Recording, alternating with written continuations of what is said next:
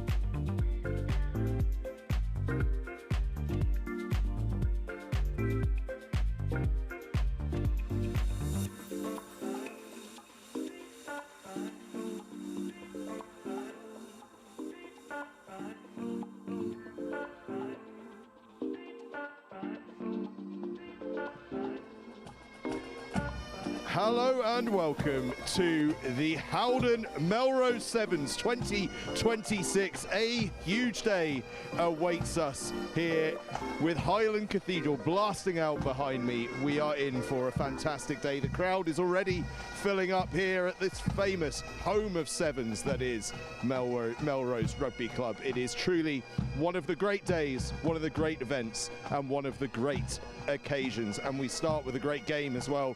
Musselburgh taking on the Scottish Thistles, the Scottish Sevens team, and there are some superstars in that team. They were presented their jerseys last night by Sean Lamont.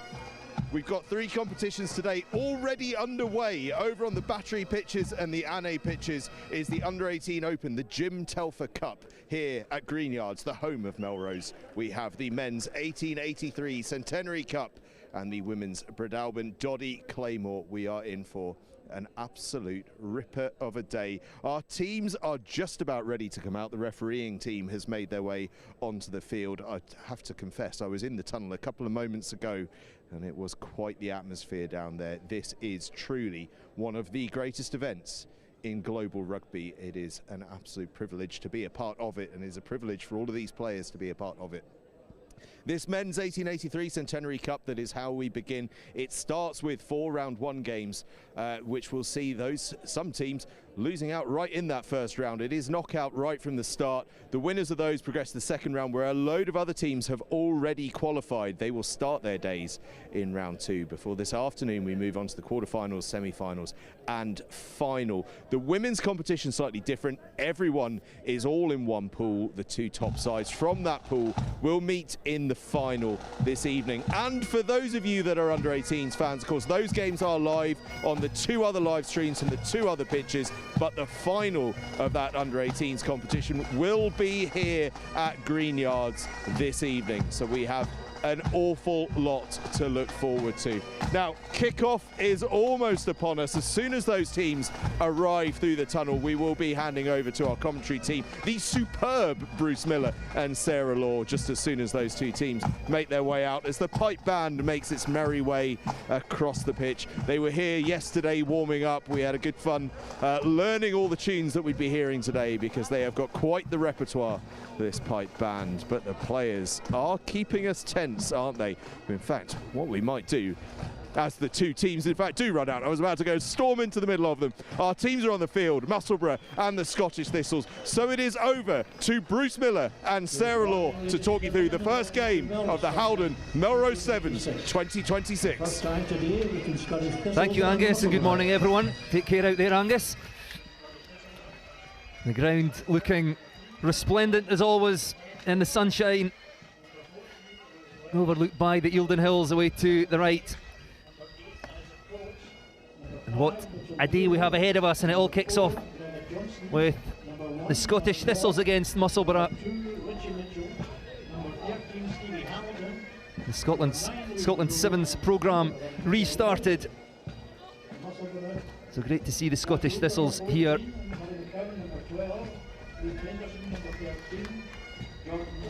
It will be Musselburgh to kick off. The referee just waiting on the band, getting off the pitch. Not in any great hurry. Let's bring Sarah Law in.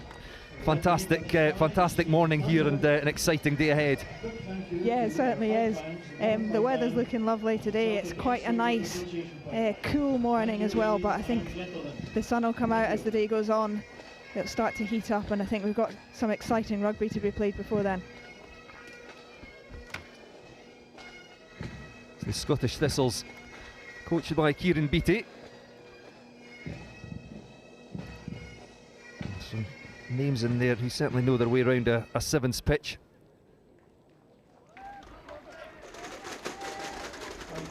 So you would think Musselburgh will be up against it in this first tie, so remember the 4 guest teams all featuring in the first round. Following this one, it's Durham Uni against Curry Chieftains, then Newcastle Red Bulls against Glasgow Hawks, and Stirling County against Edinburgh Rugby. Peebles awaiting the winner of this first tie in the second round, and the Melrose Sevens 136 playing underway, and it will only take about 10 seconds before we get our first try of the day. As Gregor Johnston races away, touches down under the posts. What a start. Perfect start for the Scottish Thistles, really. That looked like a really nice weighted kick-off just over the 10-metre line, but Musselburgh just putting their players beyond and not being able to regather the ball. Scottish Thistles first to pounce, and great pace to start the day off with a score within the opening 10 seconds of the game.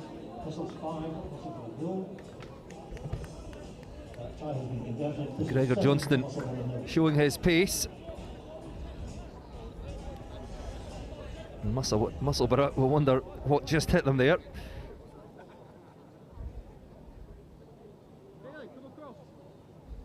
And they'll hope to get their first possession from the Thistles kick-off.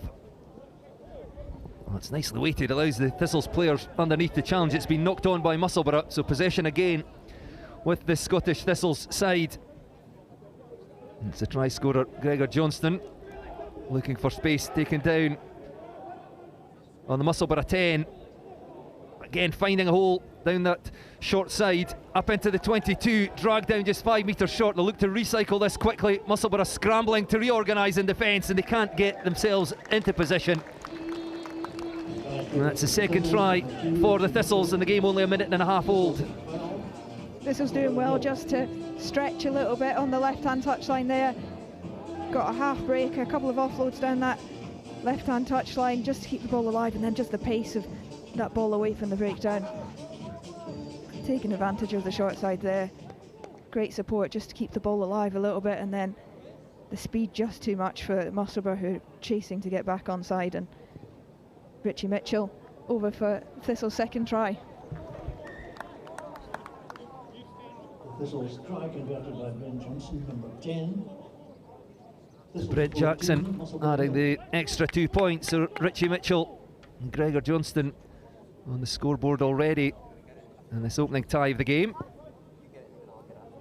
Again, that's a nicely weighted restart, tapped back by the Thistles. So Musselburgh just cannot get their hands on the ball in the opening stages of this first tie. And again, the gaps opening up all too easily in that Musselburgh defence. And this time it's Finn Callahan who will touch down for the Thistles' third try. Thistles try scored by number 3 from Callahan. Thistles 19, Musselburgh 0. Just taking his time to put it down to begin with as well. 3 tries in the opening 3 minutes for Scottish Thistles. Just a lesson in keeping the ball, really. I think some perfectly weighted kickoffs, getting their players up into the air above the Musselburgh players and winning the ball back, and then once they've got the ball, just having the ability to move it, step and take advantage of that defence just over chasing in the middle, trying to work hard in case they go wide, but good right hand step and then an acceleration to finish it off. Well, the kick-off landing in an almost identical position to the last one, and again it's tapped back, and the Thistles, well, thumped. I think that's the first tackle Musselburgh have managed to put in there in the midfield. Certainly felt that one. Switch of play as Richie Mitchell darts off to the left, threads a kick through. The ball just beats everybody, rolls into touch in the Musselburgh 22.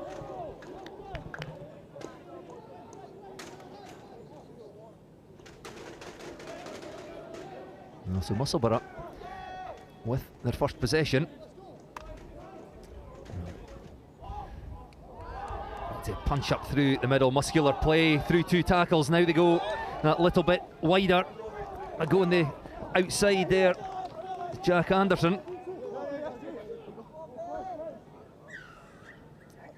A loud blast in the whistle from the referee as the Thistles a little over-eager in defence, up offside, and Musselburgh, Keep going. first real opportunity. It's a loose pass, but still with Musselburgh out in front of the stand on the opposite side of the pitch from our commentary position. Been snaffled by the Thistles illegally though.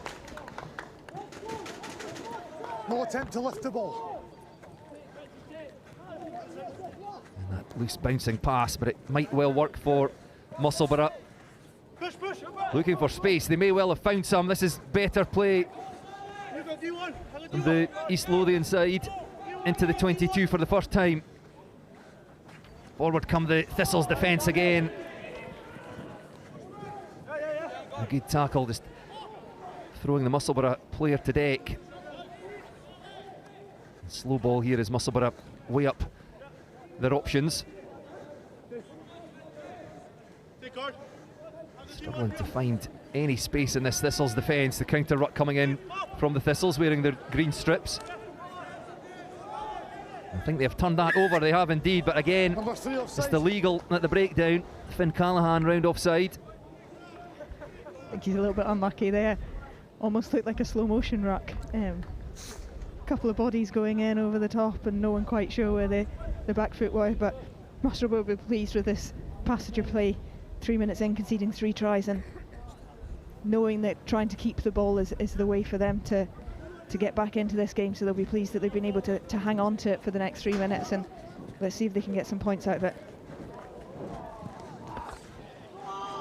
Well, again, having most success as they try and barrel their way through tackles rather than going round the outside, but They may well have found space now into the 22 again. Ball thrown in field. I think forward. Knock on into touch.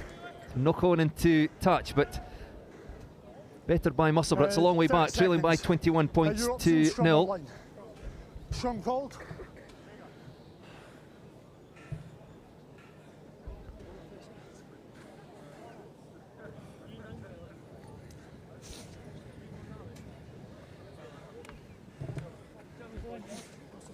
Just taking their time at the first scrum of the game. Interestingly, Scottish Thistles did their captain's run, so to speak, at Scottish Gas Murrayfield yesterday. Musselburgh were saying they were training on a public park because their ground was getting reseeded. So two extremes in this fixture so far. We saw that in the opening 3 or 4 minutes. Scottish Thistles just showing their pace and their power, really, their ability to stretch the ball wide as well. But Musselburgh are really pleased with that. The second half of that first half, really, keeping the ball well, not coming away with any points, but crucially restricting Scottish Thistles from scoring anymore. And 3 tries is very doable in the second half if they can keep the ball and start to get some points out of that possession. So half-time then, and our first tie of the day. And it certainly started with a bang. 3 quick-fire tries for the Scottish Thistles. It's Musselburgh just a little bit slow out of the gate, but they have grown into the tie, created a couple of opportunities themselves.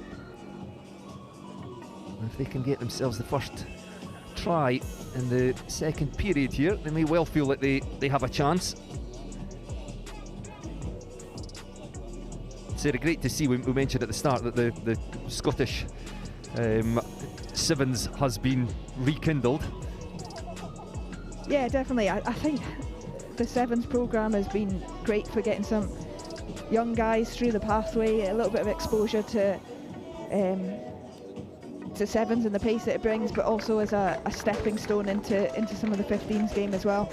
It was a shame to see the Sevens going from a Scotland capacity, and obviously GB Sevens is still an entity, so some of these guys will get an opportunity to play there, but it's nice to see them playing with the thistle on their chest at Melrose Sevens. Fantastically acrobatic take from the kick-off. It's the first opportunity of the second half. We'll go to the Thistles, dancing footwork into the 22. Taken down in the tackle of Paul Bogey, but as it's recycled, it's that man again, Richie Mitchell, who gallops in. And that takes the Thistles up to 26 points to 0. Again, getting up from the kick-off, winning that ball back really early, and then just stretching to this left-hand touchline. Quick ball from the base of the ruck. Musselburgh just committing too many players into that space and leaving an opportunity for Richie Mitchell to have a wee snipe around the breakdown.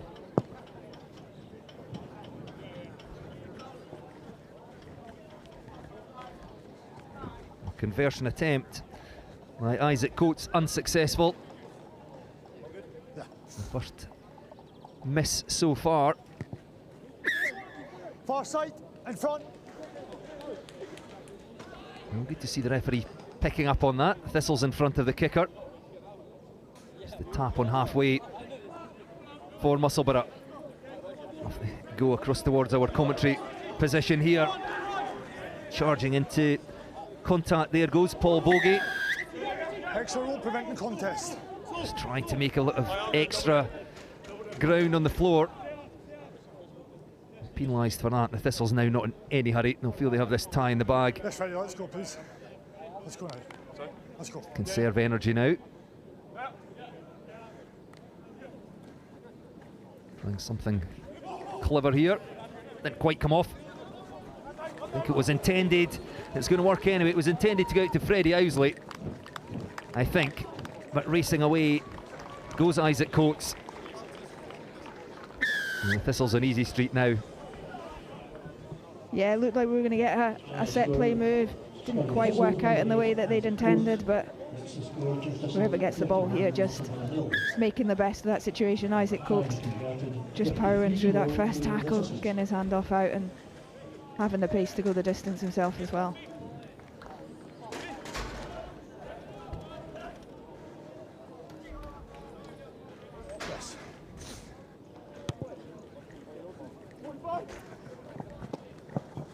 Restarts have generally been excellent for the Thistles, allowed to get the chasers underneath, but on this occasion it's Musselburgh who come away with it through Luke Henderson.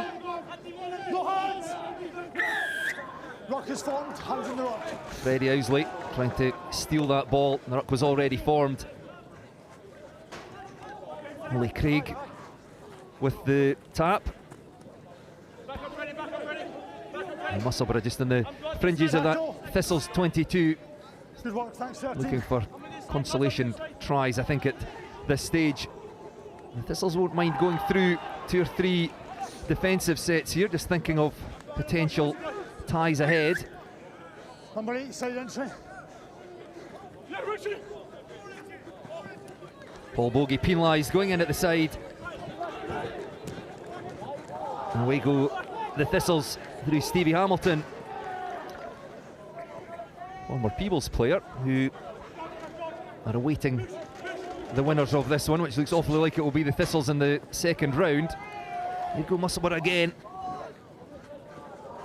Juggled out here on the wing and then threaded through by Luke Henderson. Freddie Owsley looking for a kind bounce of the ball. Musselburgh perhaps running out of steam, spent a lot of energy chasing after the men in green. The start of this tie.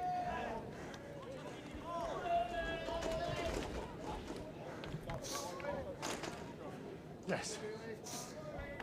That pass just drifting slightly forward, I think. Scottish Thistles looking just to hold it up in the middle and then find a long pass out the back, and just taking our time to set the next scrum.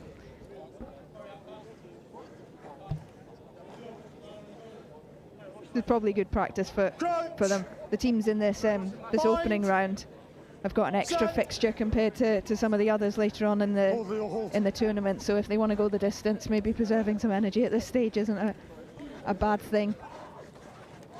Another thumping tackle, but Musselburgh doing well to offload the ball off the deck, and it's Robbie Reid who will go in for a consolation try for Musselburgh. They've grown into this game a little bit, and that's probably what they deserve from Musselburgh. When they've kept the ball, they've done well just to keep the ball moving around. They're just getting a wee offload and a slight missed tackle, but racing away for the first score. Yes, you mentioned the fact that the guest sides, so everybody in this first round is an extra tie if they want to win the tournament. We've quite often over the years watched teams go all the way through from the first round and just run out of steam in the final. So the Thistles will look to just preserve energy, I think, at this stage.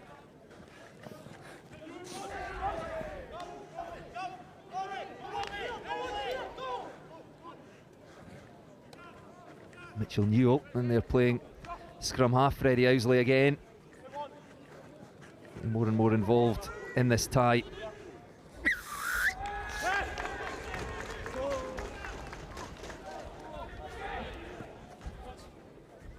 Thistles again penalised at the breakdown. Musselburgh will be desperate for a second score, looking for spaces round the side of the breakdown. Murray McCowan, he looks powerful. The Musselburgh number 12 in possession. Arnold his way through a few tackles in the opening period. It's been turned over though. And the referee has seen enough. Blows for full time in the opening tie of the day, and it's a win for the Scottish Thistles. And Sarah, from what we've seen in that, they certainly have plenty of quality. They'll feel quite confident going forward in this tournament. Yeah, I think they'll be pleased with an opening round win. Some good stuff in there, particularly in that opening 3 minutes. They'll be really pleased with how they got started in that game. Little bits to work on. I think the breakdown looked a little bit messy. Sometimes it takes a bit of time to adjust into that 7s from a 15s point of view, so they'll be wanting to tidy up some of those things going into the next few rounds. But I think they'll be pleased that they've got a good win here. They haven't used up too much energy. They can build into the next round, which will be against Peebles. Number 5, Pat Hurley, orange. Number 6, Rory Telfer, 7 Joe Wooler, 8 Louis Platt. So next up, Durham University against Curry Chieftains. Durham on unknown quantity, really. And Curry have had a fantastic season in the 15s game, featuring in both the Scottish Premiership final and the Cup final, beaten on both occasions by Ayr. But they've performed well here at Melrose in the past couple of seasons. And this will certainly be an interesting tie. It's Curry with first possession.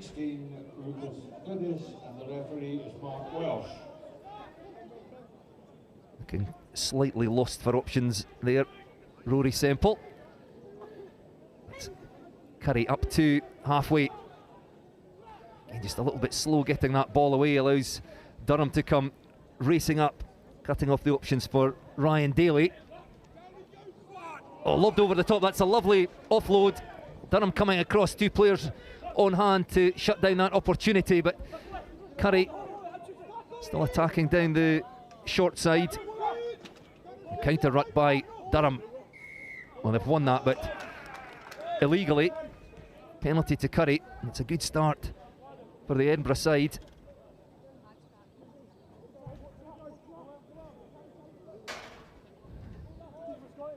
Scott Clark into contact, but Curry now penalised.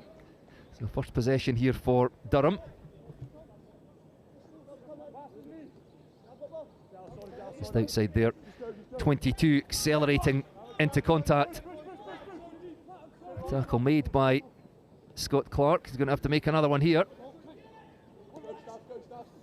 Oh, good play there by Durham, and it's created half a gap. Are they away? Have they got the pace to get there? It's Joe Wooler. Ball knocked on though. That's a great chance for Durham. Yeah, really good patience in that build-up, just keeping the ball, not really going anywhere, but doing enough to keep hold of the ball, and then the gap just opened up. Just Scott Clark having to make a couple of tackles, and then the space opened out on his left-hand side, and then after that break there, if they'd been able to connect on the left-hand side, they might have been in for the opening score. As it happens, a little bit loose, and Curry get an opportunity from this scrum.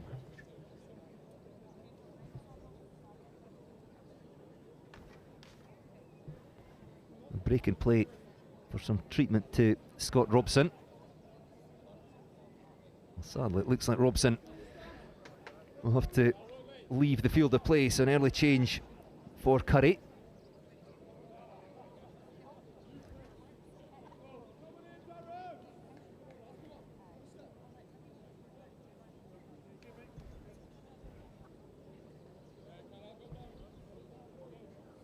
Boroughmuir waiting the winner of this tie in the second round. Right, back to the action. Gregor Christie.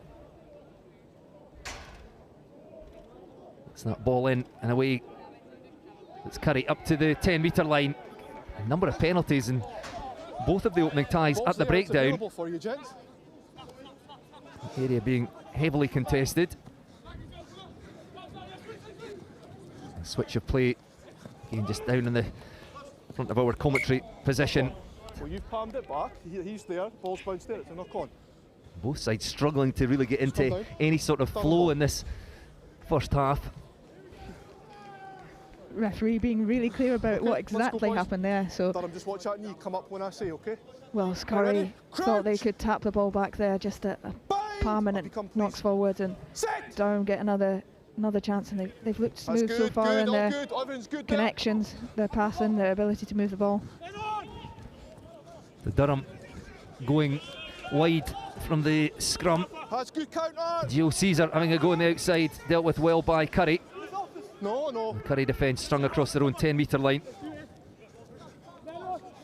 Slightly more passive approach compared to the Durham defence. Oh, sorry, no hands, leave it alone. Tackle made on Joe Wooler. And play again, just edge to edge here from Durham Uni, trying to stretch the Curry defence. staying well organised for now. Now they come forward a bit more quickly.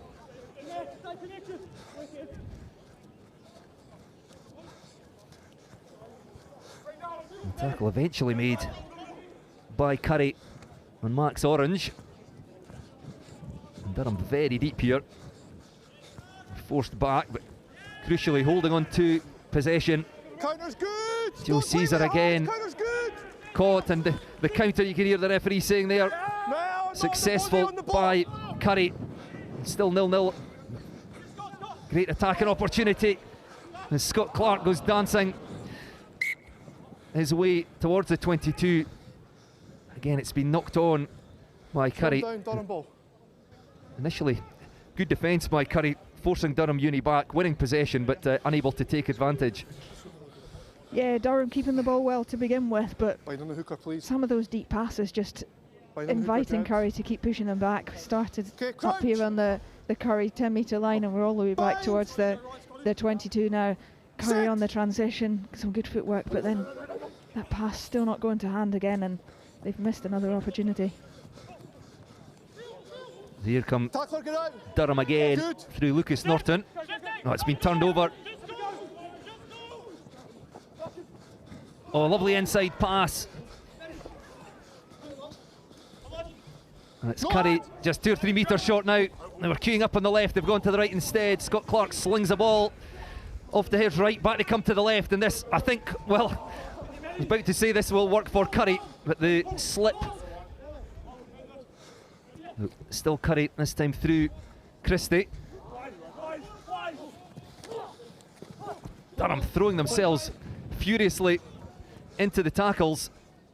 Defence holding firm for now, but for how long? Switch of play again. And once again, there's a Durham defender there. No shot on the ball. No hands now. And he's falling at the same Curry time. being made to work very hard. Again, ball in one hand, looking for the offload. Nobody on hand to take it. Durham almost winning that. Will we get the first try of the game? Almost lifted up off the deck. Just. Somehow, Durham Uni holding firm. It just felt the dam would have to break at some point, and it's Matthew Bradshaw who goes in for the opening score of this tie. Yeah, they get there eventually. A couple of occasions down on this left-hand touchline, we thought they were going to be there. There's obviously a slippy patch on that 5-metre channel towards the left-hand touchline, but in the end, getting those offloads off the floor, and Matthew Bradshaw getting the Curry's opening try just before the half. So Durham Uni 0, Curry 7, the half-time score. Matthew Bradshaw with the only try, and it came in the last play of that first half.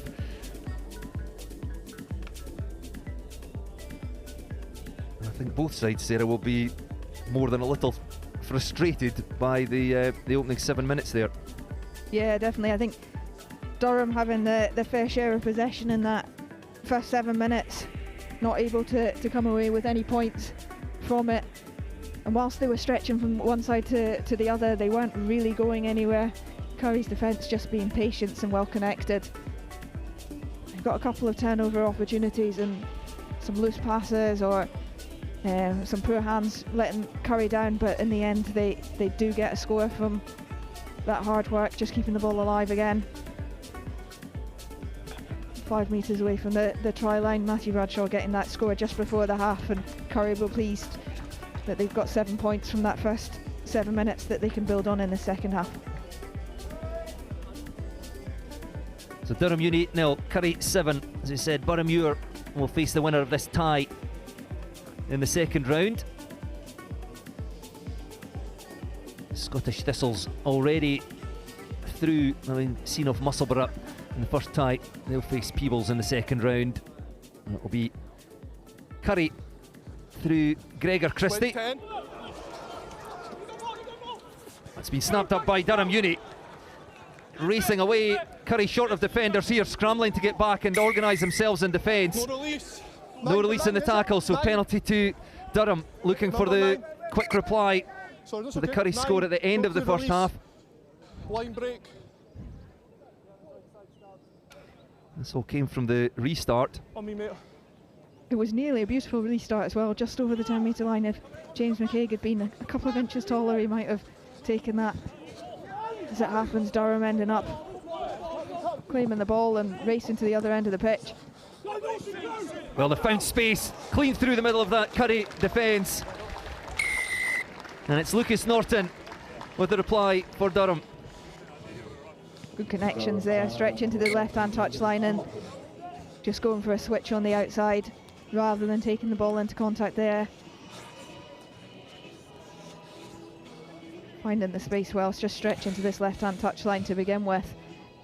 Making Curry chase with 6 players in that defensive line instead, and then just picking on some shoulders and an excellent left foot step to take him under the post. Yes, you can see all 4 teams so far have been trying the good old-fashioned switch on the edge. No, backwards by Black. Loose ball, knocked backwards by Durham. Dislodged so first one in the by Curry, tackle. and the second one there by Black. Scrum down, Curry ball. So referee says the first knock-on was by Durham. So Curry ball, 2 teams tied at 7 apiece. Yes, the switch works brilliantly. It's often not the space for the first player that comes in on the switch. It's just 1 or 2 passes further in as defenders struggle to get across and stay connected. Yeah, I'm a big fan of 7th being played without any contact, personally. But yeah, I think sometimes we've seen teams go to that contact area earlier, but if you don't have to, and you don't have to have that contest there, it's much easier to keep the ball. Durham there just stretching Curry across to this touchline and making sure all of the defenders were turning towards the touchline and then picking on those weak inside shoulders. Well, Curry playing at pace here from the scrum. Ryan Daly taken down on the 10-metre line. Again, a breakdown penalty. Let him run, please, let him run! We've seen too many of those in the first couple of ties. But here comes Curry again. The ball out of the tackle. Inside the 22. Durham defence well organised. Again, Curry keeping the ball alive in the tackle. Taken down there is Rory Semple. Oh, through the middle, and I don't think Durham can get there. Fraser Sayre's the man this time, and that gets Curry back in front. Great strength there as he goes through the middle. Curry working the ball well, but making a good decision to cut back in and go down the middle with a bit of support either side rather than pull it out to the width where Durham had more numbers on the outside. Then just a really good fight to get through those 2 tackles towards the end of the play. The score now is Durham University 7, Curry 12. Yes, Matthew Bradshaw involved, Fraser Sayers, Rory Semple. Good. Curry leading 12 points to 7. A restart won by Durham Uni. Can they come up with the quick reply as racing out the line goes Gregor Christie, brother of All Black Finlay Christie. You always got to get that into commentary at some point when you're watching Curry. Yeah, and he does really well there just to put some pressure on the Durham passer there, who maybe doesn't put quite enough into that pass. It just drops short and they force a knock on, and Curry survived that 2-minute sin bin really well. Got themselves a score out of it. We're only 7-5 down in that period, and now they're back up at this end, hoping to get an extra score to put this game to bed. Christie lifting the ball up to Alex Harley from the scrum. They've created space out wide. Lovely pass straight into the hands of Ryan Daly. Has he got it down? Now, the officials will have to have a word here. Let's have a listen in. Just down, hold on. I've definitely got a ground, but he's not in goal. He's not in goal. Perfect, thank you. Just sneaks in the end there, trying to make the conversion a little bit easier, and nearly messes it all up, but does enough to get 5 points. 1.5. It was nice play again from Curry. No, Christie did well at the scrum under pressure, just lifted it up to, was Harley coming round, and then recycled it quickly, stretched the defence just too far. And Ryan Daly with the score. Well, let's have a look at it this year. Does well in the end, I think, just to keep his legs up as he gets tackled. 14's in front. 14, you're in front. Tight on that one. Daly from hero to villain, in front of the kicker. The 10 points the difference. Durham need a very quick response. Whipped away by Morgan Williams. Joe Wooler snaps up the bouncing ball, tries to accelerate through a gap, flung to deck by the Curry defence. Scott Robson in there, looking to go round the outside and do well to keep it in the field of play, but it's been won by Curry, and up goes the flag. Touch is called there, gents. Black ball, okay? Yeah, I've got it, don't worry, we're marked. You're marked. Good. Tackle release! One at the line out by Durham, tried to get it away quickly, but that was stopped by Curry. So Durham on halfway, skipping his way through there. Louis Platt. Well, there's too much of a space there left by Curry, and Durham will go in, and it will be Will Windows to score. Is this too little too late? I think we can hear the referee saying time is up. Durham University try, number 12. Did he score that? Windows. So Curry 17, Durham 12 as the attempted conversion comes bouncing back off the crossbar, and we lose our first guest side of the day. Durham University beaten by Curry Chieftains, and Curry will go through and face Boroughmuir in the second round. Final score, Durham University. Curry doing well in the end to come away with the win. I think they made some really good decisions during that game about when to stretch wide, when to go up the middle. Didn't see quite as much action from their wingers as we might have expected. A few of them doing really well in some of the recent 15s finals against Ayr in the Cup and the League, showing some real pace, and we maybe didn't see it as much in there, but they'll save some of that for the future rounds. They'll head into the next round game against Boroughmuir happy to have got a game under their belts. So the Scottish Thistles seeing off Musselburgh in the first tie of the day, 33-7, and then Curry Chieftains winning 17-12 against Durham. So we know the makeup of the top half of the draw in the second round, but we're now into the women's competition. The first two ties, the Breidablan Doddy Claymore tournament. The Scottish Thistles team is made up of Bethan Matheson, Kayleigh Ainsworth, Kieran Bell, Emily Love, Hannah Ramsey, Lisa Brown, Lucy McRae, Megan Hyland, Nicola Flynn, Nicole Marlowe, Poppy Mellenby and Sky Finister. So Monica Umasa.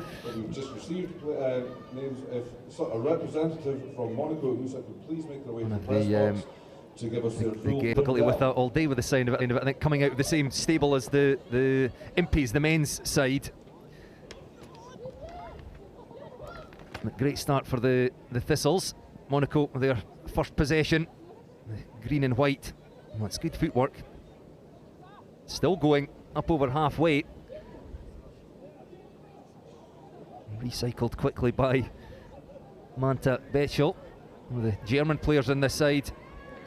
The flag goes up at the far side. Is Kieran Bell, who just scored for the Thistles. With an important tackle there. Bell recently trained with the GB7 squad, as the two others in this Thistle side. And away go the Thistles again. They got the pace to get there, I think they have. This will be two quick-fire tries for the Scottish Thistles. The team coached by Claire Cruikshank, the Edinburgh Rugby head coach. Try for the Scottish Thistles, scored by number 6, Bethan Matheson. It's Bethan Matheson, who also recently featured in the under-18 Six Nations for Scotland.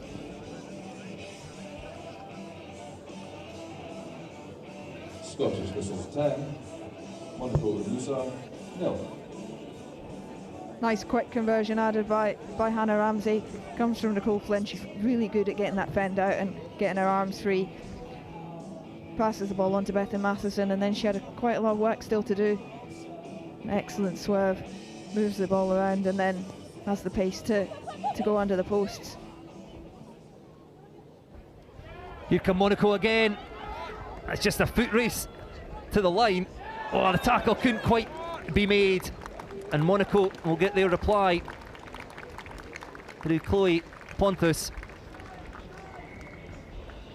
Good response from Monaco. Just conceded 2 quick tries, but first time they get the ball in their hands, sense a bit of an opportunity and take it down this right-hand touchline. Just connecting well to get that 2v1 opportunity, and then having the pace to race away from Sky Phimister. She's got a lot of her own pace. Controlling it well there, just creating a couple of 2v1s. Connecting and getting a second touch as well, so important in the game of sevens to keep yourself in the game, keep those opportunities alive.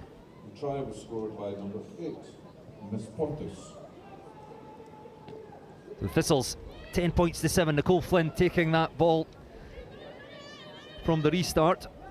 Another player who recently featured in the Six Nations Women's Under-21 tournament.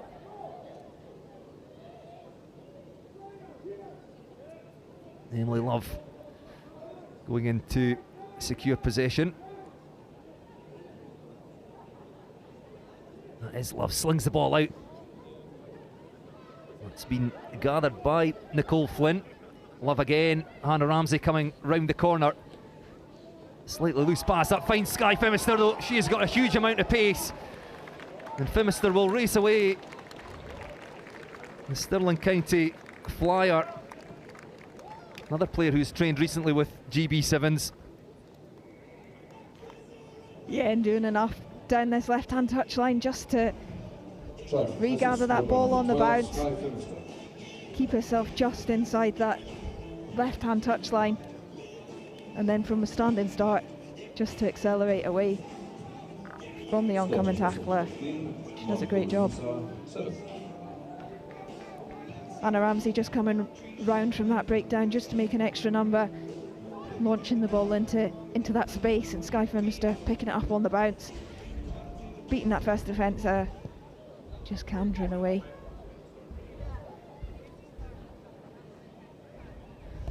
So Monaco chipping that ball over the top. Hannah Ramsey on her, well in fact is that Lisa Brown I think maybe trying to win that one. But it's with Monaco. Oh, just a little bit pedestrian confusion. You can see the disgust there, the ball thrown to deck. A bit of a mix-up I think in communication. That just hands possession back to the Thistles, who lead by 15 points to 7.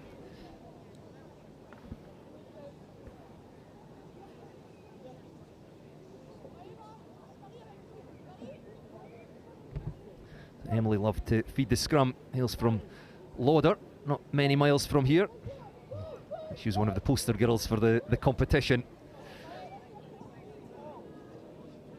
Well, hitting the tackle, but it's been snapped up by the Thistles. The support just a little bit slow to get there at the breakdown though.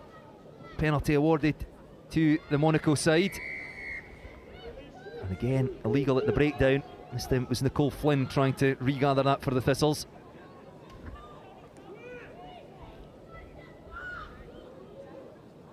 Monaco sling the ball out towards the stand.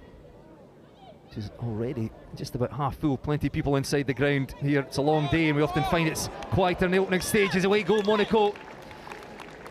And they get their second try.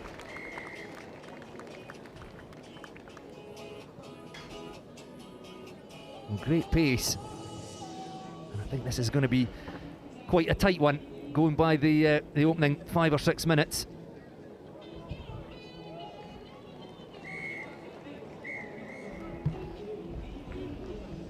Well, they're opening 7 minutes because the referee has seen enough blows for half time. It's the Scottish Thistles 15, Monaco Musa 14.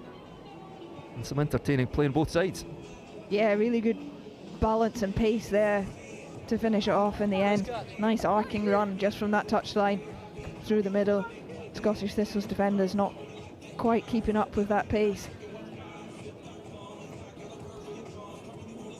Some good glimpses from both sides so far. Both kind of easing into this game. Seen a couple of players who've clearly got a lot of pace to use on the edges, through the middle. A couple of them with some really good strength as well shown in the middle, but we haven't really seen either team connect properly so far. They'll be looking to iron that out in the next 7 minutes, see if they can lean on each other a bit more, create some opportunities from connecting and creating a couple of 2v1s on the edge, or stretching the defence towards one touchline and then opening up in the middle on the way back.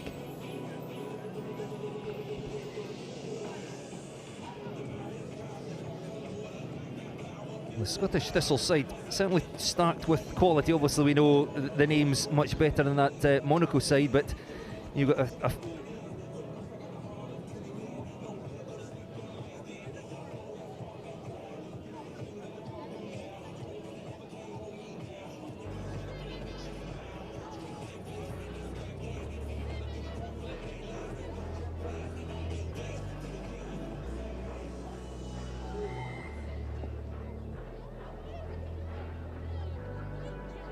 low towards the 22, picked up by Montebello.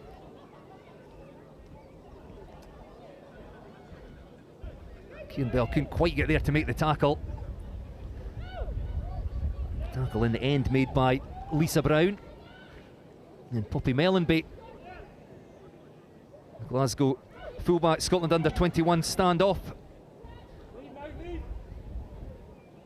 They do well, Monaco, to get that ball away from the breakdown, but then it's knocked on in the midfield. That all comes to naught, and again just frustration for the Monaco side.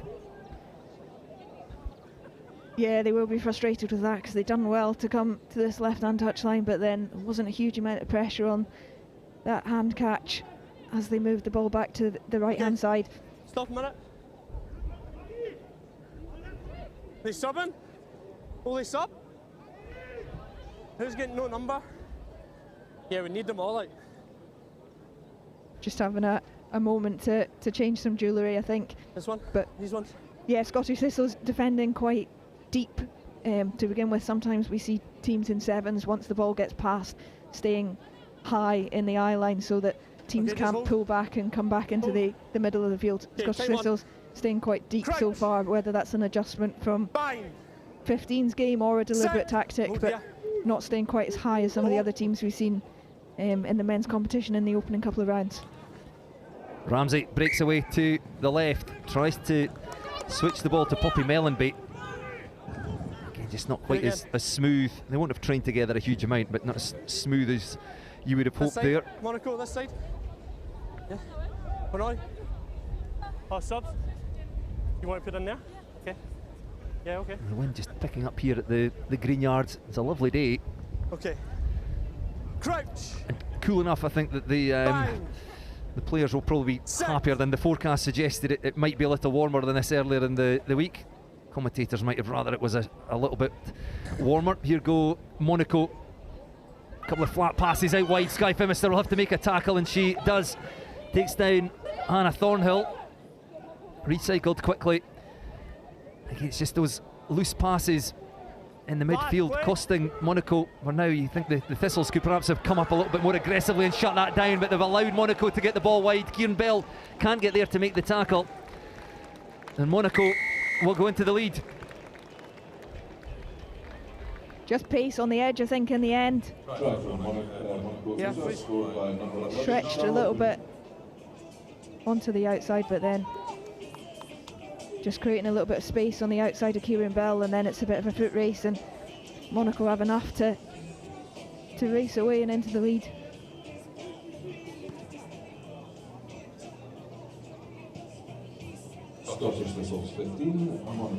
Conversion unsuccessful, but Monaco Musa now leading by 19 points to 15. Have a look at it here. Yeah, just a little stop-start there in the end.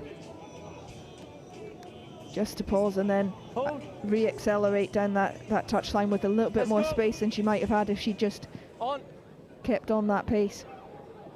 I think if the Thistles defence had been a little more aggressive when the Monaco passes weren't going to hand, they could have shut that down, but allowed them to retain possession and get on the outside. Here they go again, down the other flank, and again Skye Phimister has to race across and make the tackle. Here come Monaco again, throwing the dummy, the offload. Well, if that had gone to hand, they may well have been through. Thistle's defence looking just a little bit disconnected around the breakdown. Now they come forward. It's a good tackle by Poppy Mellenby. In goes Nicole Flynn, trying to hold up the Monaco player, but Monaco now playing with a bit more pace. Ball lobbed over the top, and that's another try for Monaco as they take control of this tie. They hadn't got many opportunities in that first half, but now they are creating a couple. Yeah, just keeping the ball alive in that contact area. Two Monaco players flooding round onto this right-hand side. Scottish Thistles not putting anyone around to defend them, and suddenly they create a 3v1 on that right-hand side. Good execution to finish off, and now they have a healthy lead heading into the last couple of minutes of this tie. Well, it started very brightly for the Thistles. Kieran Bell try. Another look at the Monaco try. Paul Flynn on the tackle. Gaps appearing in the Thistles' defence. Thought they were in, but one more pass needed over the top. And the pace to go in the corner. So 9 points the difference. As the time for the Thistles to get themselves back into this. Remember, it's a round robin competition, the women's tournament. Okay, leave now. The Thistles will appear again. This could finish things off. That's a lovely flick out the back door, and this should be the clincher for Monaco. In again in that same corner. The try awarded. Come back. Some lovely play in there from the Monaco side. A little bit of confidence just to throw that pass out the back of the hand as well. I mentioned earlier Scottish Thistles not pushing up on that side once the ball's gone, and you can see here most sides would have stayed high on that left hand side. As it happens, they've left the space there for Monaco to come back into it. They attack down that short side, and then they're just picking off the defenders.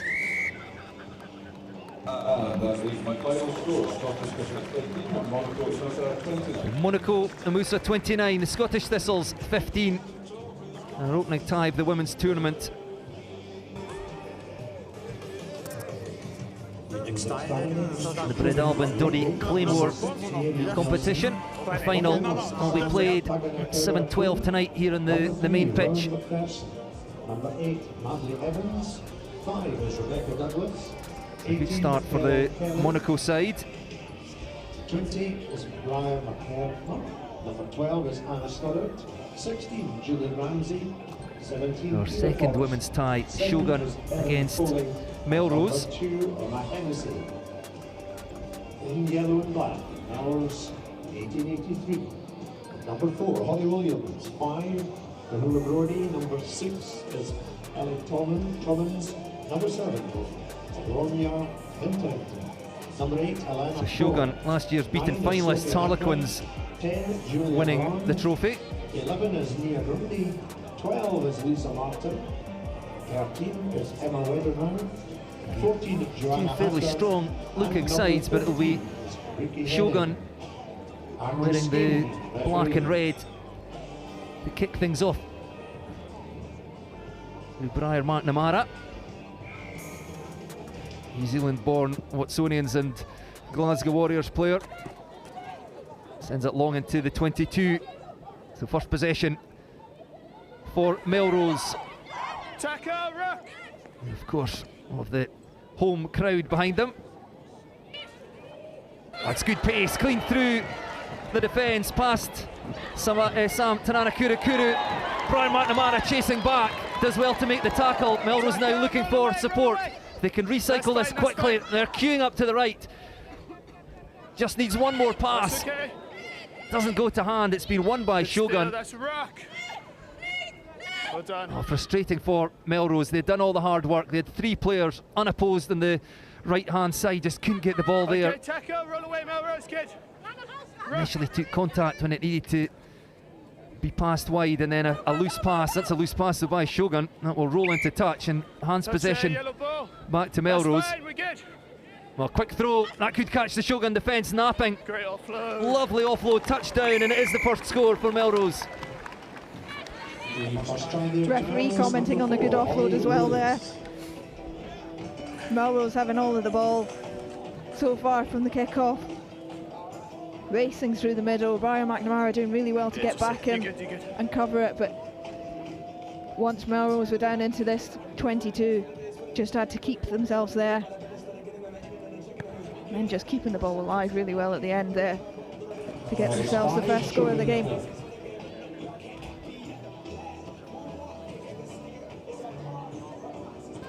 A great start for Melrose. You're commenting on the referee saying that the offload. If my eyes don't deceive me, I think I recognise the voice. It looks like Andrew Skeen, who played an awful lot of rugby here at the Greenyards for Melrose, also for Scotland's 7 side. So I think he'll know. Yes, that is the voice of Andrew Skeen. He'll know an offload a good offload when he sees one. Brian McNamara whips that ball out. It was read though by the Melrose defence.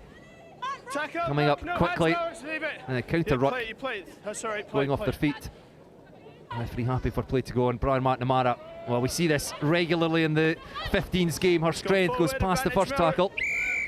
Got 1 and then we got 2. Okay, scrum down, Melrose ball, here's your mark. Couple of knock-ons though, so Melrose feed to the scrum. Shogun, second Melrose, scrum down, Melrose ball. Crouch, bind, set. Ball's gone. Away from the scrum by Melrose. Oh, it's some nice play. Intricate in the midfield, it's worked. They're through again. Nice flick inside. Anything Monaco can do, Melrose can do better. Ball's there, play. Into the 22 again, and fantastic start for the home side. Slung out towards the touchline. Shogun coming across. Mary Nelson on hand to shut that one down, so Melrose go looking for spaces infield. Lovely offload again. Oh, this is superb from Melrose, and again it's created space over on the far side, stretching the Shogun defence one way, and then the killer blow off the other way. Really nice from a Melrose side who's made up of lots of players from lots of different nations as well, so not necessarily having had time to play with each other either, but they're looking really well connected. Just on the yellow line. That offload just off the ground there, just to keep it alive and avoid having a contest there when you don't need one. Then Shogun are super tight there. There's an extra player on the left-hand side if Melrose wanted to use it, but having the pace and the accuracy of hands to make use of that space that they've just created. 2.5. 2.5 to go. An excellent conversion takes Melrose into a 12-0 lead. Another look at the try. That really is superb play, nicely timed pass. And Melrose will be very happy with the opening. Shogun will be looking for something from this first period. Okay. 2 minutes left. Tackle, leave it, Melrose, leave it. Tackle made Good. on Emma Hennessy. Oh, through they go now. This should be the first score for Shogun. They got the pace to get there, running out of steam. Melrose never giving up. It's good defence. Okay, Tackle right, made. no hands, Shogun no hands. 10 metres short now. Brian McNamara comes into play. Scrum Okay, half. come in the side 8. Melrose in the side. Mary Nelson will just Eight's tap in the this quickly. Keep Oh, going there's back, numbers yeah, out to the you right. Sam Tanana Kuru waiting out in the Tackle, that's fine, right wing there. Perhaps should have received the ball. Brian McNamara, she will go in and score. Play on. Oh, it's been stripped by Melrose. Okay, we got knock on. Knock on by Shogun. Well, what Scrum down, fantastic Melrose defence on 2 occasions Don't by put the Melrose. shot on the First line. chasing back and making the tackle, and then somehow dislodging the ball as it looked certainty that Brian It's on the McNamara flag. would go over for Shogun. Ready?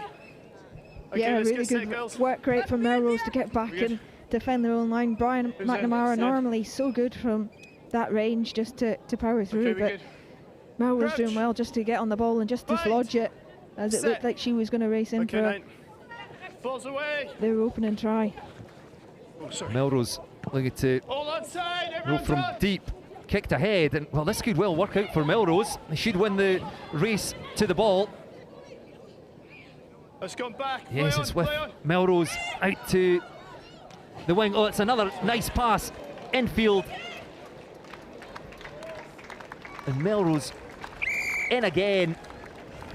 Ricky Hennig going in for the try, and that's a real blow for Shogun, who looked almost certain to score at the other end, and they've just conceded at the end of the first half, and they now trail by 17 points to 0. Yeah, Ricky Hennig looking really good so far, just captain on of this Good. side. She's the one who starts it from the scrum, takes that space on the short side, puts the kick ahead, spots that there's no one in the backfield for Shogun, Some nudge. Unlucky. and then Good she time does for the really well to restart. make sure she's up there in support. So while This will she's be last play. not on this ball straight away, she's there for the offload, she's there Just to wait till create a she's off. 2v1 and then to get a second touch on the inside. Yeah, wait, as soon as they're off, we're good. And once she's in a bit of space, Okay, she's got I'm happy. plenty of pace to score in the corner.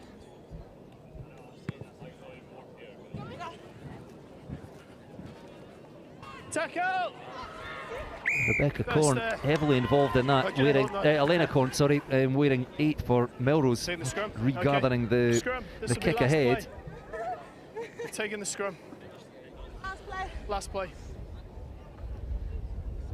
And giving the scoring pass inside. Ready, Ricky crouch. Hennig. Bind. Right, last play of this Set. first half. Can Melrose add to Okay, now. their 17 points advantage? Balls away. Looking for space initially. It's close to the scrum. Now they'll attack a little wider. Well, he could go all the way on the outside. Okay, That's we're an in touch important tackle now. Half time. by Emma Hennessy, dragging the Melrose player into touch. Shogun really didn't want to concede again there. Melrose a very healthy 17 points advantage at the break. Yeah, they've been really good in this opening 7 minutes, Melrose. Really connected well. Some of their offloads off the ground just to keep the ball alive have been good, and then once they've gone into the wider passing, they've been pretty accurate in that respect as well. Been good for their 17 points so far. Shogun will be pleased with that. Last 30 seconds of defence just before the half, racing over to pull the Melrose player into touch and make sure they don't concede again before half time, and they can have a little bit of a reset now. Think about how they get the ball in this second half, because they've not had very much of it in this opening 7 minutes, and when they have, they've not been able to finish off and get some points on the board.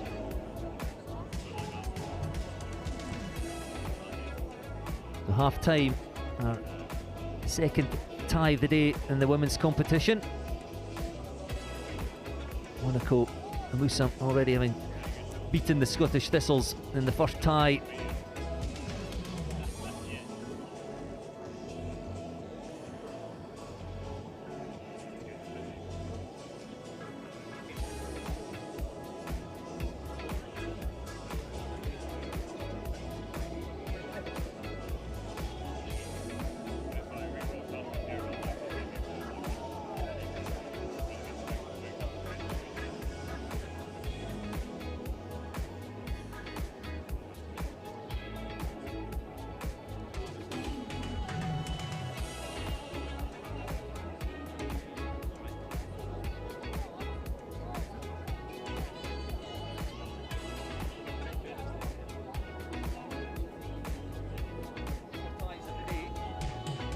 The home support will be enjoying this one. Real quality rugby from Melrose in the first 7 minutes. Restart taken by Tackle. Mary Nelson. That's fine. Sam Tanana Kurikura goes Yeah, into good. secure possession. Rebecca Douglas gets the ball away Shogun look to go wide. Yeah, tackle. Leave it now, Melrose. Leave it, leave Now, it. can Shogun get themselves back into this game? Oh, there's a good start. Away they go. Chased back again by Tackle, Melrose. away, This Melrose, that's fine. home defence Leave it never now, giving leave up. it. Don't come in the side. Somehow miraculously balls out, denying balls Shogun a out. try in the first Balls period. out. Tackle away, 8. Good.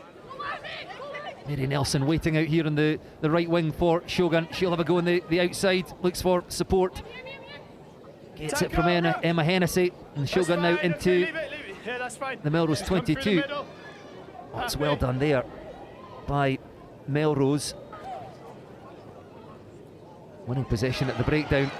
Lobbed wide.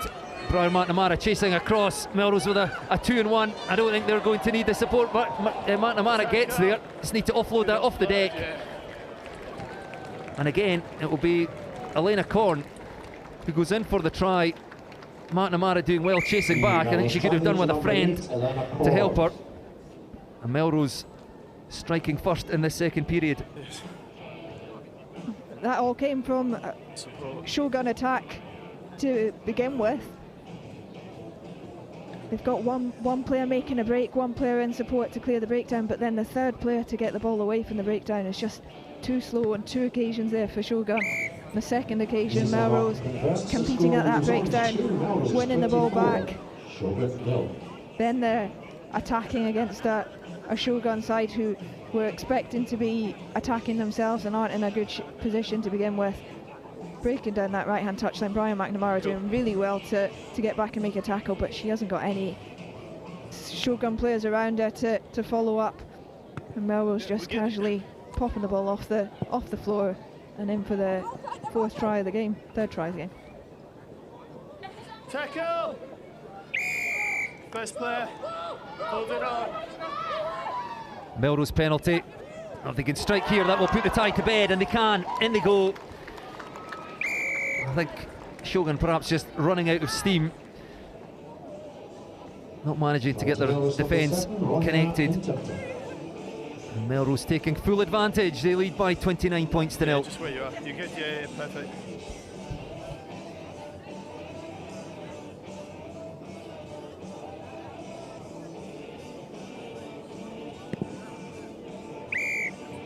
This African press moves the score to Melrose 31, Shogun 0.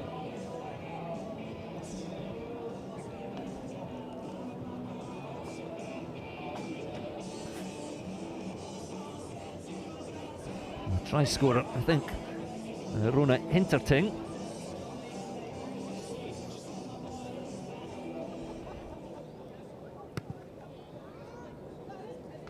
Well, that might well be the first thing that Melrose have done wrong. The restart not going 10.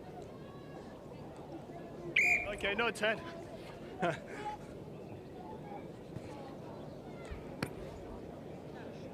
Free kick here.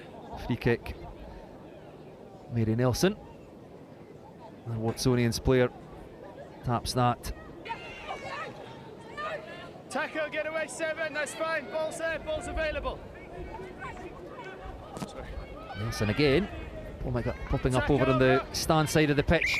Melrose Okay, piling 12 into in that, the but side. in the side. 12 in the side. Penalty Shogun. Trailing by 31 points to 0. Too far to come back, I think. Juliet Ramsey with the pass has been knocked on. Melrose thought about the kick. Hunted down by the Shogun defence, but doing well to get away again. Brian McNamara with the tackle. Oh, it's a brilliant steal by McNamara.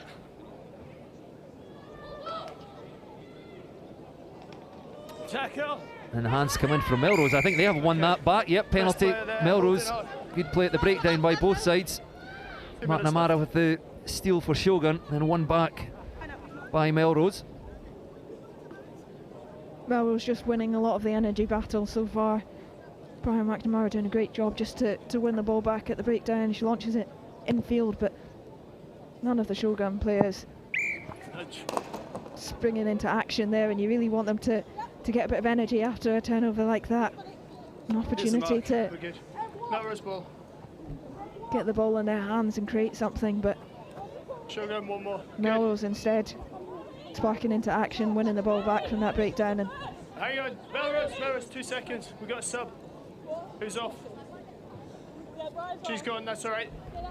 Yeah, okay, we're good. Let's play. Mary Nelson leaving the field to play for Shogun. Lisa Martin throwing into the Melrose line out. Gets the ball back, whips it out to the Melrose back line. Shogun chasing across in defence again. I think they've got themselves a little bit too tight, left space on the outside. Tackle away, 16 Big good. tackle, was that Juliet Ramsey, I think. Good It's still offload. with Melrose, 5 metres out, almost over the try line. In they go for another try. Try there for Melrose number 12, Lisa Martin. A minute left to play in this. It's Lisa Martin who goes in. This is a superb performance by Melrose. Yeah, they've been excellent with their handling, moving the ball just really really well. I think Shogun might have messed up their substitutions a bit there and ended up with 6 on the field temporarily. Close, but not, no, it's still 50 But seconds. regardless, Melrose doing really well to find some space. That'd be why I thought they looked a little bit too narrow then.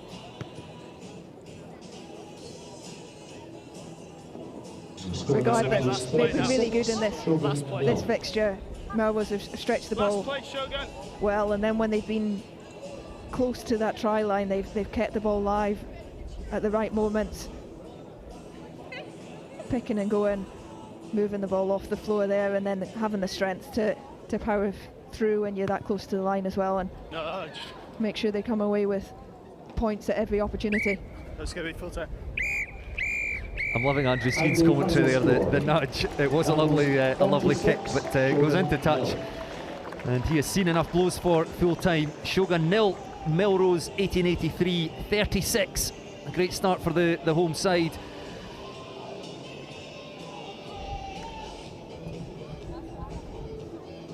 Yeah, really good opening round for them. Some of these women's teams are invitational teams made up of lots of different players from lots of different clubs and countries, and you're never quite sure what you're going to get until the day, but opening round has been excellent from all 4 sides. We've got Hearts and Balls also in this tournament. They've not featured in this first round, but they'll be in the next 4 rounds as well. All of the teams playing a round robin, so they get an opportunity to play everyone before a final, so these teams will be looking at those other fixtures in the women's game just to see who they might have in the next rounds, but also with an eye to a final and who they might have to play again in that. Yeah, she took the words out of my mouth that we know a lot of the names and you know, some quality players through all those sides, and you're just never quite sure how they will gel. But 4 really good performances, and they will only get better as the competition goes on. You mentioned Hearts and Balls. We've got a slight break in play here as we wait on the next men's fixture coming on. I believe you're an ambassador for them. Yeah, I am an ambassador for Hearts and Balls charity. Might as well do a plug whilst I'm here. Go for it.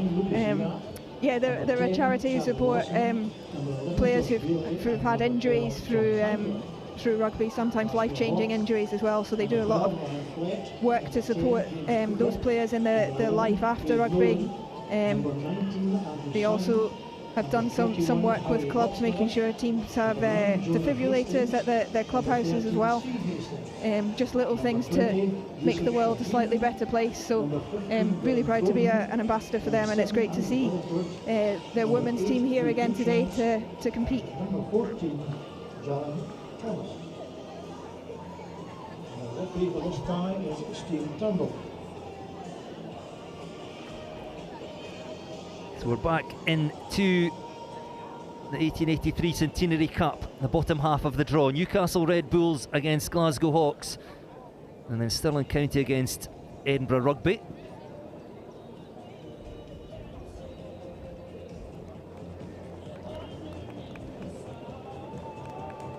So the second round, we already know the makeup of the top half of the draw. The home side Melrose will be in action at 12:54 against Gala, our local rivals, and the Scottish Thistles, who saw off Musselburgh in the first round, will face Peebles, and then Curry, who beat Durham Uni in the first round, will play Boroughmuir, and then Watsonians against Kelso. We're into the bottom half of the draw. Ayr will play Jed in the second round. Hoyk await the winners of this tie, Newcastle Red Bulls against Glasgow Hawks. Selkirk will face the winner of Stirling County against Edinburgh Rugby, and then two Edinburgh sides, Heriots against Edinburgh Accies to round off the second lot of ties. Tap it.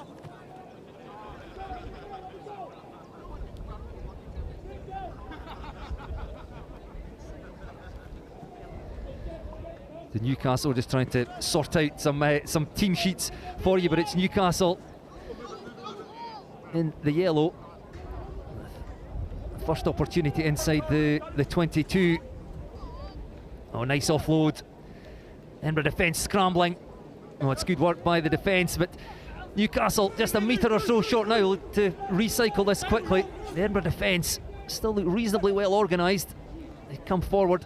It's another good tackle. In come the hands, and chance for a turnover here for Edinburgh. That is a good bit of defence.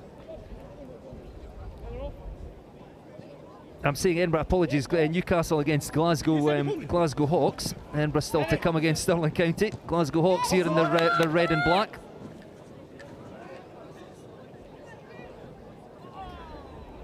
Well, the ball beating everybody there. And away go Newcastle again. It's been denied by some superb Hawks defence. Another chance here. Oh, that's good footwork, and then the acceleration. They'll score this time. So held out just a minute ago. Newcastle in for the first try of this tie. Charlie Lawson, Newcastle 10, Glasgow Hawks 0.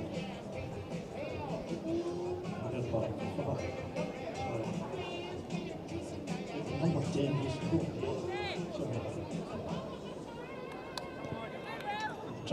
Charlie Lawson with the conversion.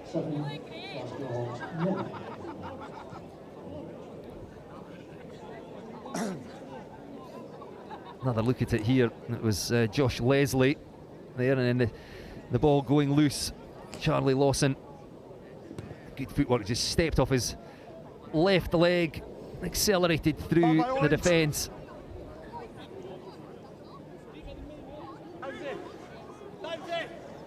So one name that locals might know, Niall Godsmark, wearing one for Newcastle Red Bulls. Good for Selkirk and also Scotland Sevens. That's a lovely dummy. Josh Leslie through again.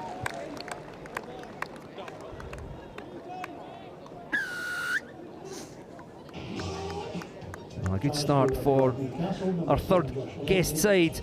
The Scottish Thistles progressing. We've lost Durham Uni, beaten by Curry. Newcastle Red Bulls. Let's see when this conversion goes over. 14 points to the good against Glasgow Hawks. Newcastle 14, Glasgow Hawks 0.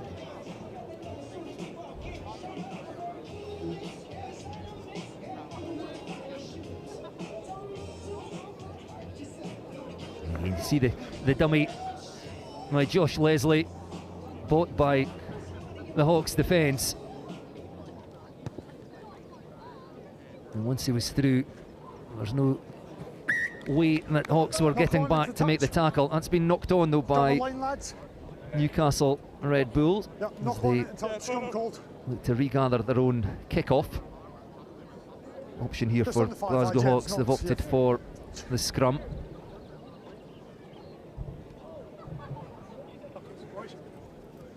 Time off. Go and just get your nose wiped.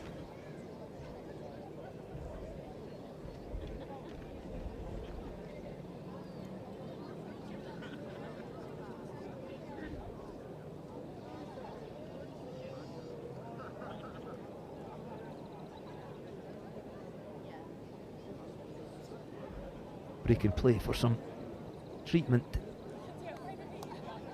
to one of the Hawks players. A bit of blood around his nose. Crouch, bind, set. Howie Roxburgh, I think the man taking a bang in the face, but here we go from the scrum. And there goes Roxburgh into contact.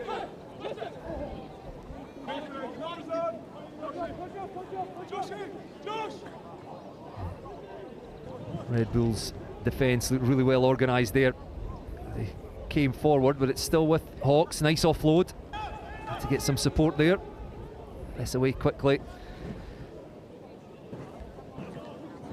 Trying to stretch the Newcastle defence side to side. It's a powerful fend, but the tackle made in the end by Cam Ellis.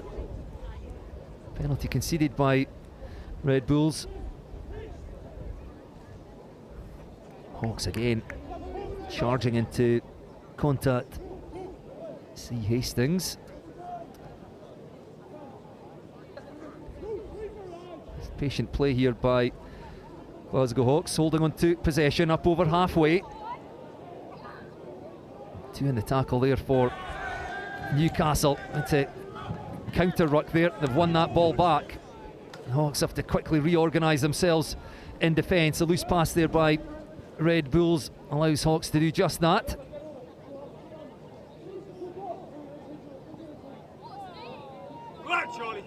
Oh, just all too easy for Newcastle Red Bulls.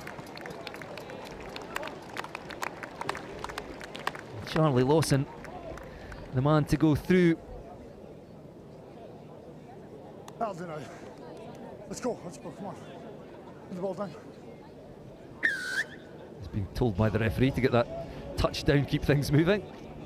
Not in any hurry. Well, we said earlier about the teams who feature in this first round, they look to conserve energy any way possible. And although there's still a long way to go in this tie, I think Newcastle Red Bulls will already be feeling fairly comfortable and will already be thinking about energy conservation. Yeah, and this Newcastle Red Bulls side made up of a couple of the academy players who look like some strong and fit players. Really good footwork and pace to score that try, but if they are to go all the way through and get to the final, that would mean playing 5 fixtures, so definitely want to conserve some energy if you can at this round.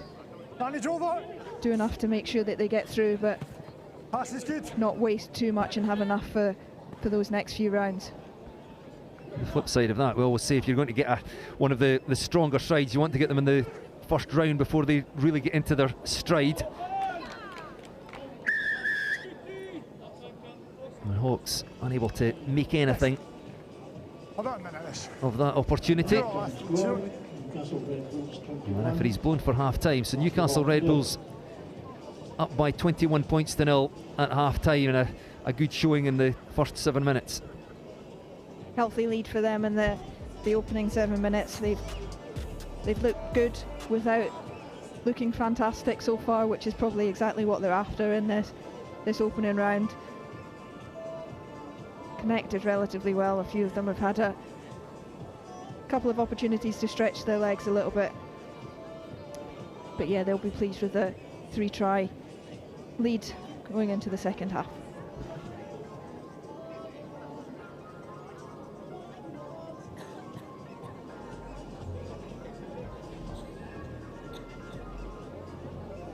Confirmation of the half-time score on your screen there. The two sides just in their huddle with the stand at the Howden Melrose Sevens.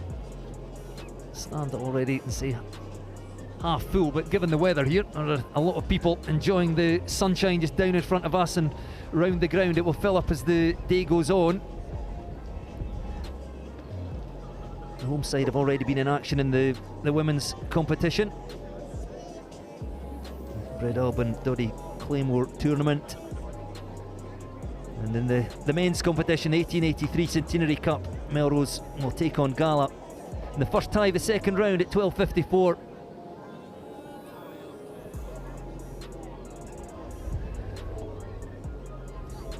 And the ground will no doubt fill up even more then.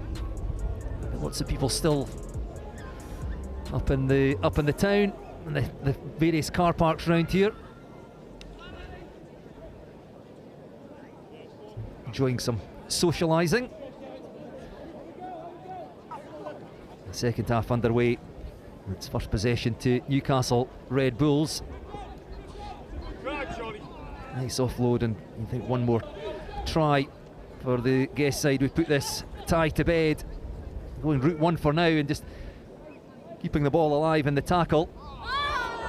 Oh, loose pass. You could see As Joe Craggs thought about it, almost tried to reel it back in again, but he'd let it go. He realised there was a Hawks player standing in his path. Couldn't be taken cleanly, knocked on. Hands possession again to Newcastle Red Bulls. Power comes on at the scrum from Hawks. The Bulls, their own 22. Oh, that's good play. Finding the space on the outside, chased all the way, but just too much pace there, Tom Chandler. Racing round the outside of that Hawks defence. Newcastle try, scored by number 10, Charlotte Lawson. Takes the score to Newcastle 26, Glasgow Hawks 0.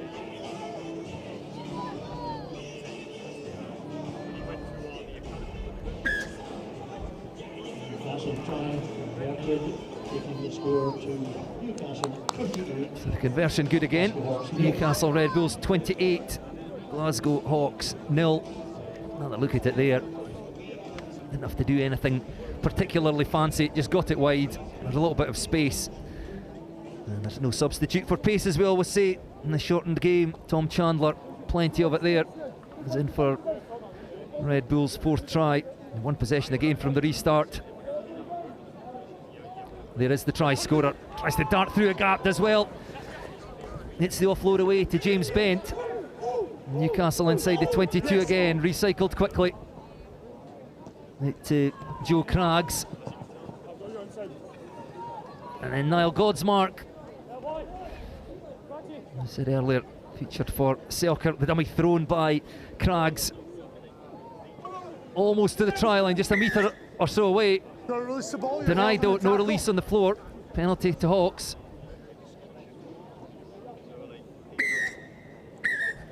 Lads, you've had plenty of time to get back. Number 9, not 10.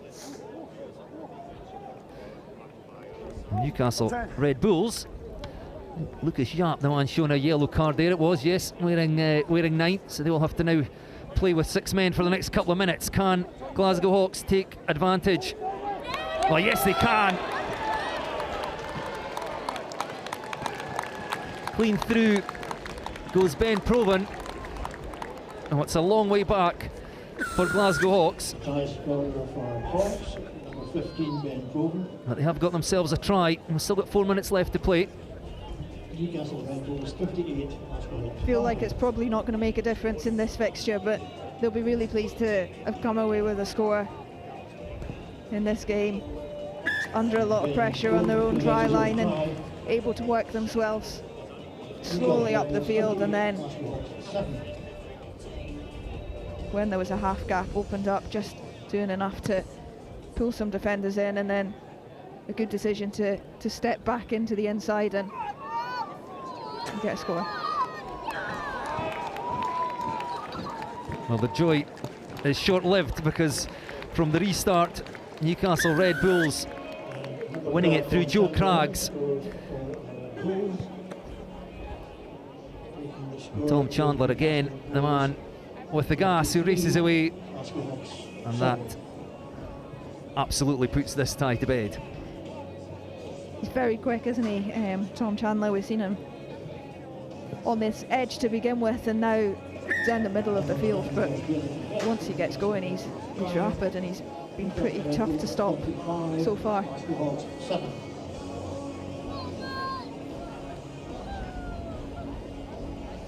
Look at it there again. Joe Craggs winning the ball from the restart. Newcastle Red Bulls playing with just the 6 men. He only needed 2 there. Tom Chandler taking the score up to 35 points to 7. Just a couple of minutes left. And Glasgow Hawks get themselves another try against this shortened Newcastle Red Bulls defence. Lifted off the deck. Trying to play with pace here.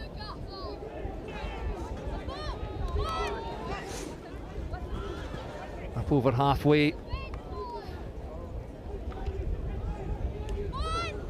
Some changes there. Yusuf Shaheen on now. and that's the man who goes through, and they'll get the second try for Hawks. It is too little too late now with just over a minute left on the clock, but they'll be quite happy with that.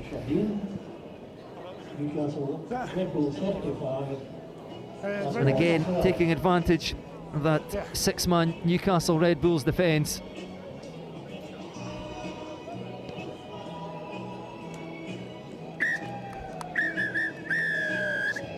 Final score.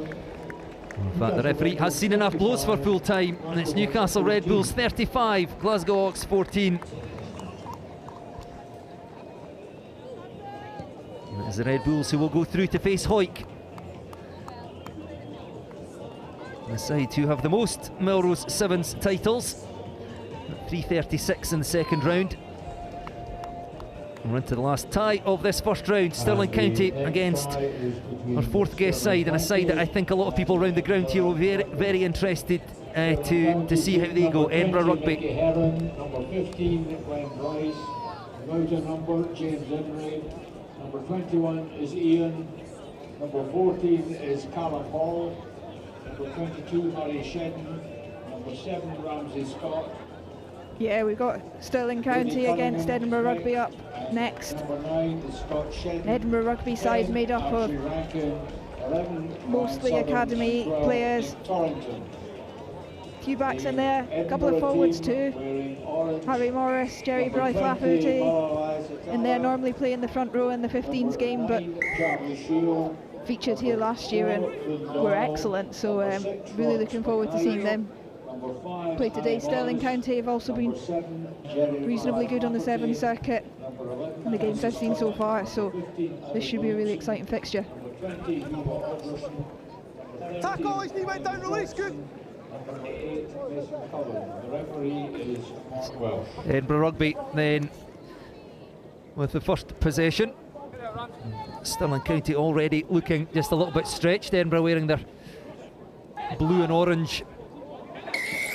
Offload there by Away you go, please. It's head-on-head contact. You're lucky. Ross McKnight. Oh, yellow card shown already to Edinburgh. Hold on, just hold. It's a penalty. Finn Doyle. Penalty, yellow card for high tackle, okay? It's head-on-head contact, however, there is mitigating factors. You hear the referee there, head on head, saying that it's perhaps a bit lucky not to be shown a red card, but there were mitigating factors, so he'll be back in a couple of minutes. But can Stirling County take advantage of this? We've just seen Hawks score a couple of tries against Newcastle Red Bulls when they were down to 6.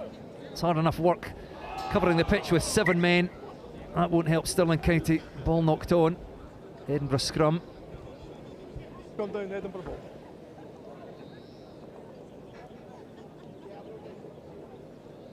A little bit unlucky there, ball just dropping short of him. I wasn't sure that it touched his hands, but Need one more in here, Jed. Edinburgh adjusting early. They'll have their first attack with 6 players. Boys, let's get the ball in and away, please, okay? Ready, crouch, bind, set. Let's go, Charlie, in and away, please. Charlie Good Shield lad. gets the ball in. Off he goes, the scrum half. It's good work by Shield. Good, clean out's good, clean out's good. Edinburgh playing with pace here. There's 6 men on the Stirling 10-metre line. Recycled again. Shield back in possession.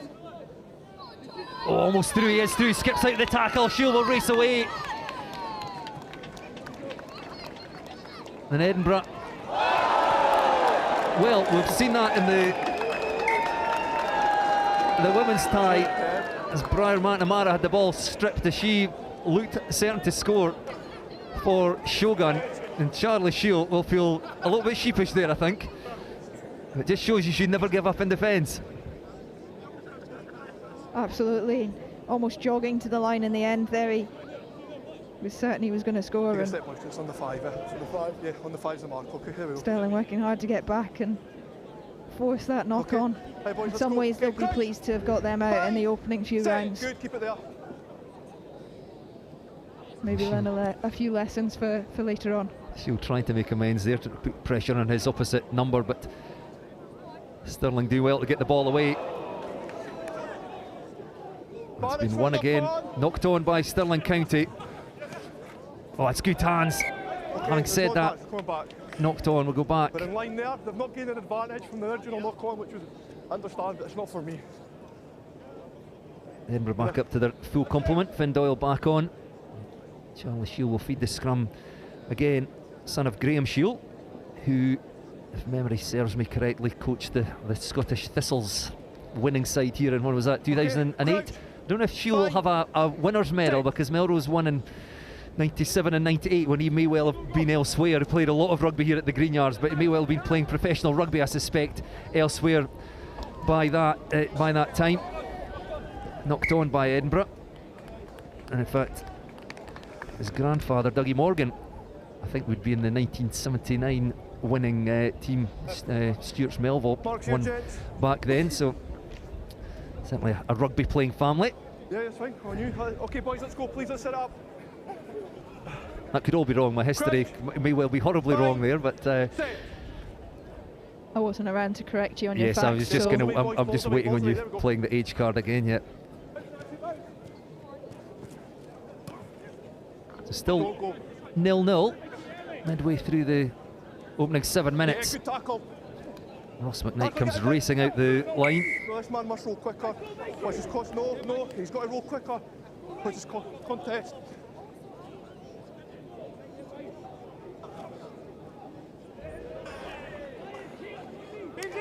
Oh, good counter. Counter ruck by Edinburgh. Ball's out. Counter was good. So Edinburgh, having been denied as the ball was knocked out of the hands of Charlie Shield, still hunting that opening try. Jerry Blythe Lafferty taken down by Stirling, whipped away by Ross McKnight, and then Finn Doyle shown a yellow card for head-on-head contact. Just seconds into the tie, back in the field of play. Well, now they will go in for a score. It's been a long time coming. And they'll get that one touched down very quickly. And Edinburgh take the lead. I think it was Finn Doyle back on the field there, getting Edinburgh's first score in the end. Had to work quite hard for it in the end. Had a couple of those offloads over the top which haven't quite gone to hand so far, but that one does, and then just enough speed to get to that breakdown before a Stirling hand could come over the top and steal it. Let's go.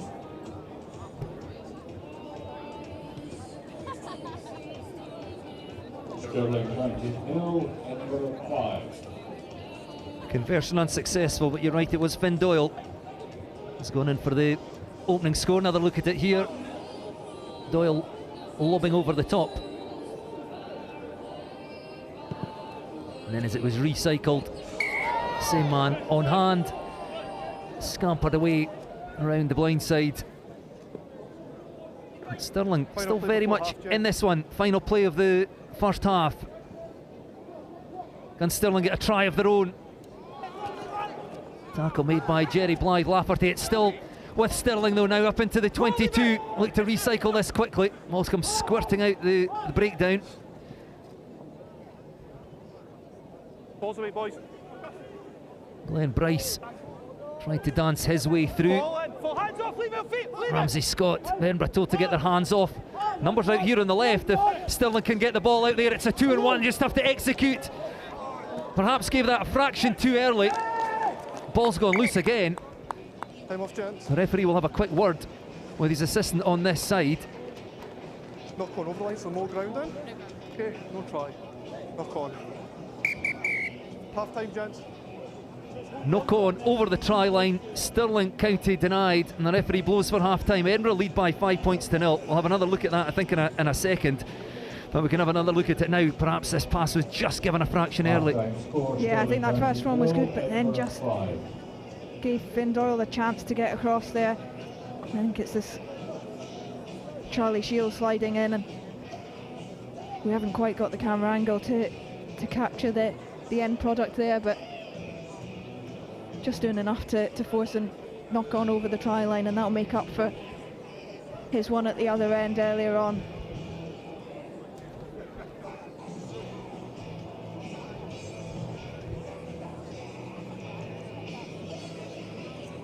Again, I think most people around the ground would have expected Edinburgh to win this one fairly comfortably. Just watch Newcastle Red Bulls see off Glasgow Hawks 35-14. I think if you'd asked most people, they would have expected a similar scoreline here, but they've struggled to take control of the tie. Stirling have created a couple of opportunities of their own. I do feel that of the two sides, Edinburgh probably have several more gears, but they'll have to find them in the second period. Yeah, I think they will, and Edinburgh probably created a few more chances in that first half, but not finishing them off. Charlie Shield looked like he was jogging in for the opening score early on, but then Stirling working hard to force a knock on there, and then it took them a long time before they got their opening score. Stirling looked like they were going to pull one back there just at half-time, and 5-all at half-time would have been a tight one for the two sides to have a wee reset. As it happens, Edinburgh taking a 5-point lead into this second half, but you're right, they'll need to find a couple more gears just to see off this Stirling County side if they want to go further in this competition. Second half underway, kick-off by Edinburgh. And they've chased well again, tapped it back on their own side.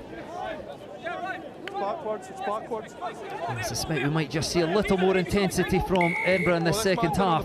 Stirling winning that, but illegally. It's Edinburgh ball. That's a picture I want. Thank you. So Shield out to Cammy Scott. Mason Cullen,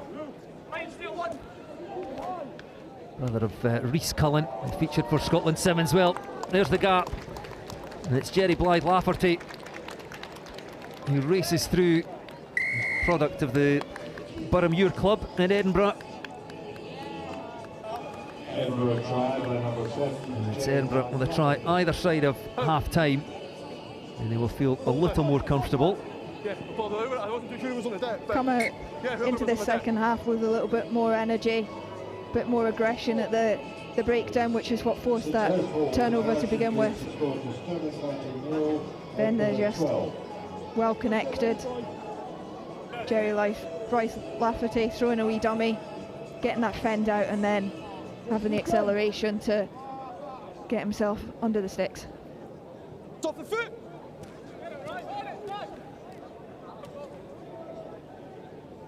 The Stirling ball.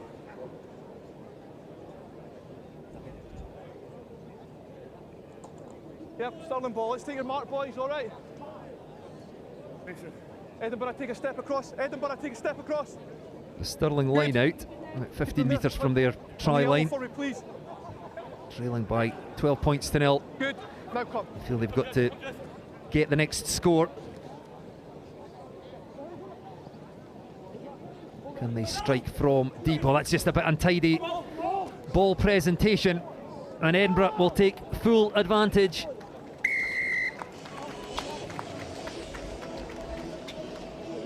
In they go for their third try.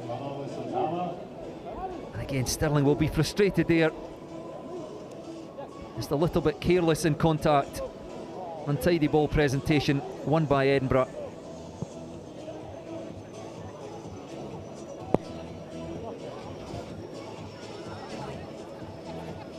Stirling County 0, Edinburgh 17.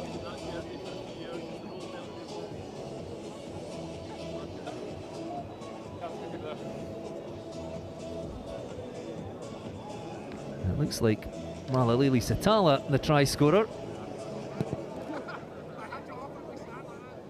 That's another great chase by Finn Doyle, full of energy. He was shown a yellow card for a bit of over-exuberance in his first tackle of the game, head on head. The referee telling him he was perhaps a bit fortunate only to be shown a yellow, but he's been good since he came back on, in particular chasing those restarts. Let's talk about it being the third set piece, a great opportunity to win the ball back. Here's Stirling County driven back in the tackle of Cammy Scott. Short passes there for Stirling, working well. They've created space on the outside now, working their way towards that Edinburgh 22. About 3 minutes left to play. Edinburgh offside. Well, if Stirling have any hope of progressing in the tournament, they've got to score now.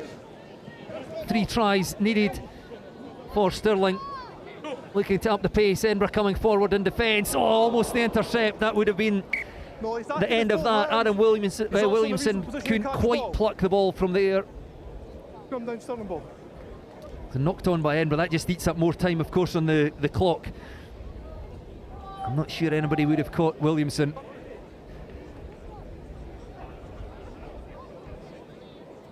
Changes here for both sides. Cammy Scott going off for Edinburgh. Scott Shedden leaving the field of play for Stirling County. Okay, crouch.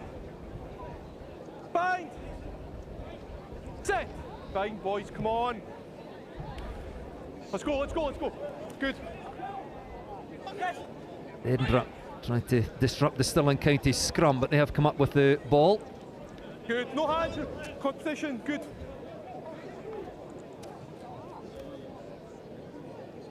Stirling, you feel, just looking for a consolation score now. Good. No more than 2 minutes left. Here it is. I've got no knock on there, gents. Still with Stirling County. Needs that Edinburgh release. trying their best to win that ball back at the breakdown. Stirling very tight there in attack. Hands come in from Edinburgh. I think they've won that one. Well, no release apparently in the tackle.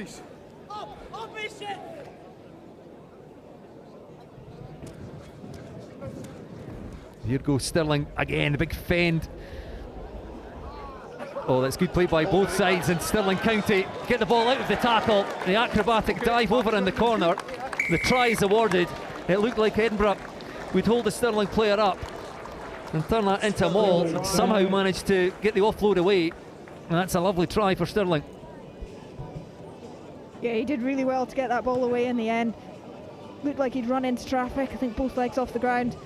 But does really well just to flick that ball back, and Glenn Bryce, once he's got the ball in his hands, just flicking it onto his winger on his outside, creating a bit of a 2v1, and then an excellent finish in that corner. Yeah, on you.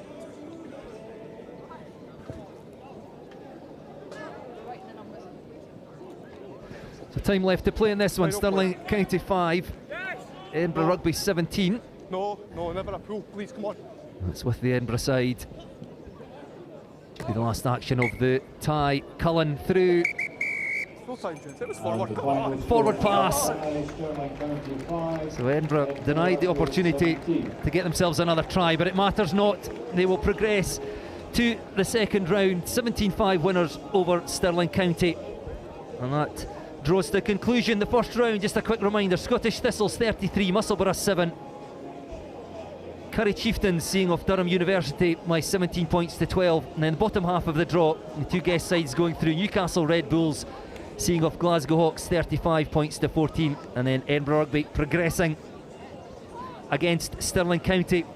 They will face Selkirk in their 11th tie of the day. That's due to be played just before 4 o'clock. And we're back now into the women's competition with change in commentary. I think Sarah Law is still going to hang around, but Harry Scott Monroe will take over from me. I'll go and find a coffee somewhere, and I will be back with you later on today. We move back on to the women's Dotty Claymore competition. This is tie 3 between Shoulder Rugby and Hearts Balls. Reminder, the Shogun squad is number 6, Mary Nelson, number 1, Sam Tazik-Kafurum, number 3, Robin Carson, number 8, Marley Evans, 5, Rebecca Douglas, 18, Pearl Kelly, 20, Briar McNamara, 12, Anna Stoddart, 16, Juliet Ramsey, 17, Kira Forrest, 7, Erin Foley, and 2, Emma Henson.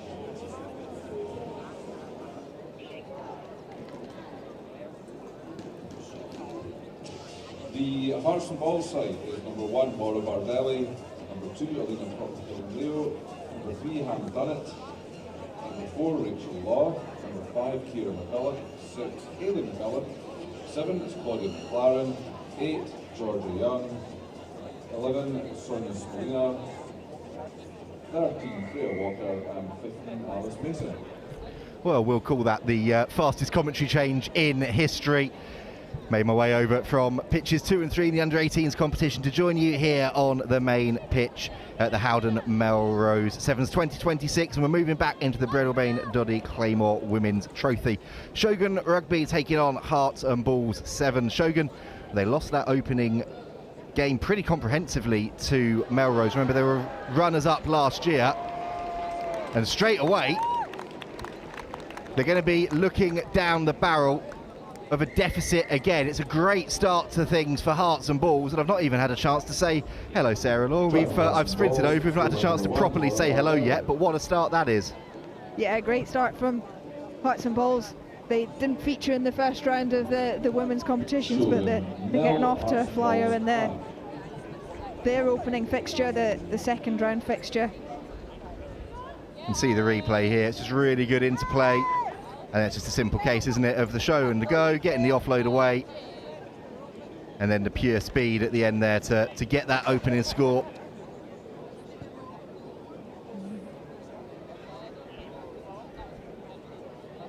Back underway on that far side.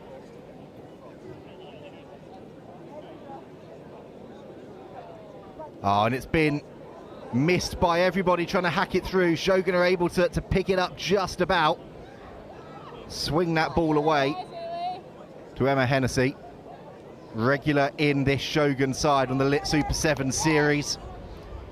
Little half break coming in there from Rebecca Douglas.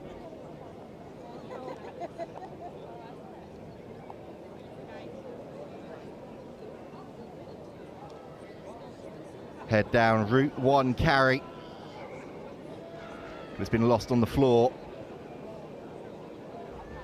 It's a big defensive set for Hearts and Balls there.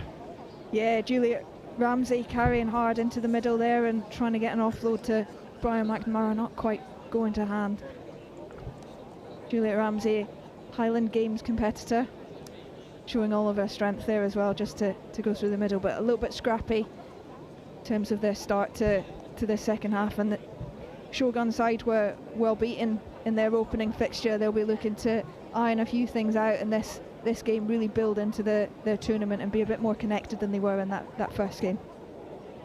They certainly will. I know they're missing a fair few of their regulars that are playing in the county championship finals days today. Richmond and Old Albanians over at Allianz Stadium back in London, but this is still a really strong Shogun side. So that was a really impressive performance from Melrose, but a bit of a shock as well.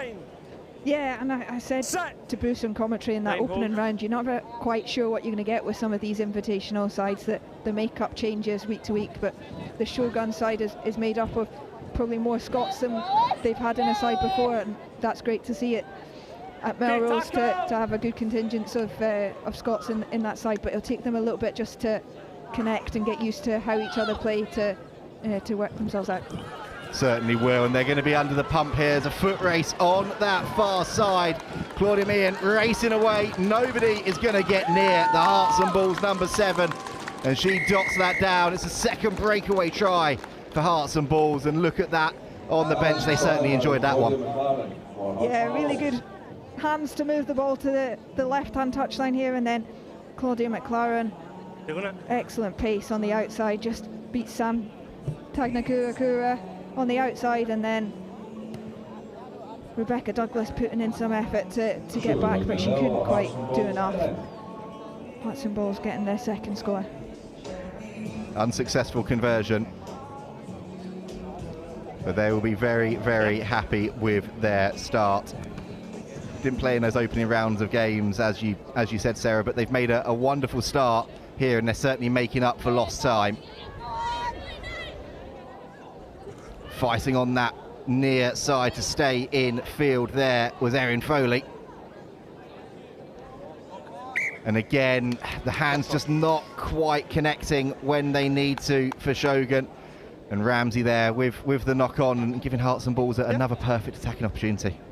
Yeah, Hearts and Balls a little bit narrow in their defence there, but coming up really hard to put Shogun under a bit of pressure there, and it's worked out for them. Juliet Ramsey just knocking the ball on, and now they've got an attacking scrum in the middle of the pitch, so an opportunity to attack either side Well, they've gone to the far side and they're not going to need anybody. How about that for doing it yourself? Ailey McCulloch goes in, picks it up, scoots round the side, and nobody could lay a finger on her. Yeah, chose to go to the left-hand side there off the scrum. Rebecca Douglas had come round to this near side, leaving that opportunity for a 2v1, and then Ailey McCulloch throws a little bit of a dummy and accelerates through the gap rather than giving it on the outside. Really good decision and execution from Hearts and Balls. Converts her own score as well, as we're seeing this replay, to extend that advantage to 17 points. Behind. It's just really good awareness of what was in front of her, wasn't it? Looked up, saw the gap was opening, and away she went. Back here. And whilst you were seeing that replay, that kickoff didn't go 10. Probably the first mistake Hearts and Balls have really made in this contest. Yeah, so far. Just give Shogun the ball back now, and let's see if they can create something from... I think this is their second attack of the game. Ramsey it was again who was doing the hard work, the hard yards, pushing her side forward. That offload is clean and crisp. Back to Ramsey again, frees the hands. To Nelson, and now there's an opportunity pass slightly behind. There's a huge covering tackle that comes in from Mason. 13 on the side. Penalty goes against Hearts and Balls though. This is Shogun's opportunity to respond. They go quickly. Short. They're short, says the referee. They're gonna have to go again. Down. But that one, easy enough from close range. Crossing for their first of the tournament, let alone first of the day. And it's taken Shogun a while, but they're on the board. Yeah, after that initial carry, we had about 10 centimetres to go with the second carry, so there was no stopping her. Yeah, by the time you take the kick, it will In be. that second one. Really good cover tackle from Alice Mason on this outside here. The passing had been a bit crisper. I think they would have gone in Half time. a couple of minutes before, but without that, got an opportunity from the penalty instead. And they get their opening 5 points. They certainly do. Conversion missed, but Shogun are on the board. But it's been Hearts and Balls that have dominated this encounter. They lead 17-5 at the break.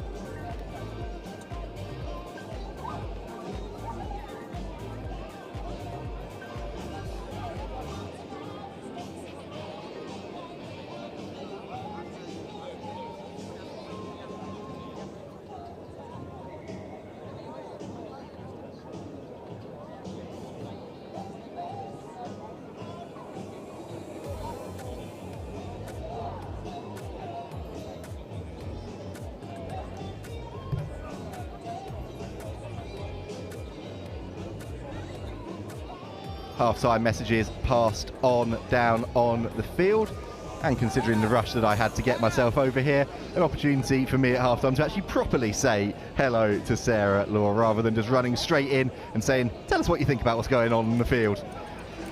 But we were just saying, it's been the standard across the competition so far on this main pitch, the under-18s competition. It's been really, really high, and the crowd's packed in already. Have been loving what they've been seeing so far this morning.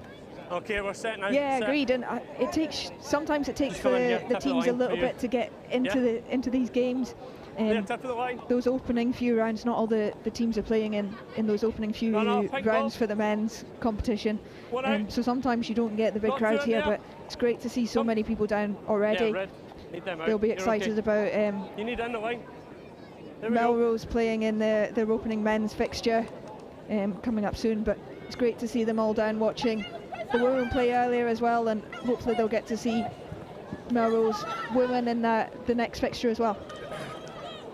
That's still to come.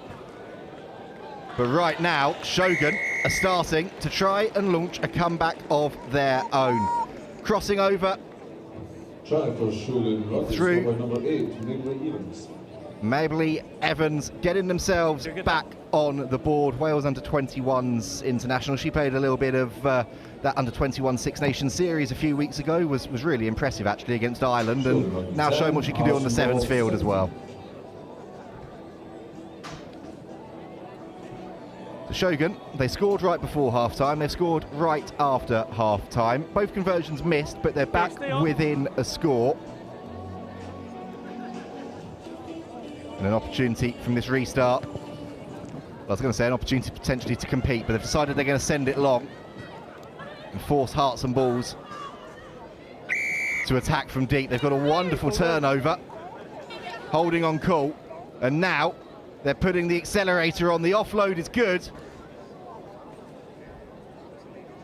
Now the support needs to be there. It is. For Shogun, and they're going to spin it out wide. There's not much space to work with out there, so they cut back in against the grain, and then the ball is lost forwards. Frustration there on the face of Emma Hennessy. Ball just drifted out in front of her a little bit there. Here we are. Don't think it was a bad decision for them to go to the left first, though. There was nearly a 2v1 there, and then as that opportunity closed up, being able to pull back out, but that pass was just a little bit too far in front.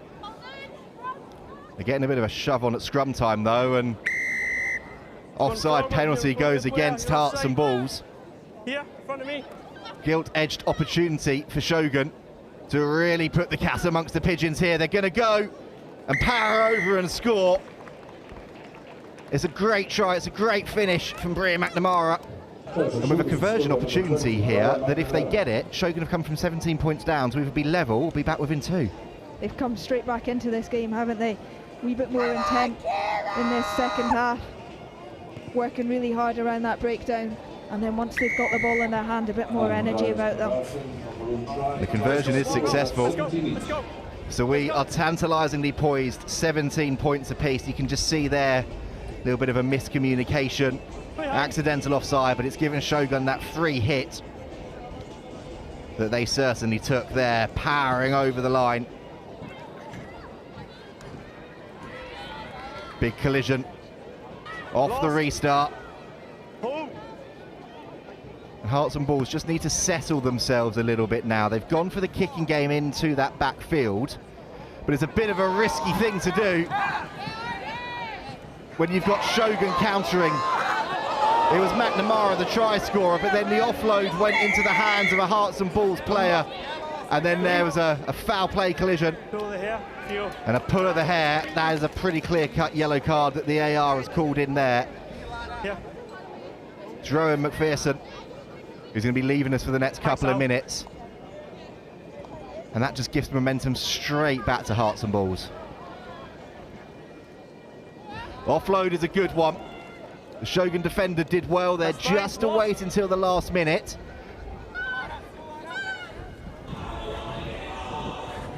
To then make the tackle. But Hearts and Balls are continuing to power forward now. Smolina. Sorry. There's McCulloch. That one has gone backwards. And there will be space on this field. They've just got to try and find it. And it was right there in the middle of the field. It's Alina Propakenlio who races away. Nobody's going to get near her.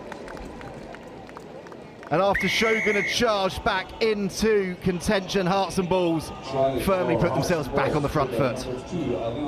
Yeah, they'll be pleased with that. Good bit of possession from Hearts and Balls in the middle of the pitch here. Then they created a 2v1 on this left-hand touchline and just bought enough time. Thought she could have accelerated hard into that just to force Brian McNamara to make a decision, but as it happened, she had enough time anyway. Through the dummy, and then as she accelerates through the gap, there was no one catching her. Okay, on you. Stay behind. It's a great finish, and crucially underneath the sticks to make that conversion a bit easier. So it's the full 7 points that Hearts and Balls have got heading into the last 90 seconds or so of this contest. Stay here. Shogun still a player down for a little while longer. They showed huge fight and spirit to get themselves level last time. Can they do something again? That is a big fend coming in from Evans. And the pass inside wasn't clean. It was tidied up by her teammates, and then she's there to just about retain possession. A little bit scrappy out there from Shogun as Hearts and Balls get a huge turnover. No, okay. Keep going. Really important in the context of this game as well, just to get the ball back with 30 seconds left to go. Massive, massive moment. Oh, that pass wasn't quite where McLaren wanted it to be, but she did wonderfully with it and got it inside to Smelina, who will go in and seal the contest for Hearts and Balls. They've had to bide their time until they could get out there on that main pitch and show what they can do in this tournament. And they'll probably feel after this one, Sarah Law, like they've had to win it twice. Yeah, they did race into a lead in that first half. Then they let Shogun back into it, and it felt like it could swing either way, but in the last couple of minutes they've just taken a bit of control in this game. Kept the ball well, made good decisions around the breakdown and when to compete, when not to compete. Got a couple of scores just to push themselves into the lead. We can just keep heading that way. That yellow card in the end did prove to be crucial. Shogun, well, it's the second loss of the day for them, but they will be much happier with their performance in that, starting to click in that second half, but they've still gone down to an impressive Hearts and Balls side by 29 points to 17. Next up, very, very shortly, you imagine this place is going to get quite loud. It's Melrose 1883 taking on the Scottish Thistles women. Number 8, Elena Cord. 9 is Sophie Hacker. 10, Julia Rowan. 11, Mia Grundy. 12 is Lisa Martin. 13, Emma Wedderman. 14, Joanna Hacker. And 15 is Chrissy Henning. The Scottish Thistles team. Number 1 is Megan Halen. 2 is Nicole Flynn. 3, Hannah Ramsey. 4, Kieran Bell. 5 is Lucy McCrae. 6, Bethan Matheson. 7, Lisa Brown. 8, Nicole Marlowe. 9 is Kaylee Ainsworth. 10, Poppy Mellenby. 11, Emily Love. And number 12, Sky Phimister.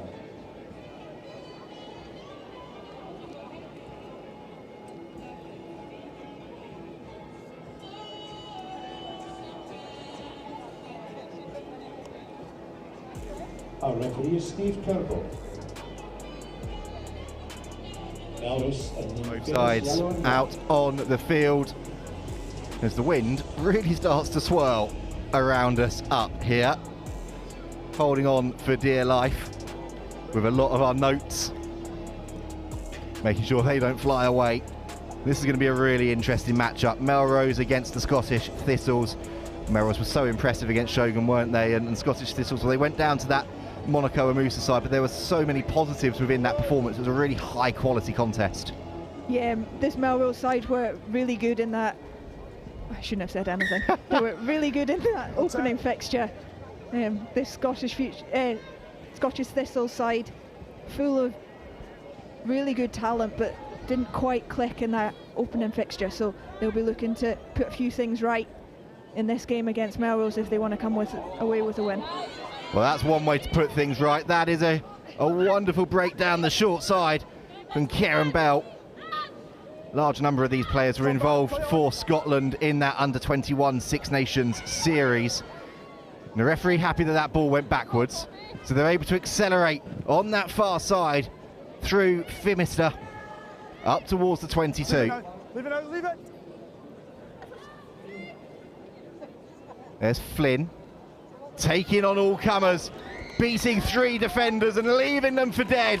It's the opening score of the match for the Scottish Thistles, and Nicole Flynn with the power game. Nicole Flynn's really impressive in that the middle of the park in 15s and 7s, really good at accelerating hard and then getting a fend out somewhere and looking for an offload if she isn't going to make it herself. That time she'd done enough just to blast through in the middle, finish herself.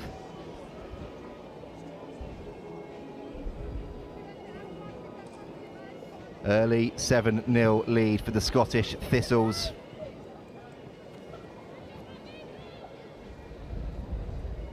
And Melrose will look to see what they can do here from deep.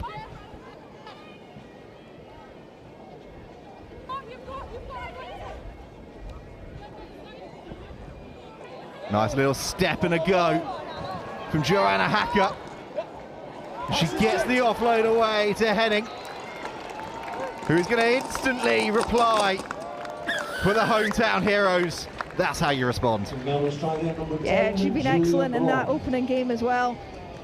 Captain of this side today. Does a bit of work to begin with to create that overlap on the outside, and then as soon as that line break comes in, she's right on the shoulder there, working hard to get an offload. Sky Fimster chasing back. Actually, I think it might be Katie Ainsworth chasing back, but doesn't quite get there. Conversion doesn't quite have the legs on it. 7-5, the Scottish Thistles lead. But again, as you see this last replay here, it's a great break initially, and then, as you said, Sarah, it's that tracking line in support, being alive for the offload. And actually, at speed, that is such a good offload to make sure that Hennig didn't have to break stride at all, could just continue accelerating away.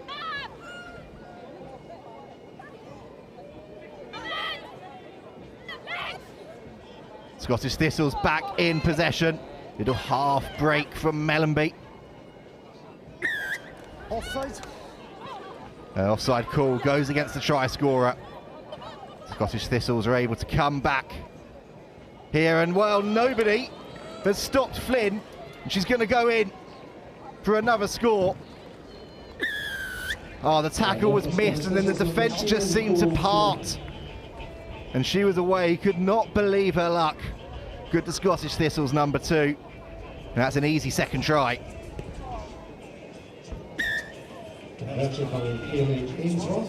Conversion's good as well. 9 points to the good here, and you can see the replay, the penalty for the offside.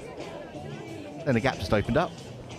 Yeah, just quickest to react through a couple of dummies there, but then just having a one-arm fend to push off that initial tackler, and then the space just opened up in front of her, and she wasn't going to say no to that. Melrose then will look to hit back instantly. Hacker, Tackle! proving herself to be the danger woman.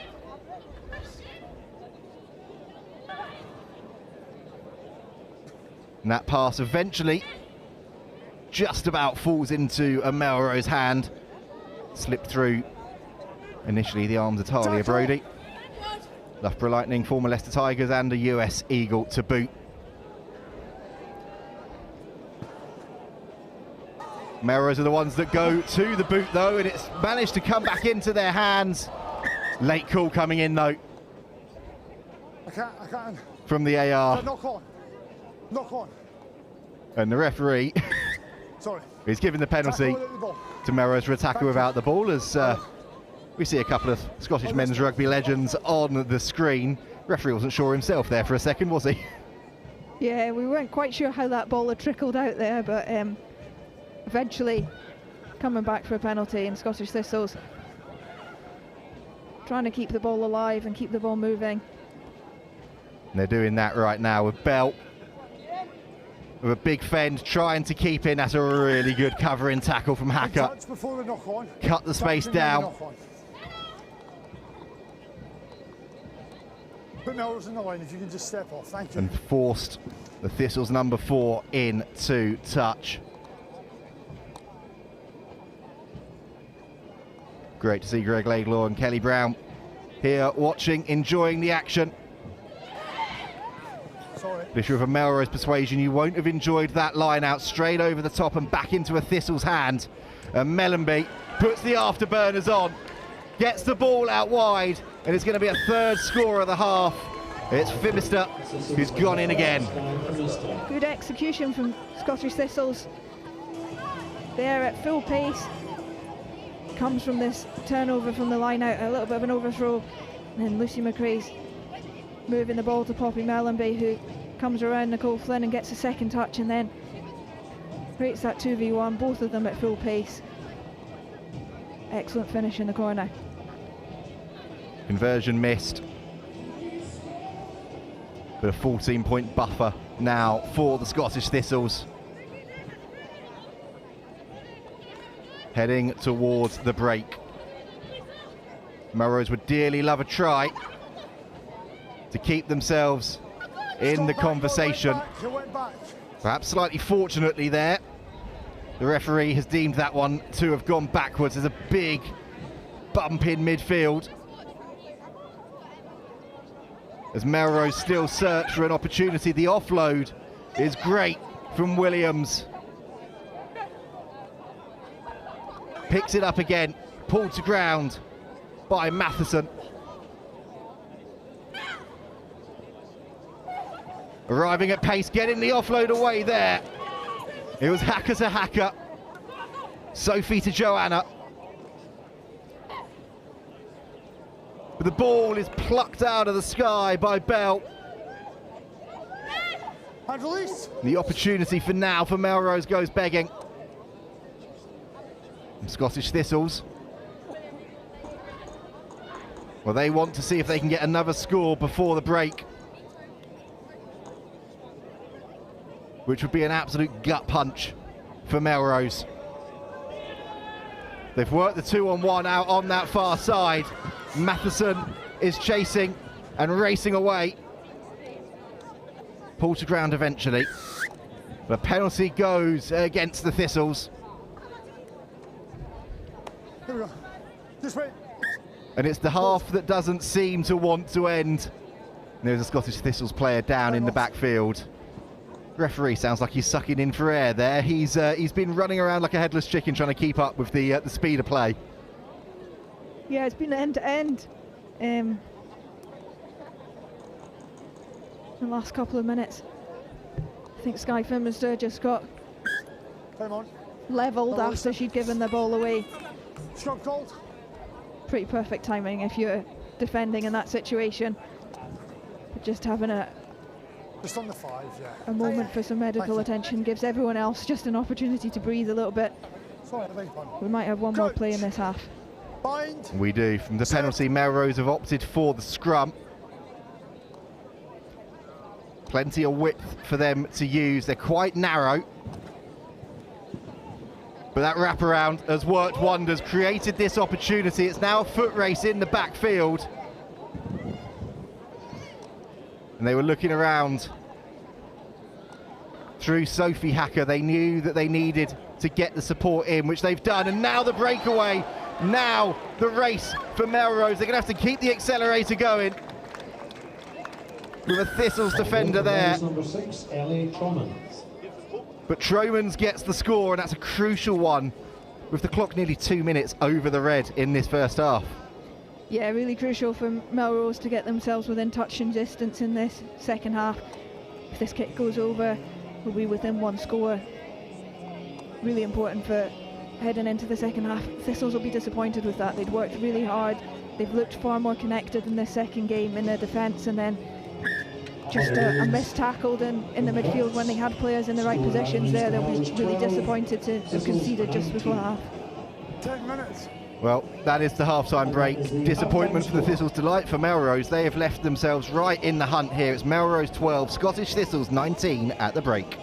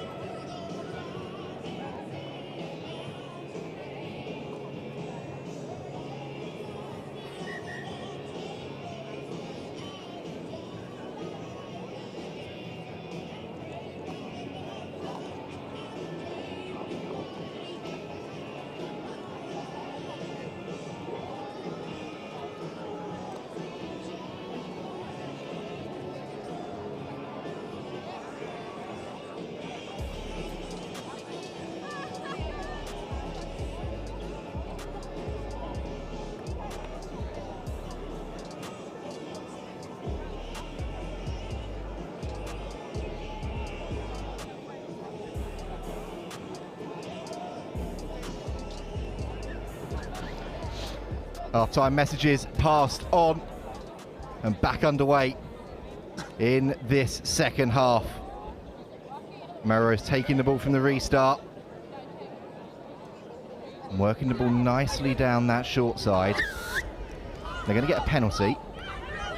Keep going, keep going. Taken quickly. And the Thistles defence had to scurry back to get itself to the required 10 metres as Williams broke free.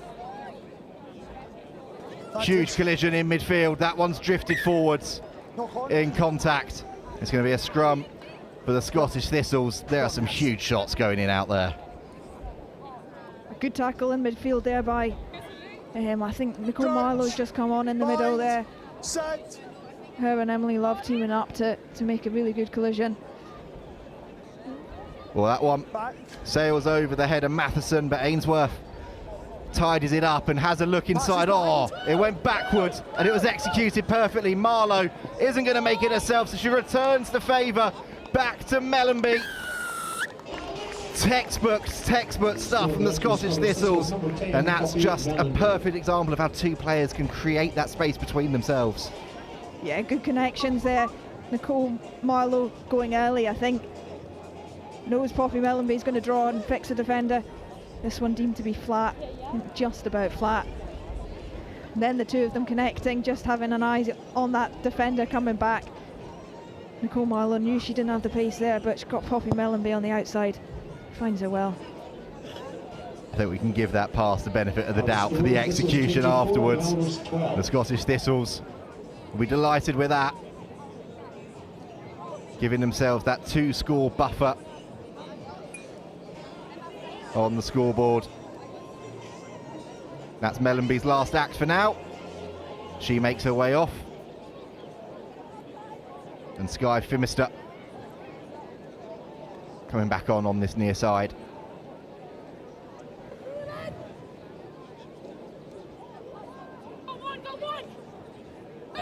What have Melrose got in response then? Well, the kick hasn't worked out. Phimister is going to get a gift back onto the field, back amongst the tries.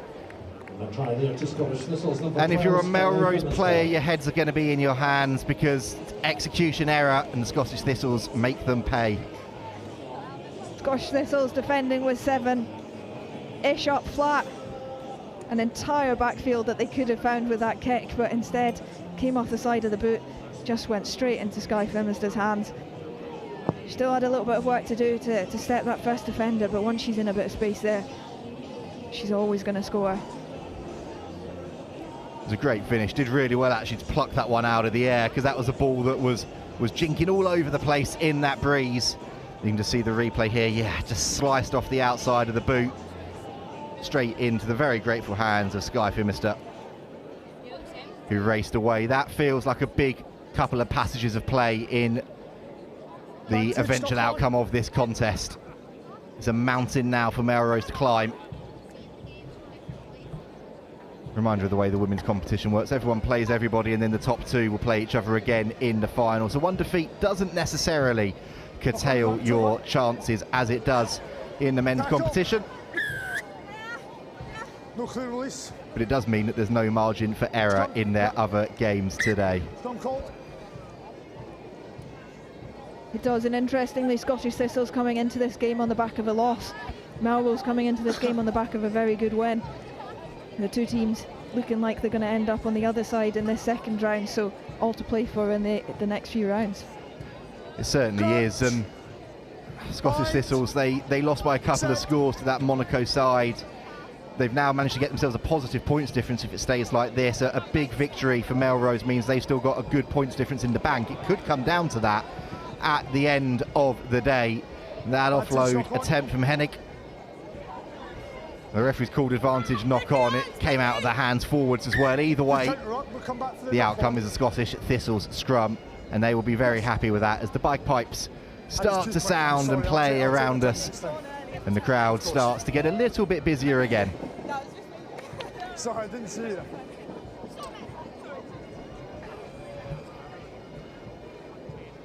There's Messrs Brown and Laidlaw down there again. Mind. Set. respectfully to everything Kelly Brown did in his career, I think I'd probably listen to the advice of Greg Laidlaw when it comes to sevens over Kelly Brown. But they will be enjoying what they're seeing from this Scottish Thistle side, and in particular Skye Phimister, who's been a bundle of energy since she's come onto the field. And then just as I say that and give her the big highlight, she gets penalised for holding on. Bit too much pace, I think, on the edge there. Just run away from her support a little bit. Melrose working hard to get back for a cover tackle and then in over the breakdown as well. Going to touch from the penalty. Just make sure you're set before you go up, okay? Just under 90 seconds or so to go in this one.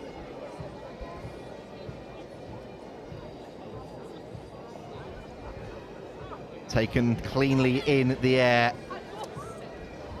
Can Melrose now launch a try and get a score of their own in this second half? They're going this way and that way through Williams. Oh, nearly intercepted, but it's now gone into the hands on this far side of Nia Grundy. Good turnover. But nobody's there with her. Turnover goes the way of the Thistles, and Flynn sets off again, bulldozing her way up the middle of the park. The offload did go backwards, but you suspect, yeah, there you go. Turnover penalty, holding on. Good win that for Melrose, and they're wasting no time going forwards, knowing they need now, with another penalty advantage coming, to try and chase a score that will reduce the deficit for their points difference at the end. In front of their home crowd, they'll want to have the final say in this one as well. 2-on-1 executed nicely. Brodie was there. Oh, big fend. And the ball worked wide. Not able to hold on to it though, as the try line was begging. And that will be the final act of this game. Scottish Thistles get their first victory of the competition after that defeat to Monaco and Musa in their opening game. Melrose, well, they will be disappointed to have lost out in that one, but all is not lost. It is very much, though, make sure you win when we see them back on the field. Another really strong showing from these two sides, and we're moving back now into the men's competition. And speaking of Melrose, it's now the turn of the men's team to show what they can do against Gala, coming up very, very shortly. Number 5, Scott Clark. Number 6, Corey Goldsborough. Number 7, Jackson Douglas. Number 8, Chris Colvin. Number 9, Gavin Root. Number 10, Hamish Weir. Number 11, Harold Kowski. And number 12, Gavin Crawford. Gala, number 1, Robbie Irwin. Number 2, Glenn McCrum. Number 3, Ben Valentine. Number 4, Luke Scott. Number 6, Alice Rutherford. Number 7, Rory Wilson. Number 9, Hamish Segley. Number 10, Gregor Collins. Number 11, Fraser Dempsey. And number 12, Owen Chalmers. And the referee for this tie is David Young.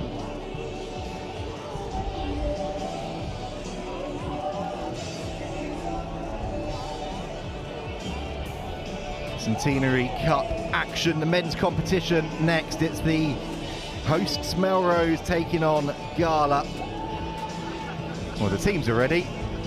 The officials are not. We're still waiting for them to join us on the field for this second round competition. Remember, this men's competition is brutal. It's as simple as you lose, you're out. You win, you carry on. You have to say, in the opening rounds, this is all done on seedings. You felt really sorry for Musselburgh coming up against the Scottish Thistles men's team, as they were unseeded in this competition. They advanced through, and they'll be taking on Pebbles after this one to play the winner of this in the quarterfinals. And our referee has now finally joined us in the middle of the field.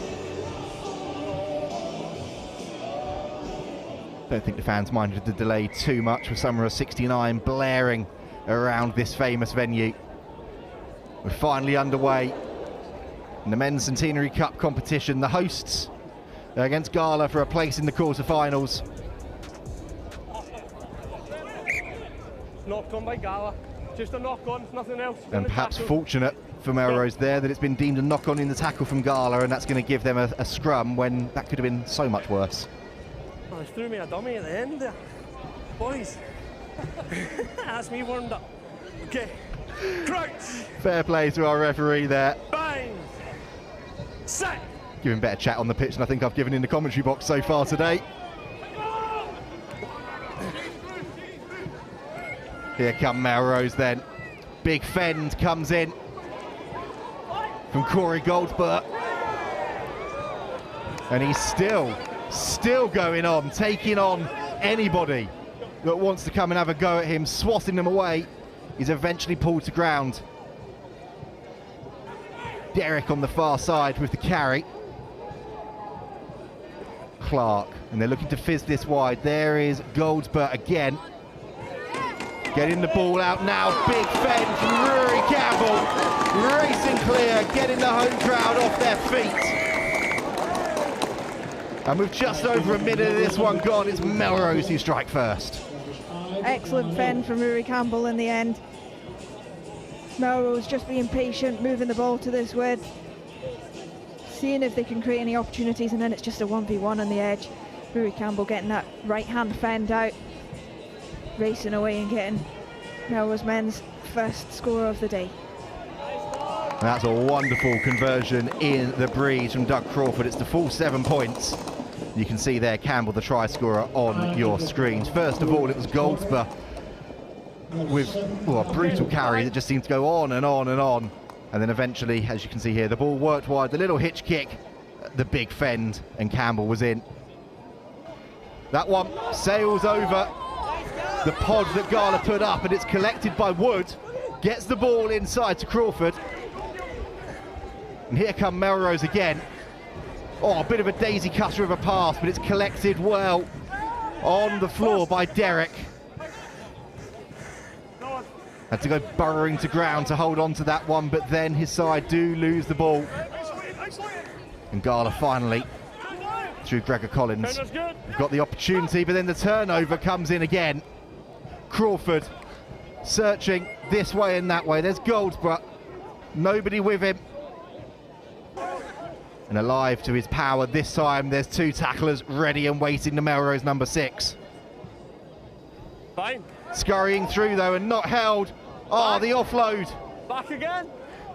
Is deemed to have gone backwards, and then at the last, Derek is unable to hold onto the ball. It was scrappy, it was chaotic, the ball was bobbling around. Come here. And every single time it was bobbling backwards off of a Gala hand. The one time Melrose needed to hold on to it, they weren't able to.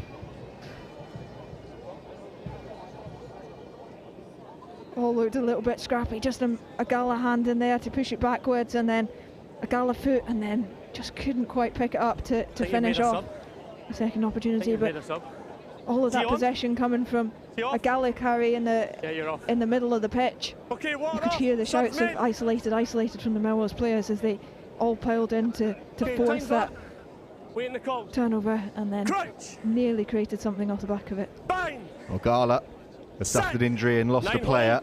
I have to say in that, I know they've got the scrum here, but Rory Wilson, I think, actually quite fortunate not to get penalised for playing from an offside position, but his side are in all sorts of danger behind their sticks. And it's a 5-metre scrum for Melrose. Gilt-edged opportunity here to add their second of the contest. Here in front of me. And here. Right in front of the sticks as well, so both teams waiting the ball. Gala having to defend both sides. Crouch! A lot of space on either side, and Melrose will just pick whichever opportunity they want to go for first. Well, they've gone to the side with the shorter numbers, but it doesn't matter too much, because Doug Crawford pins his ears back and says, I'll do the job myself. Second try for Melrose in this second round contest, and they are certainly in the driving seat. Scrum wheeled towards us on the left-hand side, but instead Doug Crawford decides to go right. He's got the pace to get on the outside of the hooker from Gala there, and then It's just a 2v1, picking the right decision to go himself. Dots in, dots down for Melrose, second score. Good finish from Melrose's number 4. You can see that last replay there. Behind. Does Harris Rutherford with the eyes. Oh, just hold. Ronnie, you okay? And just pulls inside and goes over for the try. The referee just confirming everybody Get them off. happy enough on the pitch still. And oh, what a restart that is. Worked perfectly. And Donald Crawford No. was able to pluck that one back for his side. Tackle! Doug Crawford, the try scorer, the next to have a go. And Colvin fancies a kick in behind. Now the foot race is on. And oh, you thought the bounce of the ball was going to sit up perfectly for Goldsborough. Calm yourself down. Thank you. But he's not able to hold on to it. And the referee just wants to have a word with one of the Gala players there. To see this replay, the bounce of the ball. Well, it caught out Collins. And then it caught out Goldsborough at the last. Did well to get his foot on it to begin with, and then just tried to go down to it rather than wait for it to come up to him. No. You're offside. Oh, easy penalty for Gala. Offside from the scrum. An opportunity to get out here. Fancy footwork. Tackle, roll. No, 8, no. Leave, thank you. From Rutherford. And there is space here. They've got it out now to Collins. And that looks slightly high on him from Campbell. Yes, it was. Collins takes the penalty quickly, using the feet, gets the ball inside. Play on. Tackle, release. But nobody is there with him. It's come back into the hands of this Melrose side once again. Sam Derrick gets it on. Inside ball from Colvin. Leave, no hands. To Goldsborough.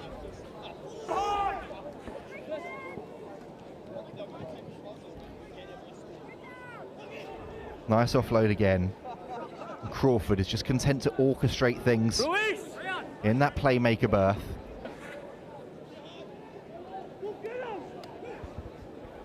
Near enough the final play now of this first half. Colvin, head down. Crawford. Well, he's been penalised for holding on. And Gala wasting no time in racing away through Fraser Dempsey. And that puts the cat amongst the pigeons a little bit going into the break. It's been all Melrose, but the first time Gala have been down in that 22, they've profited. Yeah, clinical from their visit to the Melrose 22. Melrose racing into the lead early on with 2 scores. Looked like they might cruise this one, and then Gala coming straight back into it just before the half is really important as well. Gets them back into the game. Final act of the first half will be this conversion attempt. No. Drifts to the left of the upright, so it's 12-5 in favour of Melrose at the break. But Gala have got themselves on the board and have given themselves something to really target going into the second half.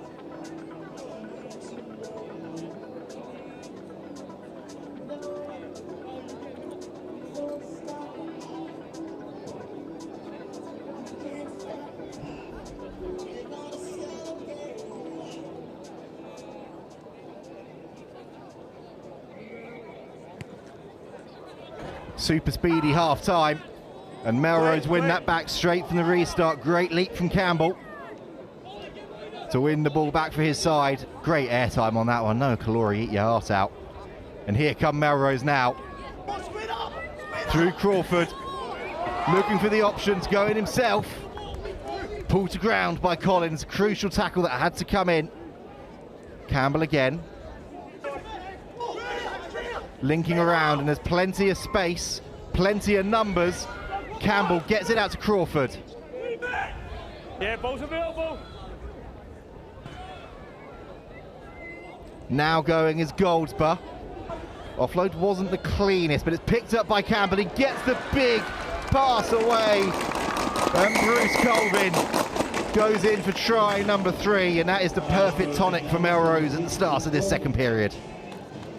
Making good decisions about when to go left, when to go right. This Melrose side looked up and there was 3 Gala players on that left-hand side to begin with, so they came back towards the right short side.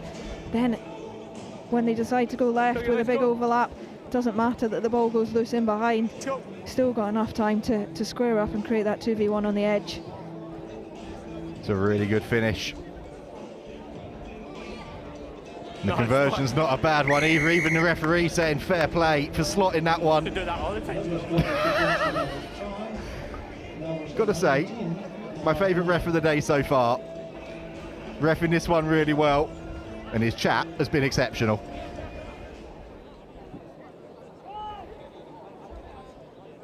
The referee doing our job for us, giving praise to that conversion, because in a stiff breeze from out wide, that was a wonderful kick to give Melrose a 19-5 lead now against Gala.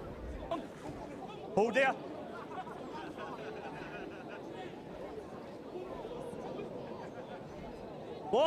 As Hamish Seggy having a little snipe himself, and all that one just ricochets off the chin, the chest and the hands of Fraser Dempsey. And Melrose have got an opportunity again here to attack. It's one of those, isn't it, Sarah, where Gala, you know they're chasing this game now. They know they've got 6 minutes left to, or less than that now, 5 minutes left to save their competition. Those errors start to creep in. 12 points in 5 minutes is very, very doable, but sometimes when you're in that position, you feel like you're creating the game, you too much. That one, the ball just dropping short, and then you can almost trying to get it into your hands by touching it with everything and then knocking the ball in front of you.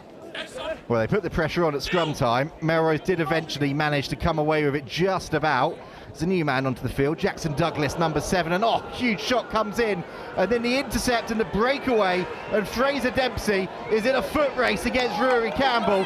He checks back inside of Campbell. That is exquisite. Gala strike back.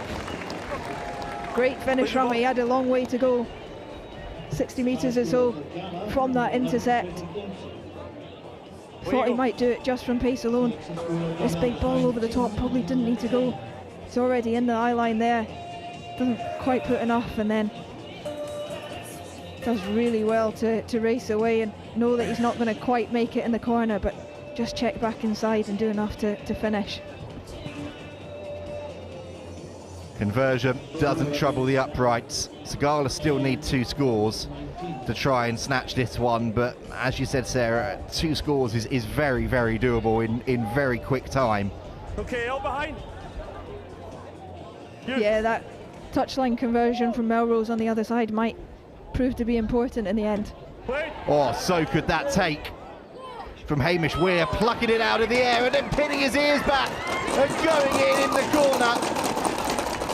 Racing around, getting it a bit closer to the sticks, and no sooner did Gala give themselves a sniff of a comeback, Melrose saying not on our watch. Perhaps conversions won't be that important after all. Well, we were trying to build it up, weren't we, and say we were in for a grandstand finish, but Melrose are doing what they need to do here, and there's been some errors, there's been some bits they're going to want to improve on if they carry on into that quarter-final, which is looking likely. But they've been really good at these simple basics of sevens, the aerial game and keeping his Gala side at arm's length. Yeah, absolutely. And for this competition, it's a straight knockout, so winning is important. Winning in style is lovely, but not as important as making sure that you win the game. And this time last year, Melrose were in a similar position. They had a couple of really tough games early on and just found a way to win. Yeah, I'll move. That was enough to get them to the final last year, so they'll be looking to go one better. They would love to go one better here at home. Leave that, leave him. They do look now with a 14-point buffer and just under 2 minutes left, like they have got one arm in the quarterfinals. Gala. Come, let it go, let it done. Whistle's gone. Use that. Come, Melrose ball. Are then held up in contact, and you could hear the cheers and the roars from that Melrose 7. They know, guys, that's enough, that's enough. Cheers. That moments like that can just don't use steel yards, we're going early, letting the ball. Take the time out of the clock. Let's go. Crouch. Is all they need to do now. And the referee just reminding them, don't go early, because they are under pressure at scrum time. But they've still got the ball, and Crawford, beautiful line, cut. It's the Crawford to Crawford trick. It's Doug to Donald. And that is good night as far as Gala are concerned. Melrose are marching on into the quarterfinals.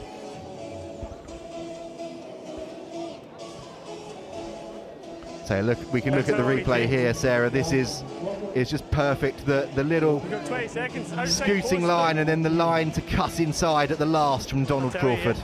Yeah, he had a couple of options there, a short one on his shoulder or an out the back option. Gala defenders just having their eyes up on the ball carrier and that out the back option and not picking up the short runner in the front line. And Doug Crawford, after assisting that score, converts it. Behind. And the referee said to him he had enough time if he wanted to wait and then slot the conversion to end the contest, but he wanted a little bit more, one more opportunity. And if you've got the aerial game of Hamish Weir, why not? But it has been plucked back by Gala. So they've got an opportunity to have a final say in this contest. He lost. Leave. They're going to want to finish on a bit of a high here. They're going to want to give themselves something to take back into the changing rooms, into the fan village, to celebrate from this performance. They are going to get another opportunity now with this penalty. Looking for options. Oh, beautiful little pass out. And they are... Oh, no, they're not going to get that try at the end. We thought they were there. It was a beautiful offload from Segi to Irvine. And then as they went to reach out and ground the ball, just lost control at the end. And that is the end of that one. It's the end of Gala's day, and Melrose advance to the quarterfinals, where they will take on the winner of our next match. It's the Scottish Thistles taking on Peebles.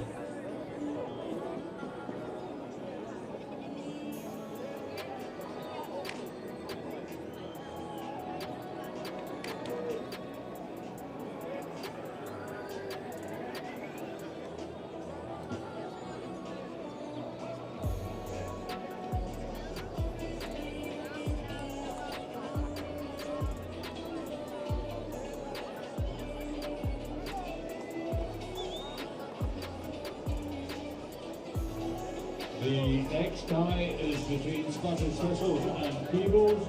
Thistles team number 3, Fred Callahan, number 10, Brent Jackson, number 14, Lewis Wells, 15, Sam Loaney, 8, Isaac Coates, 5, Mitchell Buell, 4, Gregor Johnson, 1, Murray Wong. No rest for the wicked. We're straight back underway in this second round match between the Scottish Thistles and Peebles. And the Thistles in green are looking to strike early. Brent Jackson into the 22. That's a great read, player and ball. From Peebles is Callum McGrobert. Isaac Coates on the ball. Leo Munro's clapping for that one, wanted that ball and wanted to try and get it wide to Freddie Owsley. He frees the hands and Mitchell Newell chucks it infield. It's gathered by Munro. Roll away, Peebles roll. Ball's there, ball's there. Play that, that's fine. Newell spinning the ball on. Here is the number 8 Coates. It's gone back. Referee happy it went backwards. And Coates picks it up. It was slapped back. So the Scottish Thistles can play on. First man. They slapped it back the way. But they're called for holding on. Yeah, back the way. And the referee happy there that the ball was slapped back, and that's why we could continue play. You ready, buddy? What's up? We're just going to have a slight delay here. Scottish Thistles player just taking a bit of time to gingerly get back to his feet. When you're ready. It's a great turnover for Peebles, but that was a huge contest on the floor. Yeah, Peebles looking well organised in the defence so far.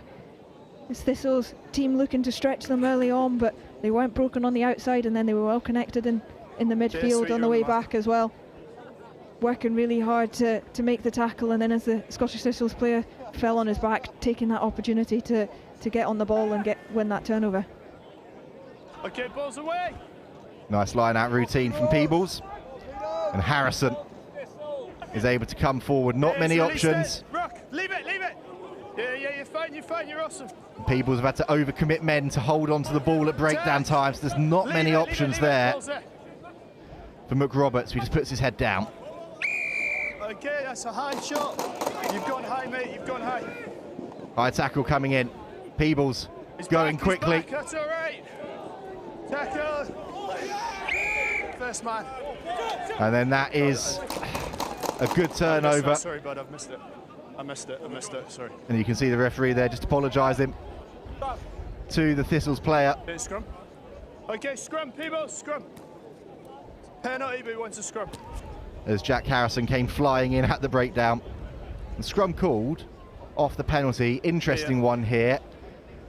On the 10-metre line, but it's a pretty decent bit of space for them to try and work something from. Okay. Yeah, we've seen a couple of teams call for a scrum off a penalty in a similar kind of position. They have got a short side to work here. That's fine. Open side as well, but under a little bit of pressure. Okay, it's gone forward.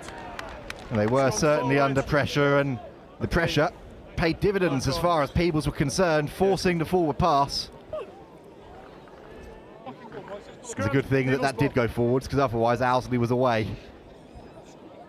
He didn't take much for him to get into a little bit of space, and you felt like he was going to canter towards the try line from there, but as it happens, Peebles in a nice position for a scrum. Wait for the ball. Ball's there, ball's away. Leave him. Harrison fancies to kick in behind, and now it's a foot race. Oh, the bounce of the ball. And then a high shot around the net comes in from Harrison. It's all going on. Okay, stop. And the referee just wants to calm things down. 10, 9. You need to go. 9, you need to go that way. Just wait till he's out of the way. Max Wait till Mackler he's out of the way. receives Wait till he's out of the way. the yellow card. That's not for the high shot around the neck. That's for the offside Right, when you're ready. from the quickly taken penalty. Okay, happy. It's all getting a little bit spicy between these two sides. As Owsley again, the danger man, steps onto the outside, puts on a bit of pace, and he can now slow down to a gentle jog up towards the sticks. It's taken 4 minutes, but we have our first score of this match, and it's the Scottish Thistles who go over. He felt like when he was in a bit of space, he was always going to make it to the try line. It's a slightly different space to the one that we expected him to be in a bit earlier from that scrum, but was enough to 2 minutes left. To find an edge here off this set piece move. Just fixing those players on the inside, and then they had a bit of an overlap if he'd wanted to use it, but steps on his outside and into a bit of space, and was enough. Been very clear, hasn't it, that the Thistles want to get ball in hand for Owsley as much as they can. And that kick, well, that's going to keep sailing and sailing over heads and into touch. Peebles still a player down. After that slightly frantic penalty-laden 30 seconds, and you could hear there, they look to take that one quickly. There's a Thistles voice screaming, "We've called the mark." Referee happy they had. No, back. You got to be back 10. Get back 10. Lots of pressure here on Harrison's throw, and it's been plucked back out of the sky by the Scottish Thistles. Yeah, that's fine. He's through the middle. Counter rock, though, is vicious from Peebles, and they get the turnover. You're diving down on that.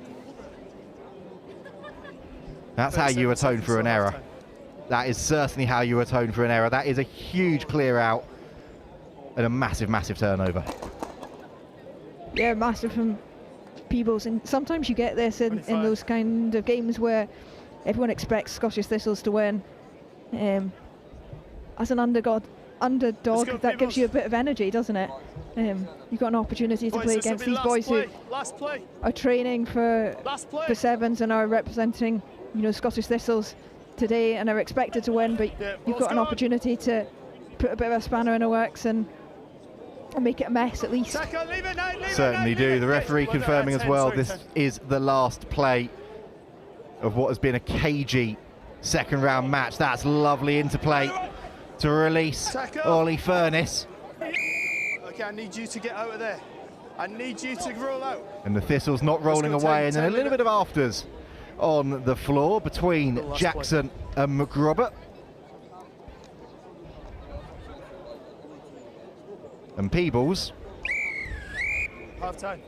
happy just to tap that one and kick it out into touch and reset at half-time. 7-0 they trail, but they are right in this contest against the Scottish Thistles.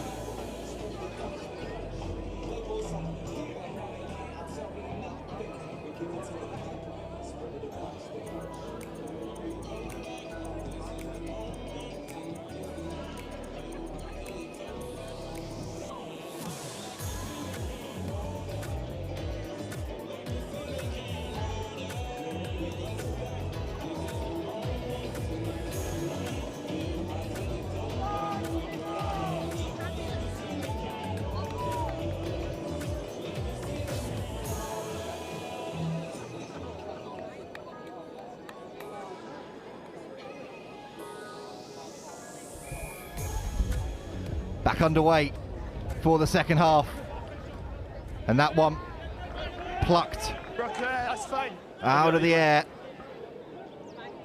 by Finn Callaghan, and they get the ball wide into the hands of Mitchell Newell under pressure with a big shot coming in on that far side. Thistles having to work so hard for finding any space here. Tackle, get out, 14, leave it, 14. No Roger release, no release. You've got crucially holding on. Go for that.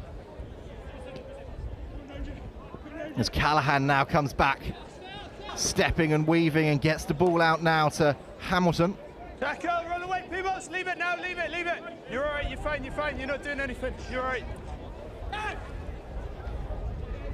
And here's Owsley, scored that first try, flicks that one way beautifully to Mitchell Newell, who races in under the sticks. And it's wonderful execution from the Scottish Thistles, and that's a fairly decent show of class right at the start of the second period. Good execution of skills to move the ball from one edge of the pitch to the other, rock on this right-hand touchline, and then good hands just to stretch the ball wide, create a 2v1 again Freddie Ownsley involved again, fixing that last defender and putting the ball in front for his teammate just to trot in. Okay, when you're ready, buddy. For the first score of the second half. If they do manage to go on and see this one through and reach the quarterfinals, they will have a lot to thank Freddie Owsley for. Been crucial for them, scoring a try and now setting one up. Play that. Peebles, though, Good offload in. with some beautiful handling and offloading to keep things going. Chris Thompson was just searching for options. Nobody was offering themselves up as a would-be runner. That's fine. So he just has to crab across the pitch. And Harrison now coming back, looking for that offload, which he finds inside. These are hard yards for Peebles. Release. That's fine. Roger with the carry. You can see there, 22 onto the field at the break, Rio Bassia. Tackle. Release now. Release. Ball's there. That's fine. You're fine. Through. You're okay. There he is again. Oh, good execution. Drawing the man, getting the ball away to Roger. And McRobert, they're keeping the ball well here, Peebles. But it's hard yards. Oh, that offload was lovely. But then the defence was even better from the Scottish Thistles. Harrison forced into touch. Peebles just on the 10. And Peebles, you can see that Scottish Thistles defence has gone up a level in this second half. They're finding it so hard to try and break it down. Yeah, drop 10, Peebles. Yeah, let's go in Thistles.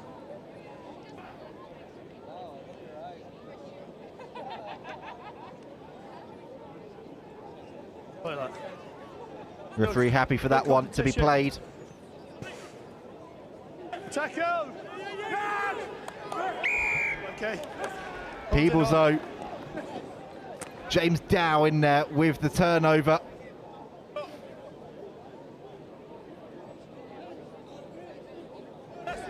Plenty of time still, but they do need to score next. And against a wall of Thistle's defence, they're finding it really hard to break it down here, Peebles. Passes like that aren't quite going to help them either. And with the advantage now called over, this is a race to the quarterfinals for the Scottish Thistles and Richie Mitchell, who cuts back inside to add insult to injury and dots it down under the sticks. Peebles, well, they've shown an awful lot of heart, they've shown an awful lot of desire. And that is a pretty decent bolting time from those two fans on the side. If they are of the Scottish Thistles persuasion, they'll be very happy that they have advanced to that quarter-final. Excellent off transition from the Scottish Thistles. Just moving the ball from that turnover point in the middle of the pitch to the edge really quickly, fixing those last two defenders on the outside. Actually came from a bit of pressure there from the defence, but then once they're in that space, finding that 2v1 on the edge, and Richie Mitchell having the pace on the outside and then the ability to get under the post and make that conversion a little bit easier. And we've said it a couple of times, haven't we? Sides just starting to force things when they need to try and find a score in pretty quick time, and that's what Peebles were guilty of doing there. Yeah, I'll get out your way. And that restart from the Thistles didn't go 10. Just Peebles' free kick on halfway. Leave it, leave it. Good. Unless something incredible happens in these final 90 seconds or so, the Thistles are going to advance to that quarter-final, a mouth-watering one against Melrose. But Peebles don't deserve to go home without a score on the board. They have put an awful lot into this contest. Can they find something to cheer about at the end? McRobert, industrious in the carry. He's stayed down in a fair bit of discomfort. Good offload, nice. That's high. There's a high tackle comes in as McRobert is still down on his haunches. There's Bassia. Goes himself with nobody around him, and still Peebles play on with 6. McRobert only just getting back to his feet now. Well, Harrison thought about the Carlos Spencer offload in midfield, decided against it. You're fine. Peebles have lost 15 metres or so against this Thistles defence. Still letting in the side. In at the side, penalty He's taking it. for Peebles. Final play of the contest. What have they got left? Oh, That's all right, big shot coming in.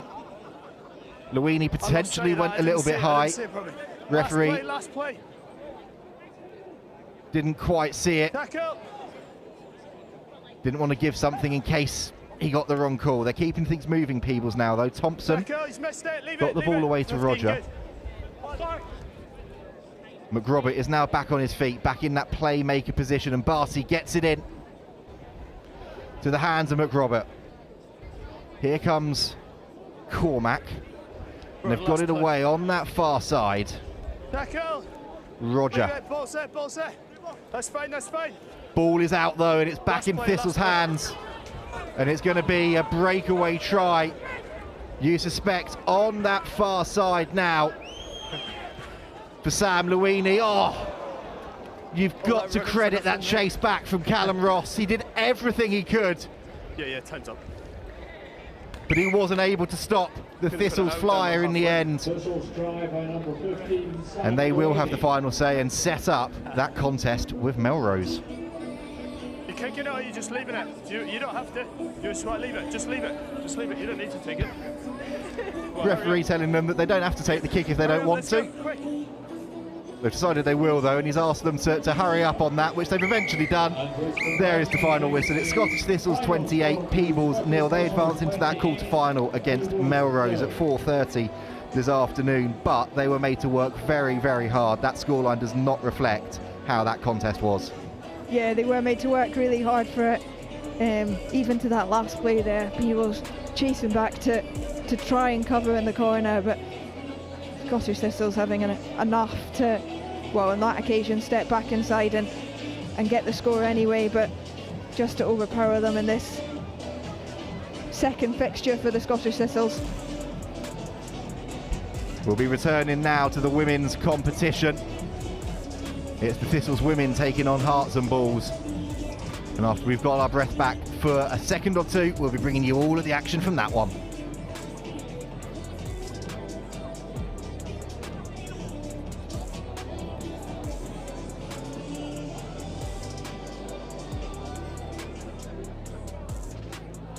We return to the Doddy Claymore competition, round 3 in this tie between the Scottish Thistles. Underway then. Here at the Howden Melrose 7, Sarah is going to take a very well-deserved break after a, well, it's been lung-busting out on the pitch, but a lung-busting 10-game stint, more or less, on co-coms. And the Scottish Thistles looking to break early through Ainsworth. She's pulled to ground, but now they break free again. Free the hands. Oh, that is wonderful. It's a foot race on the far side. Two defenders tracking back, just doing the job. But the ball is thrown inside and it's collected by Lisa Brown. Who goes over for the score. Oh, look at this here.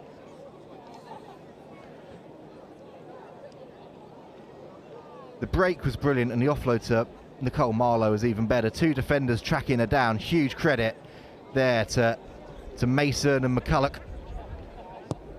But they weren't quite able to stop the offload. And the Scottish Thistles open up a 5-0 lead. Lost their first game of the day to Monaco and Musa 29-15. Beat Melrose 29-12 a few games ago. And Hearts and Balls, well, they beat Shogun 29-17 in their first game of the day. 5 teams in the women's competition here at Melrose this weekend. Just a reminder of how the competition works for the Breadalbane Doddy Claymore women's tournament.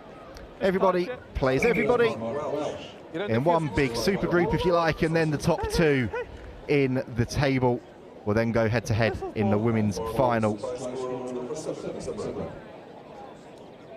On the 10, please, for me. Now, last year's winners, Harlequins women, in this competition aren't here.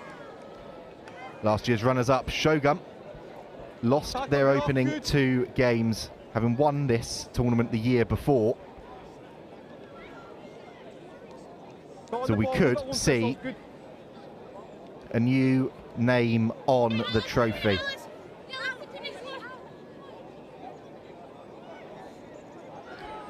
Here come Hearts and Balls though. Huge covering tackle comes in from Matheson. The offload though is a good one, and the inside pass is even better to Rachel Law for the try. And a very happy Sarah Law as she has some lunch behind me, gives that one the big thumbs up.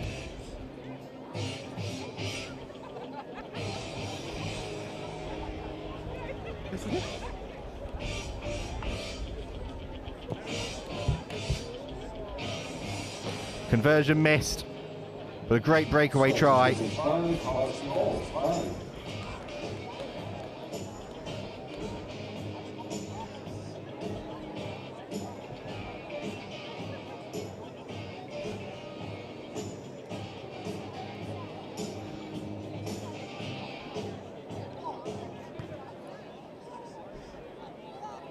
Restart goes into the hands of Bell.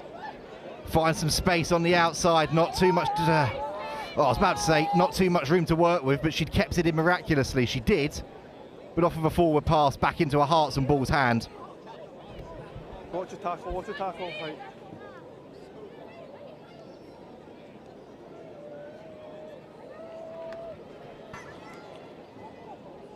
Your own player.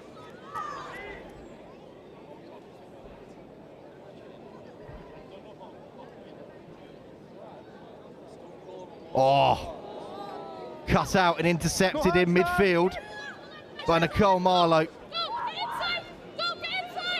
Offload is a good one. It's not cleanly collected by Bell.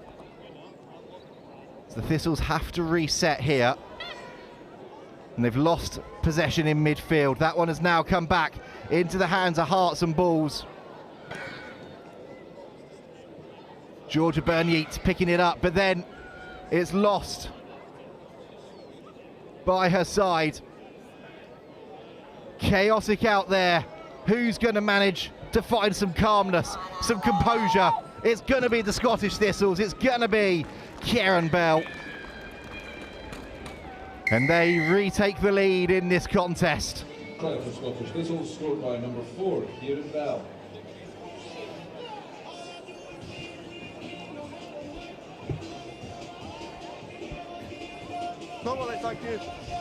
A breakaway try for the Thistles. And a conversion that could prove hugely important. 12-5, they now lead.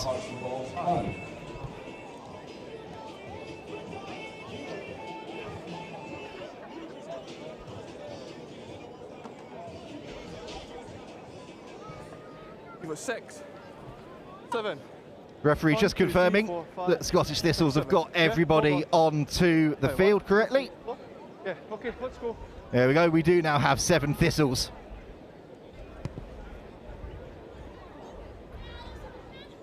With us on the field. Hearts and Balls going to look to try and respond quickly. A big shot comes in there on Mason.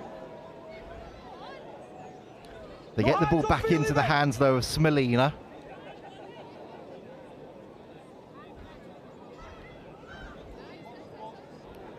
Yeah, both good.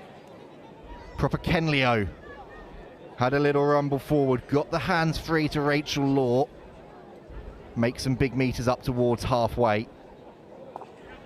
Flown by this contest. We're already a minute or so away from the half-time whistle. Onside, good.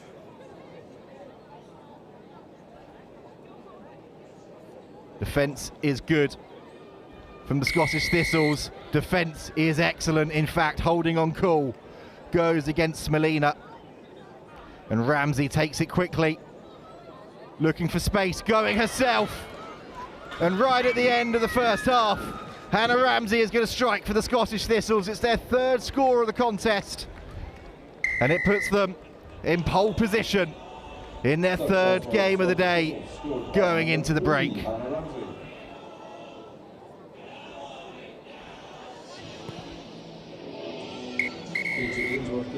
And that is half-time. It's a huge moment at the end for the Thistles. The conversion added for good measure. They lead Hearts and Balls by 19 points to 5 at the break.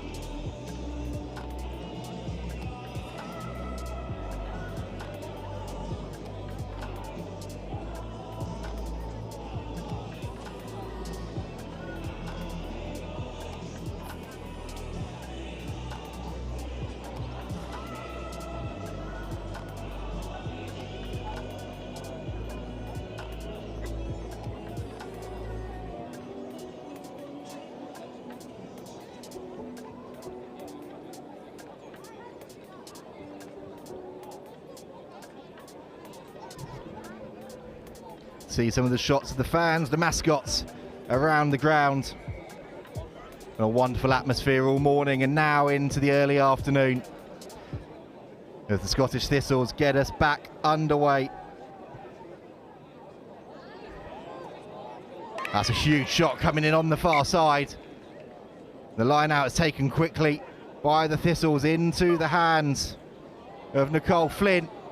And Flint goes herself, gets the inside pass.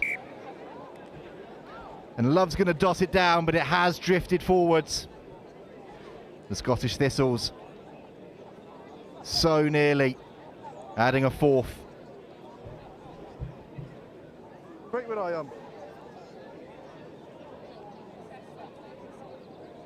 Okay, he's good. Okay. Crouch. Bind. Set. Let's go, please. Referee keen for Hearts and Balls to get this one in quickly, which they do, but they're going to have to try and launch something from right on their own line here. Smelina with a good carry, gets the ball away to Law. Lovely little offload on the floor. Popping that one up.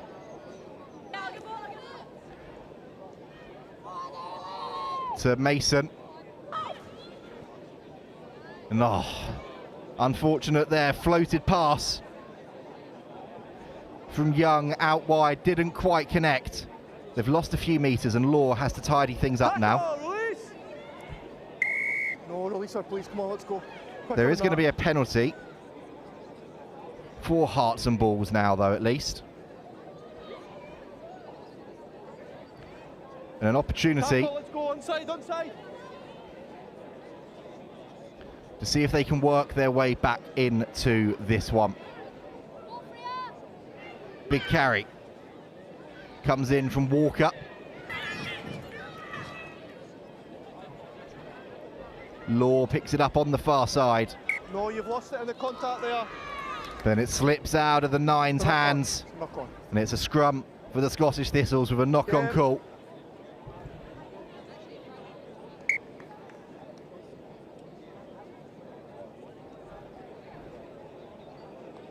Aye. You got an hand? No. Just one. No worries, was it? Bit of time off now. The Hearts and Balls player down receiving treatment. There's some of the crowd that have made their way in to the venue today.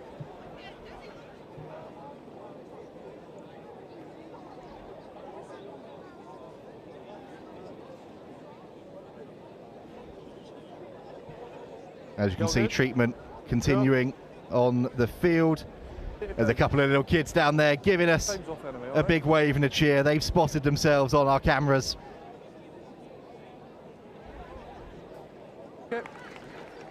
And a warm round of applause for Ailey McCullough because she leaves the field after that knock.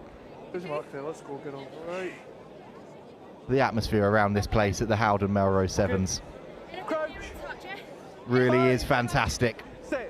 Here on the main pitch, over on the two under-18s pitches as well, a good crowd over there. Remember, you can watch those streams too if you want, or you can stick with us here for the action on pitch 1. As Flynn receives an inside ball and gets her way up towards that 22. There's so much space here for the Scottish Thistles if they want. Mellenby, well, she had the option to draw and pass or go herself. She does the latter, dots it down, and the Scottish Thistles extend their lead.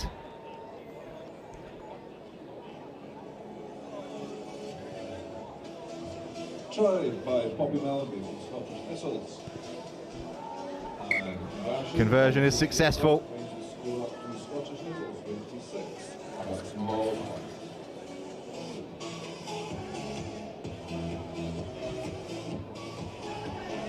26-5 now the score for the Thistles. You can see here Mellenby. Great work. Not too much down there that Lara Bardelli could do about it. Out there on her own, Mellenby had two options: make the pass, go herself, chose the latter. No tackle roll. Did it to full effect. Apologies. Sorry, my bad. That's my fault, you're right, my bad. The referee just apologising to both teams there, accidentally putting his arm up the wrong way. It was a Hearts and Balls penalty. Can they respond in this second period? Law got the ball away.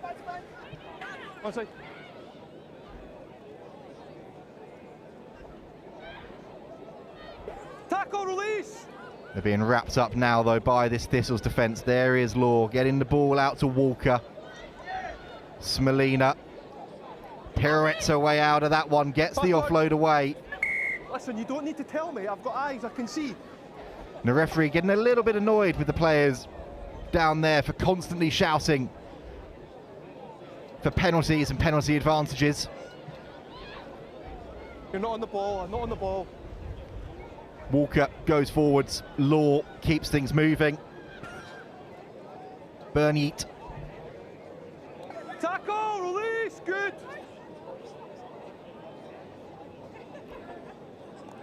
Now having a go. Well, that's a big old floated pass out wide to Walker. She's isolated now. Release it, please. Play on.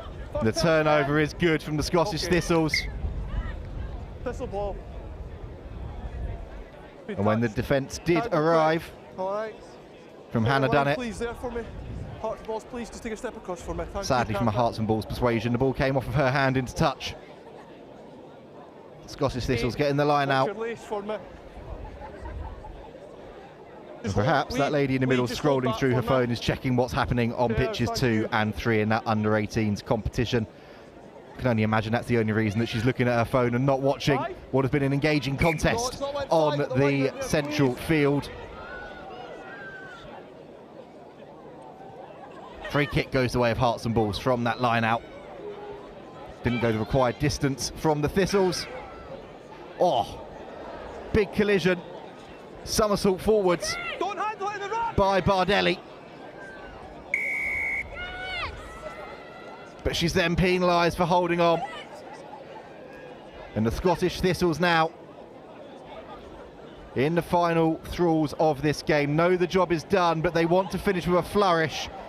It's a wonderful pass out wide. The offload is even better. And Emily Love is going to power away.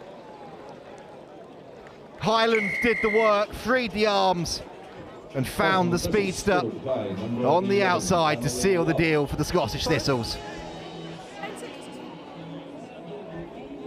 That one up there. After, okay. That's full time, troops. Referee confirming that is going to be the last act of the game as well. Conversion is missed, but the Scottish Thistles, they had a slow start, lost that opening game to Monaco and Musa, but they have roared back into contention now with 2 big wins. This one, a 5-tries-to-1 victory over Hearts and Bulls, who suffered their first defeat of the competition.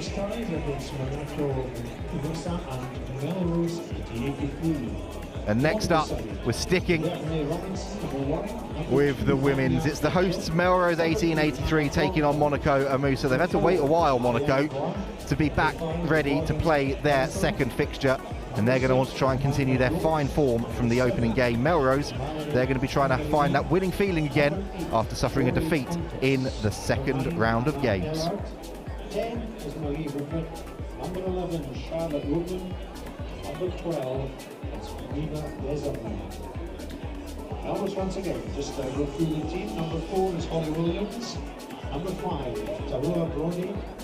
Number 6 is Ellie Rollins. 7, Ronya Tintin. I beg your pardon. Number 8 is Elena Kaur. 9, Sophie Hacker. 10, Julia Braun. 11 is Nia Grundy. 12, Lisa Martin. 13 is Emma Weatherman. 14 is John Hatcher. And number 15, Rishi Hennig.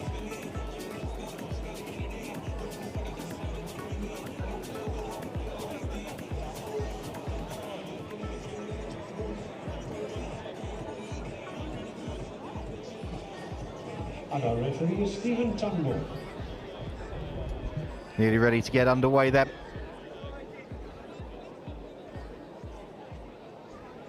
Melrose in that familiar, famous strip. Monaco in the white and teal green, can we call it that? That's what we're going to call it. Mint green is what we're going to call it. Thank you very much to our director in my ear for making sure that I know what my colours are.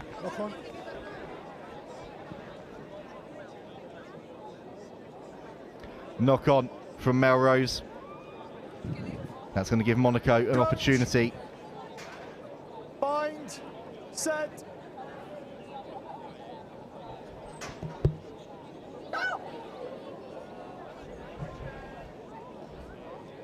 To see what they can do here with ball in hand. Big collision coming in, big tackle. Made on that far side. But Monaco, Musa continuing apace. Looking to get the ball into the hands out wide, and they're going to strike first in this one. Brooks goes over. The first try there to Monaco, number 4, Maya Rock. And they continue where they left off earlier today in fine form.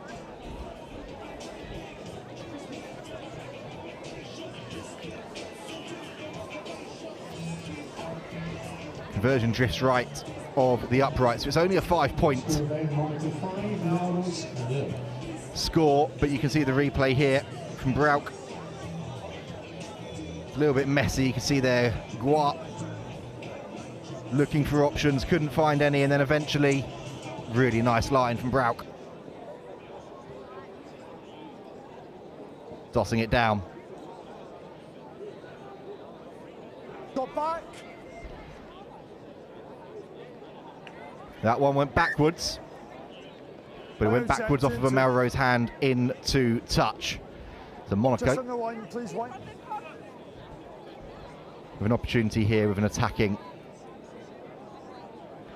line out, which they use well. The pass in midfield isn't the cleanest, and they have to go scurrying after it. Knock on the floor from Thornhill.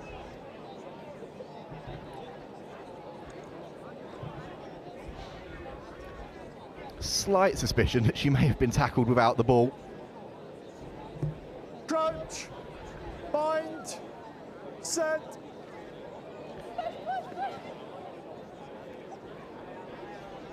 Melrose won't mind that too much though. They've got some possession, and it's possession that they need because they've been starved of it so far.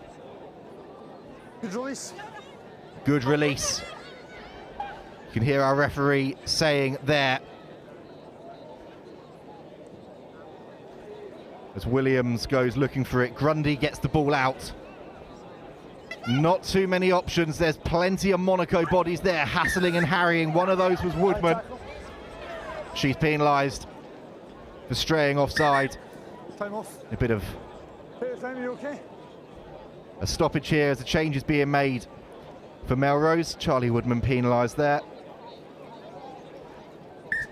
Something of a 7 specialist, I think it's fair to say. GB7s played on the 7 circuit at club level, at international level, and was pretty handy in the 15s game as well. Played a couple of games for Bristol Bears earlier this season in the PWR and scored a couple of tries on that one as well. Bind. Set. And for those that know your rugby, her father, Trevor Woodman, Play the 9. former England prop. Penalty for Melrose, but it's been plucked out of the air by Monaco. Go back, play on. And it's a bit scrappy, but again, Melrose are the ones that are able to tidy things up. Big offload coming in from Hacker to Grundy. Just loops it out to Brodie. She gets the offload away, but nobody was there. It's picked up by Desarnaud. Vantage forward. But then it's lost forward again. And Melrose, there's space if they can get the hands free. They do to Grundy, but the Monaco defence is still there, standing firm. Kick option, everybody's onside. Thornhill waiting for the bounce, and it doesn't come. Brodie is there. There's been a long passage of play with ball in hand for Melrose and Grundy. Referee again happy that it went backwards, but they've lost 10 metres. Penalty coming the way of the hosts, though, not rolling away, and they go quickly. Hacker it was that serves forwards, and then she's penalised for holding on. Near enough 2 minutes of solid defence from Monaco, and they come away with the ball. But they've gifted possession straight back to Melrose with that one. Quickly taken penalty, but no one quite on the same wavelength and covering tackle. Forces the Monaco and Musa tackler, or would-be attacker, into touch.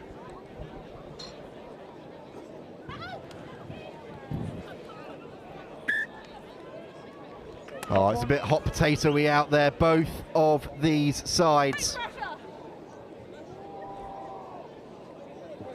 Putting in a substantial amount of effort in defence. And it is that defence that's coming up trumps right now. Crouch. Bind. Set. Nearing the end of this first period. Only one try that went the way of Monaco and Musa. But they're looking to see if they can strike at the end. And they're going to, by the looks of things, through Thornhill. There's a foot race, but Thornhill just about has the legs. Pins her ears back. And that's a big moment towards the end of this first period for Monaco and Musa.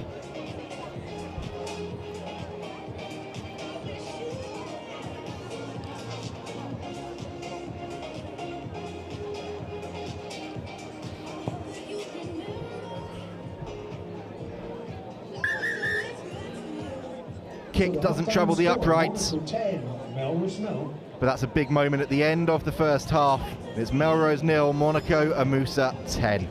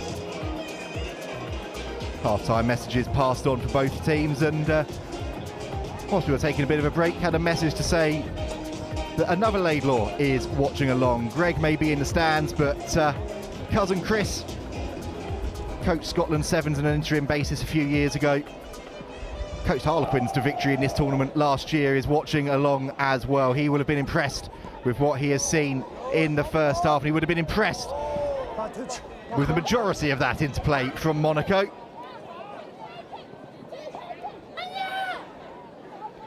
Before the handling errors there. Advantage.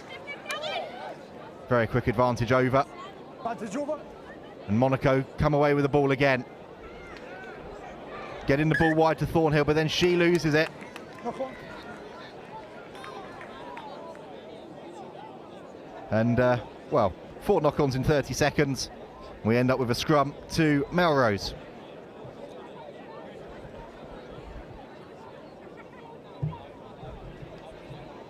Crouch. Bind. Set. Hold. Here come Melrose then. Hennig has lost control of that one. Thornhill scored that try at the end of the first half. That's given her side a 10-point lead. Lost now.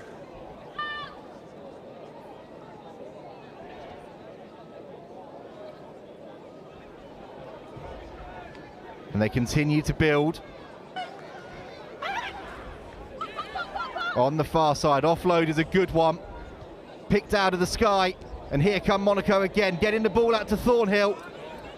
Looking to win that one-on-one battle, does win that one-on-one battle.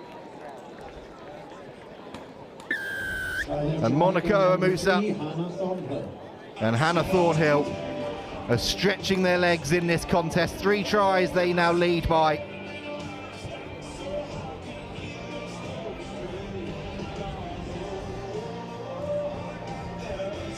And they're stamping their authority not just on this match, but on this competition. Conversions added too.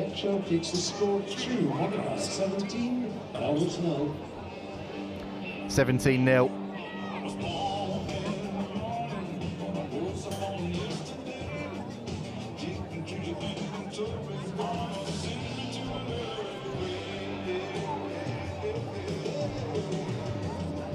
You can see that replay there from Thornhill.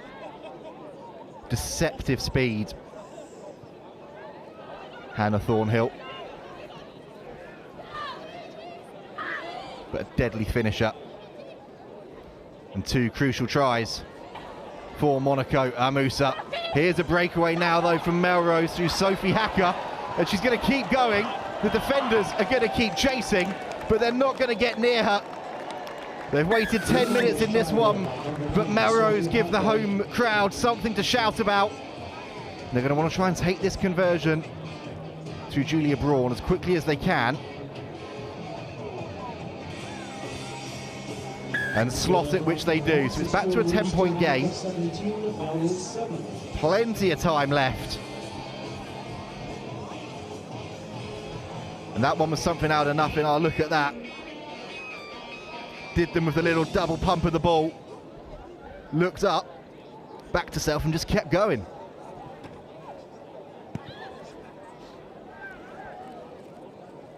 Oh, that was a great restart. Perfect height for the competition. Knock on to touch. Knock on, yeah. Scrum or line out. But it looks like it was Hacker on that far side who wasn't quite able to pass it backwards. Melrose just asking, because the ball did come forward off of the hand into touch, saying that Monaco had called for the line out. The referee happy though that they'd said they wanted the scrum first. Out the tunnel. Same scrum. And I wonder if they might regret that one. So it's scrum again. Because it is going to be a scrum again, but Melrose are putting on a lot of pressure. Bind. Set. That's a better scrum from Monaco Amusa. Nice little wrap around there. Ball into the hands of Ponthus.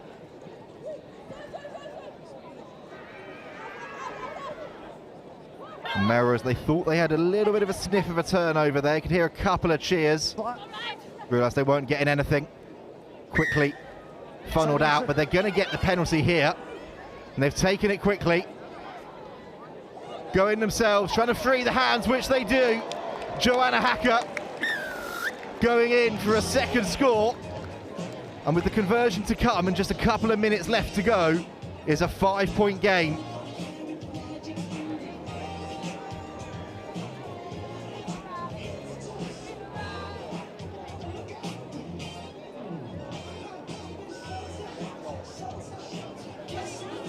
Important conversion this from Julia Brown, and she has nailed that one straight through the uprights. So it's now Melrose 14, Monaco Amusa 17.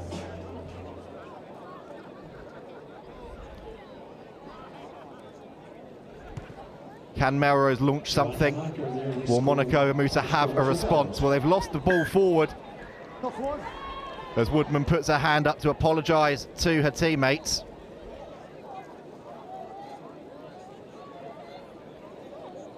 A huge opportunity now here for Melrose as we enter into the final minute of the contest.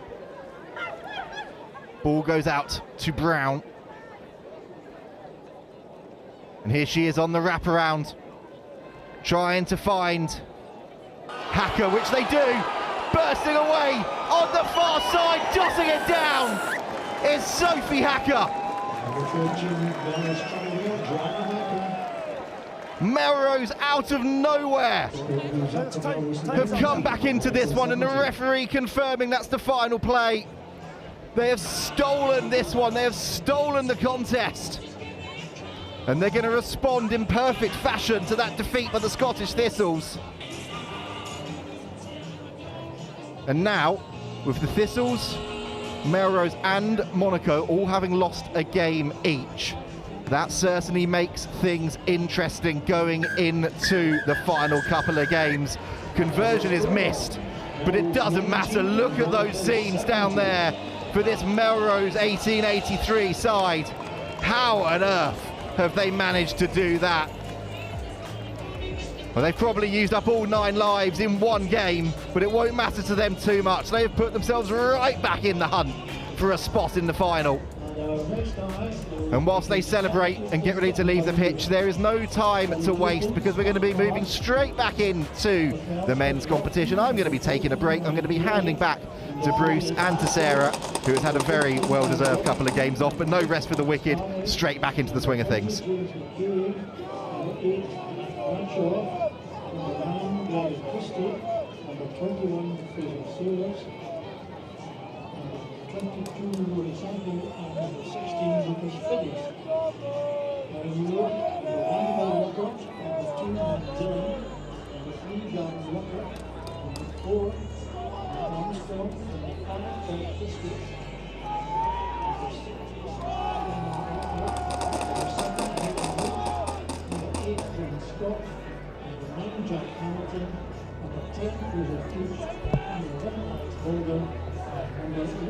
Well, some fantastic entertainment in the Breadalbyn Dory Claymore Women's Tournament. And still not clear which two sides will contest the final about 7:15 tonight, but we're back into the men's competition, 1883 Centenary Cup.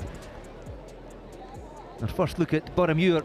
They face Curry Chieftains, who saw Durham University 17 points to 12 in the first round. No. What? And the touch. Yep. Just stay touch. No. Cyril alongside me again, and Curry known more for their 15s play, but they've done well here the last couple of seasons, and they look good in the opening tie. Yeah, they grew into that game against Durham Uni, did enough to win in the end and get another shot.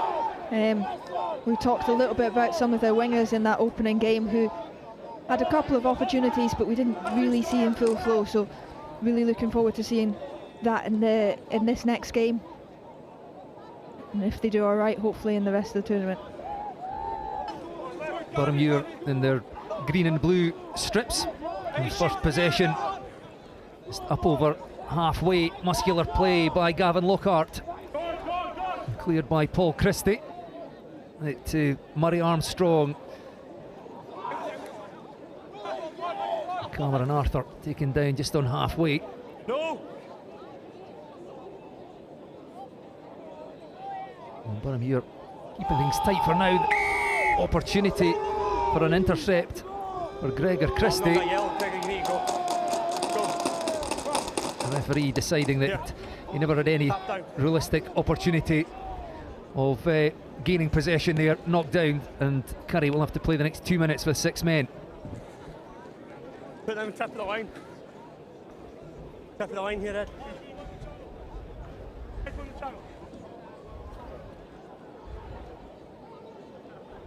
Boroughmuir line out just outside the Curry 22, up against 6 men in this Edinburgh derby.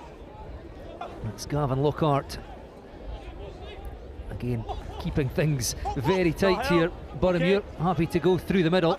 I think there must be space somewhere. 2 men in the tackle there for Curry. Slow ball for Boroughmuir and Hayden Leach. Out to Cameron Arthur again. No, it's not hell. Arthur still going, weaving his way through, tries to get the hands free. Referee playing advantage for a high tackle. Hey, sit, two. He's dropping, it's just high. Let's go. For a moment, Curry thought that they might be down to 5 men. Just the penalty. Cameron Arthur off to Matt Dillon, Murray Armstrong, and Gavin Lockhart again. No, you've pulled out. Well, particularly expansive here from Boroughmuir. Now they look to go a bit wider. The bouncing ball picked up by Will Lockhart. And tidy again. Won by Hayden Leach, but ball knocked on by Boroughmuir. A little bit scrappy from Boroughmuir. They slowed it right down from that penalty, and with Gregor Christie only off for 2 minutes, you felt like that might be their last opportunity to score when Curry were down to 6 men. Looking to spread it wide, but just a little bit loose on their passes. Just goes behind and then a little knock on the floor. 9 hold. Curry should get the ball back here. Yeah, good. And with that, Boroughmuir come out with possession from the scrum. Out wide to Hayden Leach. Just dragged down outside the 22 by his coattails, Matt Dillon. Boroughmuir playing with a bit more urgency now through the hands of Will Lockhart to Cameron Arthur. Curry still down to 6 men. The defence strung across their own 22-metre line. Dillon again, and Christie back to go to the left. That's good quick hands by Murray Armstrong. Oh, another high tackle, but Will Lockhart might have the strength to get in the corner. Stopped a metre short. The referee playing an advantage. Boroughmuir may not need it. Over they go. First blood to Boroughmuir, up against the 6 men of Curry. Got there in the end from Boroughmuir, working it one way then the next. Not afraid to have a little bit of contact. Some really nice hands there just to get to the edge there, and Scott Clark trying to get back there. A little bit high on the tackle, but the momentum from that first bit was enough, even with a wee slip just as he stepped. Paul Christie able to get to the try line.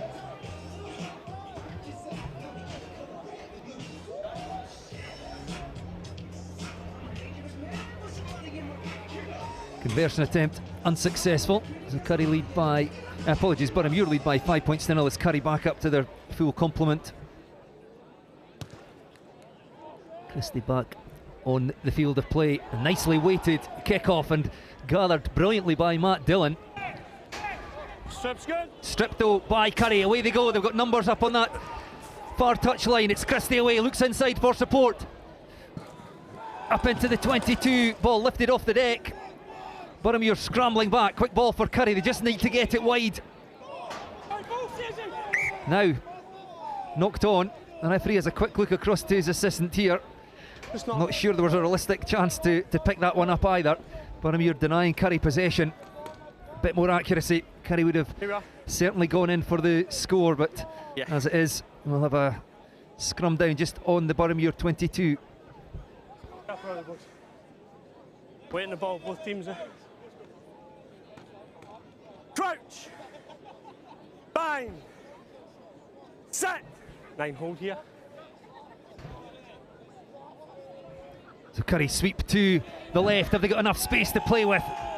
Barging into tackles. 5 metre shot now, lifted up to Christie.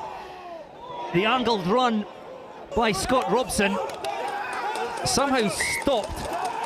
That is superb defence by Boroughmuir, because Robson came from a mile away at 100 miles an hour.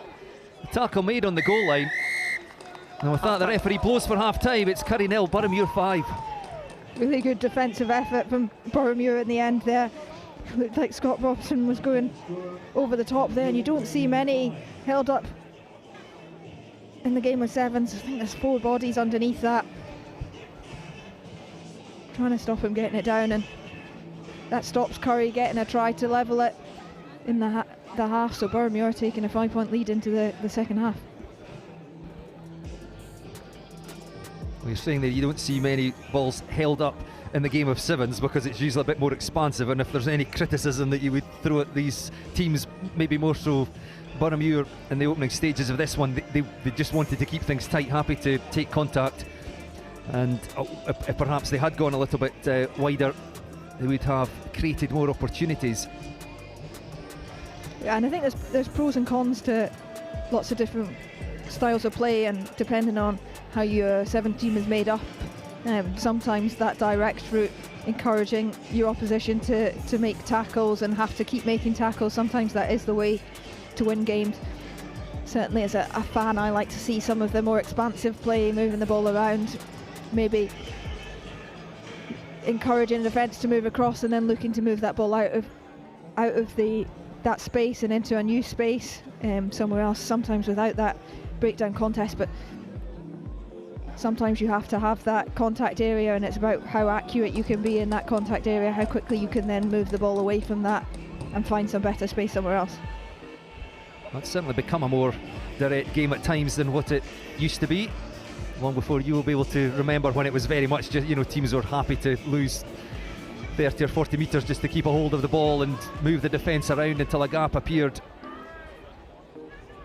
I think I've played in some of that era.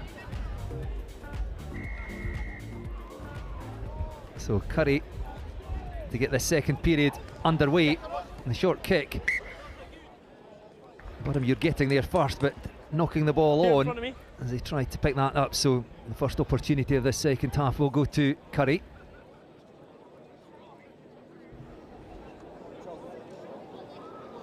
Gregor Christie is telling a quick word on his fly half as they work out what to do. Options both ways. I think they'll go to the right. Out it goes wide to Fraser Sayers. Strong carry by the winger into the 22, but just took that extra roll by a bit of time on the ground. Penalty to Boroughmuir. Hands in from Curry, but in from the side, and Boroughmuir come away with it through Matt Dillon up to their 10 metre line. Counter ruck from Curry, and they win a penalty. Dillon penalised. Quick tap by Christie. Dummy to James McCaig, and wide now, acceleration towards the line, flick the ball back in field. That's lovely by Curry. Well, this would be a superb try if they can finish it off. A pass to no one in particular, snapped up by Boroughmuir. Away they go. Taken well behind his back by Gavin Lockhart. And now the opportunity for Boroughmuir to strike from deep. Up to the Curry 10 metre line, short of support. Curry come in and win that one. The referee says not knocked on. End to end stuff here. It's Curry now. A stumble by Ryan Daly. You're beyond ball, leave. Defender slipping at the same time. Out it comes now for Curry. Like to go wide again through Fraser Sayers. Oh, he cuts through between two despairing Boroughmuir defenders.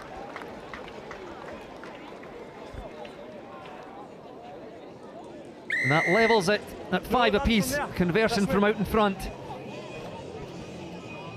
Long passage of play from both sides. Possession just changing hands a couple of times in that passage of play. Both teams working really hard.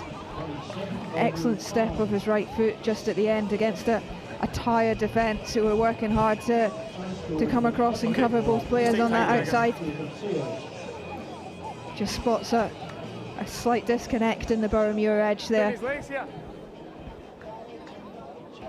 Takes full advantage of it. Curry 7, Boroughmuir 5. Still about 4 minutes left to play in this one. Prize a place in the quarter-finals of the Howden Melrose Sevens. Okay, time's gone. Gregor Christie, again nicely weighted kick, allows the Curry chasers to get there, but it's dealt with well by Boroughmuir. A tackle made on Fraser Keach. That's Boroughmuir inside their own 22. Curry defence swarming round. On body. Boroughmuir ball carriers may leave them just a little short. Boroughmuir now short of support at the breakdown. Curry defence just getting slightly disjointed there. Still with Boroughmuir. Lewis Veach. You've not released the tackle. Alex Boulder has to come piling in there. And secure possession, whipped away by Jack Hamilton. Oh, space clean through the middle. A foot race to the line. And Semple won't give up, but Boroughmuir will go in and get themselves back in front.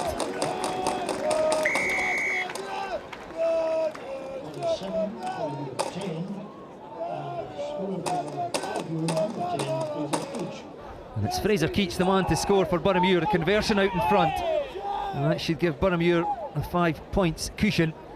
Still 3 minutes left to play. Anybody's game.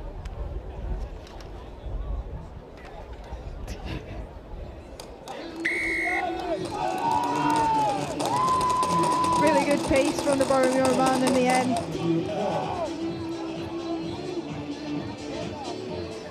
Just a nice stop-start to create a little bit of space between him and the defender.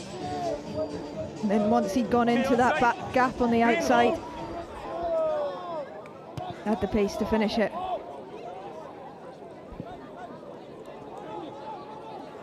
Long restart. Curry having to go all the way back to their own try line. However, can they score? 100 metres. Ball over the top. Boroughmuir scrambling back. Have they got the pace to get there?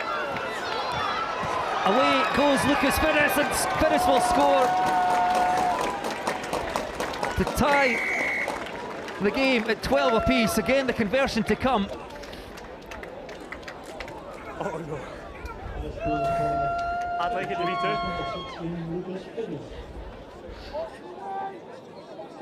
Straight from the kick-off from Curry. I did wonder they've set up with a couple of pods up bang on the 10-metre line with loads of space in behind. Wondered how long it would take Boroughmuir to put the ball into that space, but having got themselves into lead, took it early. And Alex Harley with some great feet to get himself out of trouble, and then that ball over the top to find a support, and the pace to go off to the other end and finish it, but most importantly finish it underneath the posts and get the conversion to put themselves 2 points in the lead.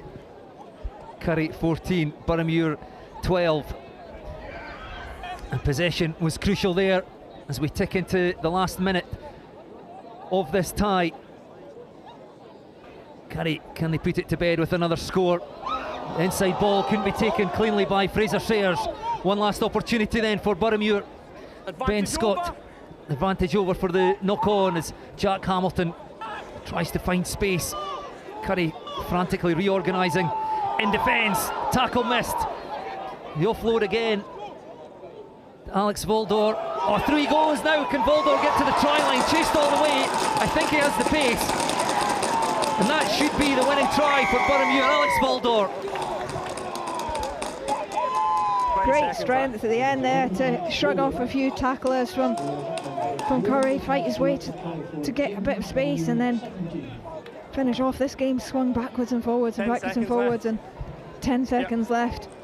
They'll use all of this 10 seconds for the conversion, and I'll tell you that'll be it from Boroughmuir. Okay.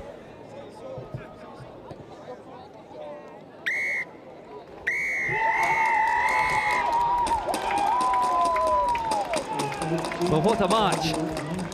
Served up by the two Edinburgh sides. It could have gone either way, but it's a score at the death for Boroughmuir that sees them through into the quarter-finals, where they will face the winners of the next tie. And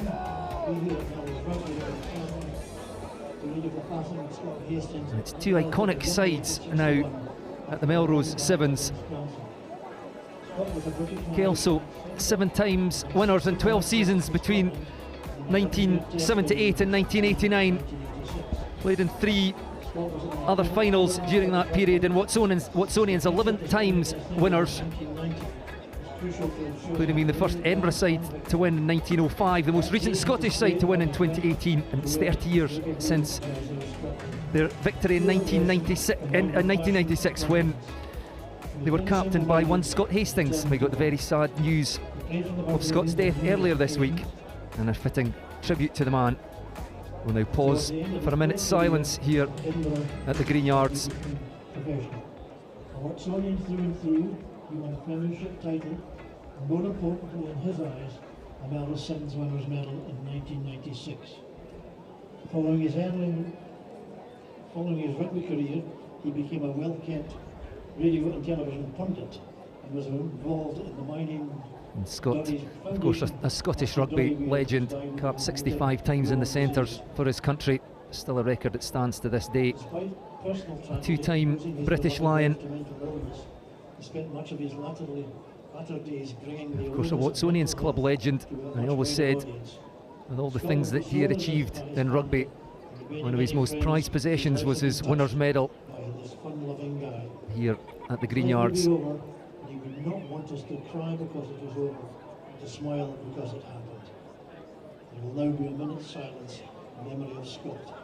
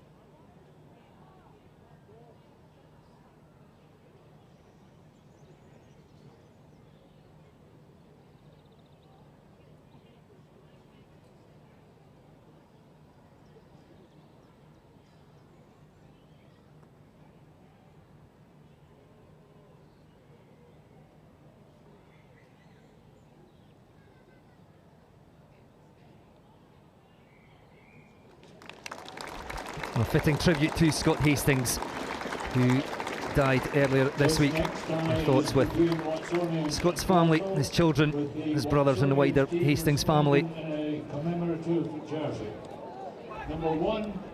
in Watsonian's own tribute to a club legend, they've embroidered the number 13 on their jerseys today. It's no doubt something they will have spoken about in the build-up to today's tournament. You can expect just a little bit more fire in the Watsonians' bellies today. Kelso against Watsonians.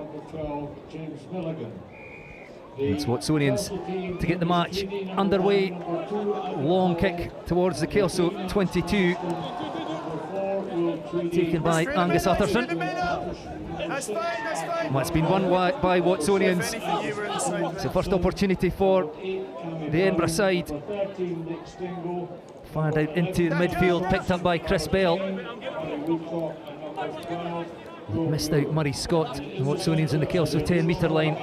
Loman McPherson missed the dart through a gap. Murray Scott in to secure possession.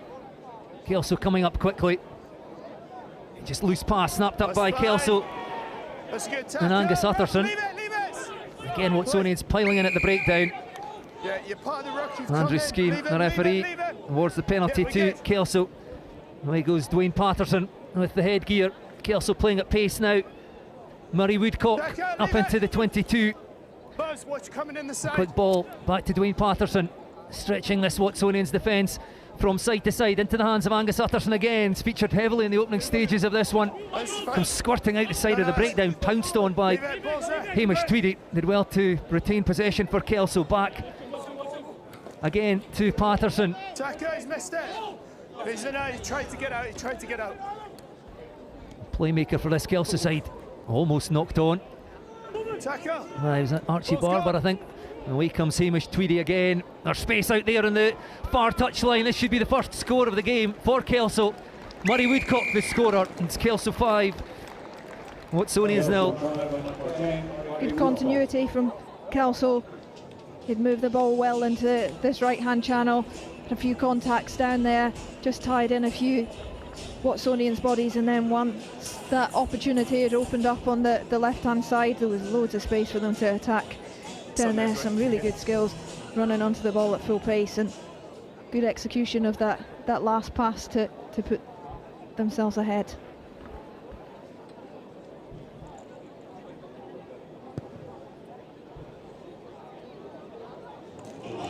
Conversion attempt.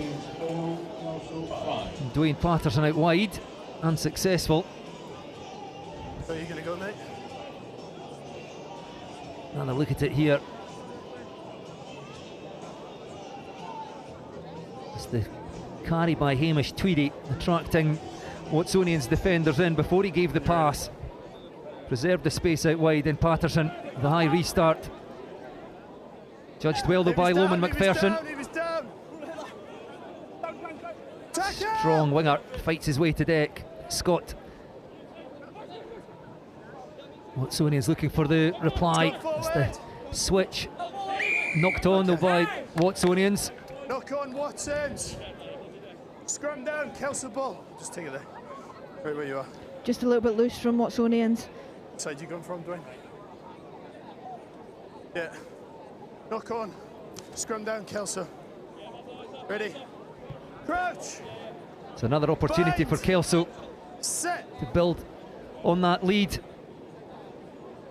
Okay, play. In and out by Patterson. Long pass out to Archie Barber. Travelling at pace is Angus Utterson into the 22. Knock on advantage. Barber couldn't take the ball with him. Advantage over. And it's with Watsonians. Patterson in with the hands in the side. Hands on the deck first. And hands on the deck. On the deck first, Dwayne. Andrew Skeen, the referee. Clean through the middle. Go Watsonians through Harry Fisher. Has he got the legs to get there? He has. He's chased all the way by Adam Hall, but Fisher will score.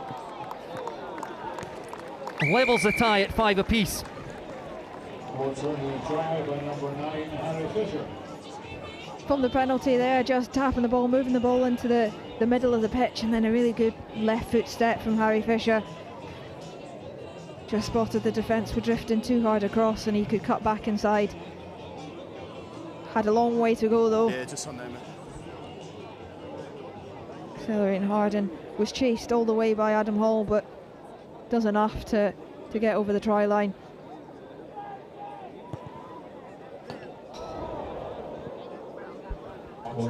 Chris Bell bounces the conversion off the posts. Hopefully that is not costly for Watsonians, but it's 5 apiece. Referee Andrew Skeen in this one, connections with both clubs. Played a lot of his rugby here in the Green Yards for Melrose, but also played for Kelso, played Sevens rugby for Watsonians as well as Scotland Sevens.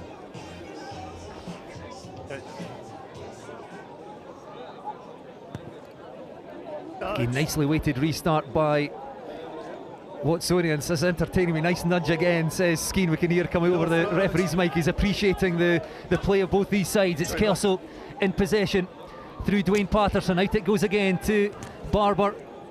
Will Tweedy. Both Tweedies involved in this game. Oh, it's nice play. Away goes Archie Barber round the outside, down the stand side, touchline. Bundled into touch though by Watsonians. He's ducked into it. He's ducked into it. We're formed. We're formed. Appeals for a high tackle, but referee Skeen said the ball player ducked into that of a Watsonians line out. Go. Yeah. Kelso, drop. Drop. Yes. Yeah. Over! Let's go! 90 seconds or so to half time. Line out snaffled by Kelso. Tackle! As Murray Woodcock went up first. Back to Patterson again. Bit ugly. Archie Barber, an ugly pass now according to the referee. That tickled Sarah Locke. We should maybe just sit quiet and let Andrew Skeen do the refereeing and the commentary on this one. Okay, knock on. Boys, direct as me. It's certainly making for entertaining listening. 25 seconds. 25 seconds left to play in this one, 5 apiece. It's been played at pace. Kelso, yeah, that clock's wrong, guys. It's 25 more seconds. of the possession. Crouch! Can Watsonians finish off the first half with a try of their own on their own 5 metre line? Yeah, you're good. In and out by Murray Scott. Chris Bell, long pass off his left hand. Max Gary. Last play. So the last play of this half as Will Tweedy flies into the tackle. Watsonians working their way up towards halfway. Murray Scott just had to juggle that. Ronan Kerr comes back up his left foot, still fighting his way forward. Good ball presentation, quick ball for Scott, still on his own side of halfway. Finds a man in space over on the far side. No interference. Watsonians still going. That's good. Offloaded off the deck by Max Gary. Ball goes loose, won by Kelso. Can they strike from their own 22? Patterson looks for support. Up towards halfway, finds Barber. Tweedy. Watsonians now just a little short of defenders. Tweedy up to the 22, thrown to deck by Aaron Batchelor. He's held. Penalty Watsonians. He was held. He was held in the tackle, mate. You know he was. He was. They both hit the deck together. Okay, held. He's been very clear with his explanations as a referee as well today.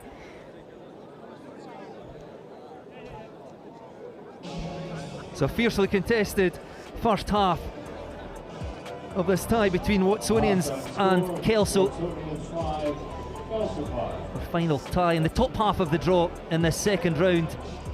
And Boroughmuir awaiting the winner of this one in the quarter-finals.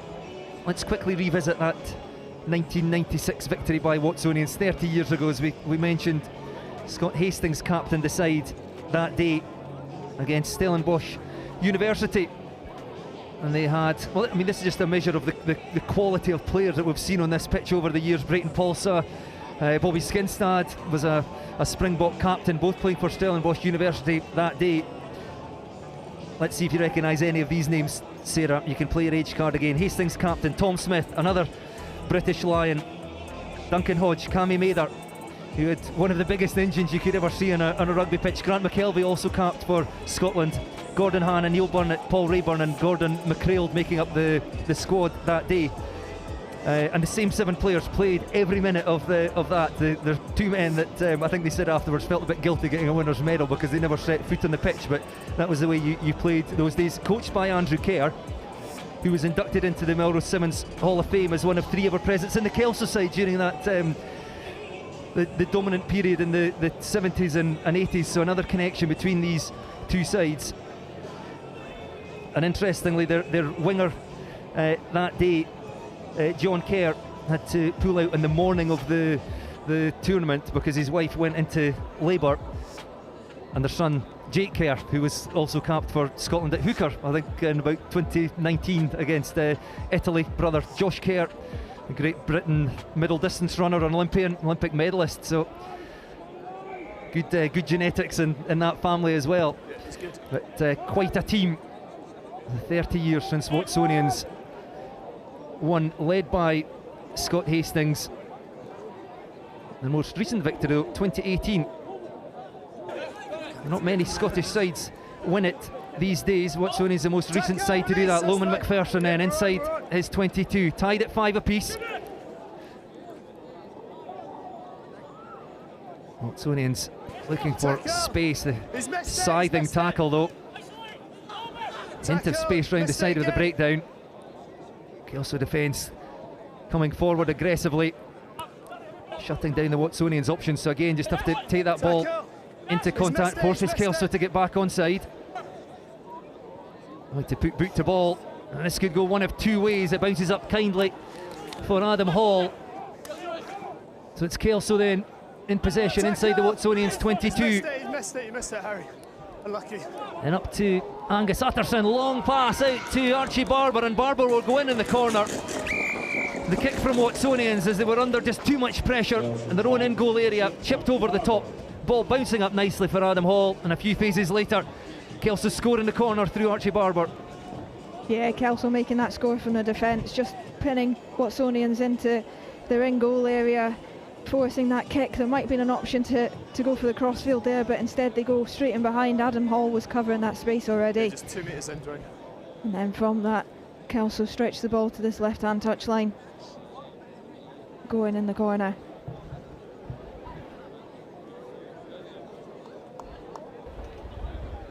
Dwayne Patterson then with the conversion attempt, about 4 metres in from the touchline, catches it nicely, but it just fades past the left-hand upright. So none of the 3 tries so far have been converted. And Watsonians one coming back off the upright. So Watsonians 5, Kelso 10. Another look at it here, Sarah. Yeah, this was after the transition. Just one carry into that middle there, and then Watsonians still tight. Loads of space on this left-hand side. Yeah, all on, all good. Well, brilliantly taken from the restart, and then the ball flicked back into the hands of Aidan Fitzgerald. Appreciated again by the referee, Andrew Skeen. Murray Scott just weighing up his options. And there aren't many, so Watsonians again just have to go into contact. He was fine. Too slow to support.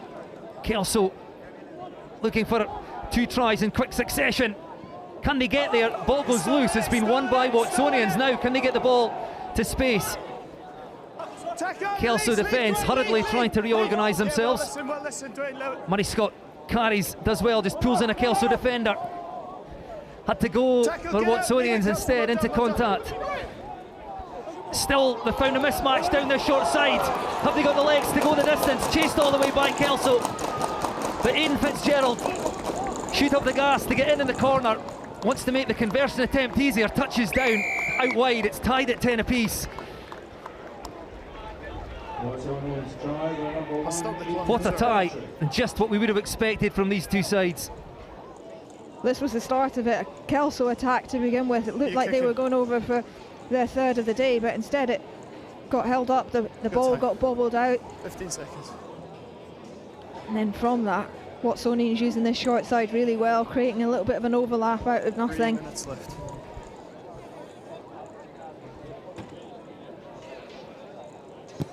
Aidan Fitzgerald with the conversion attempt.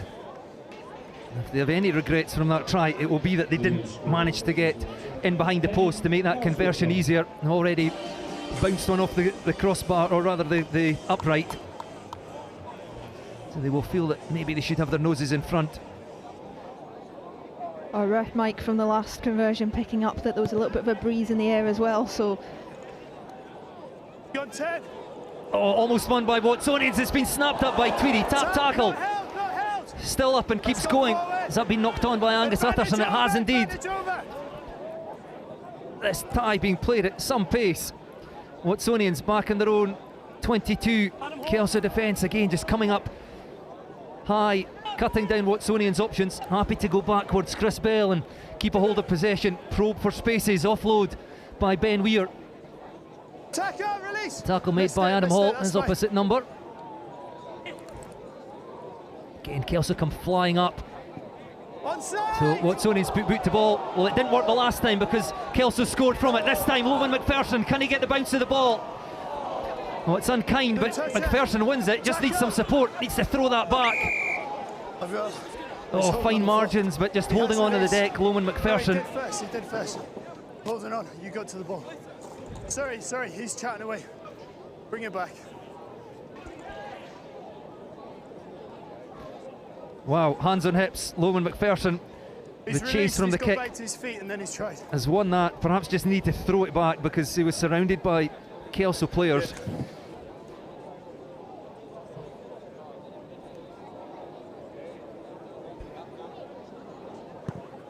Dwayne Patterson opts to put that ball into touch. Just to move Kelso further forward towards that Watsonians try line. Yeah, on me. And you would think the next try wins this one. A kinder bounce into the arms of Loman McPherson, and he would surely have won the tie for Watsonians. As it is, Kelso the advantage here from the line out. That's fine. Back it comes to Patterson, throws the dummy, he's through, and Patterson will score. And is that the try that will take Kelso into the quarter-finals? I think it could be. There isn't much time on the clock left, just enough time for a restart, but touched it down, there's 34 on the clock, so we got time for the 5 restart. points there in front of the post. You'd expect him to hit the other two as well, and 7-point lead. Time for the restart. With just enough time for the restart, feels like it could be the game. Yeah. Well, 34 seconds on the clock, Andrew Skeen says, as Patterson slots the conversion to put Kelso into a 7-0 lead. So the best that Watsonians can do here is take this to golden score. Last play. 30 seconds on the clock. I was almost tempted to mention a certain Scottish Premiership football match last week and a bit of controversy, but let's not go there. Patterson taking his time to come back. Where are you going? From a Kelso perspective, they'll just look to regather this one. Well, no, Patterson sends that long, tries to roll it. I would think into touch would be the first prize. Second prize is it forces Watsonians back into their 22. So a converted try needed for Watsonians here to take this into added time. They've shown they've certainly got the capability. Also will try and force this into touch. Oh, almost juggled, well recovered. As Andrew Skeen says, there's a man out here wide for Watsonians, but Kelso, great defence, forcing the man back over the dead ball line. Andrew Skeen blows for full time. Watsonians 10, Kelso 17, and it is Kelso at the end of an outstanding tie here at the Melrose Sevens, who progress, and they will face Boroughmuir in our second quarter final. Yeah, a really good game from both sides. Kelso's defence, I think, in the end, the difference. Pinning Watsonians into the 22 and just forcing them to try and play out from that. Watsonians more than happy to sit with the ball and work their way backwards, but eventually running out of space behind them, being forced over that dead ball area to finish the game off. But an excellent tie. Kelso into the quarter-finals to face Boroughmuir later on. Switching back to the women's tournament now, the Geordie Claymore competition, we have Scottish Thistles versus Shogun Rugby.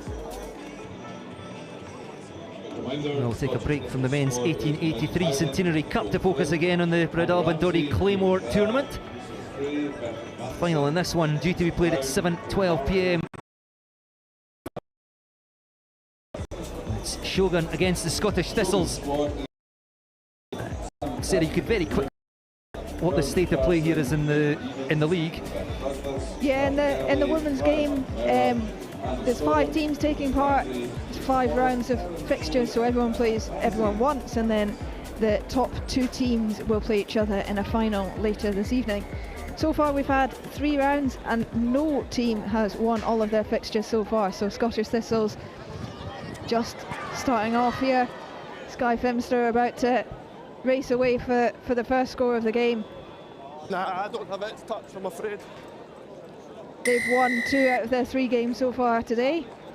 They're playing against Shogun, who've lost their opening 2 rounds. We've got Monaco, who have won 1 game, lost 1 game. Melrose, who have won 2 games, lost 1 game, and Hearts and Balls are the 5th team in the competition. They've won 1 game and lost 1 game so far, so very open in this competition. Really, any team could finish top, any team could finish second, and we're in for a cracking final when it comes round. But 2 more rounds to play for teams to put themselves into that top 2 positions. Balletic footwork by Sky Fimister. She just managed to stay in the field of play, racing up the stand side touchline for the opening score inside the first minute. But here, perhaps the reply for Shogun. Brian McNamara racing away, caught inside the 22. Throws the offload, it's still with Shogun. There's numbers out here to the right. If they can get it there, well, through the middle they will go instead. And Shogun, can they get to the try line? This last ditch tackle, still have numbers out wide. Making slightly hard work of this.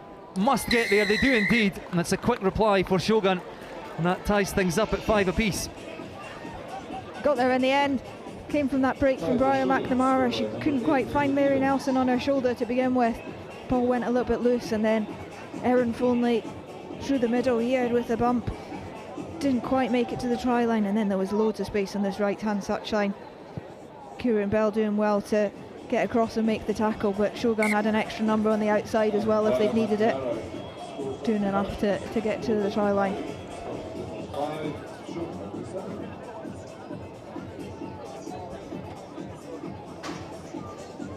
Brian McNamara showing her skills with the conversion. Another look at the try here. It's back with the Thistles wearing orange.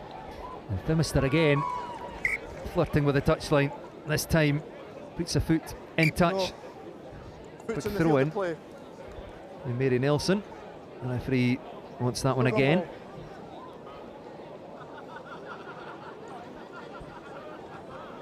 We mentioned in the first round of games, 3 I think of this Thistles team all involved with well, training with the Great Britain Sevens squad, so plenty of quality. Down, let's go. McNamara again. Emma Hennessy tries to go through the middle, through a couple of tackles, taken down in the end by Emily Love, but recycled quickly.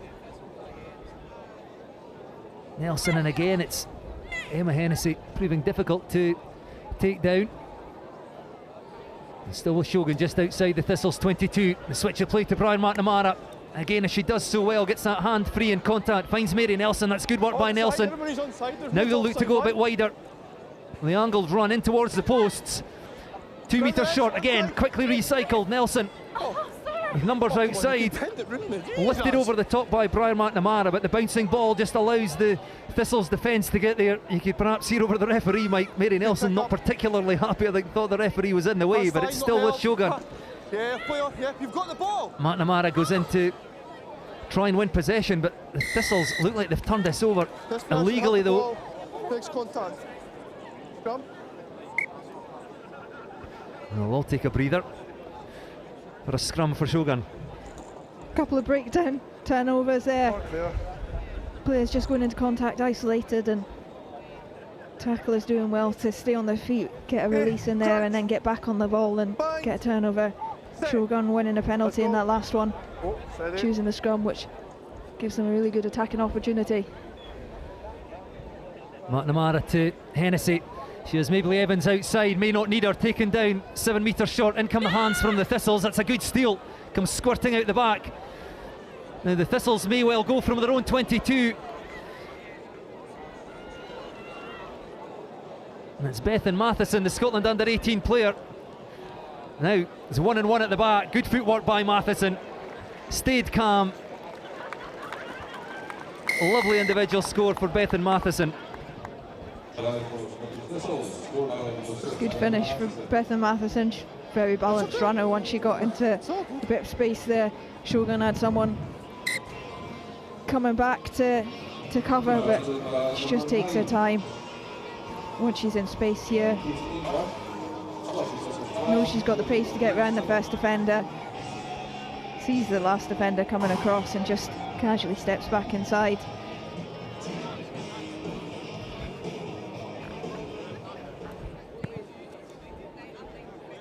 The Thistles leading by 12 points to 7. Kieran Bell couldn't take that one, but it's with the Thistles and Poppy Mellenby. Ball's out, yeah, ball's out. Product of the bigger youth system. Oh, space left for Nicole Flynn, who takes full advantage to race away from the Shogun defence, and that's 2 tries in quick succession for the Thistles, and puts them firmly in control of this tie. Good heads up rugby from Nicole Flynn, just spotting there was no one on the blind side of that breakdown. She could just pick the ball and move to the left, but couple of seconds before there, the referee's calling that ball's out. No one from Shogun near enough to pounce on the ball and take advantage of that, but Your time. Nicole Flynn with her head up. Yeah, on your. Katie Ainsworth with the conversion, just waiting for the clock to tick into half time before she took that conversion. That's half. Katie Ainsworth, a Stirling County player, trained with the full Scottish side during the Six Nations, dropped down to play for the Scotland under-21 team, one of a few under-23 players who are allowed to play, is to bolster those under-21 teams. An interesting experiment. Typically plays fly half, played at scrum half. She slots the conversion there to take Thistles into a healthy looking 19 points to 7 advantage at half time.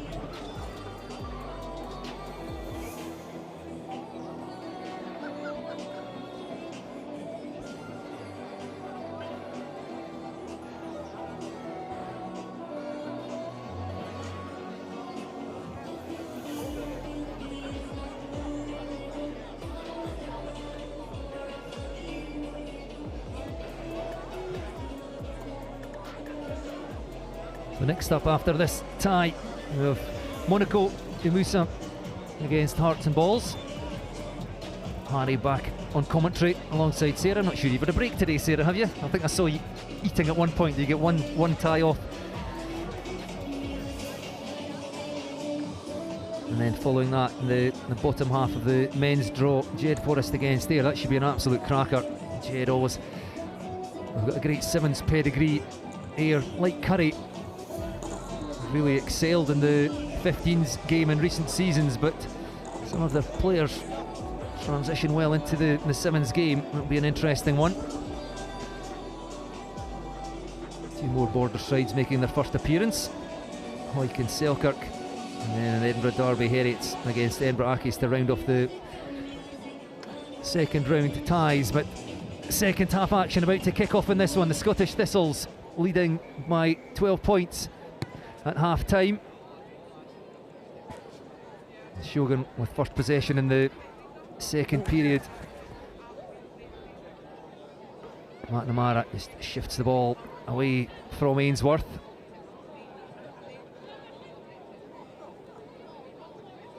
Changes there in the Shogun ranks. Mary Nelson out to McNamara again. Club colleagues at Watsonians. Sam Tanana-Kurukuru into contact towards halfway. McNamara again, just acting as pivot, happy to shift the ball on to Mary Nelson.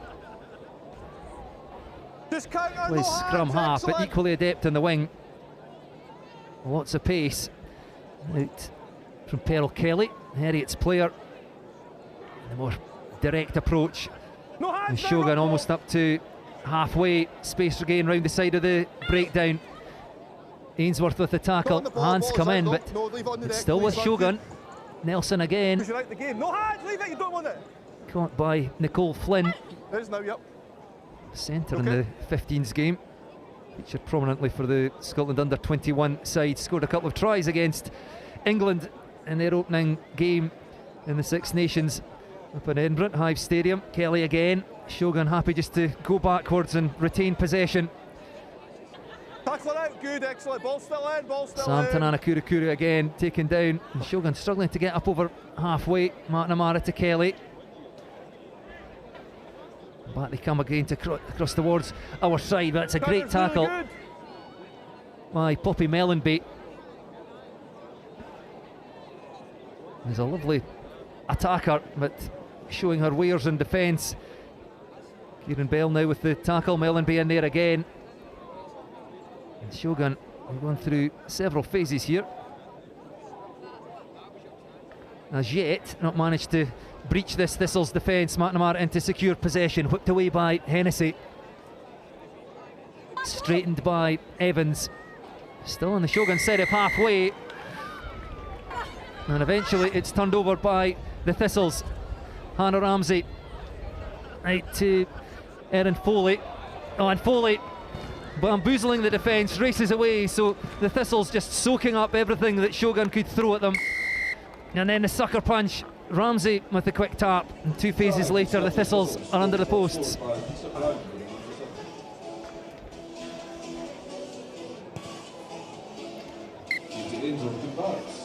Thistles just taking advantage of a tiring Shogun defence. Had to work hard to keep the ball. 3 players involved in that breakdown who couldn't win the ball from Hannah Ramsey, and then quick tap. Only 4 Shogun players on their feet at that time. Nice little step on the inside from Lisa Brown. She scores for Scottish Thistles. Yes, I think I was getting my sevens muddled up there. Lisa Brown, in fact, I'm crediting, I think, one of the Shogun players with that.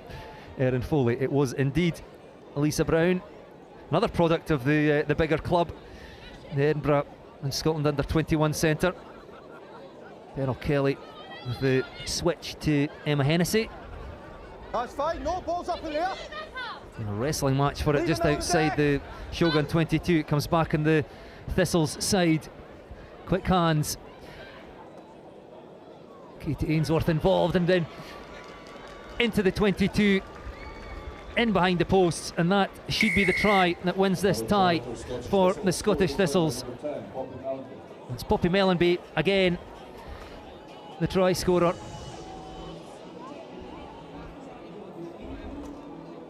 Still a couple of minutes left to play in this tie, but you think it's all but done now.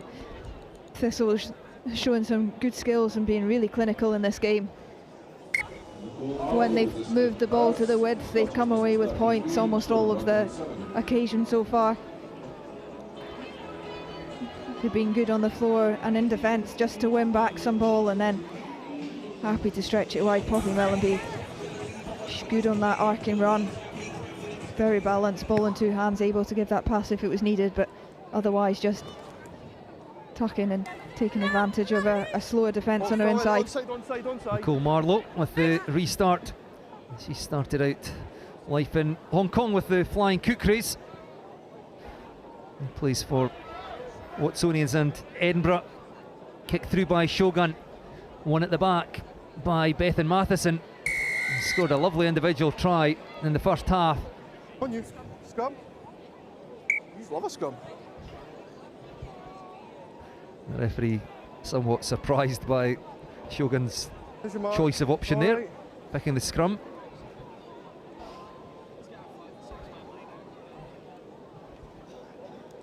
Going to take a 30 seconds or so to set up, so I'm not quite sure it's the best method to get back into this game, but maybe they've got something exciting planned off the back of it. Mary Nelson opting to go herself. It's the ball out of the tackle. Pearl Kelly thought about the pass, cuts back infield. Offload again. Nelson heavily involved in everything.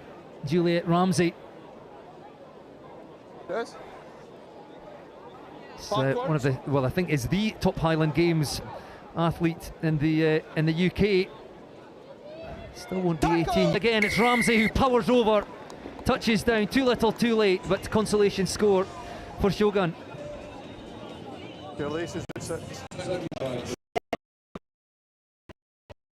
Just a bit too easy to get off the line defensively and put Shogun under pressure. Give away that penalty for being offside. A quick tap from Rebecca Douglas just fixes one. Gives Juliet Ramsey enough space to power over. And they get their score to finish off the game. But Scottish Thistle's just too good, I think, in this fixture. 33-10 victors over Shogun. That certainly puts the Scottish Thistles in a good place, with one tie still left to play to reach the final. About 7:15 tonight. We've got another fixture to come in this Brydal Bandori Claymore Women's Tournament. Change in the commentary box. Sarah, you can keep talking. We'll bring Harry back in again. Harry's trying to sort his team sheets. We'll keep talking for now. Hearts and Balls coming out on the field of play in their pink jerseys up against Monaco Ramusa And your sister, I think, playing in this one again, is she? Rachel Law. I could hear her. I was coming back from the back pitches, and I could hear her before I could ever see her. She won't mind me saying that. Anyway, Harry is now ready. I'll hand you over to Harry in commentary. Doesn't look like she's starting this one, but she was working this morning, finished at 12:30 and wasn't sure if she would get here for the round 1 fixtures, but thanks very much, Bruce. Well, that was a bit of a speedy changeover. Little pit stop and back into the swing of things. With Monaco taking on Hearts and Bulls. Coincidentally, I was just having a look at the current table. Remember, each of these teams is going to play 4 games each, and then top 2 will qualify for the knockouts. Scottish Thistles have put themselves in a really good position. 2 wins from 3, points difference of 26. As of Melrose, 2 wins from 3 and a points difference of 30. But a victory here for either Monaco or Hearts and Bulls would put them in contention as well. Hearts and Bulls have got a negative points difference at the moment, Monaco plus 12, but there's still plenty of rugby to be played.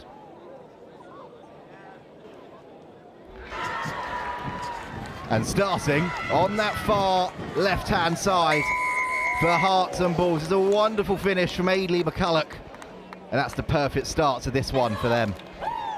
she does well to just get into that breakdown with her head up, spot that there was no one covering that blind side again. We've just seen that, a similar one on this touchline from Nicole Flynn in that previous game. Ailey McCulloch the same. She was keeping her head up, spotting that gap down the left-hand touchline, accelerating through. She can't get the conversion, but 5 points for Hearts and Bulls. It's a really strong start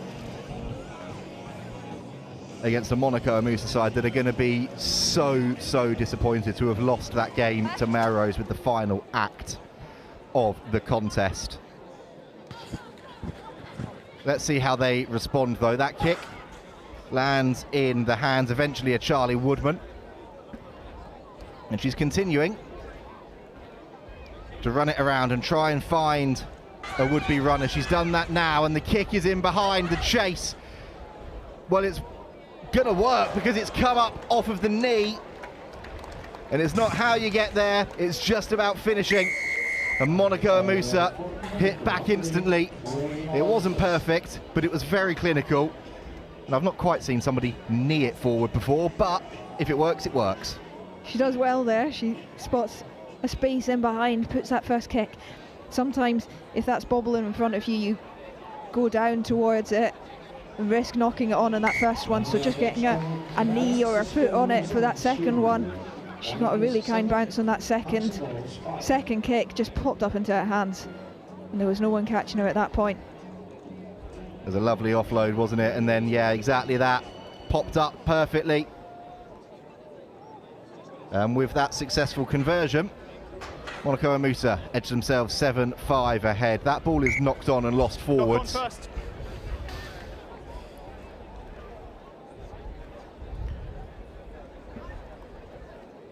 It now will be a scrum.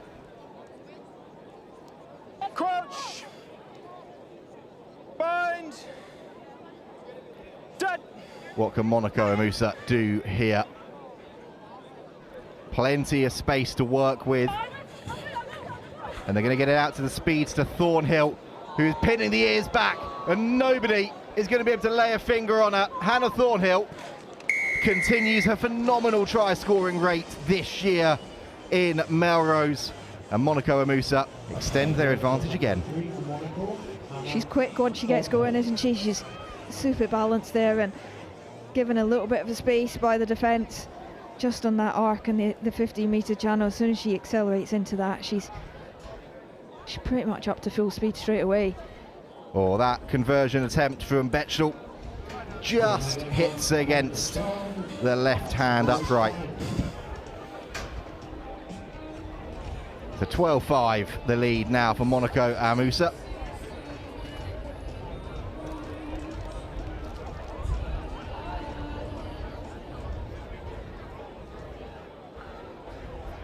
And after conceding that early try to Hearts and Balls, that is a settler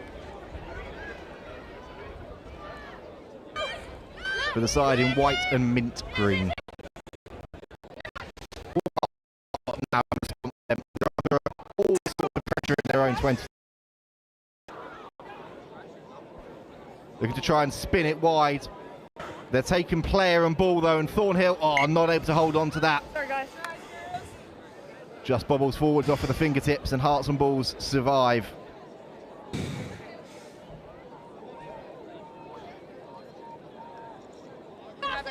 Just got a little bit loose in there. Referee saying the first one came off Monaco. Not sure, they looked like there was 3 or 4 in there that he could have picked out. Bind. Set. Exactly that. Take your pick of which one of the knock-ons did you want. Time off. And that scrum was under a fair amount of pressure. The referee just asking for a bit of time off to reset that one. Crouch.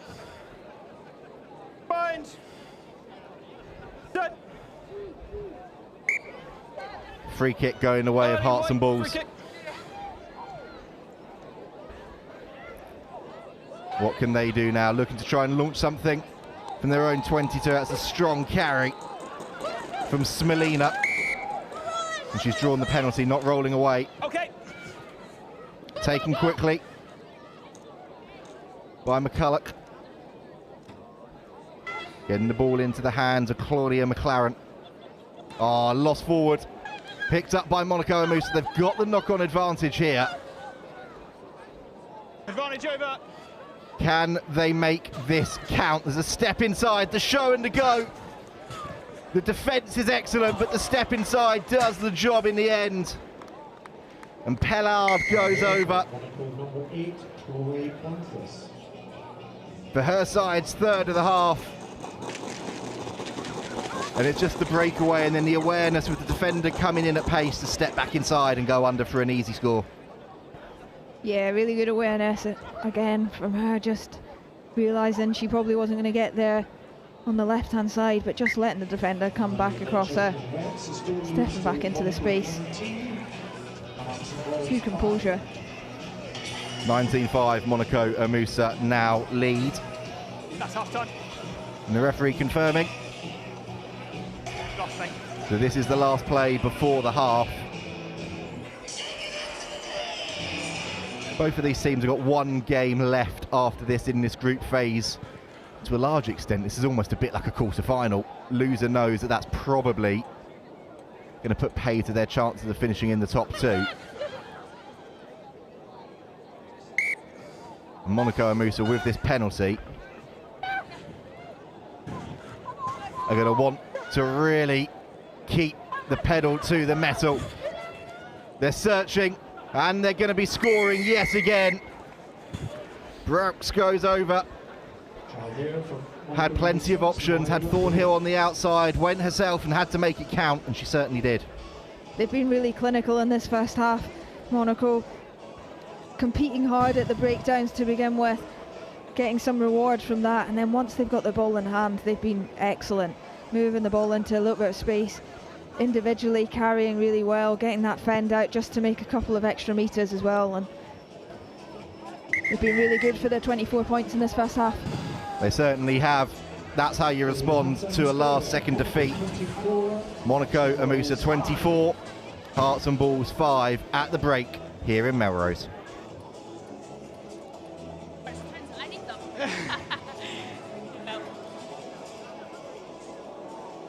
Thank you.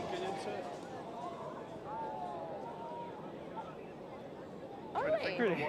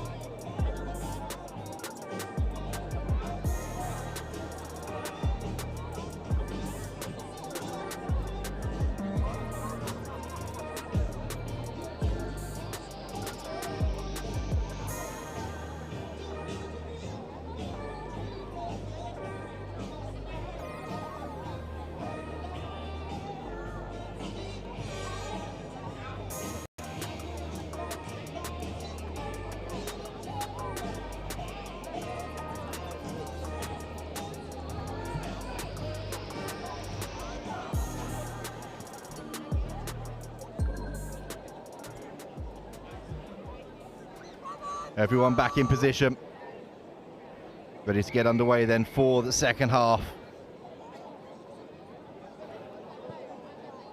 Braux gets us back underway. That one, aerial, contestable, and slapped back into a Monaco hand. But Bernyeat was there. Quickest to react, wins the ball back for Hearts and Balls. It's a lovely little show and go there from Walker. But he's been penalised for holding on. No, that ball. And this Monaco side.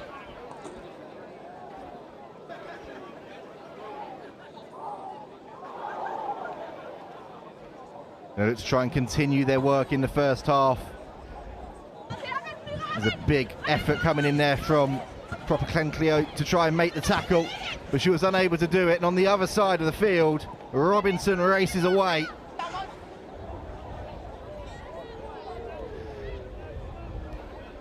Good hands out, Pellard.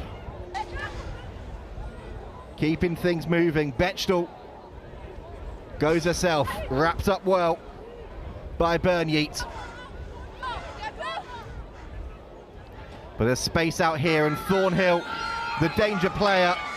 Wonderful covering tackle coming in, but the support is there. And Monaco and Musa have their fifth of the contest, and Pellard is over again. Good support and continuity by Monaco. Alice Mason does really well to get across there and make that cover tackle, but Monaco have got extra players there ready to pick the ball up to avoid that contest at the breakdown. There's plenty of spaces around that breakdown for them to take advantage of. It's just the waves of attacking pressure, isn't it? The tackle was brilliant, the covering defence was so good, but if the hands are that quick and there's that many on-rushing bodies, eventually there's nothing you can do. Yeah, exactly, and they've moved the ball to some space there. There is an overlap already for them.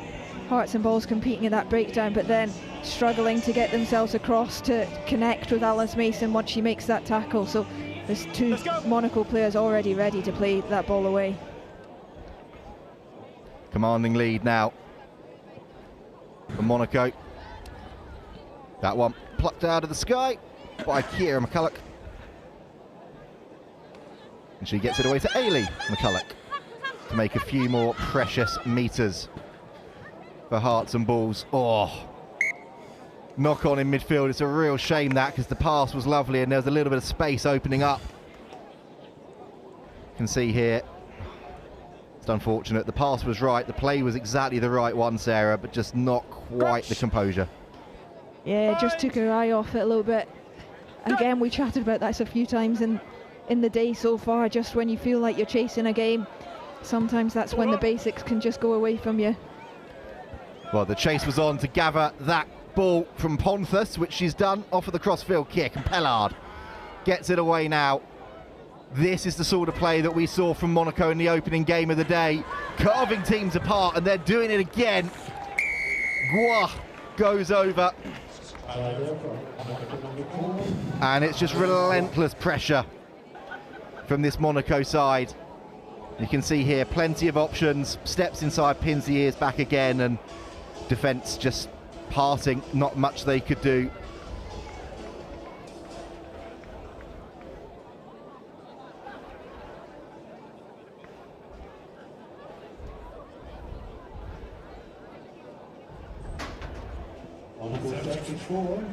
Bobbly old conversion, but a commanding 34-5 lead now for Monaco.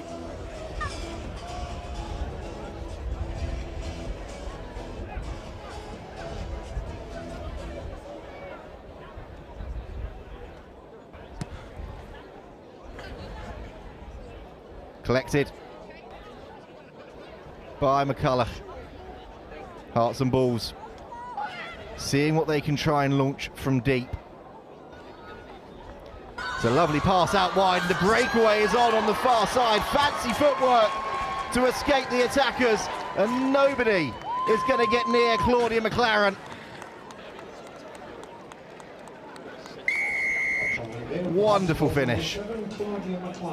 Really good pace from Claudia McLaren from the right-hand touchline, accelerating away. Referee doing really well to keep up with her. The rest of the Monaco players and the Hearts and Balls players not bothering.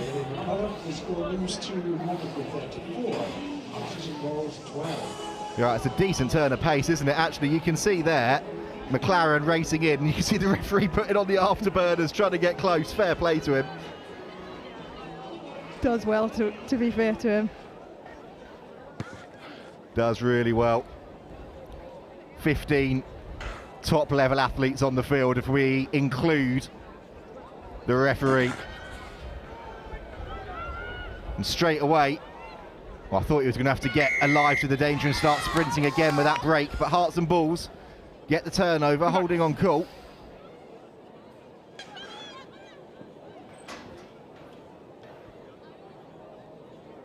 An opportunity to see if they can get a third try, entering into the final minute or so of this one.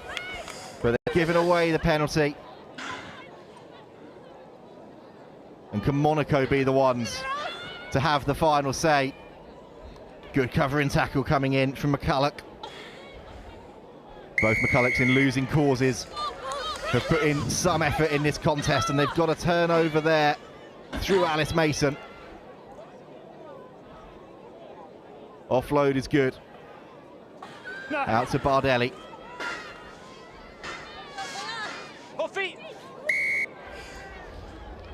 Another penalty going the way of Hearts and Balls.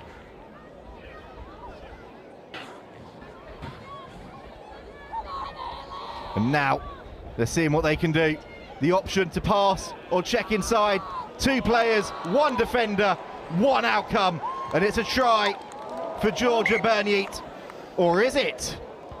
The referee having a look. Surrounded by green, 22. 22. And they've lost the ball forward at the last. It's world-class defence, but Hearts and Balls will feel like that is a chance gone begging. We've seen it a couple of times today.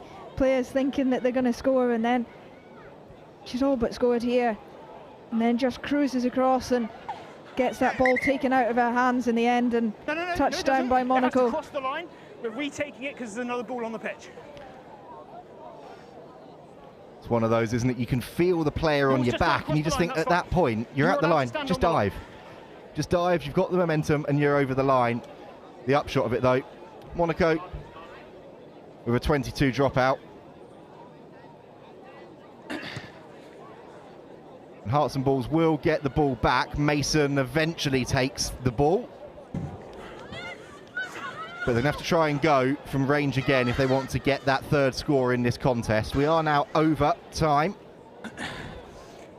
as the rush defence comes in on McCulloch. Two knock-ons. Forces the knock-on, and that's that. Monaco 34, Hearts and Balls 12. Monaco's second victory of the day. Hearts and Balls, sadly for them, their second defeat. And that might be a defeat that takes them out of contention for those top two spots. Monaco, though, it's their second win from 3 in the day, so they've put themselves in the mix going into the final round of group stage fixtures. Stick with us, we'll be taking a short break, and then we'll be back into the action in the men's competition. Jed Forrest taking on air.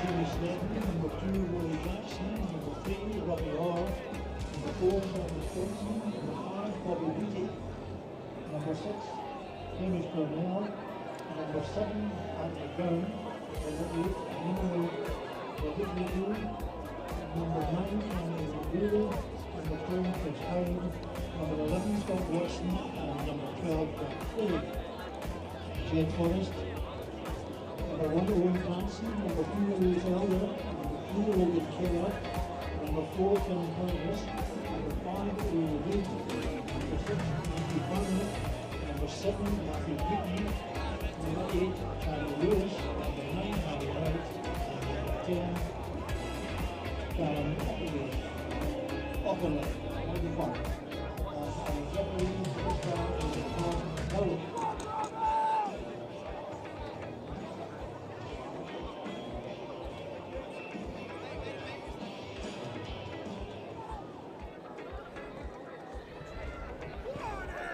Underway then. Jed, Forrest and Air meeting. And a reminder of how the men's competition works. It's brutal. You lose and you are out. So both of these teams know that it is one shot.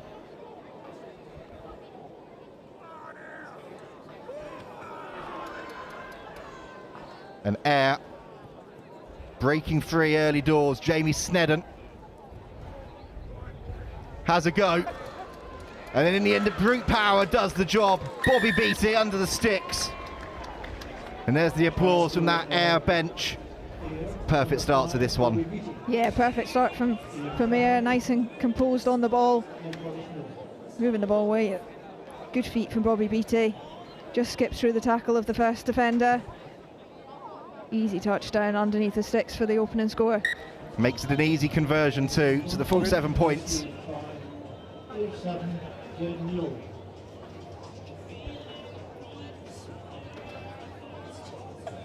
I'll come.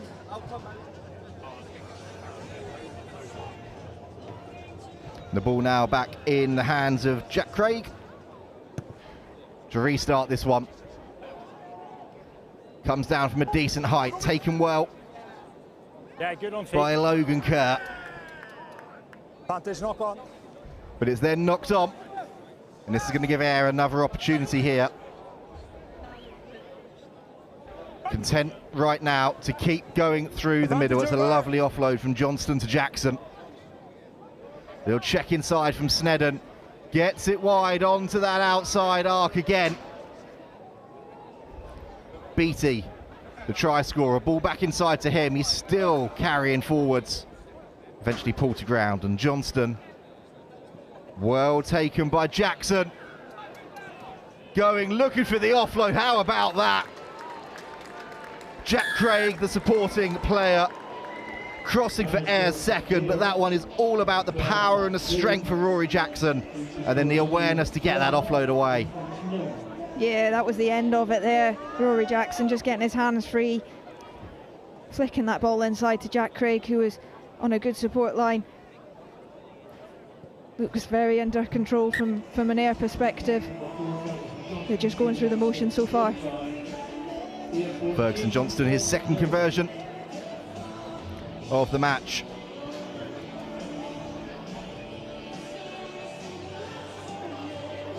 Jed Forrest, I think, have only touched the ball once in this match, and that was to lose the ball forwards on the floor for a knock-on. The gifted Air that opportunity for the second try. And they've not been able to gather it from the restart either. Snedden, the little pass over the top. The first chance to see Adam McGowan with ball in hand. Dead on.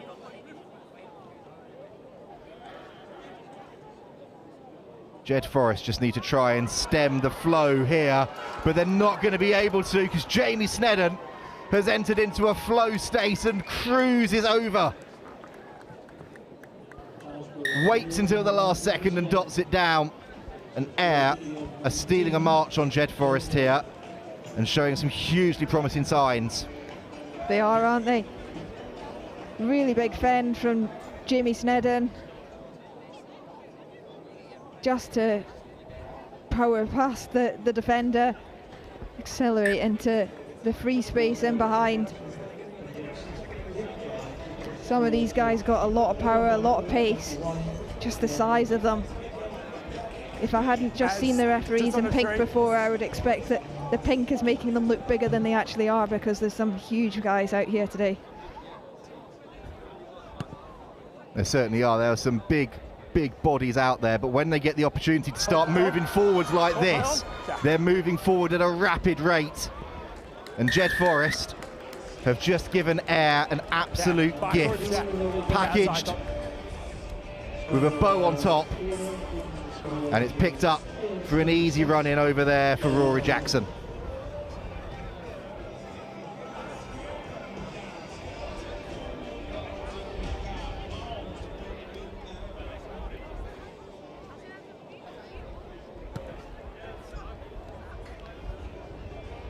Ball conversion just drifts across the face of the rights.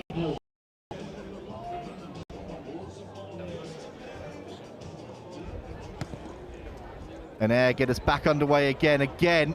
They've gone to compete.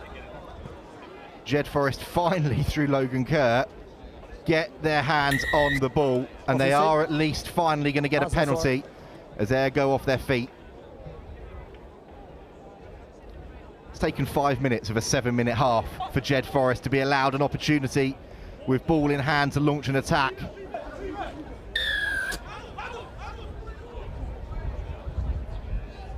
And Louis Reed has now been stripped in contact. And Air can come forward again, or feeds it onto try scorer Jackson, onto the outside to Snedden.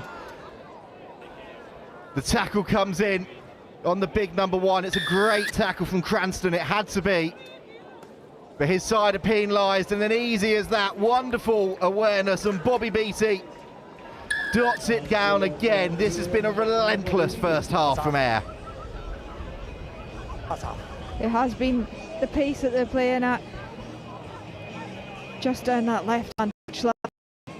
Jamie Sheridan making the initial break. Then from that breakdown, Air get a penalty, and quick tap, and Bobby Beattie on a good line to get through. Just in that little bit of space on the right-hand side of the breakdown. This was the initial break from Jamie Sheridan. Jed trying to compete at that break.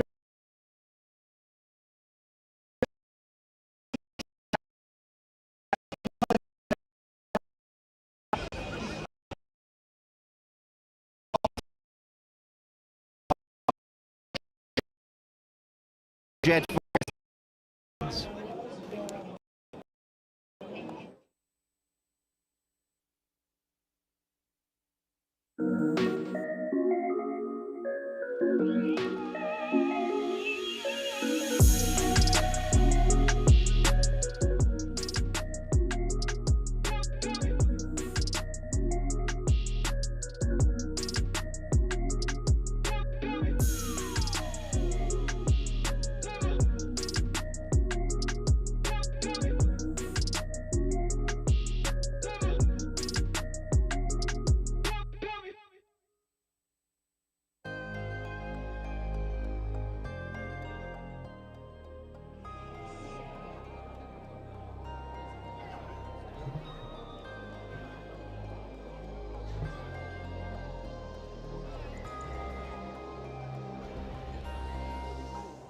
back underway. Jed Forrest with the restart. And Jack Craig continues where Air left off in the first, rampaging forwards. Pass slightly in front, but controlled wonderfully. Oh, it's gone backwards, but Chris Hyde has run away and left the ball behind him. Here's an opportunity for Jed Forrest. Lewis Elder gets the ball away. They're looking to work it wide. Owen Cranston. And that is the biggest cheer of the contest so far. They've had to work so hard for that, Jed Forrest, but it's a really well executed score. It is. It shows what Jed can do once they get their hands on the ball. They were starved of possession in that first half. Really didn't have any opportunities. Air kicking off and winning the ball back on most occasions, but Jed finally getting an opportunity to do a bit of attacking themselves. Good accuracy of pass, stretching to the left-hand touchline. An excellent score, and the crowd enjoyed that too. They certainly did. You can just see here the interplay, the offloading game. It's lovely. Drawing and passing, giving Cranston every opportunity. The crash over out wide, which he did. But on the other side, it's picked up and bounces off the head from Air, and finally goes forwards. We'll come back for the scrum. We won't quite have a headed assist. But again, it's that threat from Air, isn't it, when they break in open play. Yeah, that was nice too. There wasn't much room on that touchline there. Really good option to put the grubber kick down that channel. Good accuracy just to keep that in as well. The foot race here, the ball popped up unexpectedly just over his head, and he couldn't quite keep control of it. Oh, Hamish Cornell thought he was going in for his try. Not to be. But they will get another opportunity here. With a bit of a mess from the scrum. And Watson puts his head down, burrows forwards for a few metres. Oh, lovely out the back pass. Hyde wasn't alive to the danger initially though, but McGowan is. Somehow manages to wriggle his way out of danger and break free. And Ayr continue that try scoring form. Does well out of a messy situation there. A little bit loose with the ball, but then he takes the ball into a bit of a crowded area. Does really well to shrug off that defender. He's a wee man compared to the rest of these Ayr boys, but holds his own in that space and races away to the try line.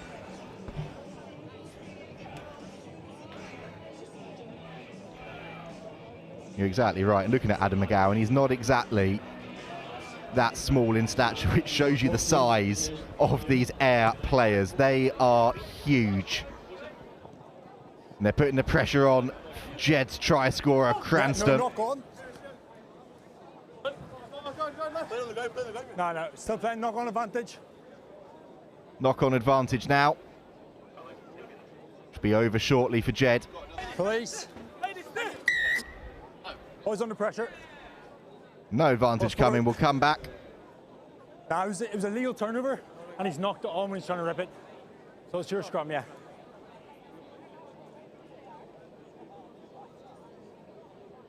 The referee just explaining there the turnover from Ayr was perfectly legal. Right. Player then lost it forward, and that's why Jed have got the push in at the scrum. Under so much pressure there. Tackle, it's tackled. Done really well to get knee to ground and get that tackle completed. Did Louis Reed.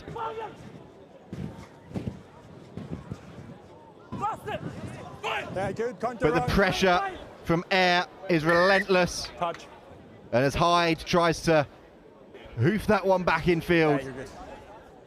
That's you. The touchline manages to save Jed from going under the sticks again. Yeah, this is a good initial counter ruck from Ayr. Do well to win the ball back, but only had a couple of metres on that. Oh, line out, overthrown though. And Ayr through Hamish Cornell. One to go. With, well, I was going to say an easy finish. He had an awful lot to do there with 3 men on him, but with another gift from Jed Forrest. And they've now added their 7th try of this contest. Yeah, Jed will be disappointed with that. They've just worked hard to not concede in the corner, and then an overthrow gives Ayr a really easy opportunity to get another score. Lovely conversion from Boggy Drew. 1 minute left on the clock. And Ayr, you suspect, will have eyes on trying to reach the half century. Again, wonderful contested kick, but it just slips through the bread basket of Cornell.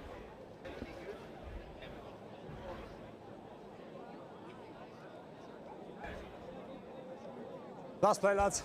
Referee confirming this will be the final play. Bind. Set.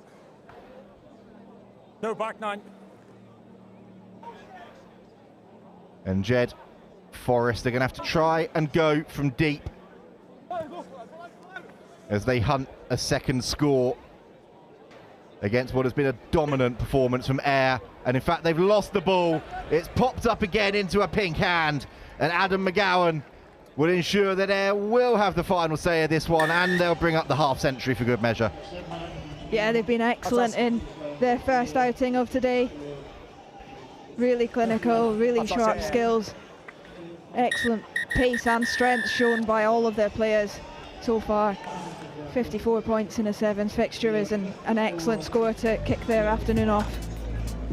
Huge performance from Ayr. They will move on through to the next stage of the competition. Jed Forrest, that is their day very sadly done. And Sarah is going to be taking a short break. Another very well-deserved break, but delighted to say Mark is going to be moving in to join me on co-coms for this next fixture, having been surveying some of the action over on pitches 2 and 3 earlier.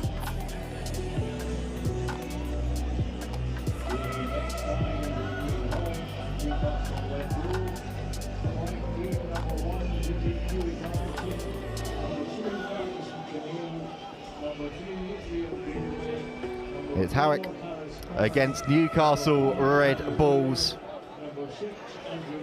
Newcastle Red Bulls unseeded,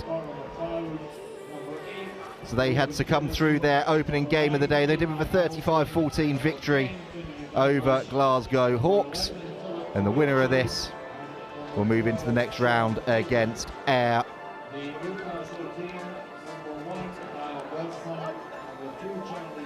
That familiar Red Bull logo on the front and the back of the Newcastle shirts.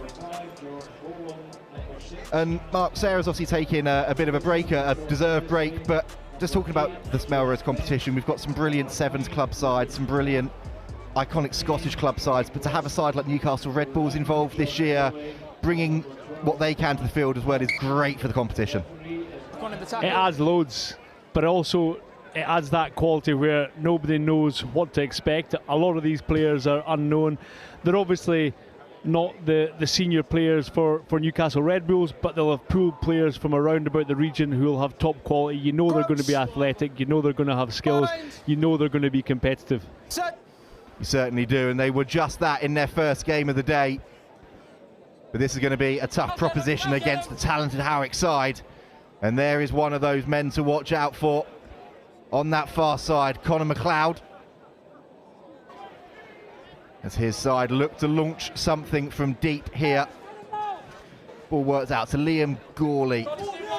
Big carry from him.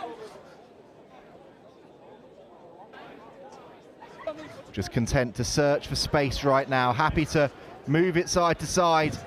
Try and find a soft shoulder. And the ball was stripped in contact, but it was then lost forward off of a Newcastle hand. You can see a couple of young kids down there enjoying what they're seeing, potentially having eyes on playing this competition in the future. Got the scrum here. Mike, you and I were over earlier this morning, and then you were over there for a bit longer on pitches 2 and 3 with the under-18s. Right across the board today, the standard, the competition has been brilliant. Standard was awesome, and it's just so promising, like the fact that some of those under-18s are going to get the opportunity to play here on the main pitch is class. And that, under a fair amount of pressure, was a classy turnover from Lucas Yap in the scrum hat. His father, Tony, head of rugby at Taunton School down in the southwest, and the little show and go and the breakaway now from Niall Godsmark. As Mark was saying, Newcastle Red Bulls an unknown entity in this tournament, but Howick will certainly know about the threat of Niall Godsmark now. Niall is somebody who's got an awesome amount of experience on the World Series. You know, he's played a number of tournaments for the Scotland Sevens team. His X factor is round about the breakdown, but you can see there he's also got footwork and a fend as well. Took his try really well. Hoyk here, they're going to have to keep a hold of possession. They know that if they give the ball to the Red Bulls, they're going to have threat, they're going to score tries. That's inevitable. To stop it, the longer they can keep a hold of possession, Hoyk, the better their chance is going to be to actually get a result in this match. And in the circumstances, under a fair amount of pressure, that was a really good take from the restart, as Newcastle Red Bulls bodies there to make the tackle on Harris Common, and the kick in behind. Bouncing and bobbling and goes into touch. It is going to be a Newcastle Red Bulls throw-in. But that's not necessarily the worst idea in these conditions. It is a bit blustery, so you don't normally see it in sevens too much, but if you can get this Newcastle side on the turn, there might be some opportunities. It's not a bad idea, but it's only not a bad idea if you regain possession, because otherwise you're just giving it away to boys like this who can dance on the outside, and then there'll be support flooding through. Fortunately, that has been a knock on there, so Hoyk have got that turnover in possession. Lucas Yap's offload doesn't quite connect. The Loughborough University student, been playing for Shogun on the men's series this year. There's a knock-on in midfield, sadly there from Harry Weir. And this Newcastle Red Bull side able to come back again. Godsmark fizzes that one wide, gets the ball back himself, and with the breakdown specialist has decided to show us he's got afterburners too this afternoon here in Melrose. 2 for him, 2 for Newcastle Red Bulls, and a commanding lead at this stage of the match. And you can see he is sucking in the air. I'm not sure how happy he was about that breakaway try, to be honest. I think he generally wants to be a facilitator more than a try scorer. You can see, yeah, he's sucking in the big ones, but it is nice to see that he'll be well into his 30s now, Niall, but he has still got a turn of pace. Vicious, vicious fend. But the worrying thing is that's not even his biggest strength. That's still to come. It certainly is that warrior as far as Howick are concerned. You can see here, flung the ball wide. Nice execution, inside pass. Yeah, I can't ever say I've seen someone look a little bit angry about scoring a try before until now. But there you go. Right, forwards, good contest in the air from Craggs, but he's lost that one forward as he tried to slap it back for his side. A little bit of respite here for Howick. They need to get, like you were saying, Mark, get their hands on the ball, keep possession for continued phases, just try and work this Newcastle Red Bulls defence. I'm going to get a bit of a drilling if I don't correct you. It's not Howick, it's Hoik. It's Hoik. I apologise. We'll blame the accent. We will blame the accent. Exactly. But you just like to see them score a try and get a little bit of belief. You know, they're 7 tournaments into the Kings of the Seven series. They've played lots of sevens. They know the game. Their skills are good. They just need to be decisive and actually have a bit of confidence and a belief, have a go with the ball. Exactly that, and they're going to have to try and work something from within their own 22. Oh, big tackle coming in there, and referee calls that one for a penalty. High tackle on Donaldson. And Weir, little inside line from Andrew Mitchell. Oh, pass isn't the cleanest. The kick option again, but it's tidied up in the backfield from Godsmark. Now as the facilitator, he gets the ball away to Turnbull. And Chandler sees the space, breaks free again, and Newcastle Red Bulls have their 3rd of the match. Mark, as you were saying, a kick is only good if you get possession back. And sadly there for Hoik, Newcastle were alive to the danger and then just had the numbers. Yeah, with Hoik at the moment, we talk about playing with depth so you can get the ball to space. But at the moment, Hoik are playing with depth, but they're putting no pace onto the ball. So it's really easy for the Newcastle defence just to drift from side to side. And then when one of the Hoik guys does actually have a go, there's 3 defenders on him. The difference there, you can see Newcastle play with a little bit of depth, but they're putting pace on the ball. So it's actually creating 1v1s, a little bit of dancing footwork, which a lot of them have got. They're through, and their pace will take them the rest of the way. Well, that is half-time then. Newcastle Red Bulls 21, Hoik 0. Plenty of work to be done in the second period. And we'll be back to bring you all of the action very shortly.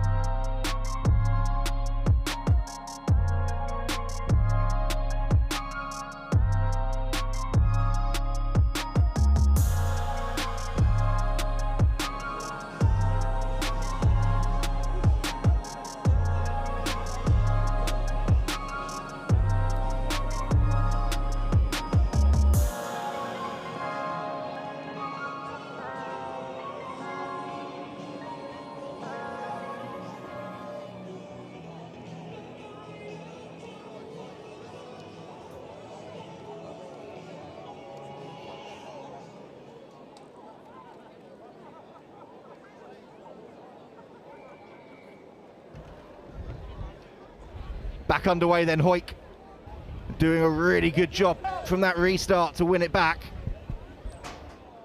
Good chase from Andrew Mitchell.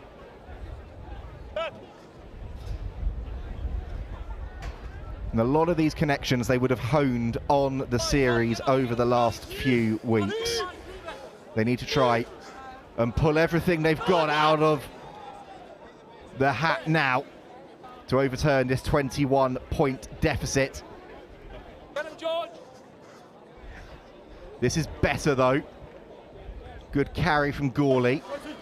But Newcastle Red Bulls are there, turn the ball over and the offload goes to Leslie. Bent picks the ball up now. Great covering tackle coming in from Finley Douglas. A really strong shot comes in on Leslie. There's Joe Craggs. And they're now working the ball wide again. Tom Chandler puts the footwork on and skates around, takes his time, dots it down near the post, and again it's just clinical from Newcastle Red Bulls. Yeah, it's classy, but what you're seeing here with the Newcastle Red Bulls is its basics. The passes are on the money. When somebody does have a go, the next supporting player wins the race, they create a breakdown, they pass away, and they're getting 1v1 opportunities. Now that was a class finish. You know, he's had a metre of space on the outside, he's done a double step, looked to come in, go back out, and unfortunately for the defender he's fallen flat on his face. It's exactly what you want to do as an attacker, not so much as a defender, but lovely finish. Lovely conversion as well to ensure the full complement of 7 points. And to see the replay here, Mark, you were saying it's the basics done incredibly well at the very highest level. Yeah, and you can see as well, up until the last second, he keeps the ball in two hands. So he's got options to either pass or run, and he creates a little bit of indecision for the defender.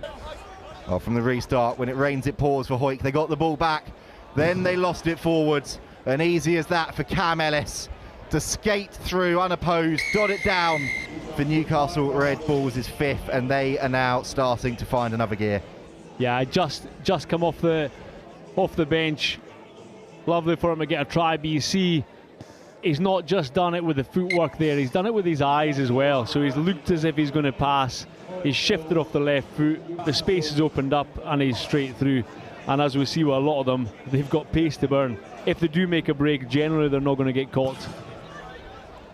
Exactly that. But that is a rare mistake from a Newcastle Red Bulls player, going straight out at the restart. Hoyk now with the opportunity from this free kick on halfway, and again you could see there McLeod wanted just to wait and delay that pass a little bit, sort of then had to check his run, and then as they tried to carry on, they've lost the ball forward in contact, and Newcastle Red Bulls under a bit of pressure through Andrew Mitchell have got the ball back, but they have been penalised for holding on. This is Hoyk's opportunity. And that'll be the biggest cheer of the day if they do actually score against the Red Bulls. Something to remember. They certainly will. Oh, pass wasn't quite on the money. It was the right idea from Harris Common to put boot to ball. But unfortunately for him, he's hacked it out on the full to be a Newcastle Red Bulls line out. But yeah, exactly that. We know which way this game is going to go now, but if Hoyk can get that score, as you said, Mark, the noise in this place will be brilliant, and if a player is able to get over the line, that's a memory they can take away with them. Exactly, and it's easy to criticise Hoyk as well in terms of their skills, but you got to remember Newcastle are putting them under an awful lot of pressure, so they have got less time in the ball. When they catch it, there's two defenders on them straight away. When they move the ball, the same thing the next. But the Newcastle defence has been so solid. We focus on their attack, but it will generally be their skills as defenders and their work rate as a team that end up winning them each game, and effectively the tournament if they get that far.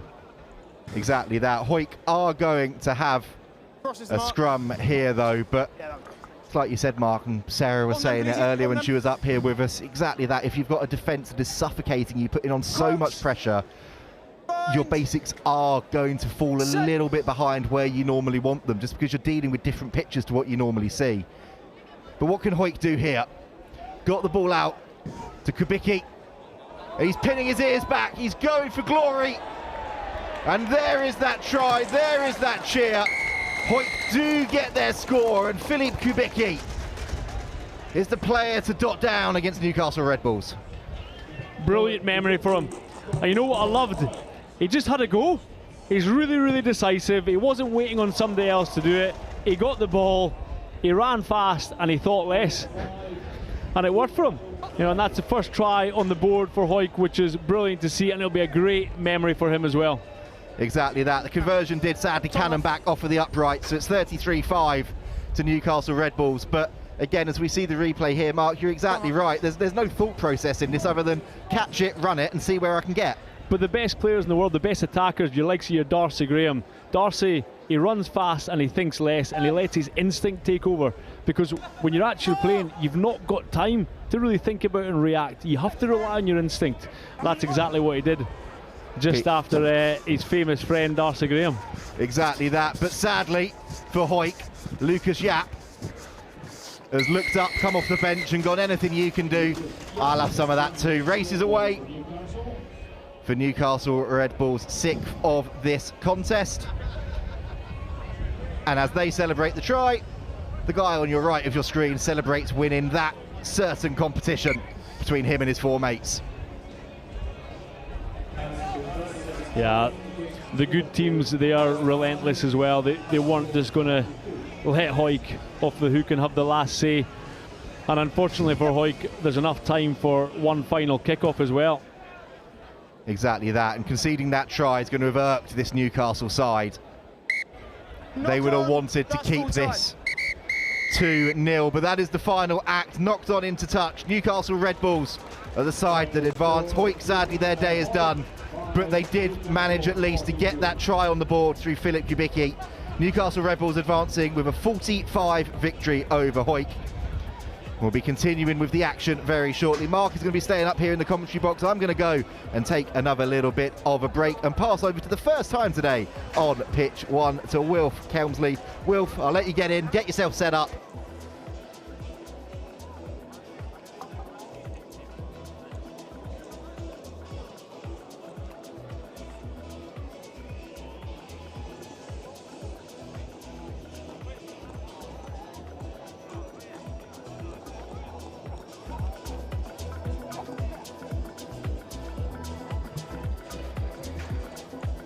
Thanks, Eric. Welcome back, everyone, to the Howden Melrose Sevens. Another knockout tie in the 1883 Centenary Cup.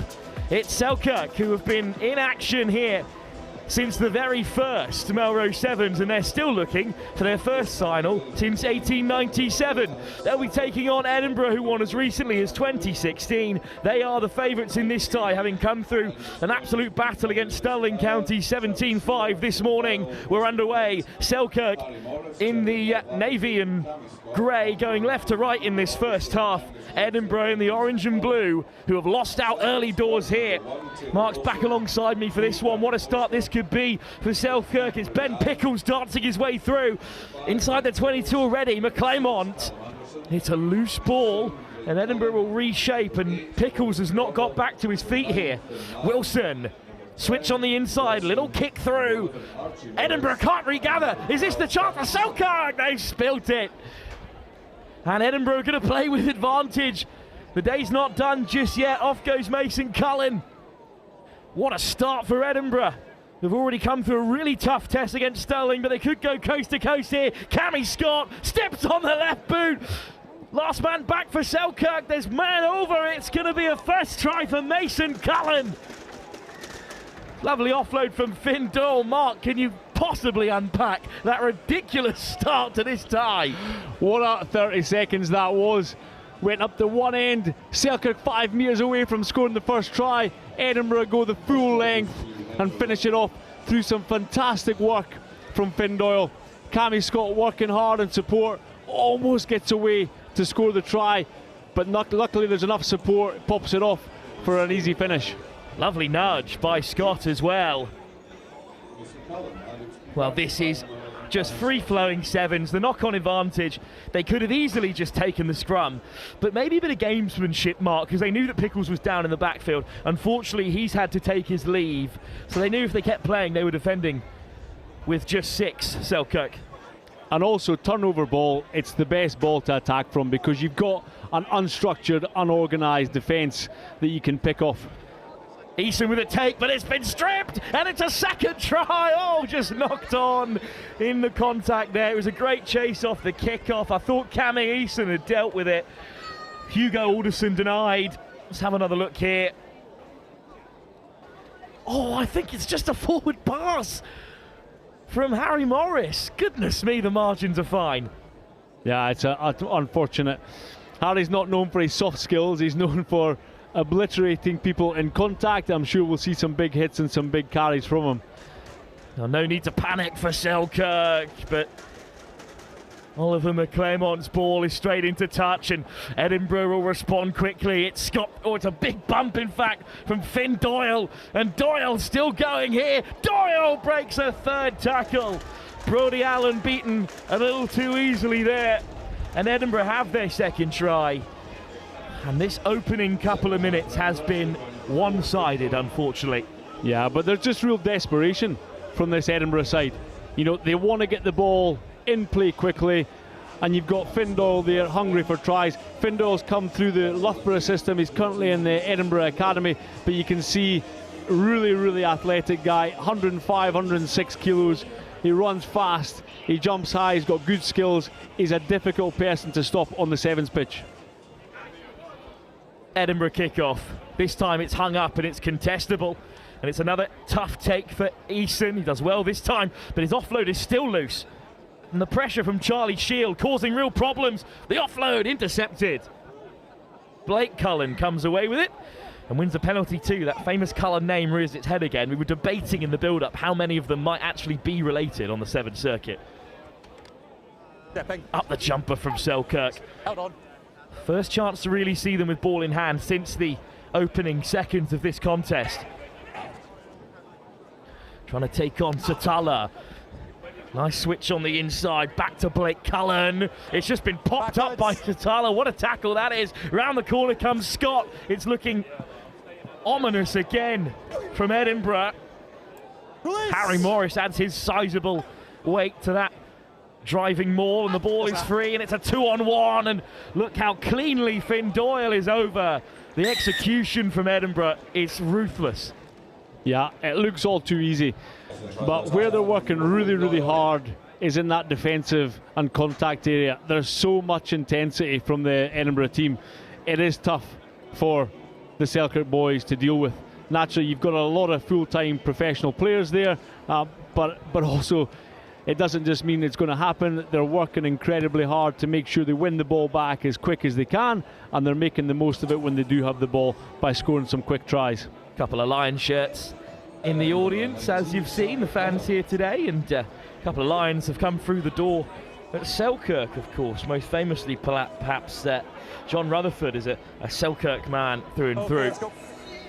One of the great Borders clubs. They've been playing their own sevens tournament since 1919, of course, and they've won that more than anyone. And they will have a free kick on halfway. So there's serious pedigree at Selkirk, even if they are 17 points behind to Edinburgh, who have come today with a couple of the guest sides, like the Scottish Thistles and Newcastle, with real intent to win this whole thing, despite not being on the Kings of the Seven series themselves. Big bump from Selkirk, and a popular one.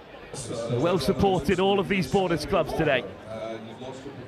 Callum Anderson flicks it through the back door. Beautiful effort, but just can't time it right. The man on the outside, Taylor Wilson. In front of the back. And Malalili Setala will leave it instead for Charlie Shield, who is listed as one of the coaches for our next team, Edinburgh Ackies, who are taking on Harriets. If you are tuning in for that game, don't worry, it's coming in about 7 minutes' time. We're just a little bit behind here as Shield. How easy does he make it look? Just jogs through. Didn't even get out of second gear, Charlie Shield, and he will score another for Edinburgh. Caught late, perhaps by Brodie Allen. But Shield dots down. Yeah, Charlie, he'll be loving the opportunity to play down here. His dad, he played here many times. Graham Shield, obviously he coached the Scotland Sevens team, a Scotland internationalist himself, and Charlie's probably one of the most talented scrum halves you'll get physically. Jumps are ridiculous, crazy acceleration. He plays in the wing a fair bit for Edinburgh as well when there are injuries, so he has got everything, and then he's got his footwork and his skills too, so he's some prospect when it comes to sevens. A dominant first half performance by Edinburgh, who take a 24-point lead into the break. Their second game of the day, they're fit and firing on all cylinders. Selkirk have got 7 minutes to keep themselves in the competition.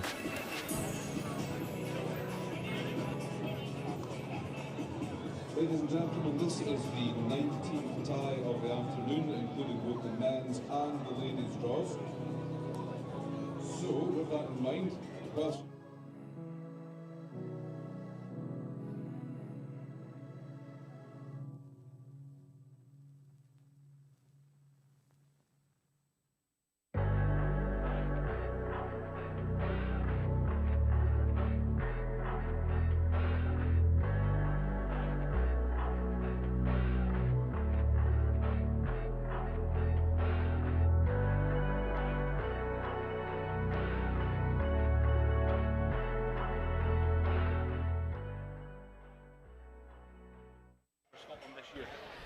Changes then in the second half for Edinburgh, but unfortunately it's not going to get any easier, Mark, for Selkirk, who are trailing 24-0 at the break, because they've just brought on some absolute monsters in the shapes of Blythe Lafferty and company.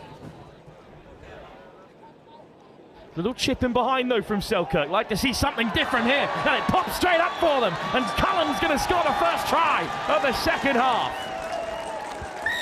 Oh, he's just been mowed down by Ross McKnight, former Scotland international in the game of sevens, of course, but that's a great finish from Blake Cullen. Yeah, outstanding bit of individual brilliance. Unfortunately, on the replay, we've missed the actual magic part with the kick.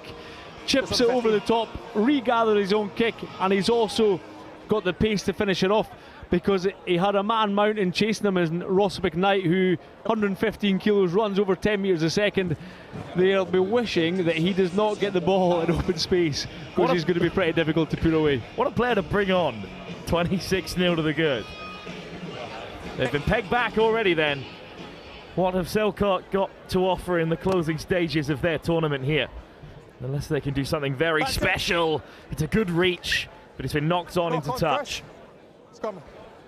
Yeah. Yeah, this is the tough thing though. Like, as soon as they give possession up to Edinburgh, the challenge is going to be, how do they get the ball back? Because Edinburgh are going to win the majority of the contacts. They're going to keep the ball alive through offloads because they're winning those contacts. So the Selkirk defence have to work so hard for each other, so they've got loads of men around about the ball getting in those offload channels. Alderson at scrum half, fed into the midfield, a difficult ball for Williamson. Gets it off the deck really well. Robson, young Scottish under-18 international, picks out Satala, who's hit hard. Robson round the corner. Blythe Lafferty, the hooker. Gets it away for McKnight, and this is looking threatening. McKnight, ball in one hand, just racing away. It makes it look like a size 4 McKnight, even darting back towards Oliver McClymont. I would let him pass. Fair play to McClymont for ushering him in wide. What a devastating carry from McKnight. Yeah, as I said, he's effectively a Duan van der Merwe. He's slightly heavier than Duan. He's not quite as quick, but he's still over 10 metres a second. To put it in a bit of perspective for these Selkirk boys, you know, in the Melrose 10, there's 6 of them that have played professional rugby this year in the URC competition. You know, that is a difficult challenge. You've got a Scotland internationalist in Harry Morris, who got capped in the autumn test for the first time this season as well. It's a big challenge for them. They should take a lot of confidence from the fact that they're actually scoring tries against what is a professional outfit. Alderson, tap back unbelievably by Satala. Alderson dancing footwork is outrageous, but put down. And the errors are few and far between for Edinburgh. You've got to take these kind of chances when they present themselves. Exactly that. And that's what we've said about the best teams. Generally, they just don't give away the ball as often because their basics are better. And basics sounds easy, but actually doing the basics well when you're sprinting with the ball and trying to put in 10-15 metre passes, they're the most challenging skills you've got to do on a rugby pitch. Mallon, fly half right behind the scrum. Robbie McDonald heads towards the outside, just about gets it away. Here's Blake Cullen, the try scorer. Robson, hungry for it. Satala just hammers his man into touch. Offload away for McDonald. Penalty Selkirk in the end. What a thunderous hit from Malalili Satala. Yeah, he'll feel that in the morning. He tried the little cute dummy. Mal did not. He did not accept it. Great hit. Back underway. McDonald directing traffic. He looks bright in midfield. Mallon. McDonald at scrum half. Yeah, for us. Ethan Wilson. Oh, beautiful line, and it's really well held by Archie Morris. Great idea. Another penalty. Edinburgh's discipline just slipping at the moment, and well, he got back 10 metres, Harry Morris, but he's been bumped off by Morris of the Archie variety instead. That's one to write home about. Callum Anderson breaks the tackle. Anderson looks for the switch inside. It's been regathered by Williamson. Almost breaks away. And then it's a return fire by Harry Morris. Here's Angus Robson, captain of Robert Gordon's, still at school level. McKnight gets the offload away. In comes the friend. Malalili Satala will quieten down this Selkirk resistance in the second half. That's what we talked about, just how challenging it is for the Selkirk team, because they're actually making tackles. You know, they're putting Harry Morris down. He'll be raging by being bumped because he's the most combative man you'll ever meet. But then you've got Ross McKnight, who carries the ball well, makes a good offload, and Mal just cruises in for an easy try. Victory for Edinburgh then, if they go marching on towards the final in the 1883 Centurions Cup. Who will they face in the next round, however, with a potential semi-final against Ayr or Newcastle on the horizon? In the next stage, it's going to be Edinburgh Rugby taking on Heriots or Edinburgh Ackies. What a game that would be. That would take the roof off the place here at Green Yards. Next knockout tie here in the 1883 Centurions Cup. If you're here for Heriots Edinburgh, it's on the way.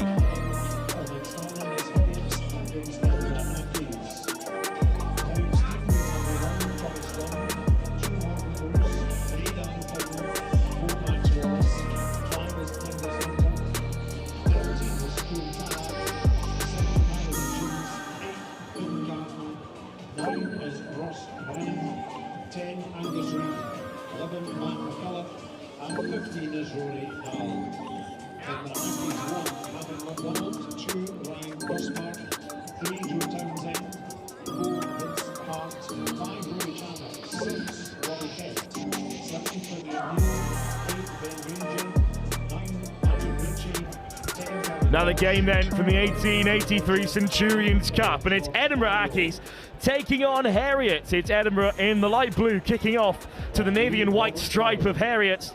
And Sarah's alongside me for this one. It's a bright start though for Heriots, looking to dart their way through. Lovely little fend from Angus Hunter. Bright start to this tie. There's options down the short side. It's Max Wallace up the jumper. And then in comes the fend from Finn Carden. Here's King. And what a start it is to the tie. Of course, so much history between these two teams. And with Edinburgh waiting, what a prize in the next round for whoever can wrangle their way through this one. Floated wide from Thomas Dunn. Dunn gets it back off the deck again. He's upright. And in comes the driving maul. Edinburgh hold firm for now. Half a hole opens up in the middle of the park. Edinburgh man's got to roll away. Should be Heriots in possession still. Little boot to Angus Reid. Will it bounce up here? It's into touch, but a nice bit of territory. Sarah, welcome to the game. Thanks for having me. Really nice bit of play from Heriots just to put the ball in behind there. Wasn't really anything on. They'd split their attack, one on this left-hand side, two on the right-hand side, and neither side had an overlap, so not a bad option to put that little grubber kick in. Caught an Edinburgh foot on the way through, and they've got the line out.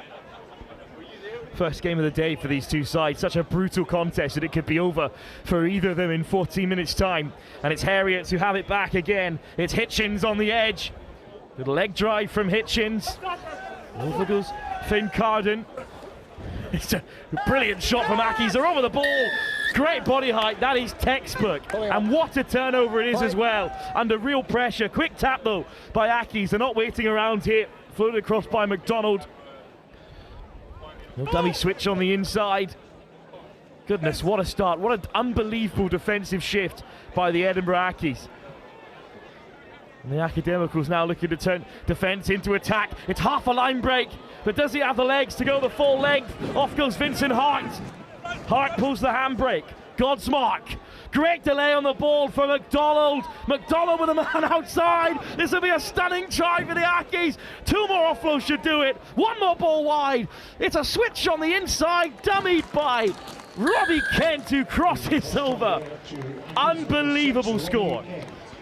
Great bit of play from Edinburgh Ackies from 10 metres from their own try line. An excellent defensive set, won them the penalty, and then just picking up good options. Really good line break up the left-hand side from Edinburgh Ackies, and then the presence of mind just to slow down and wait for his support to come in, and then it was just about picking off the defenders, finding the support on the outside. Yeah, good now. That's a silly, silly score from the lads from Stockbridge. Beautiful corner of Edinburgh. They get to call home. And this is a ridiculous try. There was so much to do here after the initial line break. Cameron McDonald floating it over the top. This is cheeky from Robbie Kent with a man outside him. I mean, if he gets caught there, he's in real trouble. Does just enough to throw a little dummy, buy himself some extra space. One back from the kickoff, but spilt by Ryan Godsmark. Really good effort to get up and tap it back. Height on Cameron McDonald. Good start though for Heriots, despite going behind. I think they had a really good couple of minutes. It's just how deadly the game of sevens can be. Set. And now they have a chance to create again. Oh, dummied, and then ball on the inside. Regathered. The handling outstanding from Heriots. Popped over the top, that's a forward pass, but the referee's going to wave it on. Oh, flat is the call, and Heriots will go over. Well, we'll have another look at that one. The ARs certainly had a better view than we did. What a score. Off the set play, no phases required. This is a stunning finish, and Heriots score right under the sticks. Some good stuff from Heriots, coming straight back into it. Off the scrum, just carrying through the middle and then just keeping the ball alive, looking for those one-handed offloads. One over the top there, floated flat, if not slightly forward. Let's take another look. These offloads are brilliant, but it's the penultimate one. There it goes. Well, I think it might have taken a tap off of an Ackies player. But regardless, they take the lead, in fact. Heriots with the conversion on top. Good chase. And there's two men in navy and white there to tap it back towards Thomas Dunn. Carden. Use it. Assessing his options. Nice cross from Hunter, and wide they go. Tackle made on halfway. Heriots are going to go fishing forward at the breakdown again. It's another turnover. Well, last time they won it back, they scored straight from it. Let's see what they have in their locker this time. McDonald all the way across for Kent, the try scorer. Vincent Hart in support. It's loose at the breakdown. Heriots all over it. Forced off by the referee. They didn't react quick enough. McDonald, they're not back 10 either. So McDonald's still going here. Vincent Hart's taken a tumble in support, and Heriots have it back. Here's Thomas Dunn, who clears his lines. That's a huge error from the Edinburgh Ackies, who trailed by 2 and have coughed up in such a progressive part of the field. Maybe broken field will work their way instead. A swipe from Max Wallace. McDonald slips off, and McDonald's away, and there's one man in pursuit. It's McDonald. He's caught by Carden on the inside for Chalmers, who does score. The support lines from Edinburgh Ackies are fantastic.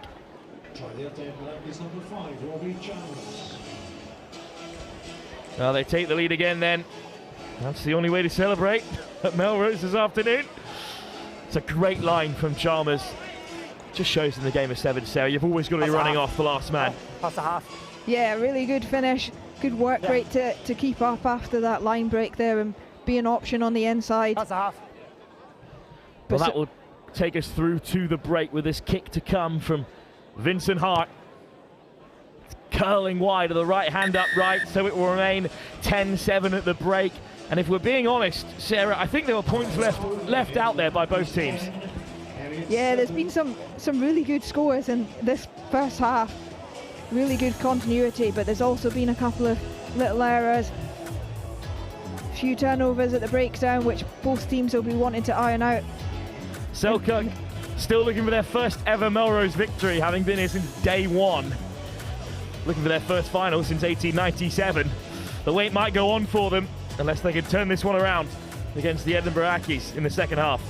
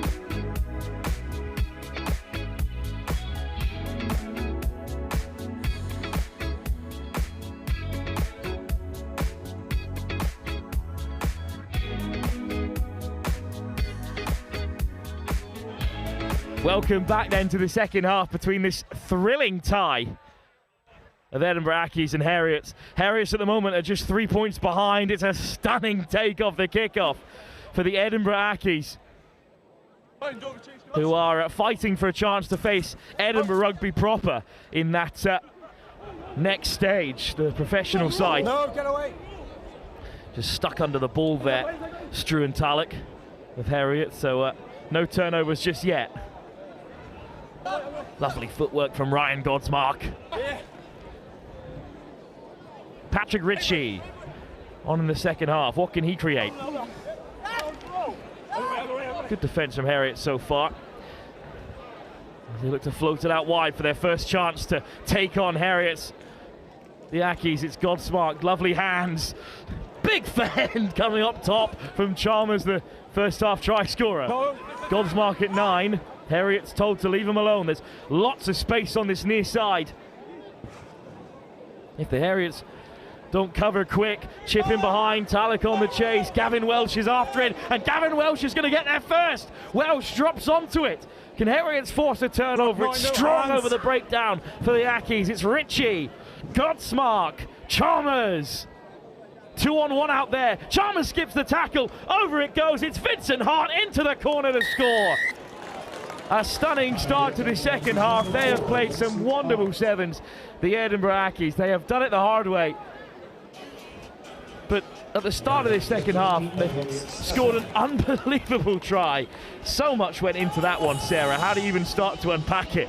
Yeah, really good break up the middle of the pitch there. Really good from Edinburgh Accies to get that second player over the breakdown, but not clearing beyond, so leaving that ball into the ruck, which just bought them enough time to get a scrum half in and move the ball to the right-hand side where there was a little bit of space.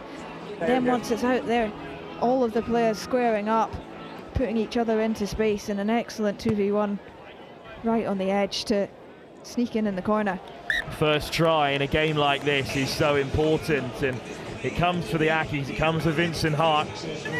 That kick through from Welsh, he does so well not to be turned over. Yeah, that was the breakdown I was just chatting about there. The second player in super quick, sealing that breakdown, but the third player just taking a little bit of time, but with that clear out, making sure that that ball was still in the breakdown. Really important for them, keeping the ball in that play. Not getting overexcited with a few minutes left to play as it's tapped back by Welsh and off the boot, and can it be controlled here? What a score it'll be! It's given! How on earth has Gavin Welsh kept that one alive over the heads of anyone in navy and white? Tapped back by the Accies, and then this ground control is brilliant. I have to take a little look at the grounding. He's done really well. It's a tiny dead ball area here. Control that first kick through, and he didn't rush to pick it up off his feet, willing to just control it with his foot all the way across and then get it down before the dead ball line. Aki's unnamed hero with no number on his shirt. He's actually had a really good game. Fair play to the Aki's player as the kick comes off the post.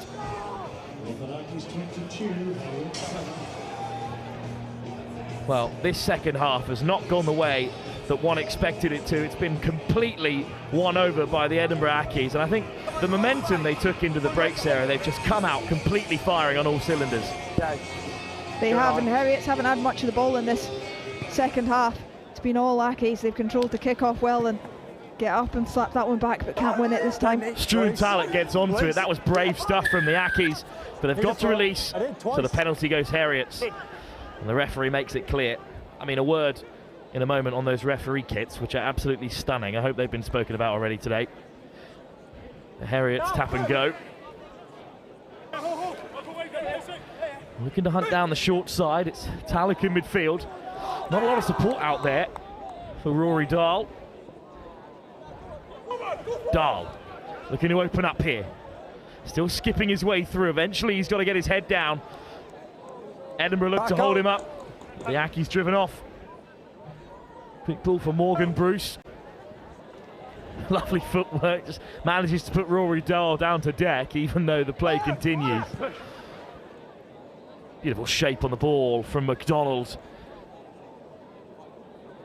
The Harriets mark up one-on-one very well. And then a dummy in midfield. Is there someone flooding through on the offload? This is brilliant hands from the Accies again. Welsh with a bit more space to run into here. Up the jumper of Dahl and straight through him. Brilliant tackle in the end, but what a carry from Welsh. McDonald.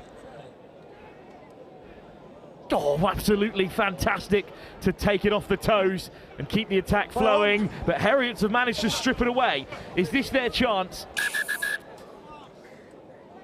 There's a man down rather uncomfortably for the Edinburgh Accies, unfortunately. It's Patrick Ritchie who's gone to deck. New beers, please. It's a busy day here at Melrose, absolutely packed out. That's fine, yeah. Wonderful attendance still. Last play. So early in the day, relatively, there's so much seven still to come. But yeah, Ritchie looks rather uncomfortable at the moment. Yeah. And it's a shame because this is going to kill the momentum of the tie. I think this is going to secure it for the Edinburgh Accies. As much as I hope that Ritchie's back to his feet as soon as possible.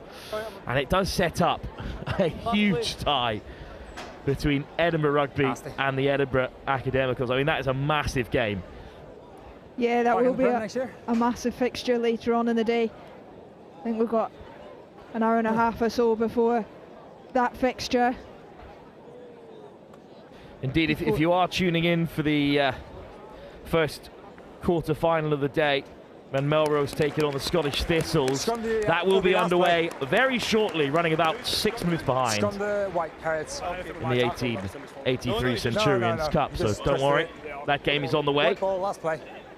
Final play before that fixture, in fact, where the hosts will be welcome to rapturous applause, I imagine, against the Scottish Thistles. A blockbuster tie in as our first quarter-final. Harry into one last go at things before they take their leave. What a tackle in midfield. Head between the spokes. Penalty Ackies. That's game. McDonald under little pressure finds the touchline. And it's a second half performance of control and of dominance, and the tide turned straight after the break when Edinburgh Ackies grabbed the opening score from first phase. They've set up a monumental tie against Edinburgh Rugby. You must watch out for later on today. For now though, we look ahead to our first quarter final. It's the Scottish Thistles, and they'll be in action up against the hosts, Melrose.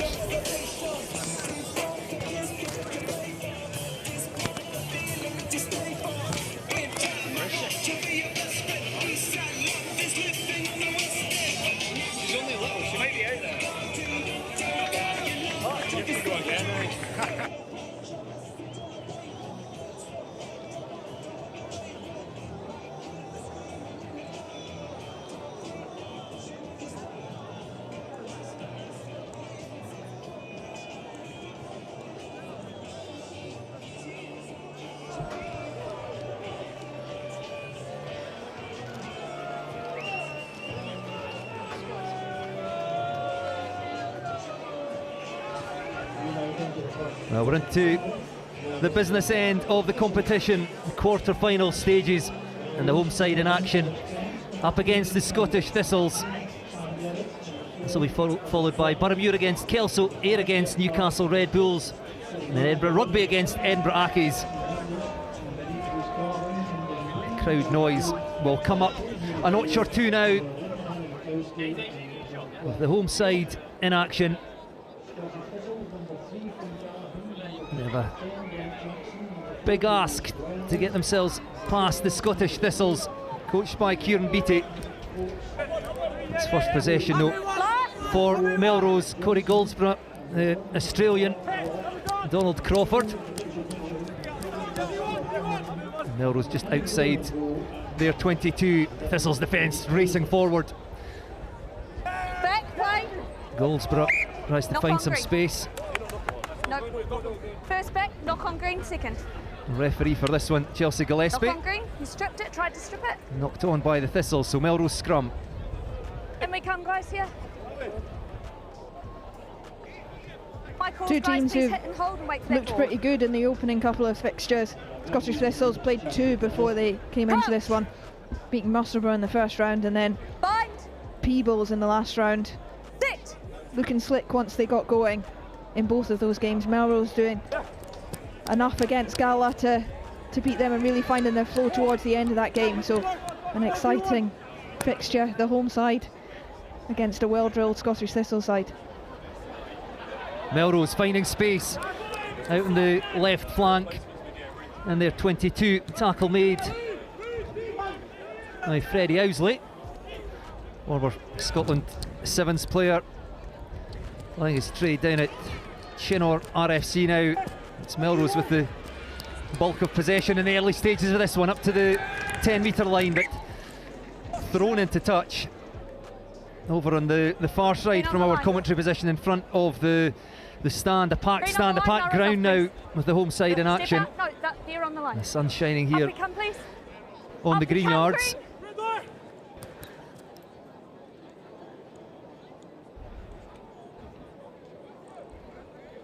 Thistles winning that one in the middle of the line out with Finn Callahan out to Freddie Owsley. He'll be the danger man. Has he got on the outside? Has he got the pace? Yes, he has. Nothing that Donald Crawford could do there. And Freddie Owsley touches down behind the post. It's first blood to the Thistles. He's been excellent every time he's got ball in hand in a bit of space so far today. They find him really early off that line out. Isaac Oakes just moving the ball to Freddie Owsley. really early, giving him a little bit of space for a 1v1, and shows his pace. Time, we've got boot. Yeah, sometimes you don't have to do anything fancy, you just get the ball to the man with the pace on the outside. Don't have his boot. It just felt as soon as the ball got into the hands of Freddie Owsley, Lift the rack. and it would be too much for Donald Crawford to deal with. Time's on. Conversion successful, so the Scottish Thistles leading by 7 points to 0. A restart from Isaac Coates, taken by Doug Crawford.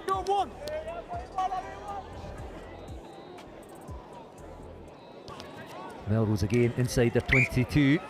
Scott Clark thrown forward. Melrose causing themselves problems here. Again handing over possession inside their 22. Another scrum for the Thistles. Guys, let's hit and hold, please. You can see what they're trying to do. Scottish Thistles racing up in defence, really putting them under pressure. So Melrose just looking to hit that short runner just to make them question in the midfield. Freddie Owsley lurking behind the scrum. Off he goes, looking for space, and he's found some. Clean through again. Untouchable Freddie Owsley. 2 tries for Owsley, 2 for the Thistles. They lead by 12. Spots the space early and just accelerates into that arc and run. Yellow line. Once he's into that space, he's got the option to hit someone on the outside, On a team. or just take the gap himself, and he's got plenty of pace just to accelerate through that gap. 15. Puts his team 2 scores ahead.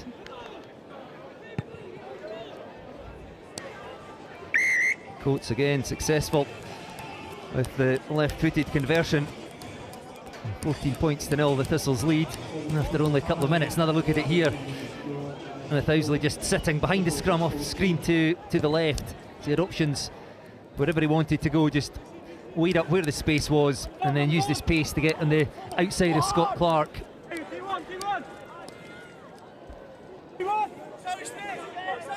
It's Melrose now trying to mount a response from deep in their own half.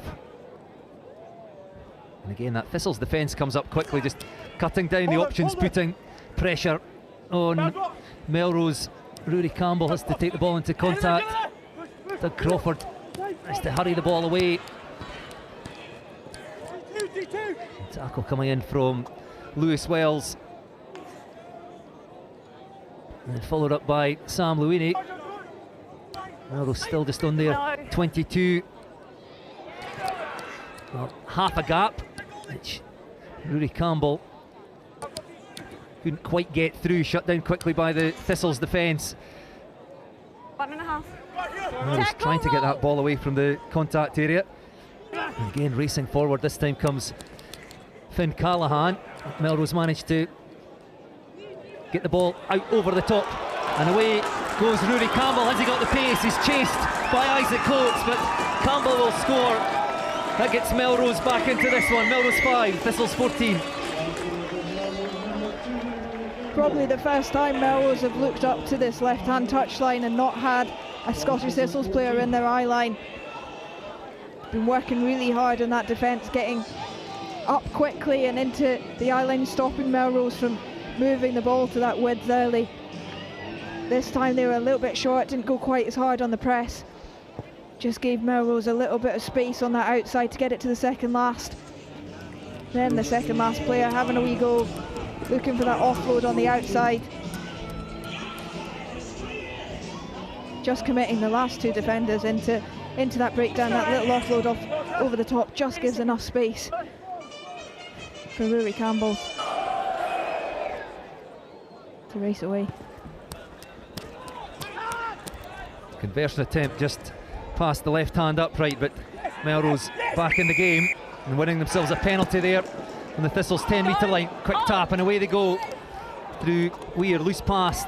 Doug Crawford tidies up. Here go Melrose again down this left touchline. Corey Goldsborough couldn't be taken by Gavin Wood. Then the 22, Melrose threatening again. Half time. The referee blows for half time. Melrose 5, the Scottish Thistles 14. Just had a wee look up, didn't he? Just at the last minute as that ball was coming into his hands, just having to think about whether he could blast on the outside or step back on the inside, and in the end that ball doesn't find it into his hands, and he does neither. An excellent last 2 minutes of that half for Melrose, though they'll be pleased. Scottish Thistles racing into a lead, and then Melrose finally getting some ball and coming back into it.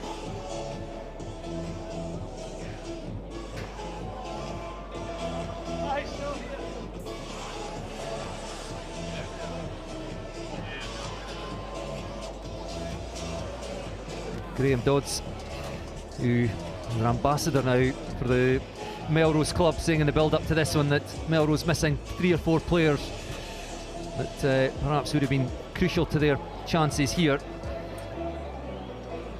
Saw their way past Gala relatively easily in the second round, 31 points to 10 winners. Finding it harder going against the Thistles, but still very much in this one. Try giving them a lifeline. Wasted opportunity though at the end of the second half. Pace throughout that Scottish Thistles side, but we've seen what Freddie Owsley can do. 2 tries for Owsley, both converted by Isaac Coates.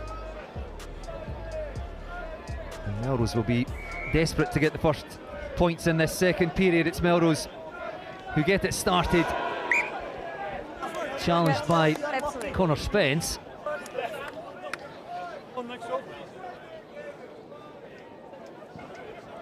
One of the Thistles players somersaulting. It was Brent Jackson, knocked on by Melrose. Watch all of yours, eh? Feet down, let's wait for the ball. Crouch. Bind. Sit. So Richie Mitchell to get this ball in. Owsley lurking out there on the right wing. Ball won't get there for now.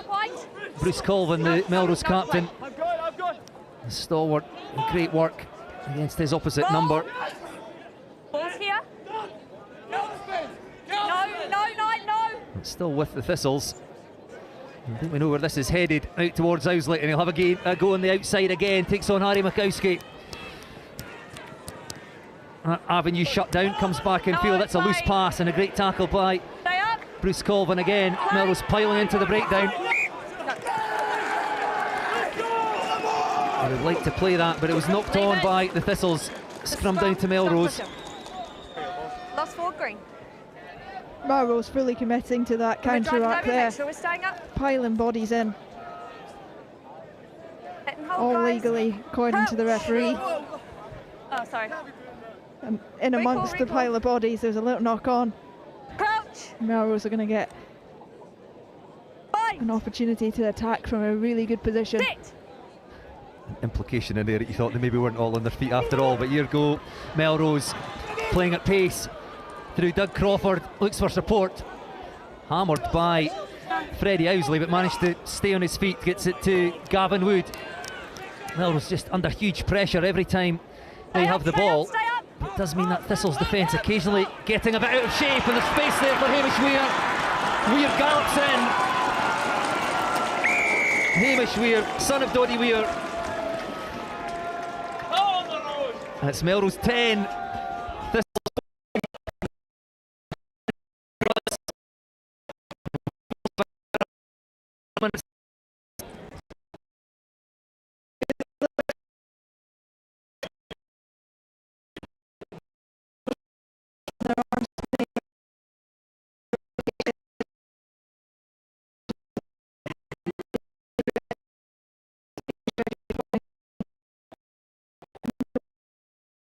With the momentum there, playing on top. Scottish Thistles diving in at the breakdowns, just desperate to get the ball back, and then it was just a quick tap and a fixing the last defender, scoring in the corner. And they take the lead.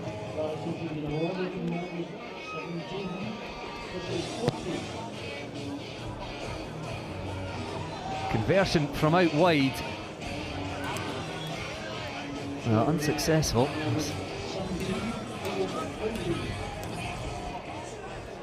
A good attempt, but Melrose leading by 3. A mistake from the restart though. Just hands possession to the Scottish Thistles. Another look at the try there. A brilliant score from Rudy Campbell. Gets his second.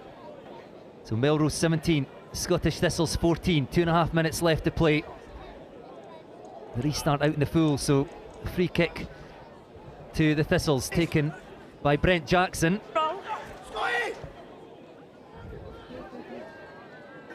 And Jackson goes looking for spaces, finds some. Ball inside to Isaac Coates.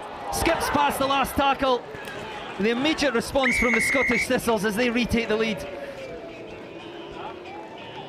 And under the post as well, you feel like conversions might be the difference in this fixture.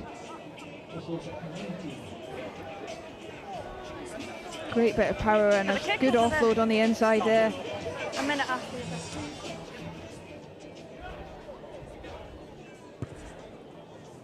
It was Brent Jackson wearing 10 who did the initial damage.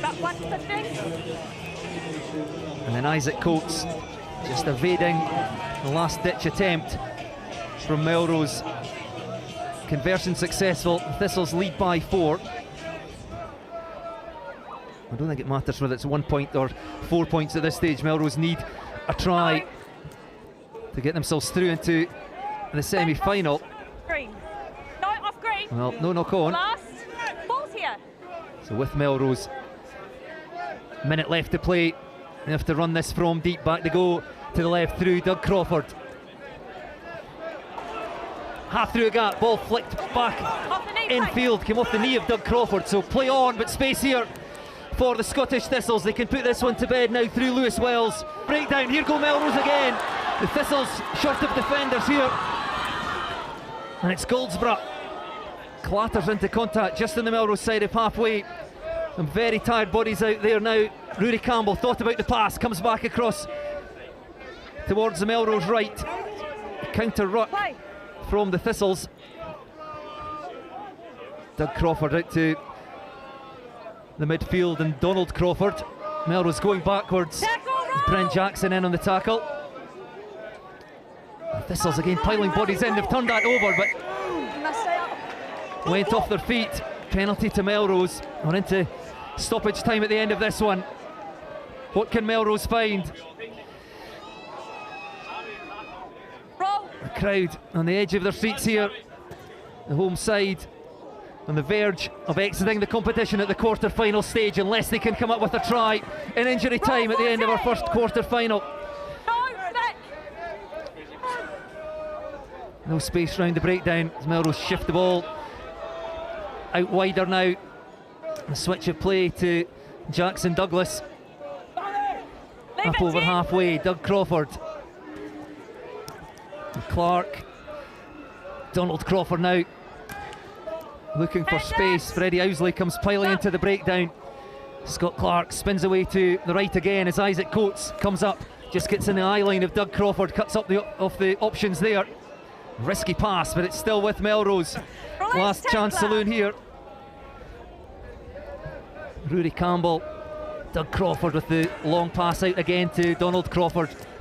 Melrose stuck on halfway, all they need is a gap. Nobody at the back for the Thistles. They're a bit short of defenders here. Stab through, just the bounce of the ball. Corey Goldsborough, can he regather? Stays in field, throws the ball back in. Now, has that been deliberately knocked on? The referee, Chelsea Gillespie, says no. Blows for full time. And the Scottish Thistles clinging on at the death. Melrose with one last chance here, stabbed that ball through. Corey Goldsborough gathered it there as he threw back in field. Questions whether it was a deliberate knock-on by the Thistles, but Melrose, the home side, exit the competition. The Scottish Thistles go through. They're our first confirmed side in the semi-finals of the 1883 Centenary Cup. They'll face the winners of our next tie, Boroughmuir against Kelso. The next tie is between Boroughmuir and Kelso. your team. Number 1, Will Walker. Number 2, Matt Dillon. Number 3, Calvin Locker. Number 4, Ellie Armstrong. Number 5, Paul Christie. Number 6, Cameron Arthur. Number 7, Jason Lee. Number 8, Ben Scott. Number 9, Jack Hamilton. Number 10, Fraser Keach. Well, no time to mourn for the home side because we're straight back into our second quarter-final, running about 15 minutes behind at the moment. So if you're tuning in for Ayr against Newcastle Red Bull, it's about 15 minutes away. Up first, it's Kelso taking on another Edinburgh side in Boroughmuir. Now, Boroughmuir also brought their under-18s along, had a tough morning and missed out on the semi-finals. This is a big chance for Boroughmuir, though. He came through a really tough game, 19-14 in the round before. Kelso as well, 17-10. Mark alongside me for this quarter-final. 2 close games. I think there's more to come from both these teams. Yeah, Kelso have been a stuffy team on the Kings of the Sevens circuit. They've had some quality performances, reaching the final at Earlston Sevens. So it'll be interesting to see if they can push Boroughmuir on here and get a Borders team into the semi-final, which would be brilliant. Two sides who have tasted victory here at Melrose on multiple occasions. 3 titles though for Boroughmuir, the lesser of the 2, as they look to break out of their own 22, straight up from Matt Dillon. But it's a penalty for Kelso. It's Kelso in the grey and white, and right to left in this first half. Boroughmuir in that traditional green and navy. At the moment, it's a huge chance for Dwayne Patterson. Options left and right. Patterson steps off that left boot, dummies the first ball and finds the secondary line. It's round the corner from Angus Utterson. Utterson to deck. Into the 2-on-1. Back against the green comes Murray Woodcock. Barber, he's caught illegally. Quick tap, Barber, surely he's over. No stopping him from there. Quickest to react is Archie Barber. Kelso take the lead. They worked that position really well, but once you're in the 22, you've got to convert. Love that speed of thought from Archie Barber. He's not allowed the defence to get organised and structured. Quick tap, and it is an easy try. So Kelso will be looking to do their older Kelso teammates some proud, not so much teammates, but back in the 70s and 80s when the competition was extremely strong. They won the Melrose Sevens on a number of times over a 12-year period, and they were actually inducted into the Hall of Fame last night at the Melrose Sevens Hall of Fame dinner, which is a huge accolade for the club, and really nice to see some of those older faces back in the club. 7 times in 12 seasons. What a record, but no championship since. So they sit on 7, 4 ahead of their current opponents, 7 ahead as things stand. Excellent take though from Fraser Keach. And a chance for Boroughmuir to build something here. It's a Hayden Leach to the line, and the tackle is broken, and Hayden Leach is away. No one will catch him. No one will even get close. 1 missed tackle, and that's all it takes. What a cruel game Sevens can be. It's cruel, but there's a lot of power in those legs, Hayden Leach. Youngster for Boroughmuir, so decisive. As soon as he got the ball, they were just intent to go for that scoreline. And he did it.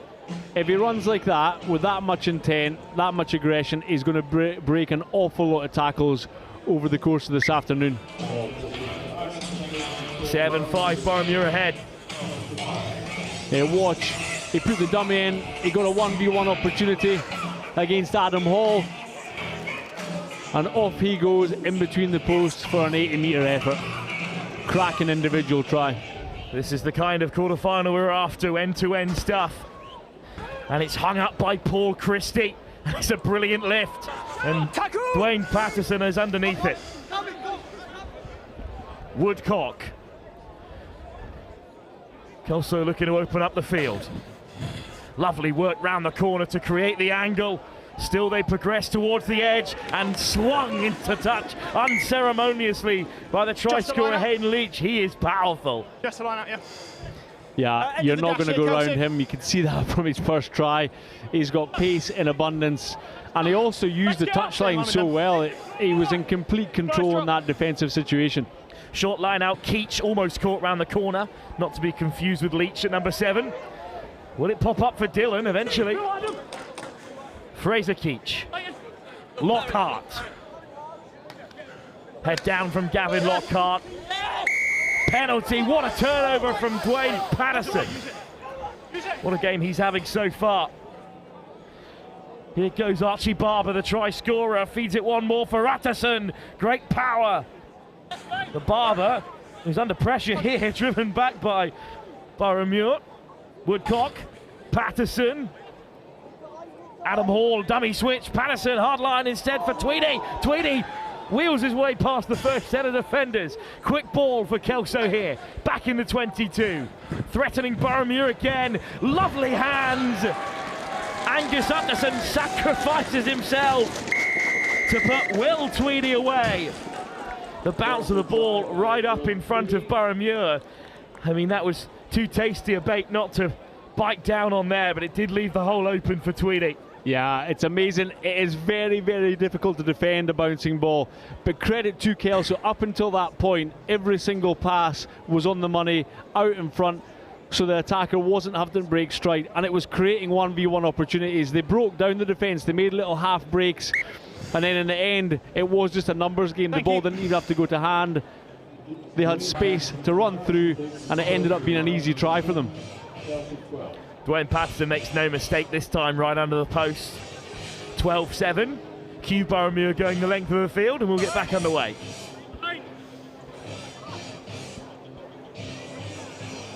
Can Barrowmuir back it up with another to keep this game on a knife edge? As we approach half-time, it's a devilish kick-off. It's wonderfully well taken, and that's a really brave gather on the far side. Yeah, catching the ball above your head is one of the most difficult skills. A little bit easier than being lifted and catching the ball above your head, right enough, but he did really, really well to take that under pressure, and he's earned his team a penalty, which is interesting. We've not seen many kicks to touch over the course of the tournament. Most teams have been either taking a quick tap when the defence is unstructured or taking a tap and going to a set-piece play. But first time I've seen kick to touch and going for the line out over the course of the weekend. Good meters by Christie beyond the halfway line. Barrowmuir back there, set piece. Will Lockhart also out there alongside Gavin. There's plenty of Lockharts amongst Barrowmuir's lineup. The father as well, also formerly coached the under-18 team. Back against the grain comes Hayden Leach, looking to bust through tackles again. Penalty, Kelso. Great effort at the turnover by Tweedy on the roll. Illegal, so penalty. Dummy switch. Can Barber find the corner? Barber dragged into touch. Outstanding defence on this near side. Alex Boulder this time makes the tackle and takes us through to the break. Barrowmuir survive a late scare. And it's another trademark tackle. You can see the winger using the touchline so effectively. Under the hips, drags the attacker into touch and saves a pretty certain try. A semi-final against the Scottish Thistles up for grabs. But who will claim that spot in the final four? Two previous champions, Kelso and Barrowmuir. Just 5 points between them with 7 minutes to go.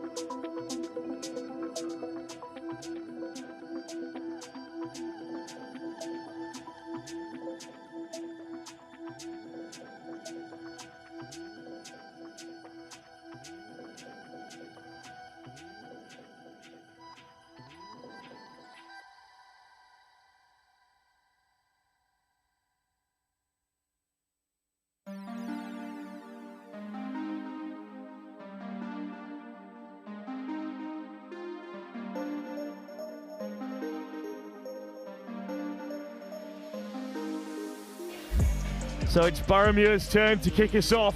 Christie with ball in hand. They trail by 5 at the break. A spot in the semi-finals and a chance to take on the Scottish Thistles up for grabs. Boroughmuir looking for their first title since 2002. It's hung up towards Kelso in the grey, and it's well taken by Woodcock. So here we go. Mark back alongside me. It's fair to say Kelso have built the better of the two so far. Boroughmuir have pounced on mistakes, but it's Kelso who've constructed opportunities. No. You're exactly right, and that comes off the back of playing weeks and weeks of sevens. You know, they're 7 or 8 tournaments deep, and you can see they know each other so well. They know how to manipulate the defenders, but also how to create tries. Murray Woodcock with a stiff arm. Patterson, quick ball.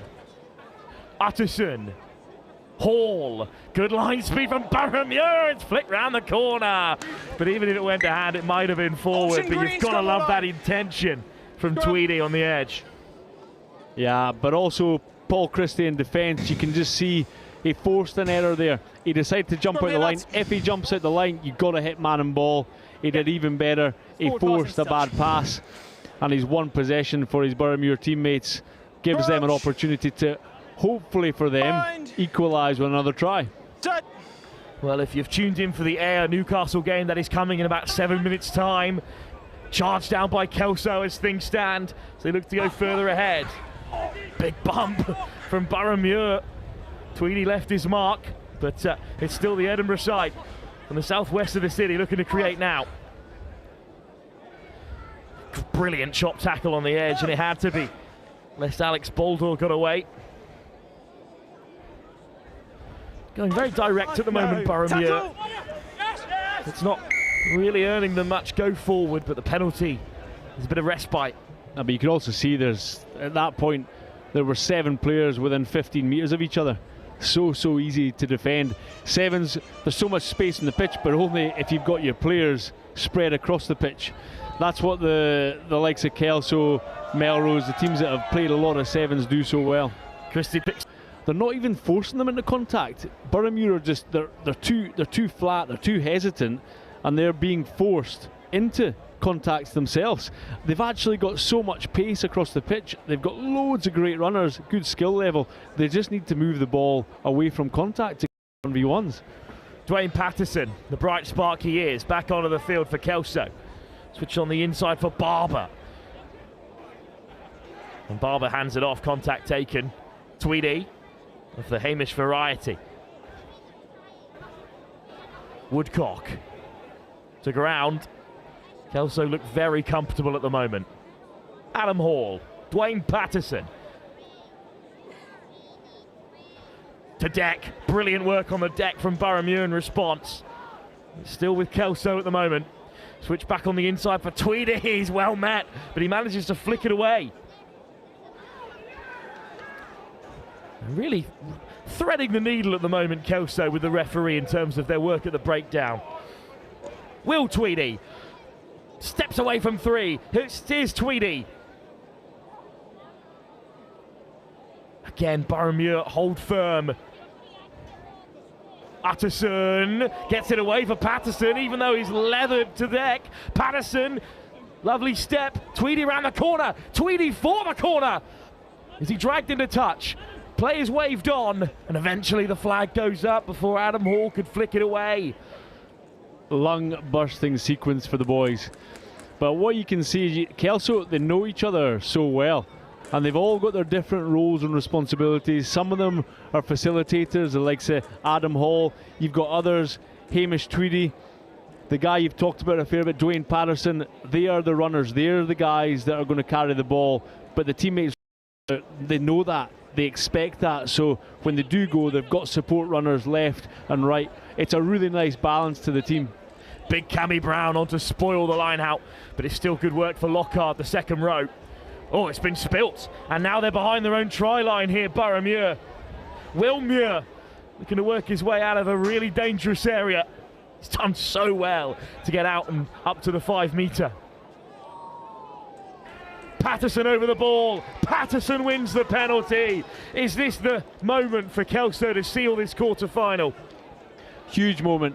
Obviously, Dwayne Patterson is known for his try-scoring ability. On this occasion, he's won the race to the contact and won his team a penalty for holding on. I think they're going to go for the scrum. I don't know if that's just to use up some more time, but also what it does do is it creates more space for their fast guys. You've got 3 other opposition locked up in the scrum, plus the scrum half. You move the ball a bit of space. On this open side here, they've got 60 metres to play with. Lovely stash those two were wearing. A couple of next-gen livers on their break. Patterson to feed the scrum. Kelso with a huge chance to win this tie. Tweedy at first receiver. Patterson goes himself. Dwight Patterson, what a finish! Had no right to sneak through there and score.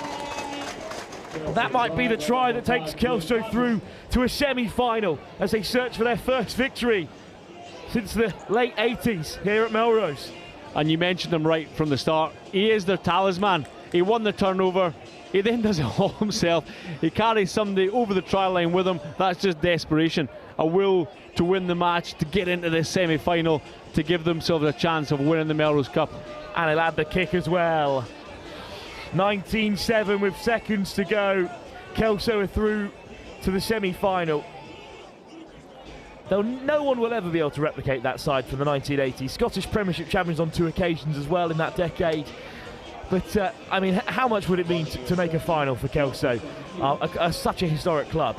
It'd be awesome for them. It's also good for Borders Rugby and the Kings of the Sevens. You've got to remember that Kelso team had a bucket load of internationalists. They had British Lions in the team, and Roger Bannister. They had the Great White Shark and John Jeffries. You know, they had an unbelievable team, and they had a lot of grunt too. But they did say their Thursday nights were the hardest actual matches they played against the second 15 or second 7. Speaking of Great Whites, it was a fantastic win off the kickoff from Cammy Brown, who's straight over as well to latch onto the ball. Thompson, direct, looking to draw the high tackle. Penalty Kelso. They're sauntering home in this tie. Surely they just kick it off. Save your legs, boys.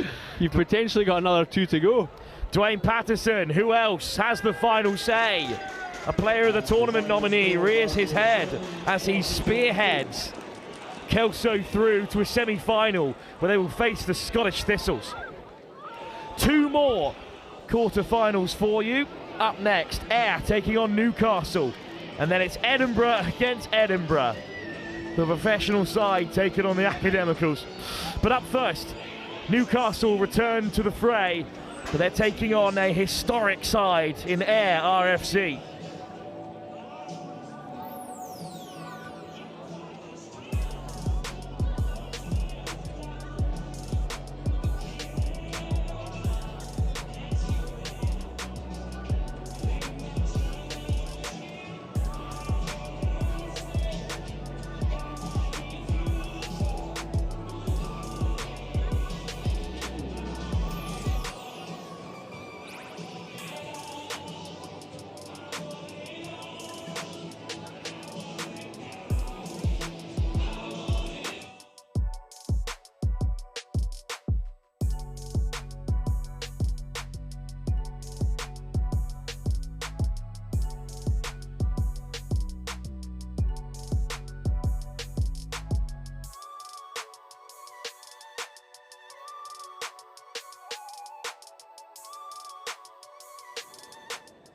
Welcome back then. This is our third of 4 quarter-finals. Newcastle Red Bulls taking on Ayr. If you're joining us for that huge Edinburgh game between the professional side and the Academicals, that's in 14 minutes' time, because up first it's Newcastle.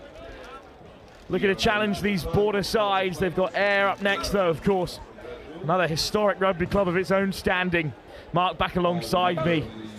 I mean, this is a really talented young Newcastle side who have already had to come through some tough challenges today as first-round entrants. It is it's a top Newcastle side, but I'm going to say I think Ayr might pip this. They're 2 very similar teams that they've got a lot of athletes.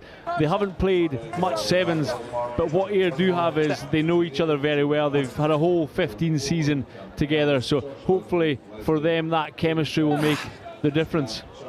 Of course, Newcastle came through against the Glasgow Hawks, and then they beat the record champions Hoyk. Absolutely dominated against them here, and Tom Chandler is going to skim his way onto the outside and open up the scoring for Newcastle, who touched down from inside their own half. Yeah, just has the pace over his opposite number and Jack Craig. Tom Chandler, pace to burn, and it is just so difficult to compete with it. You know, if somebody has got wheels and they can go inside and outside, if they've got enough space on the edge, they will take you, and that was the case there. 7 on the board for Newcastle Red Bulls, who have sauntered their way through to the quarter-finals. This, as you said, though, Mark, will be their toughest test of the day. But that is a simple score for Tom Chandler. Kick-off from Newcastle. Very contestable, but it's a great leap and a brilliant take by Bobby Beattie. And possession for Ayr. Straight away they move it right to left and will take on Newcastle in that final 15-metre channel. Entry, please. Really quick recycle for Robbie Orr. Really trying to stretch Newcastle as wide as they can here. And then half a line break opens up for Ayr. Lovely offload from Beattie again. Down goes Jack Craig. Penalty. Still on the ball. Isolated. Excellent turnover. That is such good work rate from Joe Craggs. To the short side come Newcastle. Joe Craggs of Darlington Moden Park. And it breaks again for Chandler. Tough. Really tough for Ayr. There's no one there though. And it'll be one of his easier tries to Tom Chandler, but the try came from the turnover. Joe Craggs, he was so quick over the ball and he was in such a low position. Again, that is a turnover ball, quick tap. Ayr unorganised defensively, and it's an easy try. Niall Godsmark off the deck and no one reacted quick enough in pink. John Leslie curls it over the sticks. 14 points, but there's a long way to go in the game of sevens. You know, and that can turn around very, very quickly. Ayr have definitely got the quality to do it. I've called it, so there's pressure on now. It's an excellent kickoff again. It's over Beattie this time, off the leg, and then spilt, and it's going to come for Craggs again. Chandler on a hat-trick already. John Leslie straightens up and flicks it out the back door. Lawson, good decision to keep it in hand. Leslie to the open side. Chandler, Craggs. Aptly named, I feel, for his physicality and ferociousness, but Chandler's dropped it, and in comes the big don't argue, and now Ayr in behind. He's pulled up a little short, but can he go the length? Jamie Snedden. He gets away from Godsmark. Yeah, that's not ideal. He's clearly done a groin or a hip flexor or something when he's been striding out. Oh, there it is. Yeah, it doesn't look too comfortable as well, but he still managed to get in from 20 metres. Well, he might not leave the field with all of his muscles intact, but he will leave with 5 points to his name, and Ayr back in the tie. But that is why you never give up. You see now Godsmark chasing back, because you don't know what's going to happen. You know, if he hadn't, I mean, obviously he doesn't want to injure anybody, but it would have been an easy jogging for him. And still, he kept him out wide, and it means 5 points instead of 7, so it's still a 2-try game. This handoff from Snedden. Once the ball comes loose, it's Ayr who react the quickest this time, just shrugs off. Play on. Leslie, and kick-off from Ayr is high and well contested, and it comes back for James Ben. So it's Aminio Boggidrudi who wins it back. Ayr to the line, looking to flick it out the back door, and it has found McGowan. McGowan fighting to stay in play, but a penalty for rolling on the deck. Not the first time that's been given today.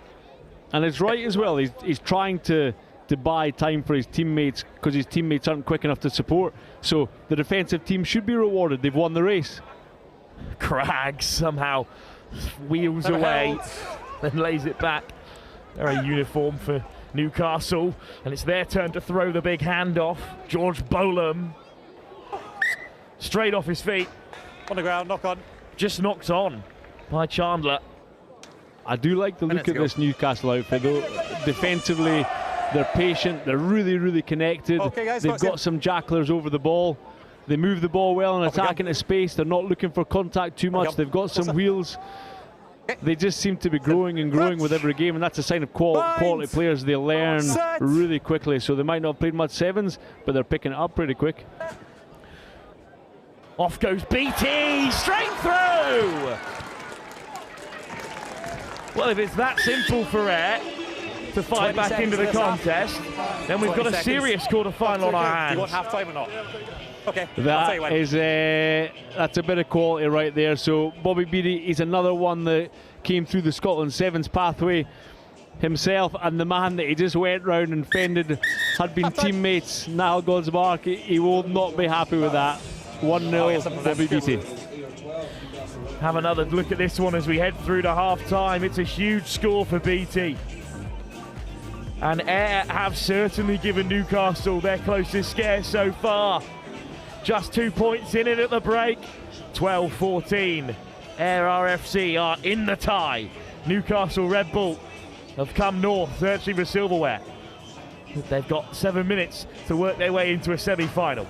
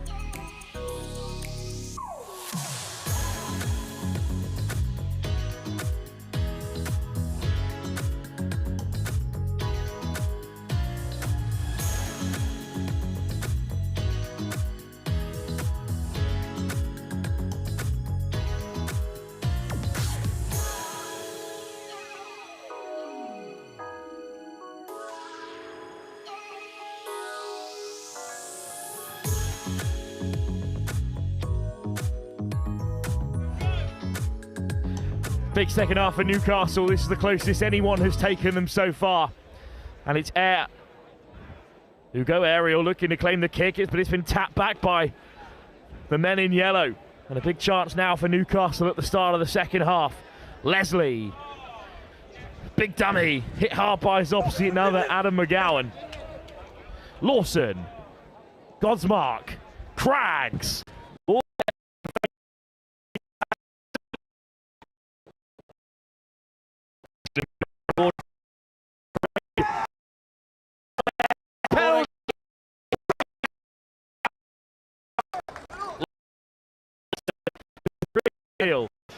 That's huge though.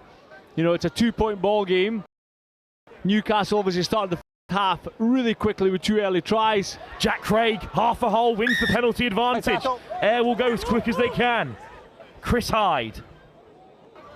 Johnston, opening up over the ball. Never on the ball. You got to pick up the ball.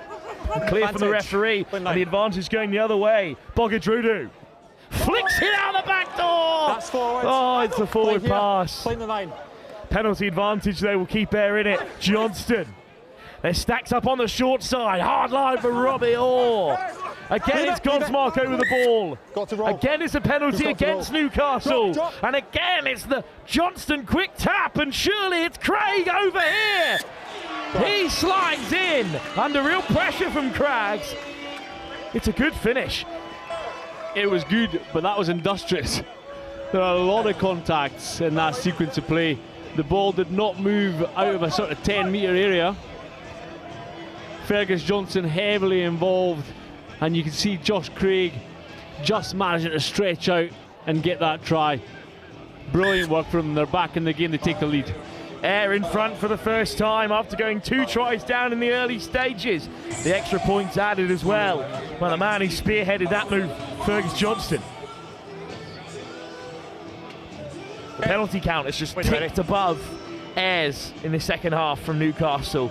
They've swapped sides in terms of the referee's whistle. Kick-off to come from Aminio Bogadrudu.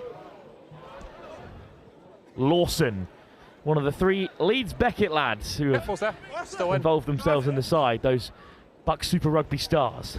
Yap. Bit of a schoolboy star himself back in day. Lucas Yap now at Loughborough Uni. Come round, then hands off. Play. Quick tap, here goes Yap. Craggs. Lawson. Held up by McGowan. Yap. Leslie. Cam Ellis. If he gets rolling, he's hard to stop. Brilliant tackle from BT. It's fresh off the deck for Newcastle. Leslie. Yap. They're stacked up on the right-hand side. But Yap just slows it down. Patient from Newcastle. Charlie Turnbull. He double hit hard. Balls out. Well, the pink hot air RFC. Craigs make the chop again. Gosmark. Leslie. Yap. Well contained at the moment. But Lawson looking to change that with a little chip through. And Lawson is the favourite. And Lawson wins the race. Brilliant individual skill from Charlie Lawson. What a touch of class. You'll see that most teams are playing with 7-up, no sweeper, to cover the pitch a little bit better. But what we haven't seen is we haven't seen people utilising the chip through. He has done that just there. Lovely, lovely weighted chip. He doesn't have to break stride. Bounces up straight into his hands. And that was a much needed try for Newcastle, but also a really patient try. They held on to the ball for multiple sequences there. Eventually got the ball to space. He recognised there was an opportunity, backed himself, and it paid off. Full set of 7 as well for Newcastle, so Ayr back to 2 points behind. Plenty of time left for this game to go either way. Outstanding again in the air. The one-man lift of Rory Jackson, who's there over the breakdown as well. Boggidrudu.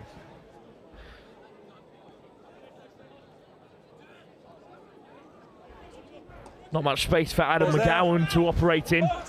Off the deck from Johnston. Wide from Orr. Hands is the call. Hyde gets his head down and goes himself. Hyde finds an offload, and now it's a foot race. Back comes Turnbull, but the race will be won by Ayr.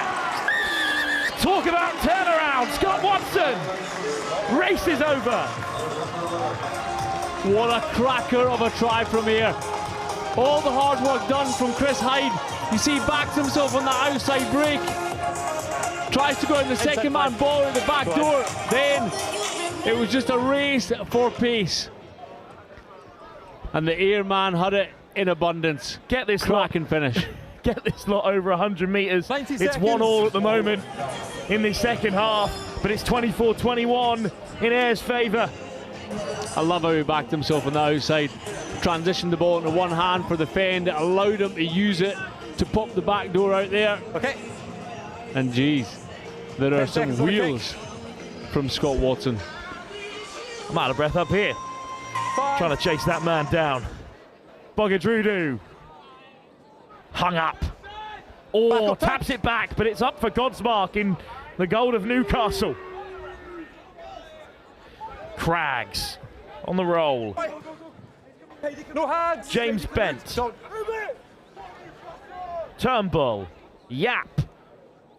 Get across well. Leslie, switch on the inside, opens up the hole for Cam Ellis. Ellis pins back his ears, 2 in pursuit. Oh, what a tackle! Adam McGowan over the ball! That is a game winner. Unbelievable from Adam McGowan. He had no right to get back there and win that turnover, but there wasn't just one, there was 2 of them. That second man supported him as well. Incredible work from McGowan and that number 9, Cammy McGeary. That might just be a match winner for them. McGowan and McGeary have kept Scotland's great hopes in the tie, with the international side still there in the Thistles in the semi-final alongside Kelso. Newcastle have looked like they were going to romp the Melrose Sevens, but no longer. Now the challenge is though, winning your line out in 7s when you've got a guy who's not used to throwing the ball in and a guy who's not used to lifting. All they need to do is win it and get the ball out. Dummy, short, Boggidrudu, hit straight into touch. Time up! Ayr have done it! Newcastle, no more! And the wait goes on. Their last victory came in 2006. For Ayr though, A huge semi-final awaits. But who will they face in that next round? There's no time to wait and ponder because the next game is coming in just a few moments' time. Ayr 24, Newcastle 21. Which Edinburgh side will they face in that semi-final? Edinburgh Rugby or Ayr Edinburgh Accies? We'll find out over the next 14 minutes.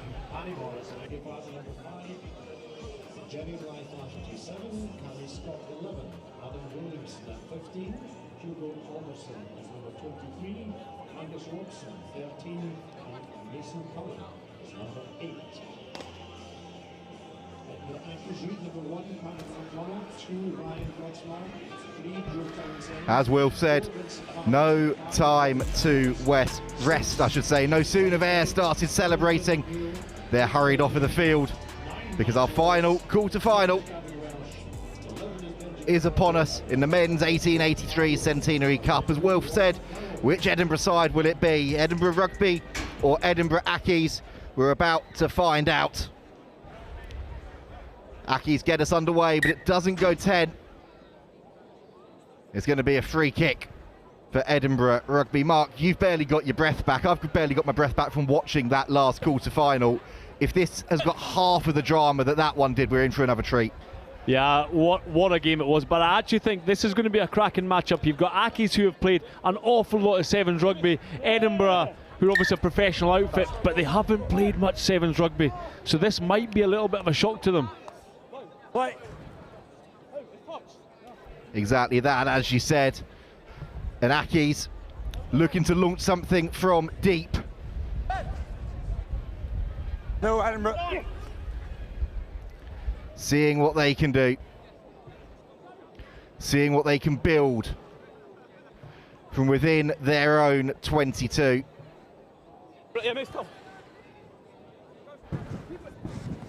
Strong carry, but Edinburgh looking to try and hold them up and strip the ball. And that's exactly what they have managed to do. Great work there from Mason Cullum. And it's the show, the go, the stop and the check. And Finn Doyle is going to open the scoring in this quarter-final match. It looks too easy for Edinburgh, but as we've said all along, with these teams that have got loads of athletes, the opponents can't really afford to cough up ball, because with cough-up ball, turnover ball, they will score at ease against unstructured defences, especially with this man who's about to take the kick, Charlie Shield. He's got pace in abundance, he's got footwork, he's obviously got good skills, and he's also strong for a smaller guy. And then you've got a Finn Doyle on the edge at 105, 106 kilos, who can also run. Not easy to defend. It really isn't. Conversion attempt is slotted. It's the full 7 points for Edinburgh. Coincidentally, Edinburgh Rugby, last time they won this famous tournament was 2016. Edinburgh Accies, well, they've won 3 of these Melrose Sevens, the Centenary Cup, but you have to go back to 1949 for the last time that they tasted glory. And Ayr await the winner of this one. What have the Accies got in response? They're going to have to be solid with possession. Oh, and that is a huge shot that comes in from Cullum. The offload, though, well read by Accies. No advantage coming. We'll come back for that scrum for the knock-on. It's a perfect attacking opportunity for Edinburgh Rugby, but what about that shot? A metre. Yeah, it's all come off their defence. It's like a metre. You can just see the want to put in some big hits. That time, from the youngster Mason Cullen, only 18 years old, but a monstrous tackle and a pretty difficult position to defend from here for Accies. Certainly is. Plenty of options left and right. Edinburgh go to the right in the hands of Angus Robson, who pins his ears back. It's a wonderful covering tackle. The referee just holds things. Sorry, might be done by a bit of a seatbelt tackle there. You can see the arm wrap over the top of the shoulder. Potentially a penalty try. After high tackle, so it's just on the 5. There, you're right. There is that high shot. You could hear our referee in AR there saying they're happy that it's just a penalty. But yeah, as you said, Mark, a pretty clear-cut seatbelt tackle on that near side, and Edinburgh Rugby now have a perfect attacking opportunity. They go route one. Plenty of space, plenty of options. Aki's defending with all their might. You can't pick it.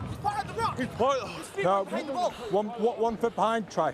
And the referee just confirming there, we weren't quite sure what way he's putting his arm up, but it is a try, and it's a pick and go game. Yeah, it was unconventional. We had 3 pick and goes. It's not your traditional sevens rugby, but these guys haven't come from a traditional sevens background. They're 15s players.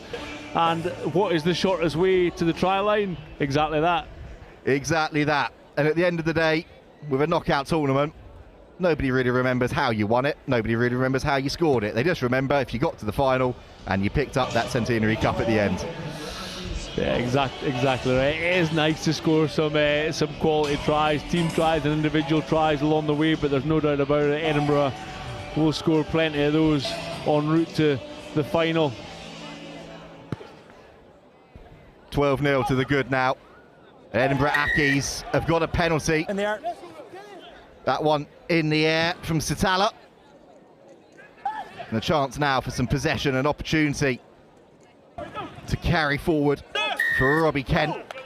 Secondary tackle out. No release. And Cameron McDonald takes the penalty quickly. Ryan Godsmark. This is nice. This is really good from Edinburgh Ackies, cutting inside. Big fend from Robbie Chalmers. Covering tackle comes in. There's space if they can shift it on. It's picked up. Now it's a foot race on the far side for Finn McNeil. And he wins the race. Ackies back in the hunt. I'll tell you something, that is an absolute beauty of a try. Robbie Chalmers, son of Chick Chalmers, down the right-hand side, fending, fighting.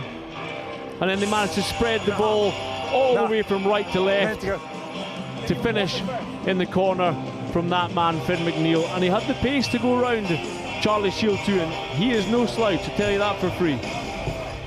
So you make a really good point there, because Charlie Shields, when he gets ball in hand, or if he's trying to track back, is rapid. So that is an excellent, excellent finish. Not a bad attempt at the conversion, but it has drifted wide from the angle. Edinburgh Rugby 12, Edinburgh Ackies 5. And here we see it down that right side. 30 seconds. Every ball apart from this one on the money, but he's still running onto it. It might not be your usual spin pass, but it's enough to not let him break stride and run it in the corner. Final 30 seconds of this one. Fair contest in the air. It's come forward off of an Ackies hand. And what can Edinburgh Rugby do from deep?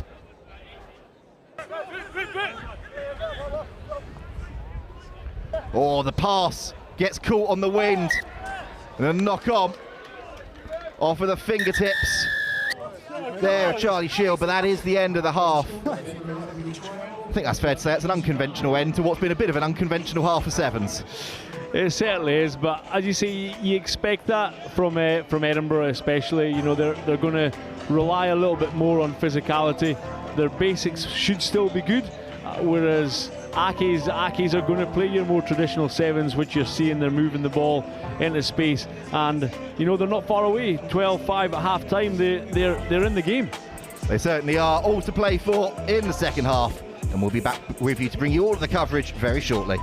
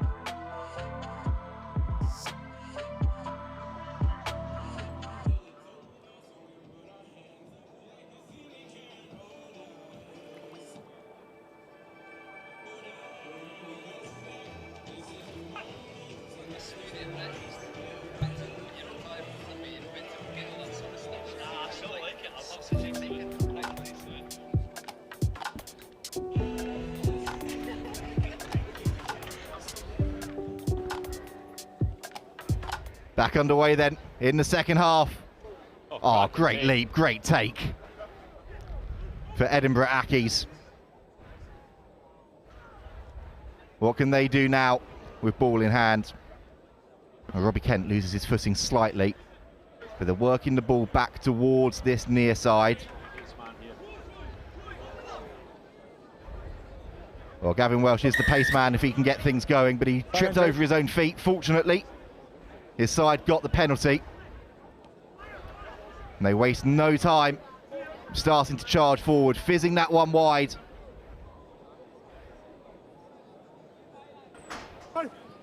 Big collision.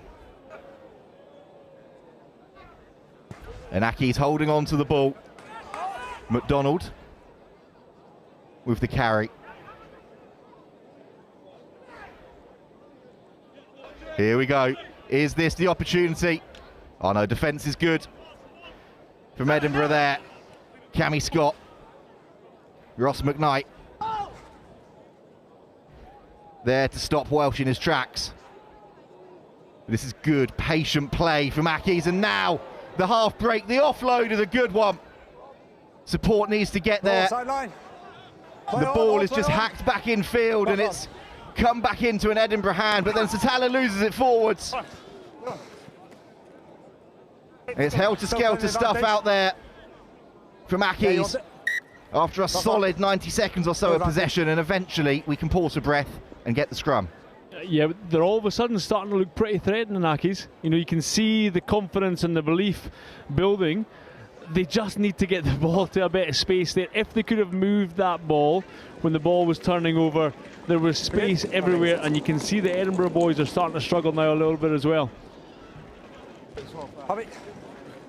It's that final pass, isn't it? You can see Edinburgh starting to bite in a little bit, but they're not quite able to get that final pass out yet.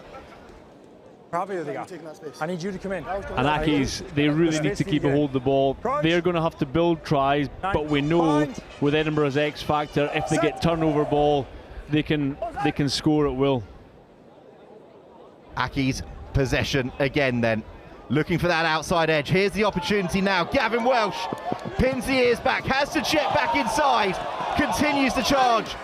Slight hint of a high tackle. Referee happy. We play on, it's the show, the go, and the dummy.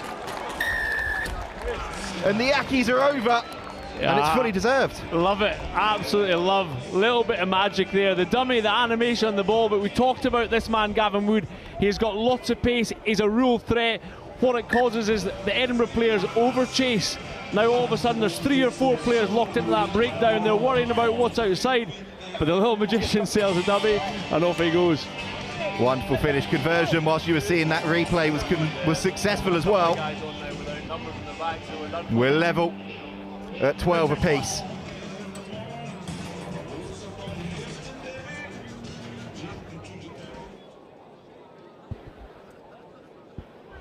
Accies have really built into this contest, and they're going to put the pressure on here. A little bit too much length to compete on that restart, and Satala is able to just win a few metres with that carry.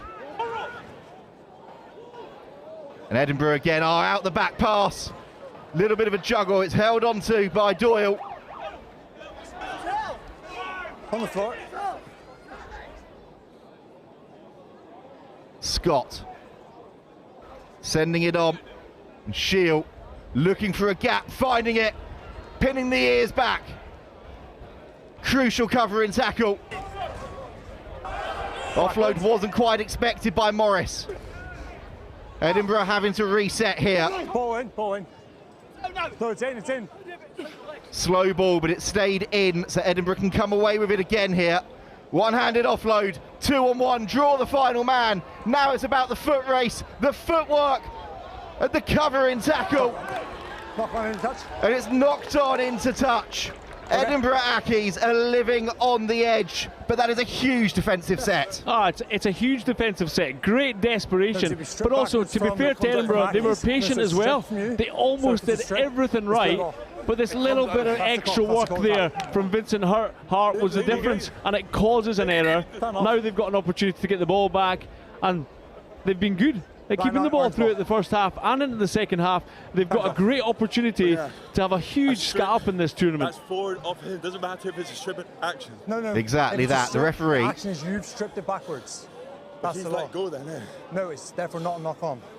That's the law. Yeah, time's off. Just explaining there, and there's an injury time off. Edinburgh Accies aren't happy with the way that's been decided, but letter of the law, the referee is completely correct. If it's been stripped backwards and gone out, then it is an Edinburgh line out.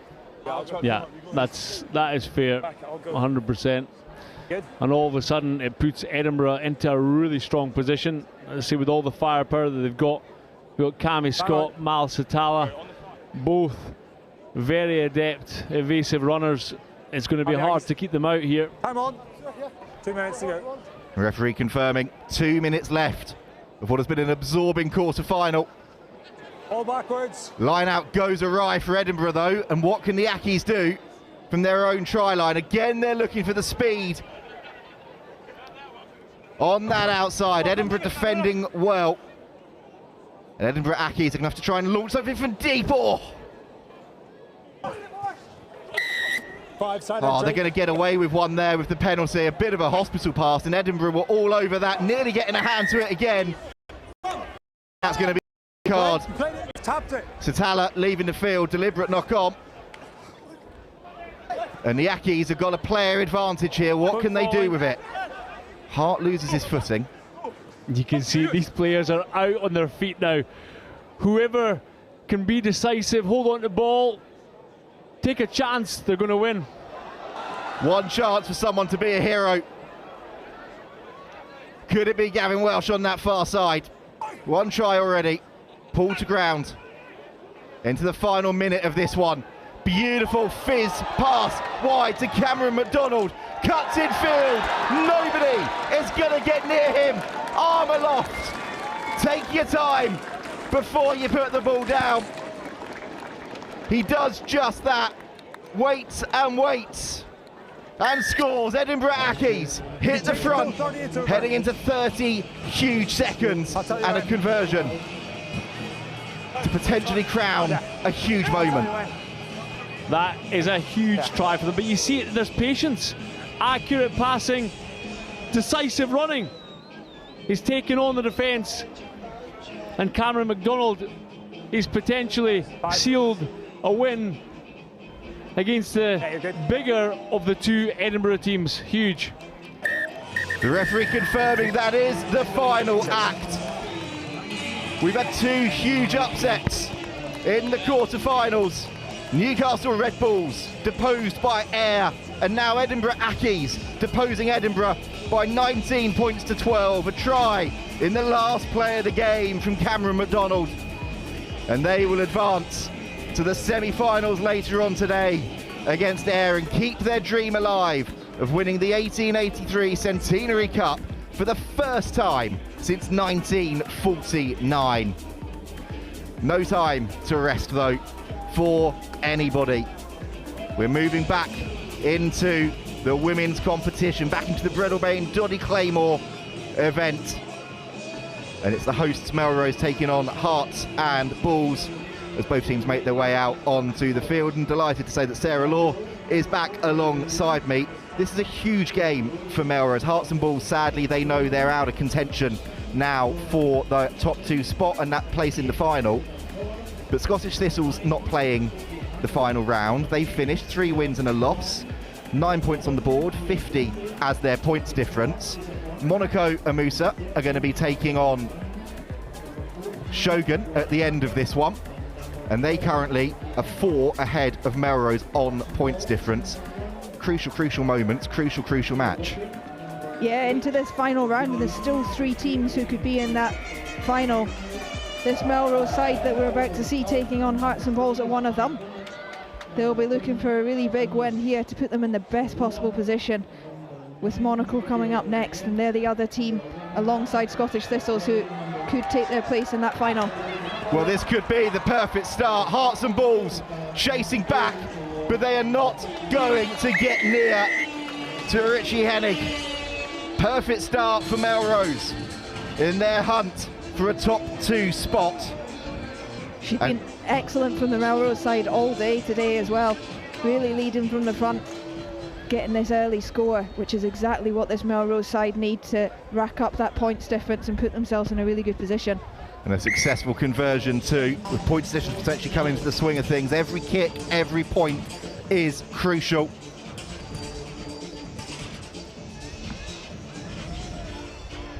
Lift all right. And having seen the men's team fall, everybody here would love to see the women's team march towards that final. Good take from the restart there from Ciara McCulloch. Last. This Hearts and Balls side, they won their first game of the day. They then suffered a couple of defeats, but they've been really strong in their performances. They've just not quite been able to get the ball into the hands of their speedsters enough. But now they have in this one, and they're going to hit back instantly through Claudia McLaren. She's going to take her time. Go. Eventually dots it down and an instant response.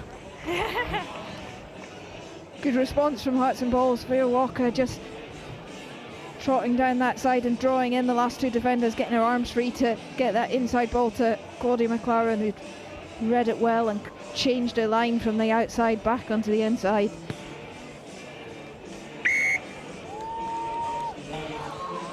Seven apiece then with the successful conversion.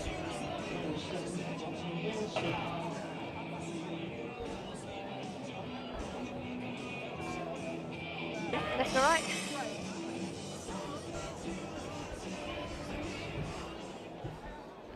Hearts and Balls will get us back underway. Back. Nope. The ball is bouncing and bobbling around. Melrose just about managing to tidy that one up through Hennig. Brody spills the ball forwards. No advantage. Scrum for Hearts and Balls. Scrum here, please. Just a little bit loose from Melrose. Not under a huge amount of pressure in their own 22, just my calls, hit and hold. trying to move it into the centre, coming on with a little bit too much pace, taking her eye off the ball. Got the quality in. Crouch. Bind. That you need to come over. A little bit of a mess at scrum time, just making sure that both teams look after the gap. It's better. Sit. Referee much happier with that one. Rachel Law, ball in her hands, uses the referee to her advantage to beat a defender. You must stay up. Stay up. No, 6. And that penalty taken from in front of the mark. But you could hear the referee clearly saying there, you need to support your own body weight if you're going for the turnover. No, yeah. Let's have a little bit of time off here with Law just down receiving a little bit of treatment over there, and Hearts and Balls have already brought a player onto the field.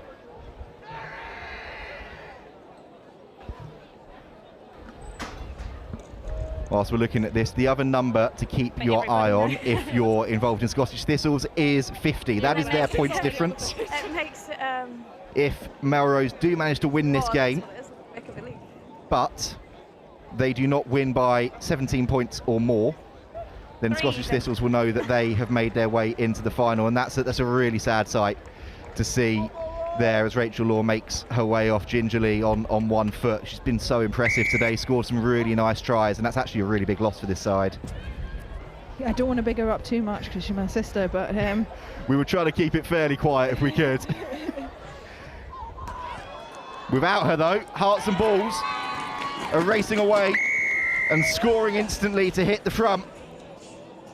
Bardelli going in, and that puts the cat amongst the pigeons as far as Melrose are concerned. Great work from Hearts and Balls, their second try.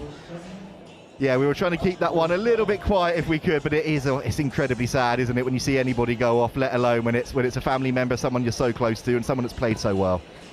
Yeah, and I think she'll have got this Hearts and Balls teams rallied up for their final fixture, obviously going into the last round.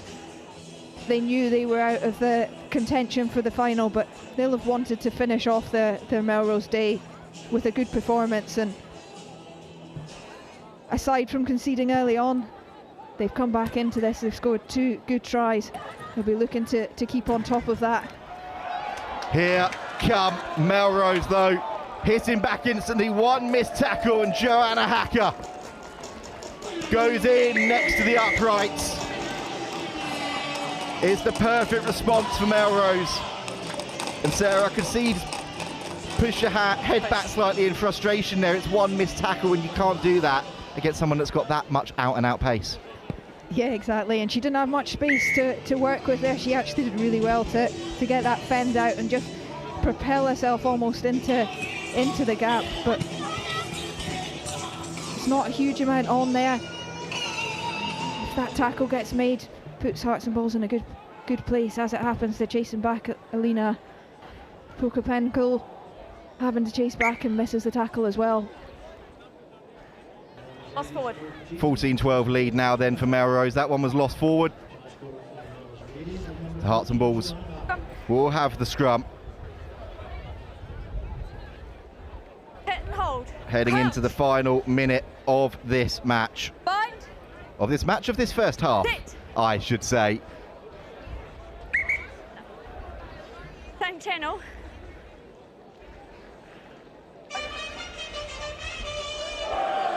No, it's just come out and tried to use their hands. Nice little bit of crowd involvement whilst we've got a stoppage. The referee is making sure that all 6 players in the scrum know exactly where they're supposed to be going as Melrose get a bit of a shove on. But McCulloch gets the ball away. Tackle! Bardelli carries forwards into contact. Hard yards for Hearts and Balls and a turnover through Hennig. And wasting no time there was Julia Brown with the tap and go. And continuing to go forwards is Sophie Hacker. Hands out, 17. Ball spun wide to Talia Brody, looking to use her power. Gets the offload in. Roll 5. Brody again. The pick and go.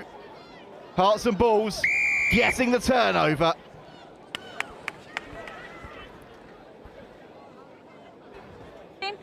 Both teams carrying up into the middle of the pitch, getting themselves a little bit isolated rather than stretching wide and then looking for the spaces that might open up. Well, that's risky. Flung over the top. Bardelli has to go back.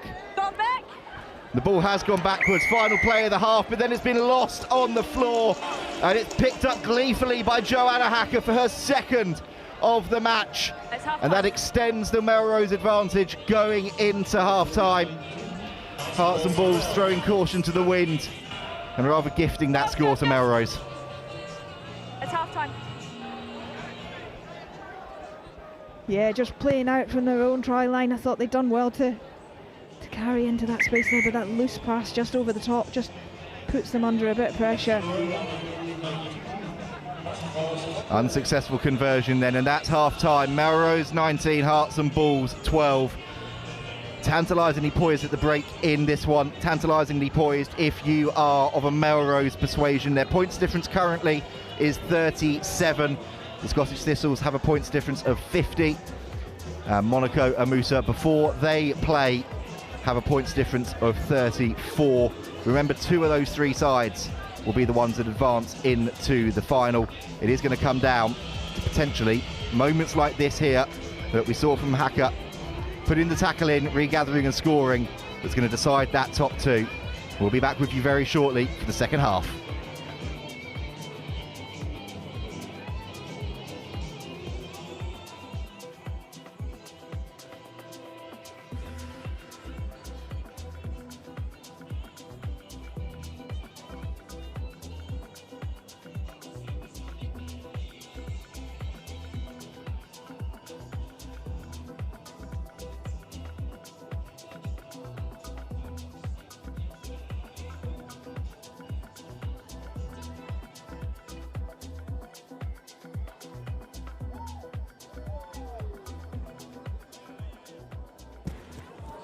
Back underway.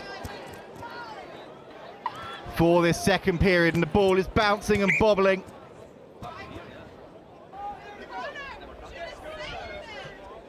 There'll be a 22 dropout for Hearts and Balls. Or is it straight from the kickoff? The referee was content that it's going to be a 22. Yeah, she's confirmed it is a 22. Yeah, that should be back to halfway. Stay behind the line, off the line.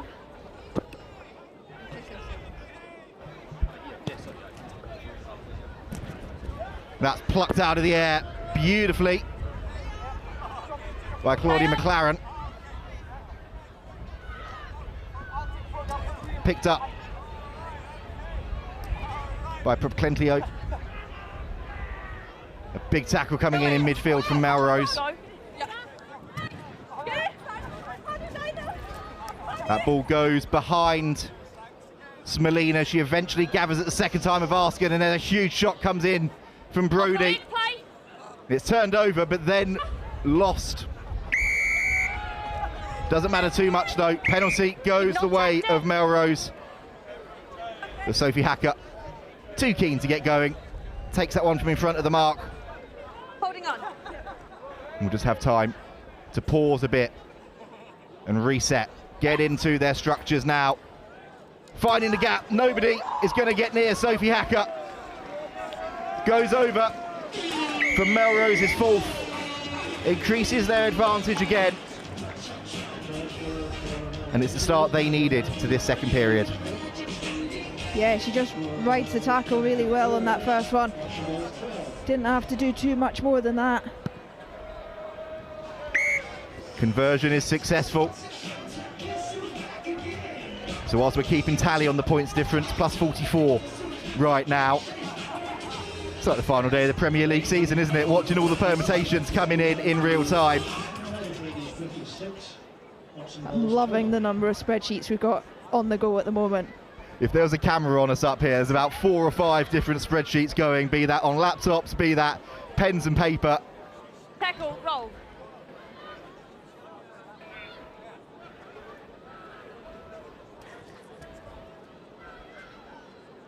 Hearts and Balls.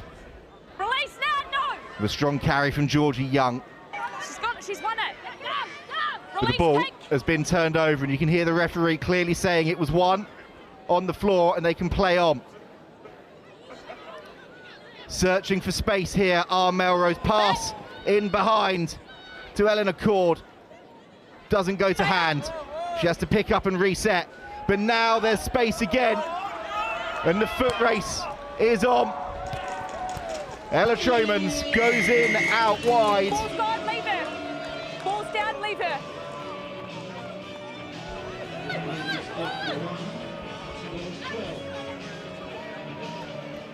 I don't want to put pressure on Julia Brown, but if she converts this score, which she gave it a good stab at, but she was unable to, that was going to, for the time at least, put Melrose ahead of Scottish Thistles on points difference.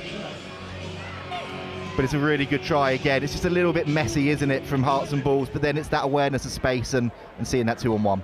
Yeah, it's been a little bit scrappy on both sides in this game so far, even from a Melrose point of view. They're looking for that switch, the ball went down. They managed to rescue it and spot an opportunity in the short side just to create a 2v1 in that 5-metre channel, but hasn't been the prettiest performance from either of these two teams in the final round. Crouch. You're right, at times it has very much looked like two teams that have put everything into their first 3.5 matches and are starting to feel it a little bit in the final few moments. A knock on the floor there from Melrose gives Hearts and Balls another opportunity at the scrum.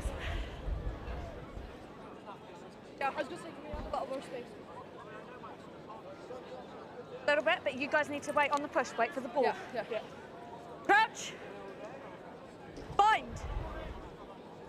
Sit. Same channel. Referee there, you can hear, same channel. We're going to have another reset at the scrum. Crouch. You can hear the referee there just saying, let's go. Eager to get this one back underway and for some more running rugby as the sun comes out and the shadows start to come across this famous pitch. Joanna Hacker hassling and harrying, as was Julia Braun. Hearts and Balls trying to execute in their own 22. They've done that, created an opportunity here for the on-rushing Georgia Young. She's pulled to ground by Braun. McLaren picks up. Now high tackle coming in on Alice Mason. Penalty taken quickly by Ailey McCulloch. Heading towards the final minute of this one. Huge tackle coming in on that far side. Hearts and Balls looking for a try to make sure they have the final say. Melrose looking for a try that would secure them a spot in the top 2. They've won the ball back. You wonder if they are aware of the points difference permutations down there. They're going to give it a go. Joanna Hacker pins her ears back, puts the afterburners on and potentially scores a try that guarantees the hosts their spot in the final. That points difference now up to 54 ahead of the Scottish Thistles, but it's a really good, well executed try and good pace from Hacker to get through.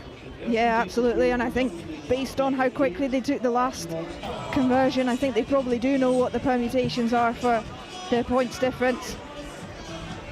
Now it's just about hanging on, because 7-point score for Hearts and Balls could change the picture for them. It certainly could. And Hearts and Balls have looked threatening as we go into the final act of the game, but it's been won back, holding on penalty, and Melrose going again here, wanting to try and finish with a flourish. And they continue to power forward. Big tackle comes in from Mason. Turnover time though. Oh, not quite. McLaren for a second thought she'd managed to get hands on that one. It spun wide. And now on that far side again, it's a foot race for the final. That seals it for Melrose. It's a really good finish in the corner in the end. Richie Hennon in the middle of the pitch was under a little bit of pressure, knew there was some space on the outside, but some good footwork just to stand up the defender, give that ball over the top and give her winger enough space just to finish in the corner. It's a really good pass out wide, and then a really good reset actually on that far side, because the player had to stop to collect the ball and then was able to check and go again. The conversion falls short, 43-12. Melrose are victorious over Hearts and Balls. As far as they are concerned, that is job done. They know they have secured their spot in the final 2. But who will be joining them in that final? Will it be the Scottish Thistles? Will it be Monaco Musa? We'll find out very shortly. Monaco Musa, coincidentally, before we hand you back over to Bruce, current points difference of 34. Scottish Thistles a points difference of 50. They will know those permutations, and we'll be back with you very shortly to bring you that final game of the group stage rounds for the women's competition. And the next tie is between Monaco ladies and Children ladies. The Monaco team,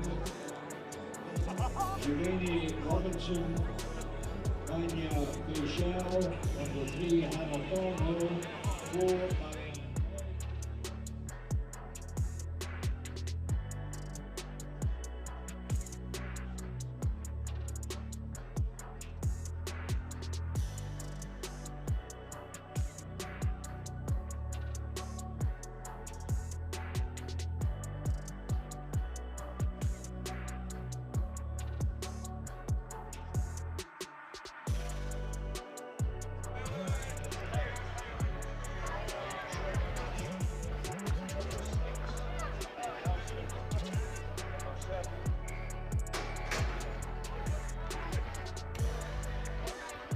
Welcome back to the Green Yards. The Howden Melrose Sevens. A final game in the pool stages of the women's competition. The Breadalbin Durry Claymore tournament And it's Shogun in possession up against Monaco. Melrose guaranteed of their place in the final. Who will face them? Monaco need to win this tie by 17 points or more if they are to progress to the final. Here's their first opportunity. Monaco wearing their green and white strips. Up against Shogun, yet to win this afternoon. And Monaco going wide, stretching that defence, chased all the way, but Anna Thornhill, we've seen her pace all afternoon. She races in for the first score of the game. And Monaco already on their way towards that 17 points tally they need. Shogun just getting a little bit narrow in defence, over chasing a little bit towards the breakdown on the right hand side and creating a little bit of extra space for Hannah Thornhill on the way back. Every time she's got the ball today, she's pinned her ears back. She's got a lot of pace and she's a really balanced runner. She gets Monaco their first try of this game.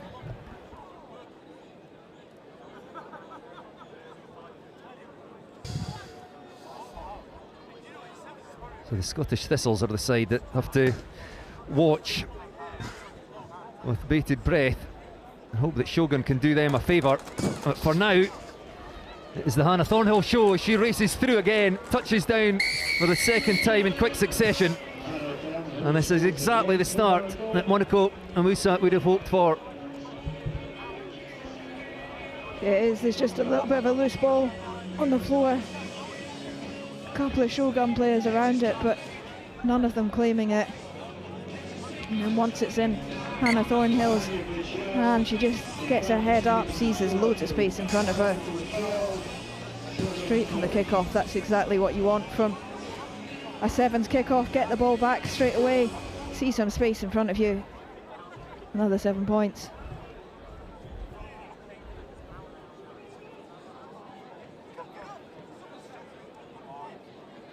Briar McNamara takes the ball from the restart, uses Mary Nelson, Pearl Kelly into contact, fights her way forward a metre or two. Back to McNamara, gets through, gets the hands free, finds Juliet Ramsey, powers her way up over halfway. In come the hands from Monaco, and win a penalty. Good work at the breakdown. They'll tap and go quickly. Shogun have to reorganise quickly. Oh, great pace again, and just too much for this Shogun defence. Charlotte Woodman taken down, just 3 metres short. No. Well, that's Woodman now, in fact, going in. Long line, keep playing, keep playing. Take possession. Just one more phase, you would think. Diving over. Third try for Monaco.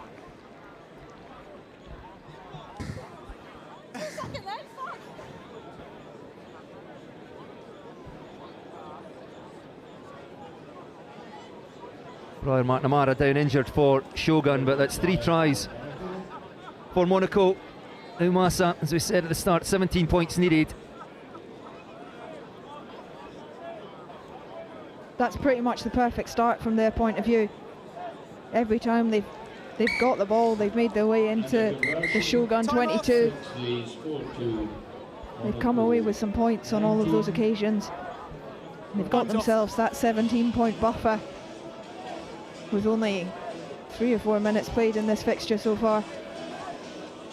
Slight break in play here just for some treatment to McNamara, so you could very quickly remind us of what's happened in the women's tournament so far, Sarah, and what the final is shaping up to be. Yeah, so the way this women's competition works is we've got 5 teams who are playing each other in 5 rounds, and then it will be the top 2 teams in the competition who will play each other in the final later on.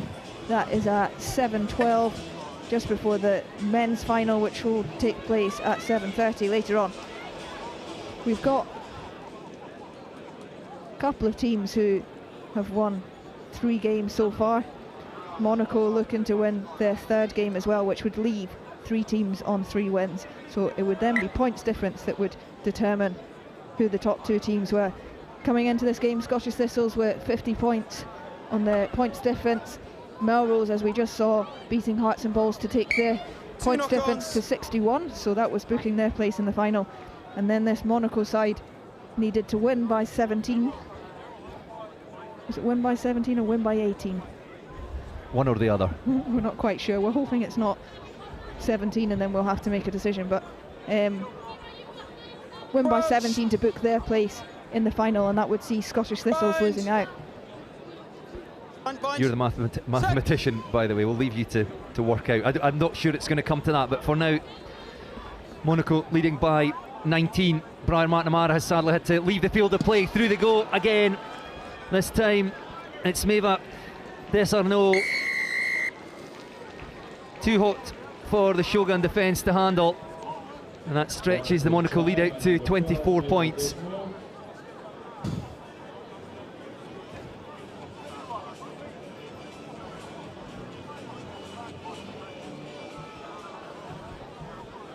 A lovely view of the Eildon Hills behind. The winds in bloom, the yellow across the hill as the flag raised indicate a successful conversion. Stretches Monaco's lead to 26. Side established in 2021 by HSH Princess Charlene of Monaco.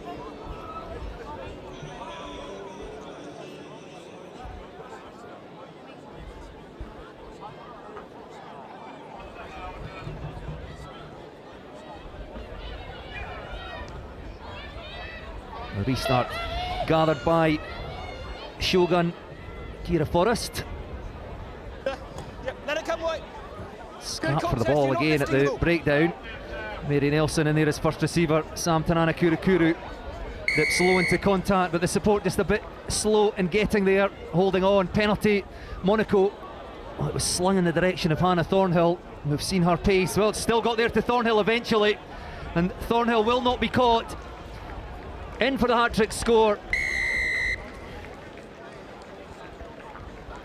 And that takes Monaco out of sight, 31 points to 0. The referee indicating that the last action, or the conversion, will be the last action of the first half. Comes from that tap penalty. Shogun just looking a little bit tired in their ball presentation.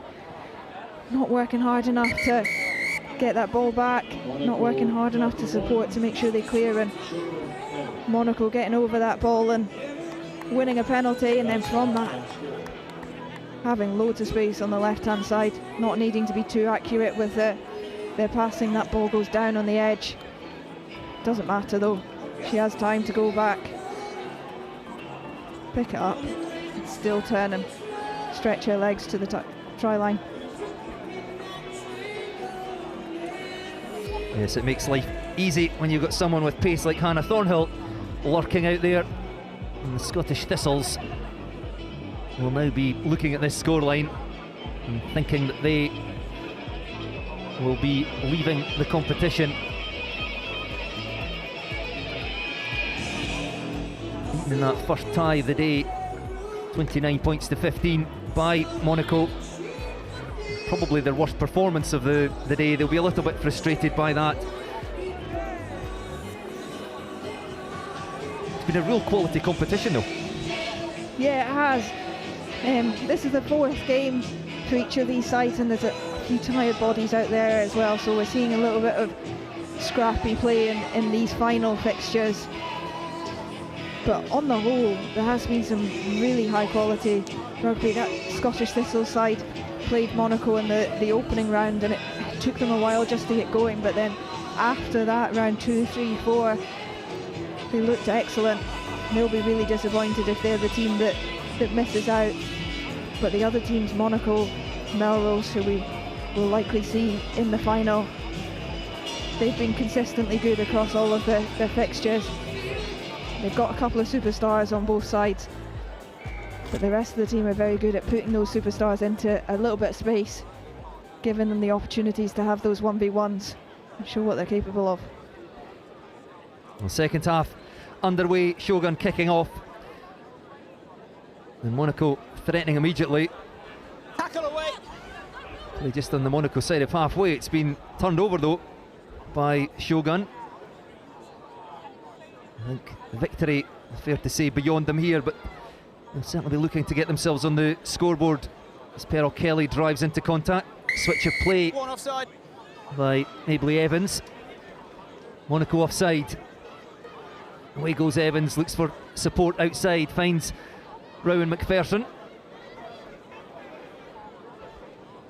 And Emma Hennessy sweeps the ball off to Pearl Kelly, tries to break on the outside of Maeva Desarnaud, one of the Monaco try scorers in that first half. Ball couldn't be taken cleanly, knocked on in fact by Shogun.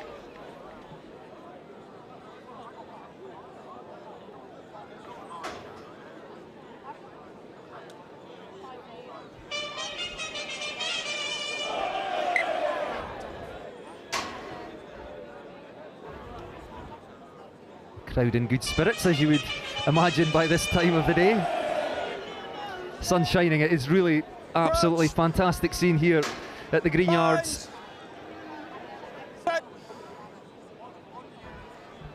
Fewer people at the tent area behind us now, and more surrounding the pitch as we get into the latter stages of all the competitions here.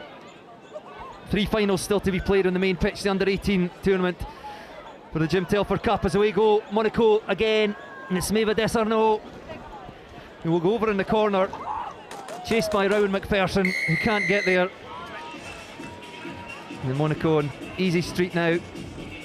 They've used this short side well, really identifying opportunities when Shogun have only put one player onto that short side, just getting the nines from the base just to have a little carry and snipe into that area, just create a wee 2v1 and then executing that little tip pass just when the defender had committed.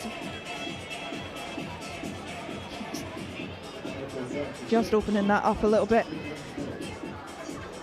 making sure she makes that pass and ends up on the outside of her defender, so there's absolutely no chance of her catching her teammate on the outside.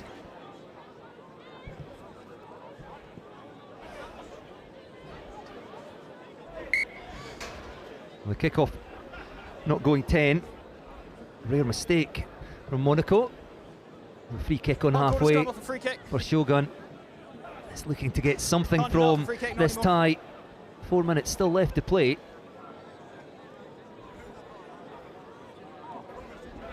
Shogun happy to attack in numbers down the middle. And we'll stretch play a little bit to the right. Pearl Kelly again. Ball stripped up in contact. Hannah Pillard coming away with it. Out wide they go again, finding space for Charlotte Woodman. She shows all of her pace to go in again for Monaco as they go over the 40-point mark. Well, we weren't sure if it was 17 or 18 or 19 points they need, but they are well beyond that stage now. Yeah, they are. Just showing how good they can be now. Again from a transition. Quick to realign and then moving the ball to that with Charlie Woodman this time on the right hand touch line. Just showing her pace. And they'll know now that they might have one more game in this Melrose tournament.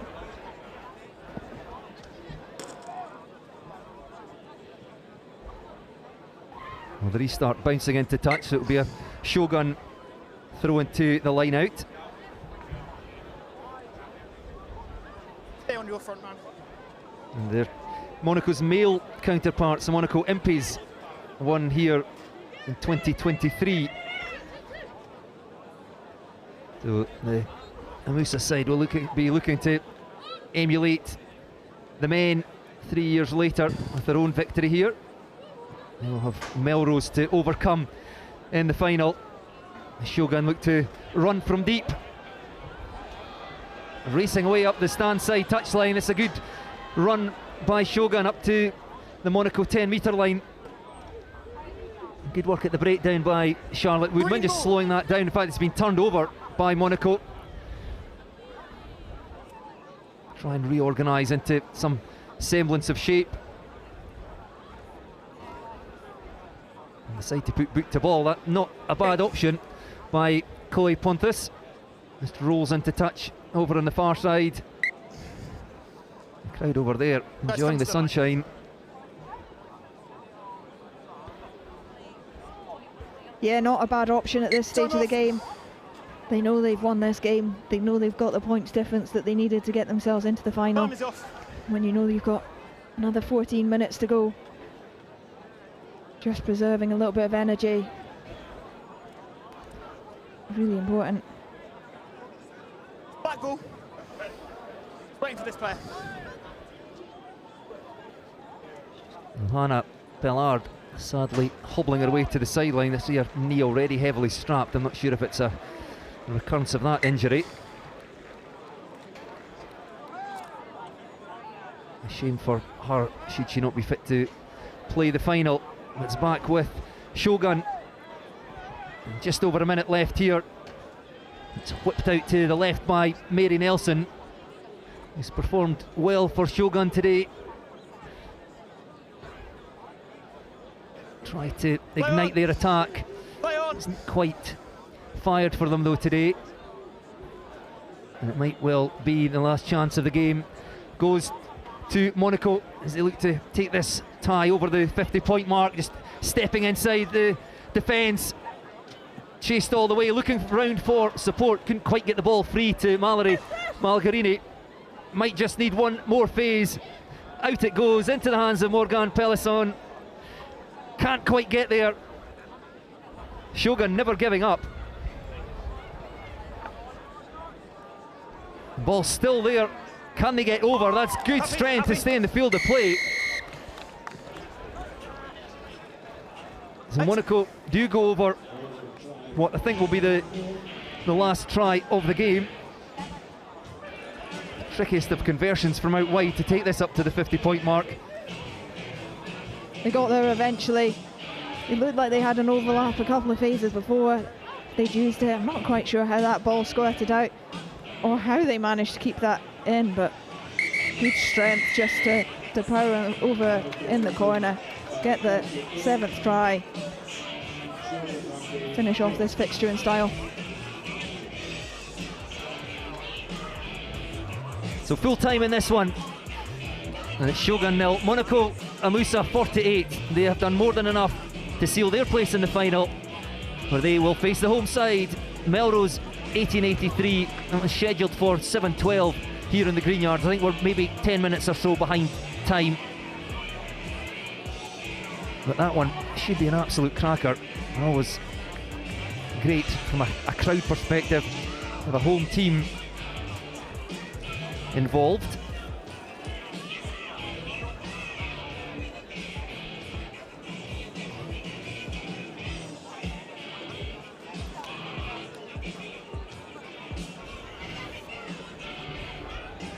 And we're back to the men's tournament, the 1883 Centenary Cup. The semi-finals still to come. Ayr against Edinburgh Accies. First up, it's the Scottish Thistles against Kelso. The Scottish Thistles, the last side flying the flag for the guest teams.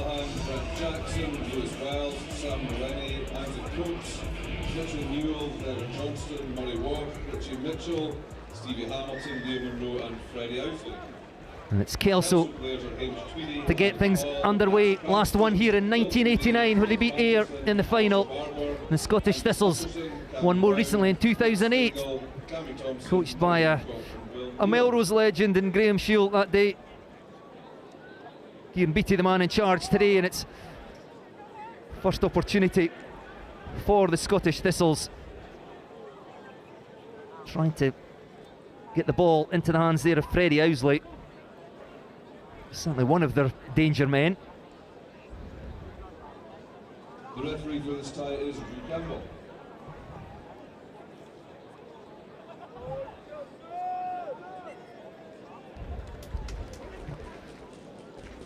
Okay, also the only remaining Borders interest.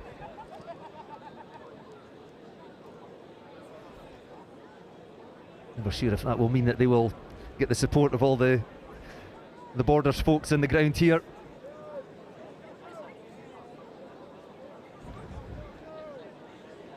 Quite parochial in the Borders. to support our own town. But good to see Borders representation in the semi-finals. Scottish Thistles in green, just on their own side of halfway. Kelso throwing themselves into tackles, but just not rolling away at the breakdown, and Thistles not hanging around. As away goes Finn Callahan. Thumping tackle. It's upright. That's mid that. By Tweedy, who's been shown a yellow card for his efforts.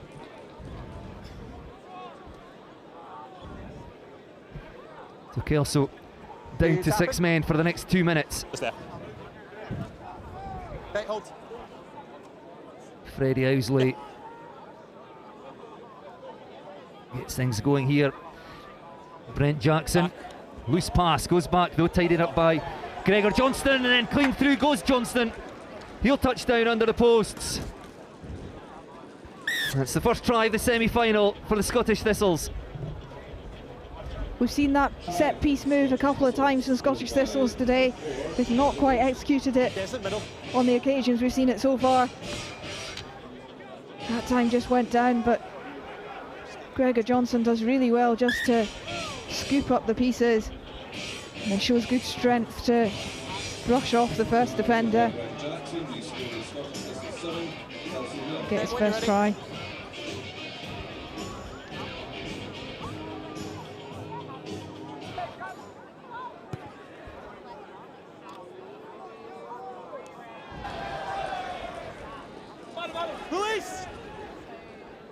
The kickoff won by the Thistles. Kelso come racing out of defence. Owsley looking for space. He's created space for the men outside, and they'll go in again. This time it's Sam Luini. Profits from the great work of Freddie Owsley. Second try for the Thistles, scored by number 15, Sam Luini. And it's the guest side, the Scottish Thistles, who had an exceptional start to this first semi-final. Yeah. They control it on side. Yeah. Still your time. They'd create that overlap You've on this got left-hand 10 side. seconds now. There's a couple of players there. Could have got that pass from Freddie Owsley. We've seen every time he's got the ball today, he's been excellent, mostly in open space on the wing, but this time through the middle, just putting others into that space. But it all came from winning that kick-off, though.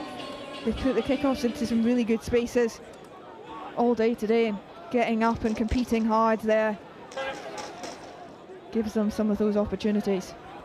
It's just his pace to take out 3 Kelso defenders. Here goes Patterson though for Kelso, looking for a response, trailing by 14 points to 0. On the ball. Up to Cammy Thompson. Play it to win. Murray Woodcock to Will Tweedy. Both Tweedies involved. Hamish Tweedy showing a yellow card back on the field of play. Kelso back up to their full complement of 7. Patterson again drops the ball off to Tweedy. Powerful carry taken down by Lewis Wells. Tackle off the ball. Penalty only. That's good there. Scrum called.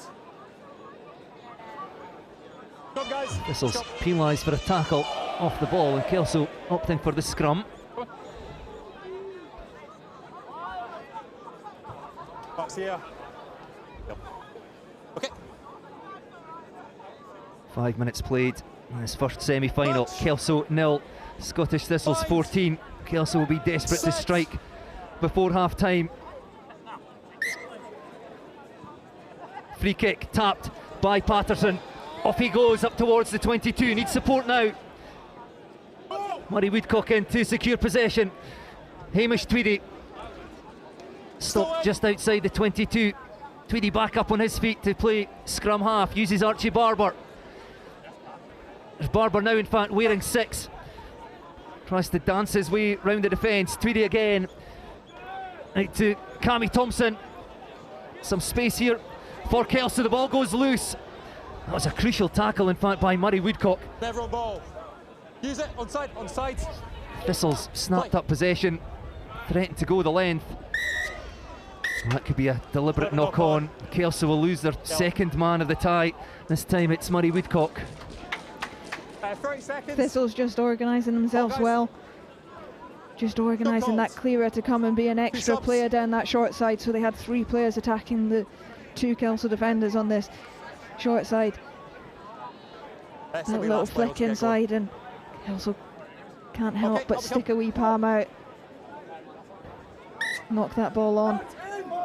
And now with Thistles calling the scrum, Kelso will have 2 players out in the open field against the 3 Scottish Thistles, possibly 4 if they can get their scrum half on the go.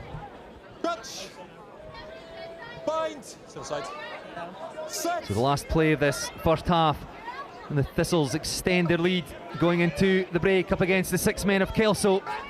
Got to be space somewhere. As away goes Brent Jackson. It's still with the Thistles towards the Kelso 22. Kelso defending furiously. They can ill afford to concede again. Out to Isaac Coates. Oh, tap tackle, gets back to his feet. Absolutely hammered, I think high. Penalty only, the referee indicating. Owsley, lovely time pass into the hands of Murray Waugh, who goes in for the Thistles' 3rd try. Owsley the provider again. And the Thistles with their 3rd try. Good continuity again from the Thistles.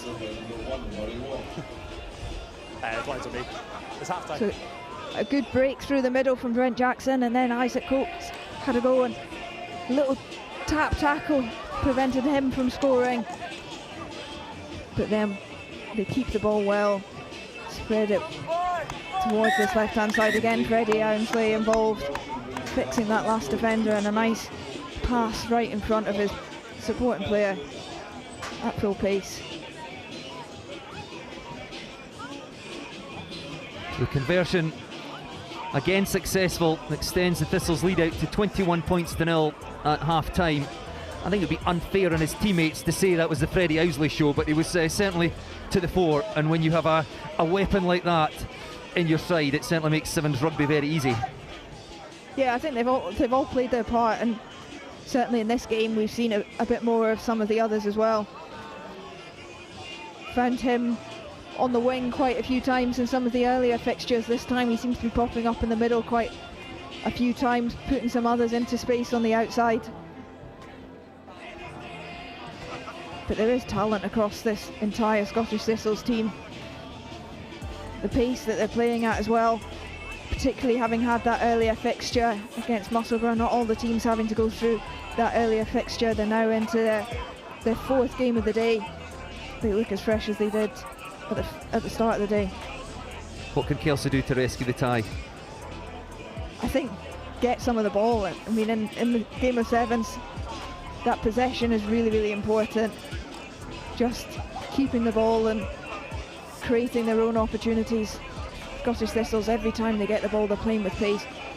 Kelso are chasing across the pitch, using up a huge amount of energy, just trying to hold them down and then compete at the breakdown. If they can claim this kick-off, string a few phases together, hopefully get a score that would really pull them back in. A superb take by Patterson from the restart. Something else that Kelso could do is try and keep 7 men on the field. They played 4 minutes of the opening 7 with only 6 players. Hamish Tweedy, who's looked good in that number 1 jersey for Kelso today, involved again. I think Kelso absolutely have to get the first score of this second period. Cammy Thompson in possession, driving forward. Up goes the flag though, forced into touch by a combination of Murray Waugh and Mitchell Newell. Chris's ball. Go defence, you're there. I'll set them in, I'll pull them in. Okay. In we come. In we come. Yeah, stay on your line. Go straight. What do you want? Scrum? Yeah, scrum called. Well, squint throw, hands possession, back to Kelso. A great attacking position. Alright, there we go. Crouch. Bind. Set. Hold.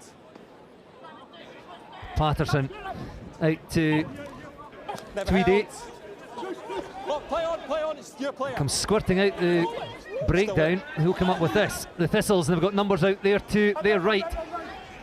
Tweedy tried to shut it down, but that's a nice pass out the back door, out into space, and this should be another try for the Thistles as Mitchell Newell gallops towards the corner, chased by Archie Barber.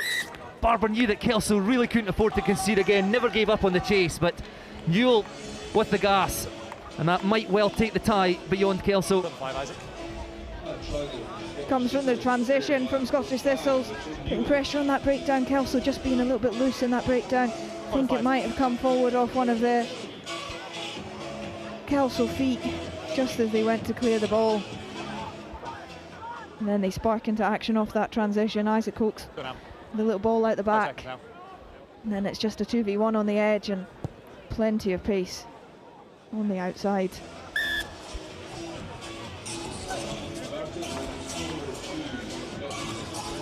Okay, when you're ready.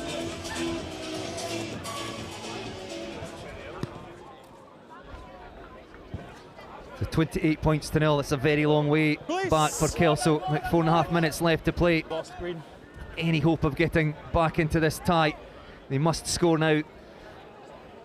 As Will Tweedy looking for space, and there's just none in that Thistles defence. Manages to get the ball out of the tackle. Still the Thistles defence comes forward, forcing errors from Kelso. Snapped up by Mitchell Newell, the try scorer. Housley in at first receiver. It was a lovely pass out to Gregor Johnston. Lost. Kelso fighting for it at the breakdown. Housley again.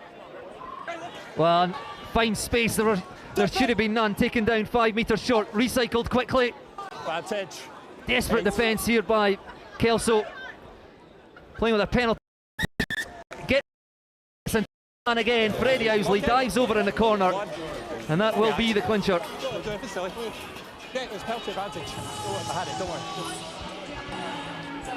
Not quite as expansive from Scottish Thistles, but doing enough just to create a 2v1, 5 metres of space. Murray Wong at the base of that breakdown. Just a couple of steps just to fix that first defender. Freddie Housley dotting it down in the corner.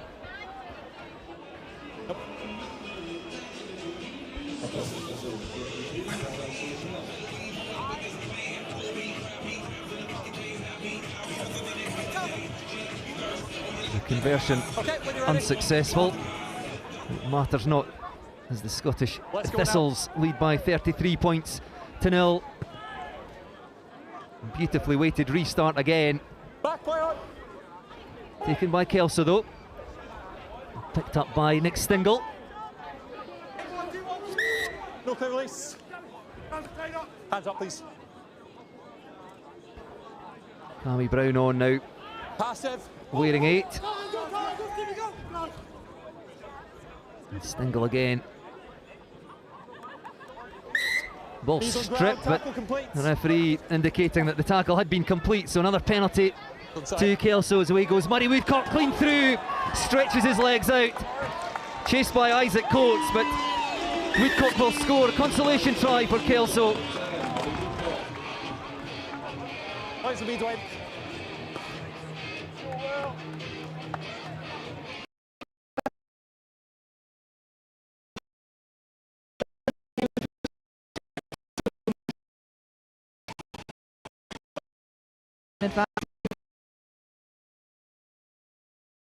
Through and try, but they will be the scoreboard in this.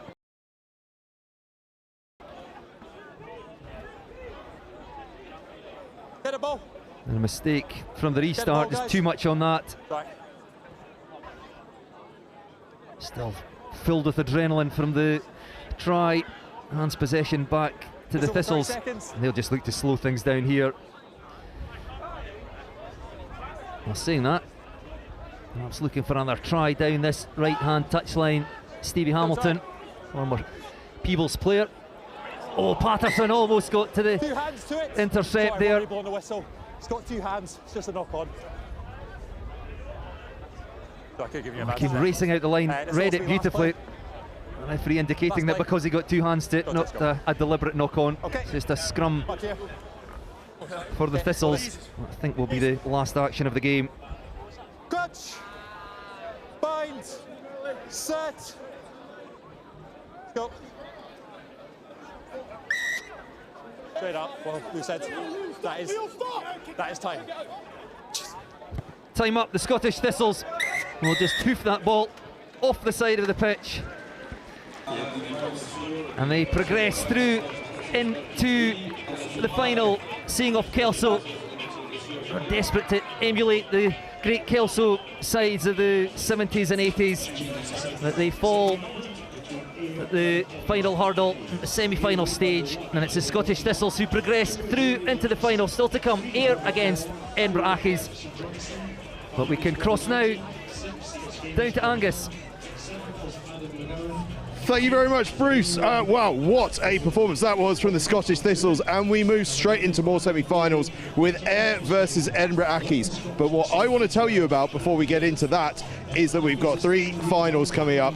Newcastle Red Bulls against Strathallan in the under-18 final, the Jim Telfer Trophy. We've been waiting all afternoon for this one to come back around after live streaming that whole under-18s tournament this morning. We now have that one coming up after this Ayr versus Edinburgh Accies semi-final. Then it is the women's final, Monaco against, now get this, we're doing some maths, Thistles or Monaco, because, sorry, Thistles or Melrose, because they are level on points difference. We're doing some maths to work out who's scored the most points out of those 2 to make it through to the final. And then, of course, the Thistles in the men's final, the 1883 Centenary Cup, will be playing one of these 2 out on field, Ayr or Edinburgh Accies. Who will it be?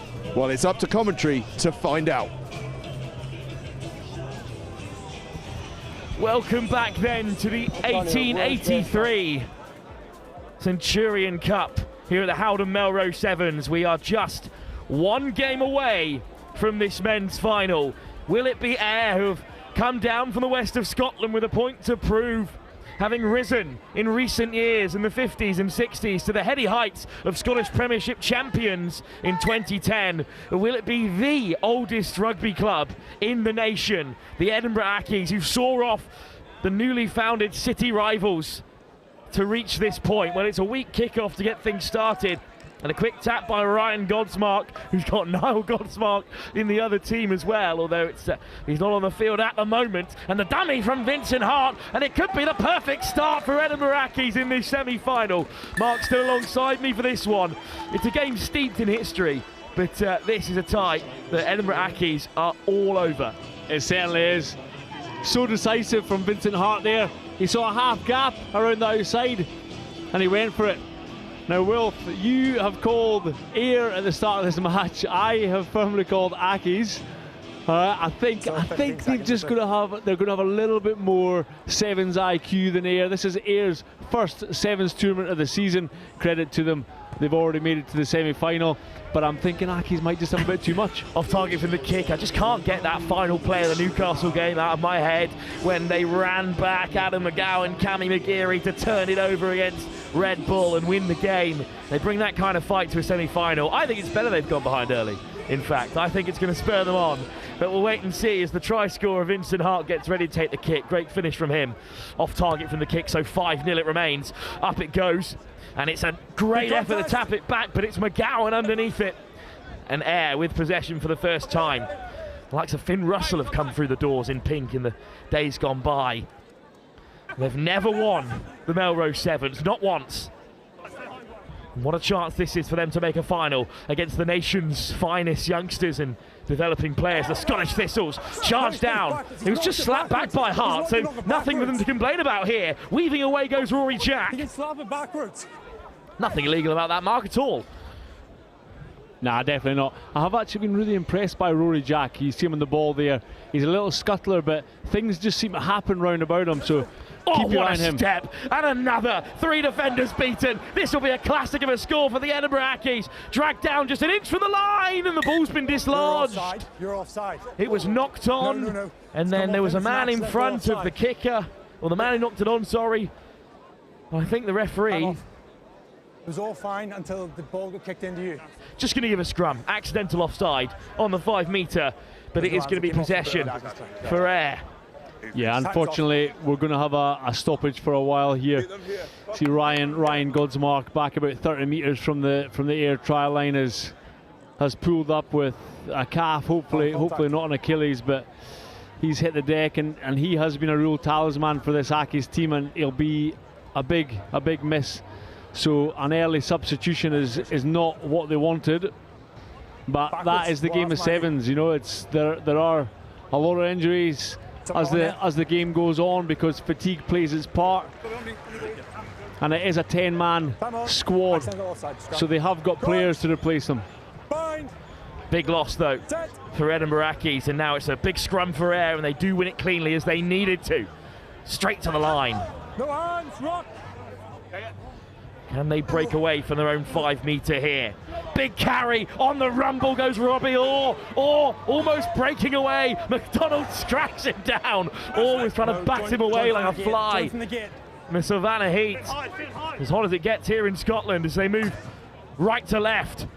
Ball in one hand from Bobby Beattie. Oh, straight in from the side, so the quick tap comes from McGowan, and it's Beattie, and Beattie is away, and Beattie hunted down as he weaves towards the inside. Oh, he's almost spilled it, and it's been chipped in behind by Finn McNeil. Oh, what a calamitous moment for Ayr. Yeah, but never say die attitude from Ackies, chasing back, and as you say all the time, the defence, those big moments, they win you games. Upright in the carry from Rory Jack, taken down by Ayr and Bobby Beattie. Whipped across from McDonald. And now the question is, what do the Edinburgh Ackies have 5 metres out? It's popped up for McGowan. But the offload into the path of Bobby Beattie is a forward pass. Nervous moments in this semi-final for both sides. And they're small margins as well. You can see Bobby Beattie, the standoff for Ayr. He is sucking in the big ones. He is not used to this intensity of back and forth rugby. Not played sevens for quite a while now. He played at Ellison Sevens a few weeks ago, but he did say that he was struggling fitness wise. He's going to have to dig in. 3 titles in their long history for Edinburgh Ackies, but none since 1949. They made 2 finals in the 30s. They were beaten twice by Heriots, the team they took down to reach that semi-final against their local rivals Edinburgh, who they beat again to reach this colossal game. And now they're under serious pressure from Ayr. Spits out so unkindly for the try scorer Hart, but then cutting back inside comes Chalmers, who did score in their quarter-final against Heriots. McDonald, he's got away there, and the penalty goes against Robbie Orr. Chalmers didn't know what to do with the space he found himself in, but the Ackies do. They head straight to the far side, and look at the acceleration out wide. It's a brilliant tackle from McGowan. We have seen some awesome defence over the course of the weekend, and especially from wingers using the touchline as their friend. McGowan showed him the outside, and he nearly took it as well, but he used the touchline really well, managed to get him under the thighs and drag him into touch. That is brilliant defence right there. Well, one of the youngsters with no numbers is the under 18 George Barlow. He's still studying at Glasgow. Edinburgh Academy, sorry, so he's still at school despite playing at this top level. So one back brilliantly on the floor. Here's Vincent Hart. Take it to the line again. McDonald on the switch. There's a man down for Ayr, so they have to win it back here. Beattie, how on earth has it not gone his way? Instead it's Chalmers. Rory Jack. There's tired bodies out there in the early stage of this final. Beattie struggles to his feet. It's a 2-on-1, it's McNeil who gives the pass, and Rory Jack is over for the Ackies second. And Ayr, oh, they look broken. they do look broken. They're looking for little periods of rest, and that's where, if Accies can keep a hold of the ball, play their traditional sevens, they are going to break Ayr down. One thing that both teams are struggling to do is when they have a breakdown, they are struggling to work around the corner to create overlaps. That team that can work that little bit harder in this game will be the winners. We can see now Accies bringing on their pace man, who has made a massive difference over the course of the tournament, Gavin Welsh. I like the fact that they have left some of their stronger players on the bench at the start of the first half. Bring them on late as the opposition start to tire. We'll see if that works out for them. Well, Ayr, of course, won their first Scottish Premiership title back in 2010. They did that by beating the Edinburgh Accies 2010 to claim the championship with 3 games to spare. We're still on for that scoreline of that famous old day for Ayr, but they're going to have to fight back into this game. Strong carry by McGowan. One last play before half-time, so a bit of a free hit here for Bogic Rudu. Great carry from Bogic Rudu. But rolling on the deck, so many penalties have gone for that extra roll. Such a waste, such a coach killer. And now the door is open for one last roll of the dice for the Accies with free ball in final play. Hart, McDonald, Walsh is waiting. Bogic Rudu with a big hit, but the offload is still free. That is a very dangerous channel to run down. Good defence from Ayr. Welsh, Chalmers, 2-on-1. Have they got the pace out on that left-hand side to finish? Try given. What an effort. There are Edinburgh Accies who've stayed down on the near side, just lying in wait for Rory Jack to cross over. It's a great effort from Johnston, but that is a crucial try before half-time. And it's been inflicted by Ayr upon themselves. An absolute cracker. We said he was going to have a little bit of influence on this game. Rory Jack, he scored 2 tries so far, but you can sense that Accies can smell blood. They're really going from this Ayr team. They're keeping the ball in play. They're pushing it from side to side, getting the Ayr team chasing. They don't have that sevens fitness, Ayr, that the Accies team have. Well, the kick actually bounced and then went over the post. I'm not sure if they're going to count that as it rebounded up over the uprights. But regardless, at the break, it's going to be 3 tries that Edinburgh Accies are to the good against this Ayr side, searching for a monumental final at Melrose. Well, in the meantime, at the break, I'll throw you down to Angus Savage, who is pitch side. Thank you very much, Will. Wow, what a first half that was from Edinburgh Accies. The reason we're throwing down to me at half-time is because we've got breaking news. We have confirmation of who that second women's finalist is in the Breadalbyn Doddy Claymore. It is Monaco will be facing the hosts, Melrose. And if you just have a little look up there, the trophies have started to arrive on the balcony. We are approaching finals rugby. 3 big finals coming up. Newcastle Red Bulls against Strathallan, the under-18s final coming up just after this, followed by Monaco against Melrose, and the Thistles. Who will they be playing? Will it be Edinburgh Accies, or will Ayr mount a comeback in the second half? We'll find out in a couple of moments' time. It's back to Will and to Mark.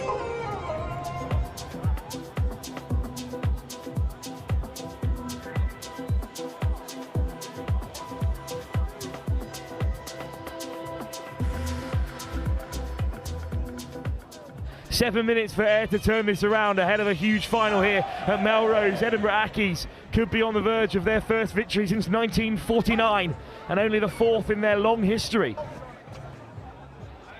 Well, here's Vincent Hart. Robbie Chalmers. Hart.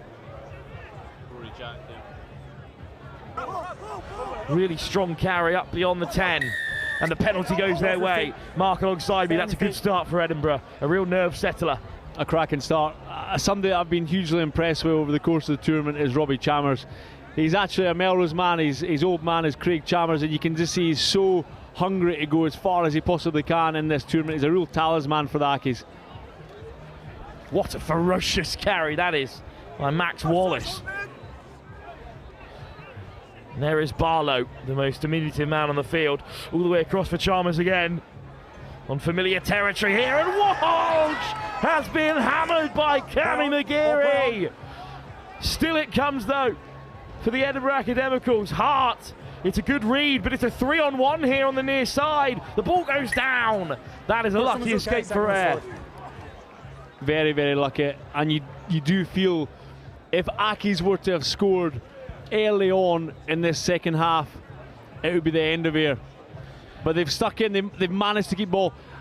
Ayr actually, fortunately, they've managed to get Niall Godsmark from the Newcastle Red Bulls academy team, and he will make a bit of a difference from. He's got that sevens fitness. He'll do the work, the hard work across the pitch, and the rest of the Ayr boys have got a little bit of X factor to make things happen. They can score 3 tries easy enough in this second half. Pressure at scrum time. It's come off his leg. But it's come back for Ayr just about. They need the next score. That is of no question. Chris Hyde could create. Dangerous in their quarter-final victory. Racing round the corner come Ayr again through Niall Godsmark. Offloaded for Cornell.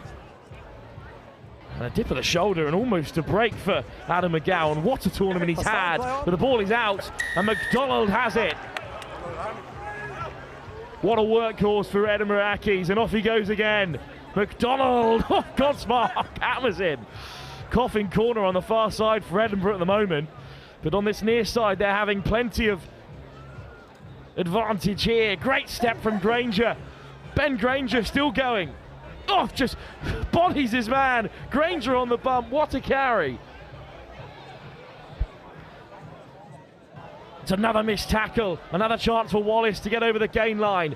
Edinburgh storming towards the line here. Granger, long miss pass out the back, and it's a foot race for the corner. It's another great tackle by Cammy McGeary, but oh, straight through. He was so unlucky there. If we've seen the replay, I think he managed to actually release the ball prior to getting back to his feet.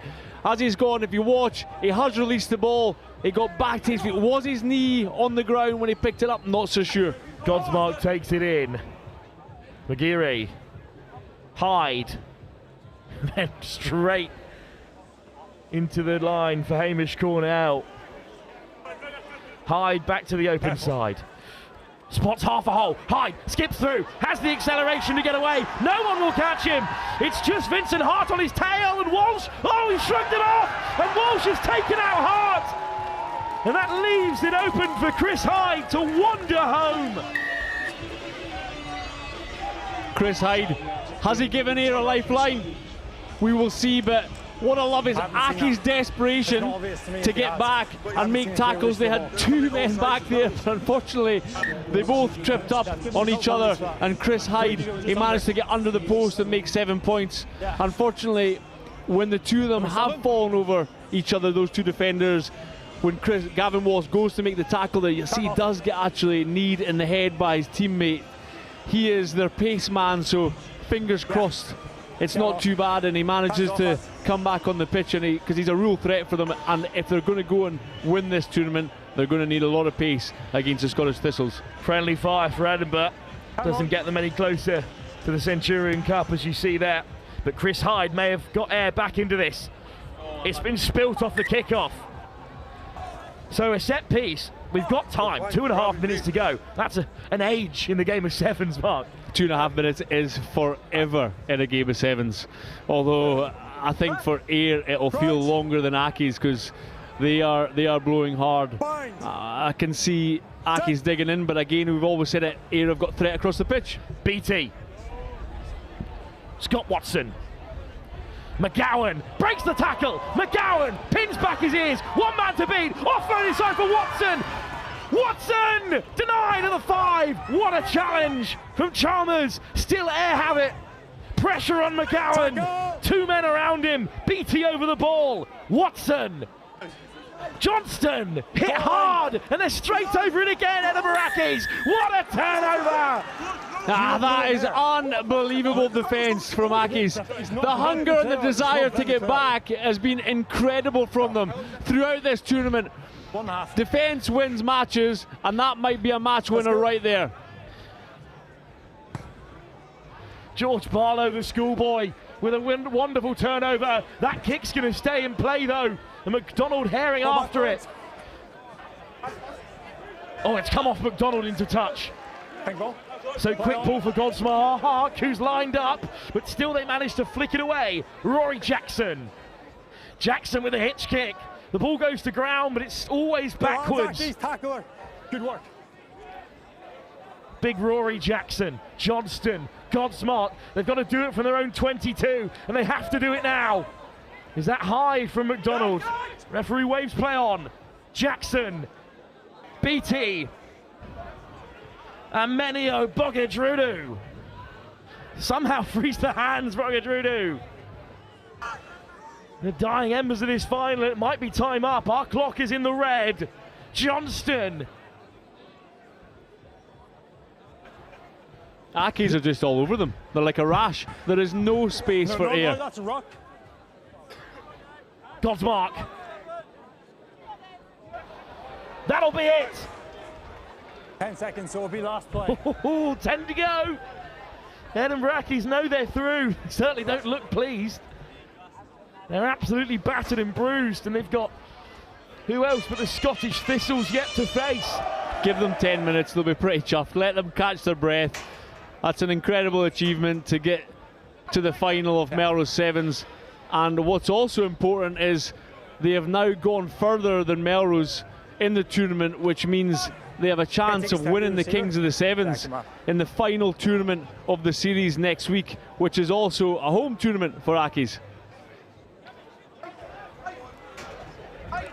McDonald, down he goes. Big turnover and coming for air. Game over. And they're through to the final. The Edinburgh Academicals. A little bit of afters unnecessary from air. Their tournament is over. What a tournament it's been. But what a performance by Edinburgh. One more, get them away. Well, it will rumble on here, Mark, for a little bit, but what a tournament it's been. That won't take the shine off this performance, especially in the first half from the Edinburgh Academicals. Nah, cracking performance, cracking day for them all, and a little bit of handbags after the match. It's not in the rugby spirit, but what it does show is what it actually means for both teams. It's such a huge tournament. There's so much passion involved. Straight after the whistle, there is a little bit of emotion, and it is only natural. But what you see now, it lasts 30 seconds, then everybody's shaking hands. They're all mates again. We're back in the spirit of rugby. Well, it might not be for long, but we'll chuck you down for Angus ahead of the under-18s final.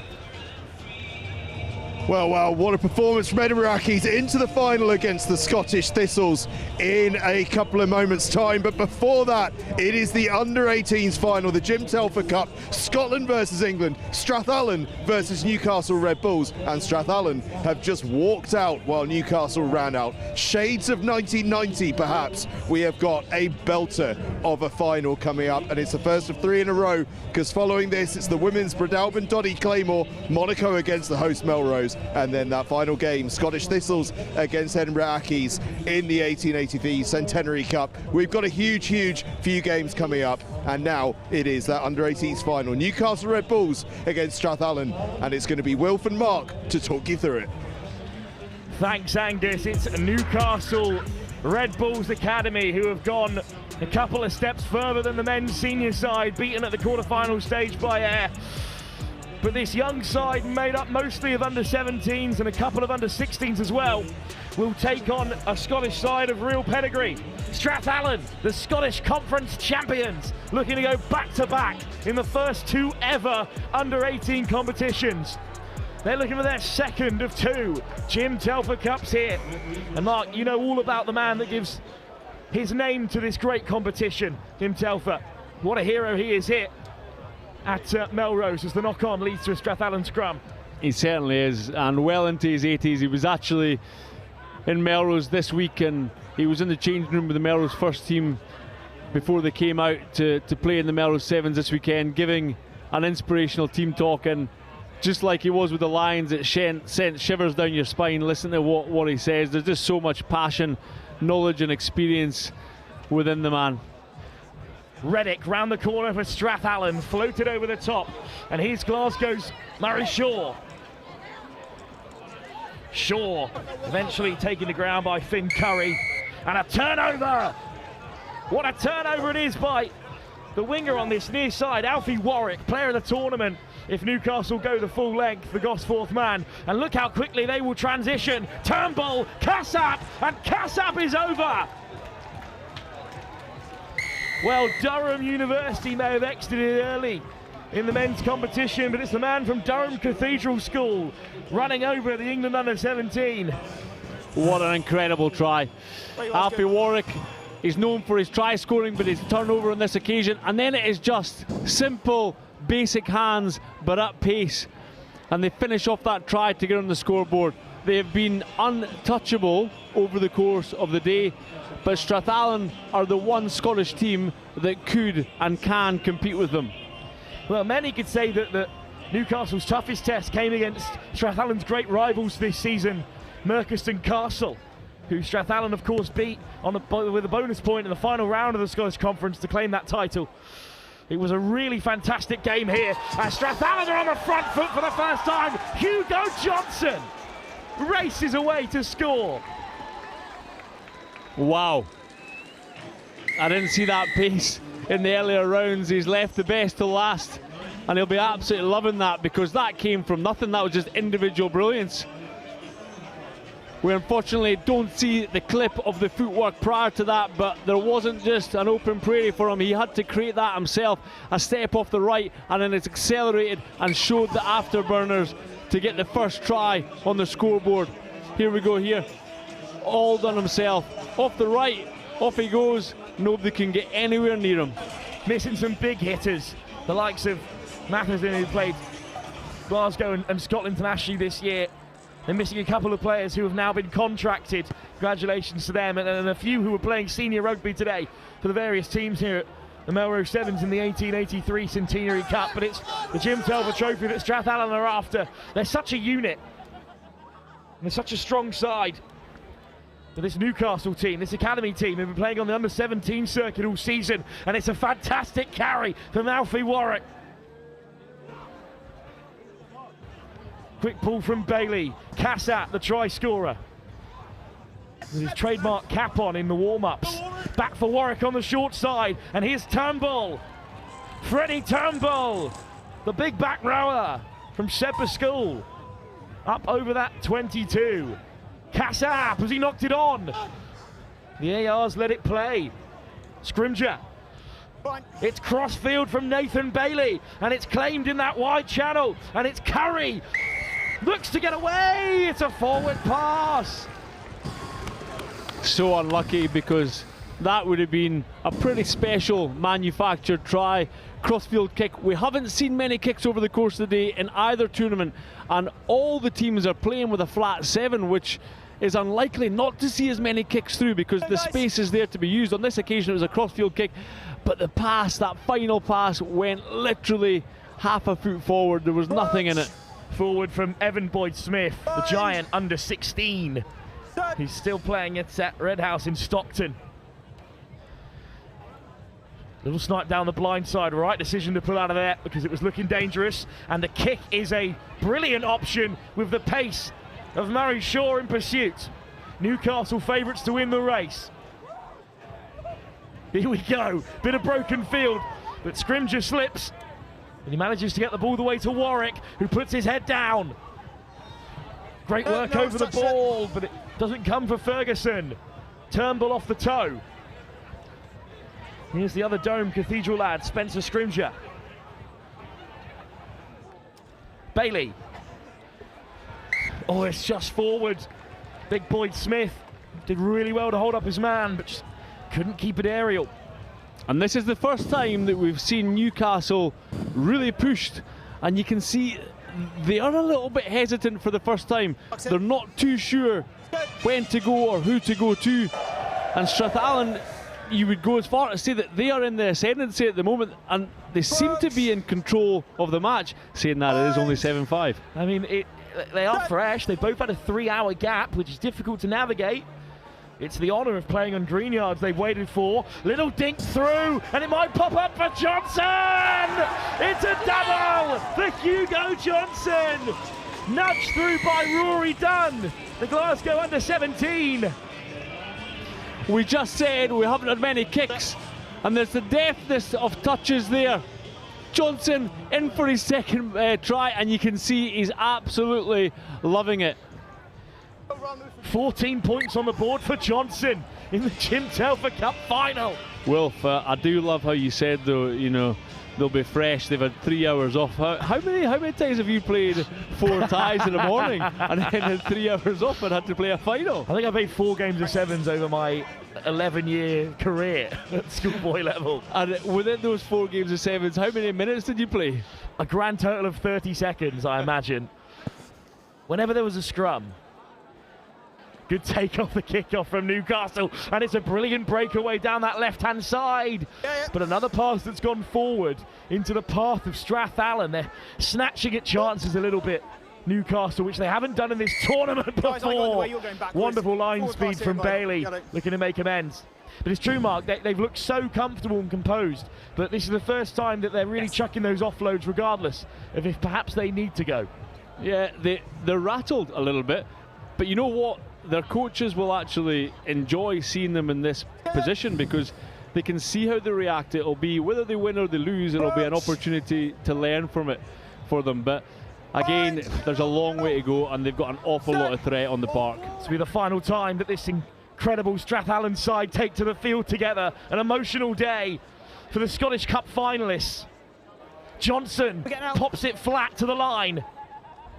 Taken on by Glasgow's Angus Matthews, who's vice-captained them throughout the season, driven into touch, and that will take us through to half-time. No time for Newcastle to counter, but what a final it's been. Strathallan, the defending champs, are in front at the break against this incredible Newcastle side that have sauntered through to the big dance. Well, Mark, what a final we have, with 2 more still to be played here at the Howden Melrose Sevens. Yeah, and obviously the day kicked off with the Jim Telfer Trophy, the under-18 tournament on the back pitches, and we were already massively impressed by the standard, but also the effort and the hunger across the board.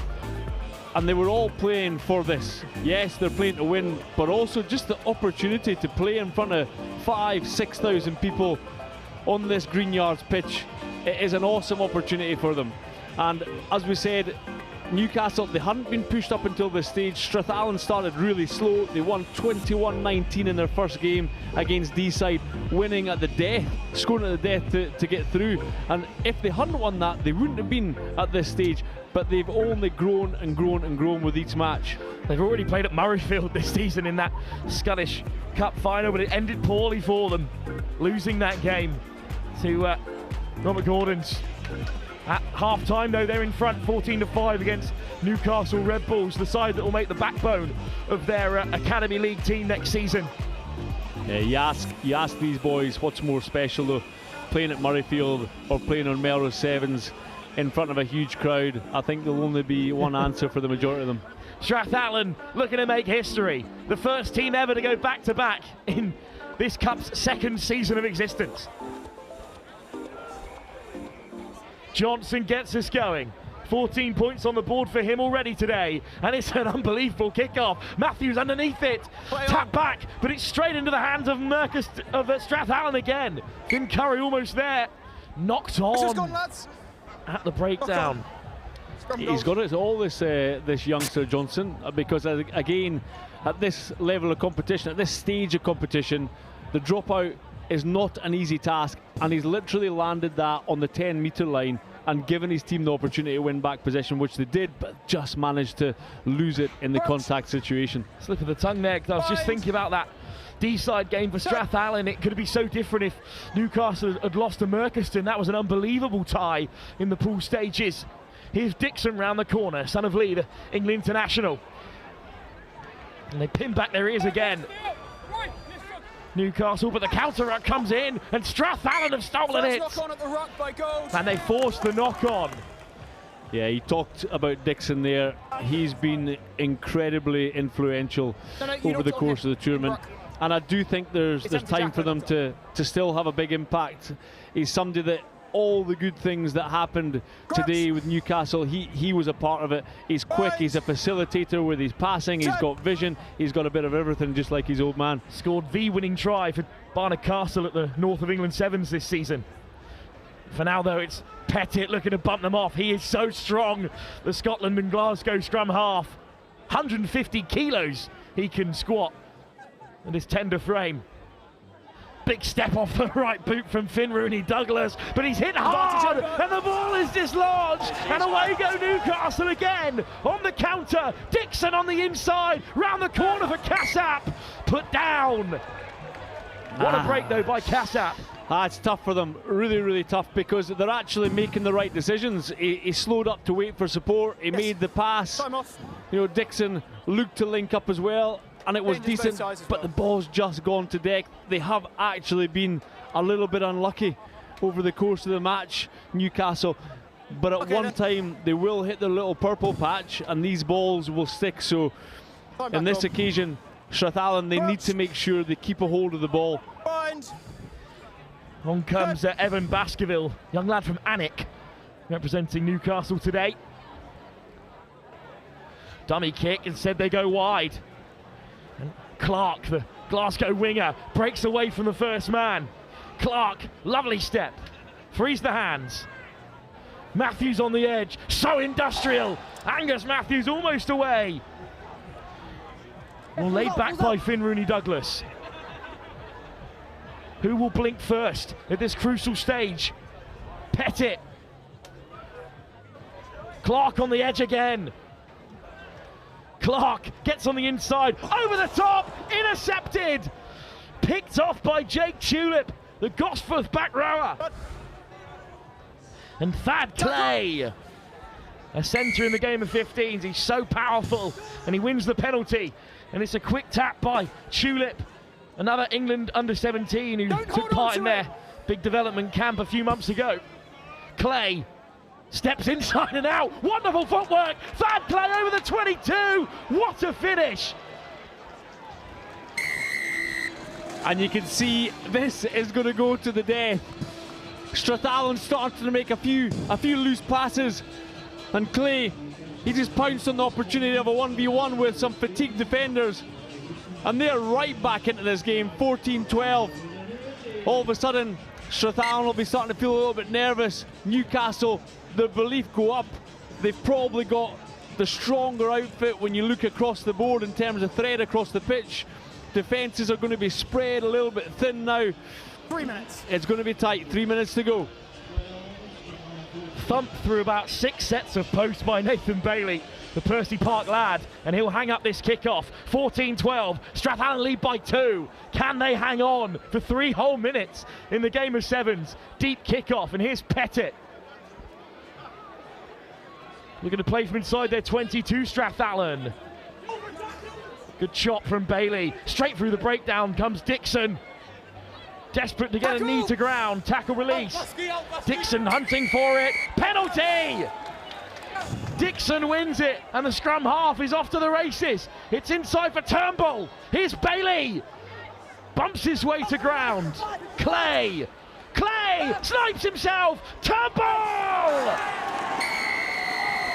Freddie Turnbull, the senior man in the Newcastle Red Bull lineup at 18 years of age, crashes over to score. It is amazing how matches swing to and fro. And we said he'd been outstanding over the course of the tournament, Dixon, and he was pivotal to that. Scrum halves aren't normally the men who makes the turnovers, but he makes an early turnover. He takes a quick tap, he puts it into space. He's pulling the strings without even having the ball in hand. For me, him and Alfie Warwick have been incredible over the course of the tournament, but you can see when it comes to the highest pressure situations, the young man Dixon, he seems to have the minerals. 5 points in it. What a kickoff from Bailey, but it's knocked on. So set piece is the worst case scenario here for Strathallan, and that's what it'll come to. So not a bad outcome from the kickoff.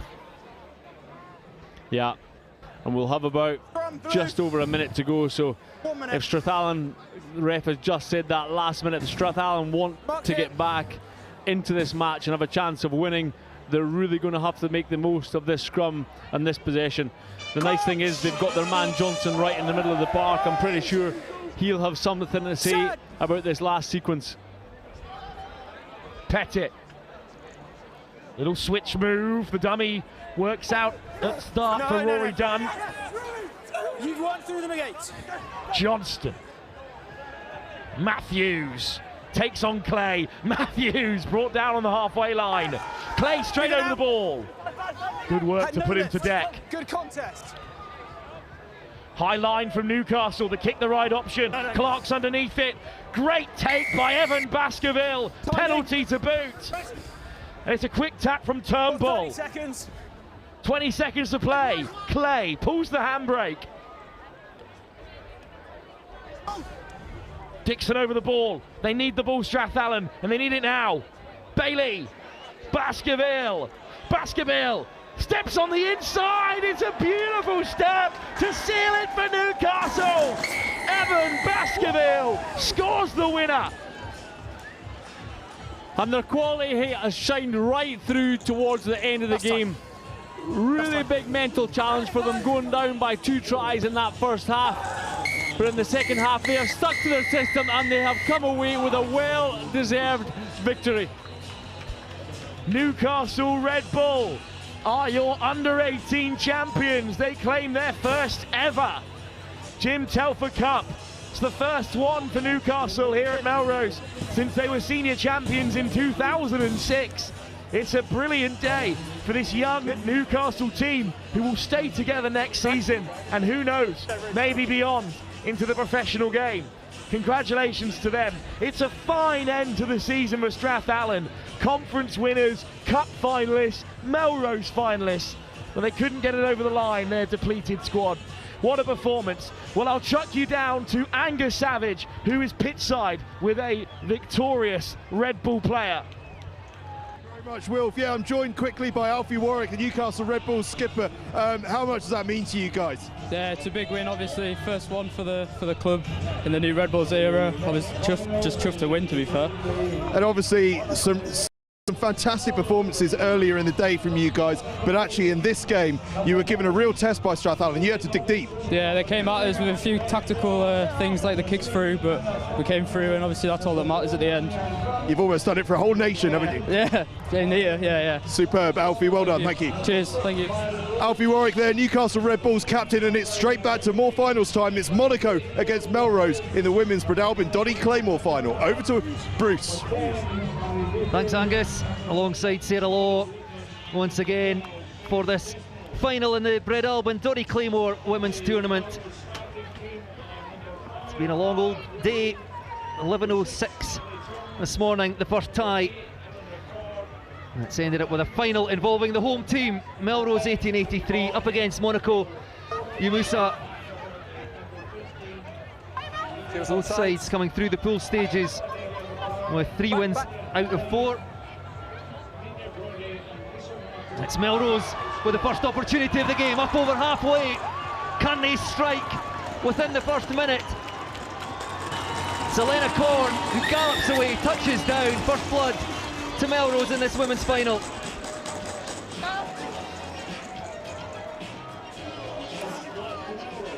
Good strength to fend off the first tackler, then get into her stride down the middle of the pitch.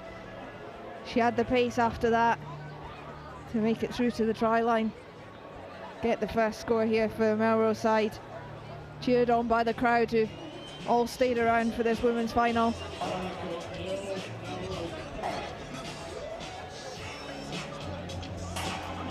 Another look at it there, showing great pace.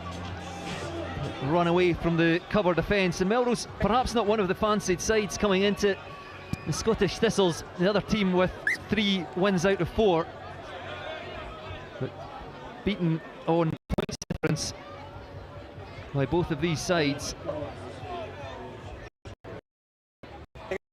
Best of starts for Melrose, unable to add the 2 extra points, but leading by 5 within the first minute of this final. First opportunity then for Monaco. Onside. Kicked through by Chloe Pontus. Just beats everybody into touch just outside the Melrose 22. Defence on the mark here. Defence. Not seen a huge amount of kicking in the women's fixture so far today, but all of the teams have been playing with the flat 7. Whether that's something that they've looked at from the last time they played this Melrose side, because they did meet each other in the pool stages. Seeing a little bit of space in behind there, putting that kick in over the top that time. Touchline took it away from them, but we might see more of that. Try scorer Pontus flings the ball out wide. So it's with Melrose just outside their 22, looking to build on that early lead. Recycled quickly. 1-on-1 on the edge here. There's Johanna Hacker, fights her way up towards halfway. Close now. It's there for Monaco. Well, Melrose still up over halfway, just racing out of defence there. Monaco get themselves a bit out of shape. A thumping tackle over the shoulder by Maeva Desarnaud, but too high. Penalty goes the way of Melrose. Call for a scrum. Okay. All good. Bucks here. As Sarah said, the two sides met earlier in the competition. It was Melrose who won 19 points to 17, which would suggest and there will not be much between the sides in this final. Crutch. Bind. Set. Melrose from the scrum.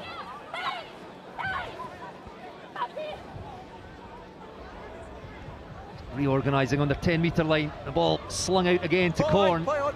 And she released the ball. She's strong with ball in hand as well as pacey. A loose pass though, can Melrose keep that in? No. Goes into touch over on the far side. Melty here. A little bit loose from Melrose on that play. They got a really good position off that scrum. Stacked all 3 players on this right-hand side. Monaco did the same though. Just left the other half of the pitch open and ended up playing into an area which was pretty busy with defenders.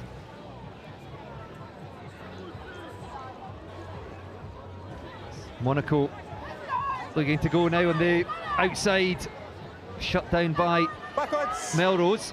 A hint of a knock on by Melrose, but the referee says play on. Still with Monaco. Yes, he has had the call from the sideline.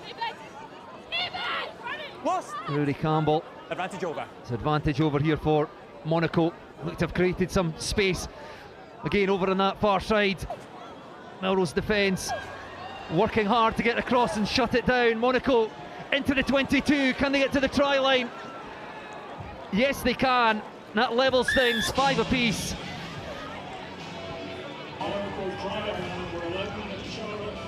Worked hard to create an overlap there on the right-hand side. A couple of the Monaco players just flooding round from this left-hand side just to make an extra number.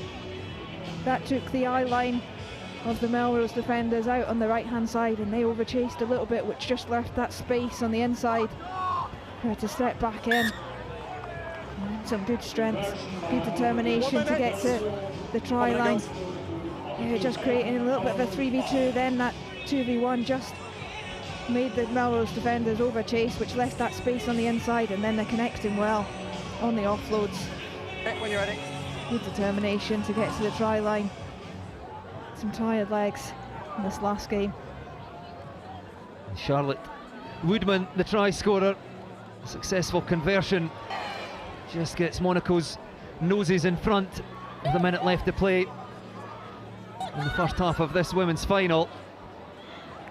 Monaco defence coming up hard. Forcing the turnover. Melrose guilty of holding on the deck. Monaco not hanging around. Got space to play with out here on the left touchline.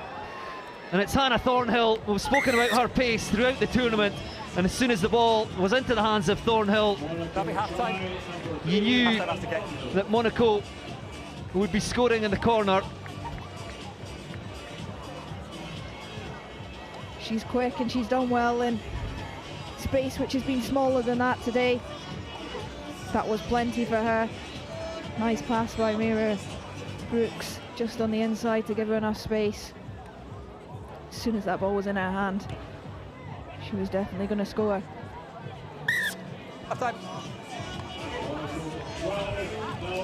So this time, conversion unsuccessful. Yeah. Another look at the try here for you, Sarah. Getting off a penalty. Monaco have actually been really good off their transition play. Every time they get a penalty, looking to go quickly, can they exploit some of the space that the opposition have left, having been in an attacking position and then a bit slower to change into a defensive positioning.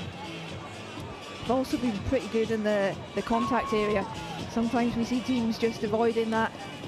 I would always avoid it, but both of these sides, Melrose and Monaco, being keen to box the ball up in the middle, then contest hard at that breakdown, whether they're in attack or defence. Just make a little bit of a mess of that breakdown, and sometimes that's where they've come out on top against some of the Scottish sides this afternoon. Yes, well, that try coming from a penalty at the breakdown. Monaco contesting hard. Melrose holding on in the deck.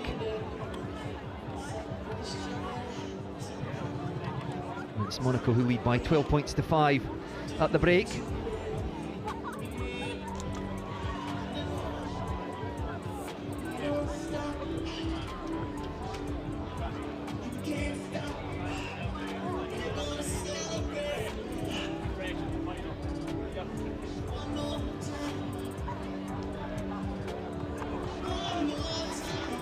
This women's tournament has been hugely entertaining this year.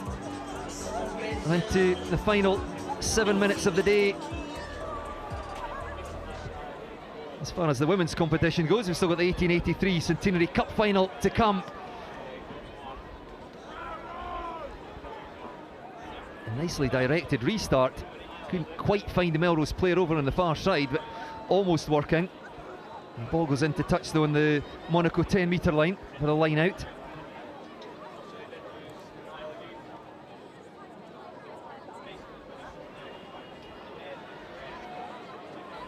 A very scrappy line out, but it does come back on the Monaco side. It was knocked on though. So possession handed back to Melrose.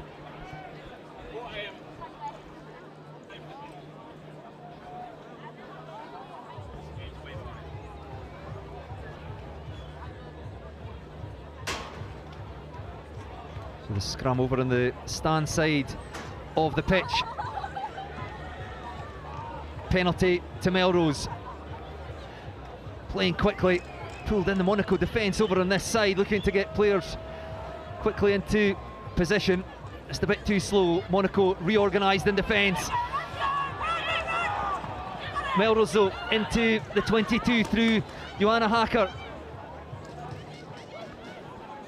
Out to Julia Braun. Desperate defence here by Monaco, trying to protect that lead, but there's space over there on the far side. Shut down quickly again by that Monaco defence. Just pick and go around the corner.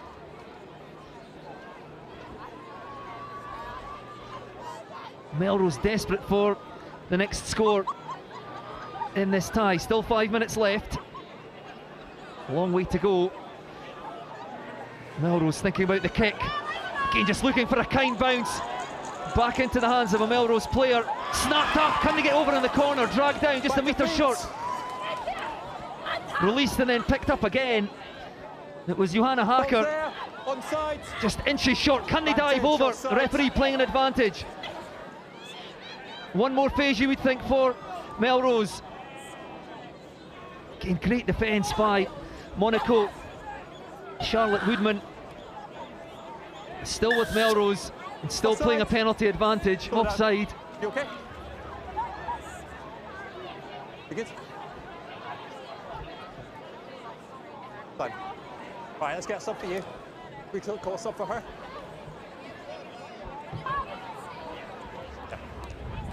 Melrose getting into this position just from regathering that kick. they come to this left-hand side and there were numbers down. 2 Melrose attackers against 4 Monaco defenders. Looked like they'd gone the wrong way, but deciding to put that kick in behind, which made the Monaco players turn. Melrose on the front foot, getting on the end of it, getting themselves into a good position 5 metres out. Okay, we'll be starting with a penalty on the 5. We'll be starting with a penalty on the 5. Monaco having to give away a penalty just to avoid conceding in this area. Melrose, let's go. But Melrose, they'll have another shot. Penalty. Your scrum. Okay, scrum calls. Huge crowd here in good spirits. Willing this Melrose side over the try line. A converted score required to level things.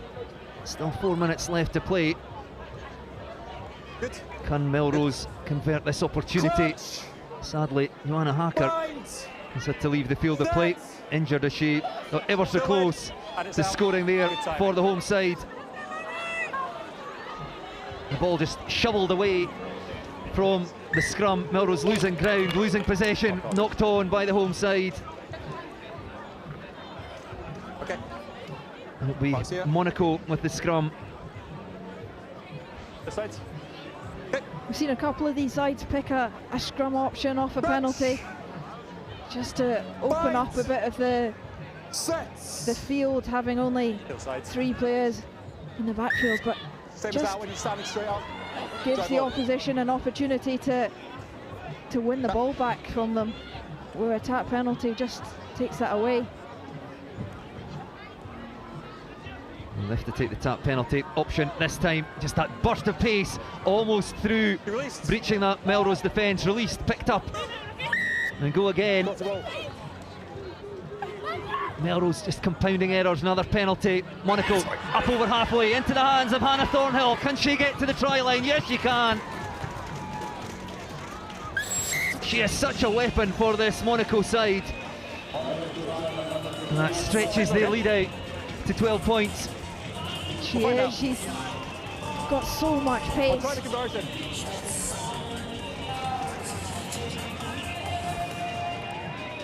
We've had a few moments before she's had the ball in her hands, but as soon as she is there, she's got 10 metres away from her and the nearest defender. It stays that way for the whole trot to the try line. And they've come from defending on their own try line.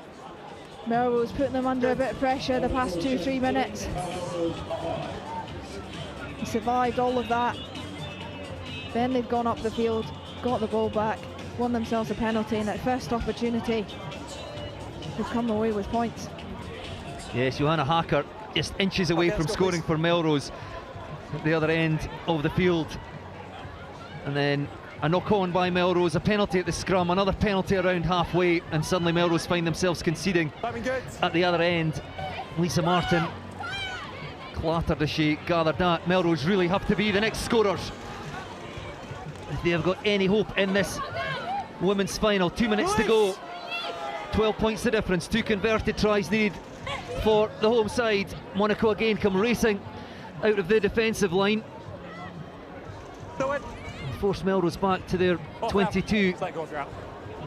A wild pass can't be taken. Well, it's been regathered by who else? Hannah Thornhill. Dives over for her 3rd score, and that, you would think, will be the try that wins this final and this title for Monaco. 10 seconds left. That could well be it. Melrose didn't have numbers on that right-hand side, just the one player calling for the ball to play played left rather than right.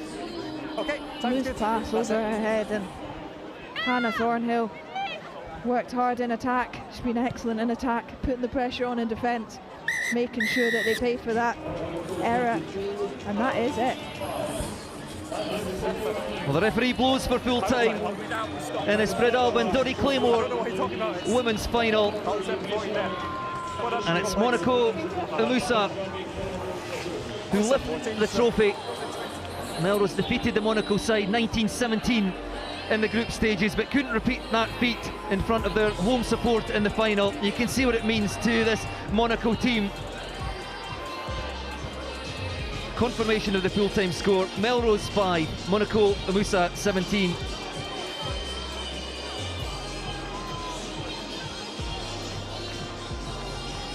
think they scored right at the end there just to make it 22 points to 5 in the end. But this Monaco side have been good throughout. They're probably the team that's been most consistent throughout this tournament, showing their pace, their work rate and defence in particular as well, paying dividends in that second half, and in the end they are worthy winners. Yes, the scoreline updated, you're quite right. The try at the end, putting a gloss on it, Monaco winning by 22 points to 5, and I think we can head back down onto the pitch. Angus desperately trying to grab someone to talk to. Just in that Melrose huddle. Looks like he has got Mania, a hold. the captain of the Monaco side, Bechel. how's that for you? That's fantastic. It's incredible. I'm so proud of the girls, of the team. We fought until the end. It was such an amazing game. Melrose, first team woman, respect. I'm excited for next year, and thank you for your support. Thank you. Fantastic, thank you. Right, we are ready for the 1883 Centenary Cup final, and it's Edinburgh Accies against Scottish Thistles. Will Kemsley and Mark Robertson will talk us through it. So over to them for the final. Starting Accies side from 1-1. Last. Accies, who are going to defend here in that pale blue. So Thistles in the green, Accies in the blue. Edinburgh Accies with a tough kick-off, but it's the Thistles who defend it. What a final it is. The oldest rugby club in Scotland taking on this brand new development side pulled together. The future of Scottish Sevens on their backs. Big fend off. Another big hand off. Oh, what a carry by the captain, Finn Callaghan. 3 men, he's stiff-armed beyond the 10-metre. Little snipe down the blind side from Owsley. Owsley's going to score. The athlete, the 400-metre specialist, absolutely gunned over long and short distance. Mark, what a start for the Thistles. Yeah, you give Freddie a sniff and he's gone. He's 10.7 over the 100. There's very few rugby players in the world that would match him for pace. Honestly, he has got incredible acceleration, but also top speed too. Great kicker of the ball, and he's in an absolute cracker of a tournament. That was one of his easier tries too. How about the carry from Callaghan in the build-up? He's been on the World Series with Great Britain and Scotland, but he's been captain of this programme for many years now as they continue to grow and expand and breed this next generation of 7 stars in Scotland. Yeah, just a lover of sevens. You can see he is aggressive with the ball in his hand. He can fend, he can step, and unfortunately he's got the pace of Freddie Owsley to finish tries off. To 77-year wait for the Edinburgh Accies for their next title here at Melrose. No championship since 1949. They came close in 2019, losing to London Scottish, the record English champions. And they were beaten in 2014 by the Glasgow Warriors, of which there are a couple out there today for the Thistles. But it's been knocked on off the kickoff. Brilliant chase by the Thistles, and look at their depth as they get set here to receive. Callaghan. Callaghan drives at the line and gets around the first man. That right arm fender is so powerful. Little snipe again from Owsley. So quick off the mark. Here's Murray Wall, the Scotland under-20. Winding it up is Brent Jackson. Intercepted on the far side by Edinburgh Accies. Great take by Robbie Chalmers, a pace merchant of their own. Here's Joe Townsend, bouncing his way around the corner. Pressure here from the Thistles. First chance to see the Accies with ball in hand in this big final of theirs. Carried to the line and off the deck from Robert Kent, who scored twice in their semi-final. Switch back on the inside. It's a big bump by Ben Granger, who's an analyst himself for the Scottish Sevens side, now facing against them for the Accies. Oh, what a carry this is by Kent. Kent on the outside. Kent's going to go the leg. Is he though? Is he? Across comes Owsley. Owsley. Owsley makes the tackle. Who's there? Can he reach out towards will tell you something. That is incredible work rate from Freddie Owlsley. He has literally made up 30-40 metres on this chase back. See when Robert Kemp makes a break, there's nobody in sight, but you can see Freddie coming like a train. He hits quicksand pretty quickly. Freddie not only makes the first tackle, gets back to his feet, makes a second try-saving tackle. That is a match-winning performance right there from him alone. Scores up one end, saves a try down the other end. Awesome. Held up by Gregor Johnston, the Glasgow man on the national talent pathway. Scrums to be fed by George Barlow, the Wonderkid himself, still studying at Edinburgh Academy. Hit, hold. Yes. Crouch. Big moment in the tie. Scrum on the 5 metre, of course, for being held up. Old style in the game of sevens. The Thistles lead by 5. Barlow. Chalmers, head down, straight through. There's the response, and it's a popular score here. Good man. He'll be absolutely loving the opportunity to play in his first Melrose Sevens. He was schooled here just over the road at Melrose Primary School. His dad played all of his rugby at Melrose. His dad won twice in 96 and 97 with a very famous Melrose team that included the likes of Graham Shield, Brian Redpath, Craig Joyner. And he has got an opportunity to match his dad with a winner's medal. But what I love about it is as soon as he gets the ball, he's nah, I'm going for it, I'm scoring this. Direct, decisive, and he gets his dot. McDonald's adds the extras from right under the post. Although awaiting those to be clarified, he may have missed it from there. 5-all in the in-house scoreboard, so we'll keep it as such. 5 minutes gone in this final in the 1883 Centurion Cup. Little hitch kick. And a big fend from Llewellyn, but he's being held up by 2 men. Llewellyn makes it to deck. His father, a Edinburgh player as well. Nice step back against the grain here. And it's a break for the Thistles. And off they go. It's Lewis Wells over the top to Brent Jackson. The South African. Scottish qualified. And scoring for the Thistles.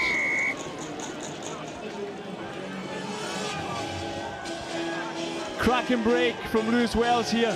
He's a big man himself, 102, 103 kilos. Winger for Edinburgh Rugby.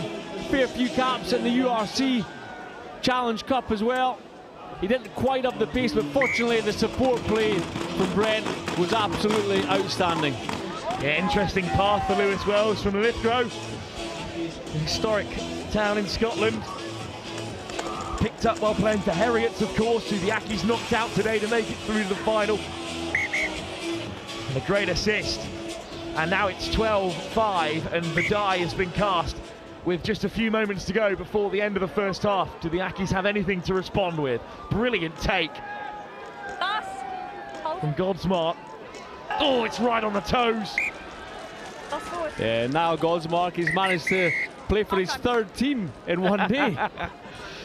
Well, they have an absolute let-off there, the Edinburgh Ackies, with the half-time whistle sparing their blushes. They trail for a late score by the Thistles. Over the top for Brent Jackson to take the lead. And what a day it has been for the Thistles, of course. As an invitational side, they had to start way back in 10:30. They bring Musselburgh up first, 33-7. Through to play Peebles, beat them as well. Heading into that game against Melrose, of course. What a fixture it was. But the Thistles came out on top. And now that semi-final against Kelso, what a classic. What a professional performance from the Thistles, and it's led them to this game. No one's played more rugby than them today in the men's competition. They certainly have not, and you wouldn't know it because they look fit as fiddles. They've lost one man to a head knock in the quarter-final, but you can see it has taken its toll for Edinburgh Ackies. Edinburgh Ackies have now lost 3 men, and the way that sevens works is the team that you beat, if you have an injury, you're allowed to take a player from that team that you beat, and only that team. So from the semi-final, they've taken on Niall Godsmark who initially started with the Newcastle Red Bulls, who Ayr beat. He then went and played for Ayr, and then obviously Accies beat Ayr, and he's gone on and played for Accies. Similarly, Bobby Beattie, an ex-Scotland Sevens player, he's jumped up to Accies as well after Accies beat Ayr, just to fill the space for the injuries that they've had earlier on in the tournament. Well, Accies beat Heriot in a repeat of the 1939 final in their first game of the day. What a cracker it was. And then they've taken down the professional side Edinburgh in a blockbuster 1912 victory. The semi-final against Ayr, they made short work of the West Coast side. But now they trail by 12-5 against the Scottish Thistles, the biggest test of the day so far for them. Advantage offside 5. Penalty advantage inside their 22, hits Godsmart. Switch back on the inside. It's a really physical coming together between Wallace and his opposite Thistle. Whipped away by Barlow. Orr over the top. It's a good tackle from Murray War on the edge. But a lovely offload, and here's Orr racing through the centre. Nope. Barlow, Chalmers, Godsmark. Really excellent play from the Accies. Great step from Godsmark, punching his way through the centre. Barlow. Robbie Orr. Lovely footwork, and in comes the fend from Hart. Hart gets the offload away. It's a fantastic tackle from Murray War. Twice in the move, he's made big shots on the edge. Huge credit to both teams though. You can see with each level that we go up, quarters, the semis, and into the final, the standard and the intensity is just going up and up. The accuracy is going up, which is huge credit to the fitness levels of both teams. Because don't forget, Scottish Thistles have already played 4 games. Edinburgh Accies, they've played 3 games prior to this, but they've also played 7 weeks of consistent sevens tournaments, and that takes its toll. But you can see what it means to them. Their accuracy, their concentration is right up there. They know every pass, every tackle matters. Huge scrum for the Accies, but they've missed out, and the Thistles will come away with it. And they have to be perfect on the edge here. You cannot allow Freddie Owsley to get away, but Owsley, you just can't stop him. Across come the Accies and Max Wallace to force him wide. But what a run. Freddie Owsley, 400-metre specialist, but at over 100 he's rapid as well. Yeah, Adam McGowan, he just can't afford to give Freddie as much space on the outside. You really need to rely on your inside defender a little bit more. Show the inside shoulder and ask Bobby Beattie to make that tackle, because that is just too easy for Freddie. You know, he's not had to step, he's literally just went an arcing run. Naturally, he is absolutely rapid, and yeah, but they need to make it harder for him. They need to make him step inside, try and break through a tackle at least. Playing down south for Chinner, of course, in a very similar level to that Scottish Premiership standard that many of these Accies players will get stuck into week in, week out. It's an unbelievable arcing run. Great pace on the outside. And that is a huge score in the context of this game, because it's a big lead now, 12 points that the Thistles enjoy. With not long to go in this final. Great step on the inside from Beattie. Is this the moment for the Accies to get back into the game? Beattie, they're herring after him. Oh, but oh no, Hamilton has pulled up short, and it allows Beattie to stroll home. What a cracking individual try from Bobby Beattie. Down the left-hand side, he lost the ball when he had an opportunity to potentially score. He does not make the same mistake twice. You can just see how decisive he is in the middle of the park and centre in the replay. He gets the ball from a lovely wide pass off Niall Godsmark. Really decisive, off the right, sails him with the eyes, and then it's just acceleration and pace. Great work right back from Lewis Wells, but he just didn't quite have enough time to catch him. They're right back in the game.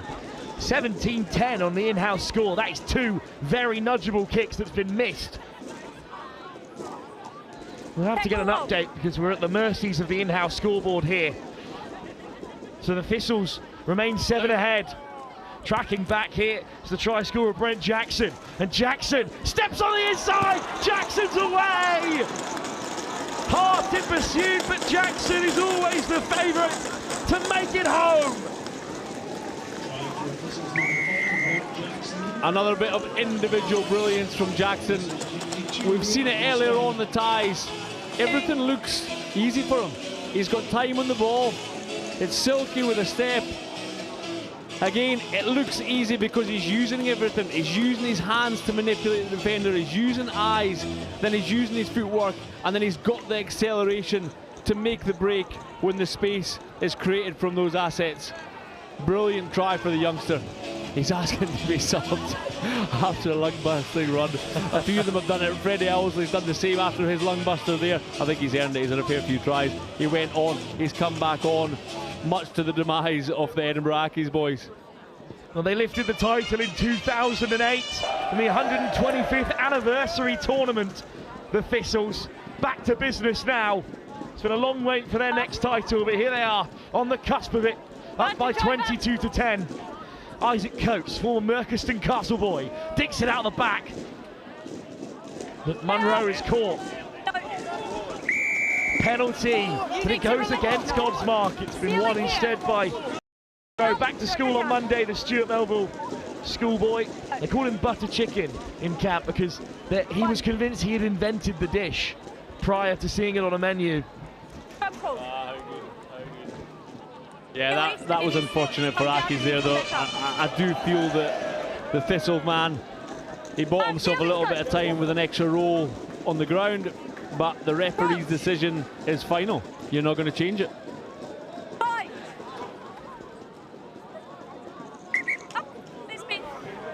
Again, though, 12 points in the game of sevens is not very much. Unfortunately, they've only got about 30 seconds to a minute to go, so they need to score quickly if they want to catch them. 5, 6, hold the weight. Accies have it. Oh, they're just getting held at scrum time. What an unceremonious end to an unbelievable tournament this will be.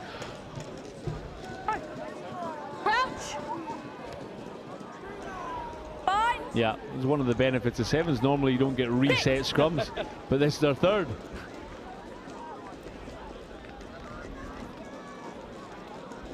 Finally they're away, but it's Owsley on the outside again, looking for a hat-trick. Instead he flings it wide. Owsley on the return. Frees the pass, it's going to roll into touch. How long left here? The Thistles have done it! For the first time since 2008, the Scottish Thistles are champions of Melrose.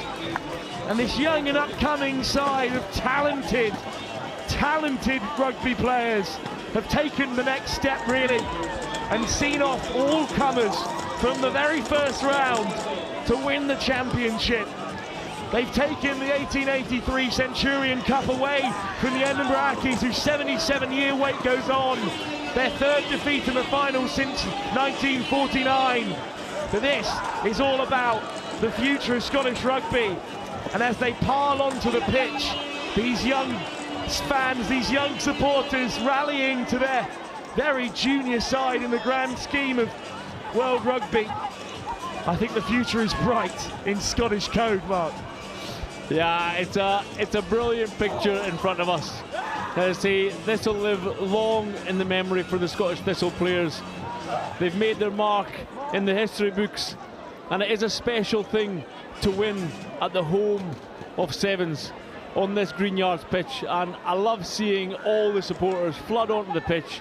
It's an old school picture, but as I say, it makes it very, very special for the players to be in amongst the crowd, and I'm pretty sure they'll have a good few bevies to celebrate tonight. Not the underagers, mind you.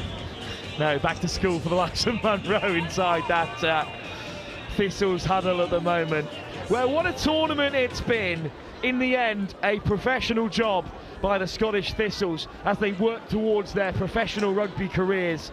It's a fantastic moment for those young players who have tasted victory here. And a quick shout out to Finn Callaghan, the captain, who's been such a huge part of this programme all the way through. As the Melrose boys get stuck in as well to Leo Munro. And you got to remember, Will, as a Scotsman, it's a rare thing that you get wins.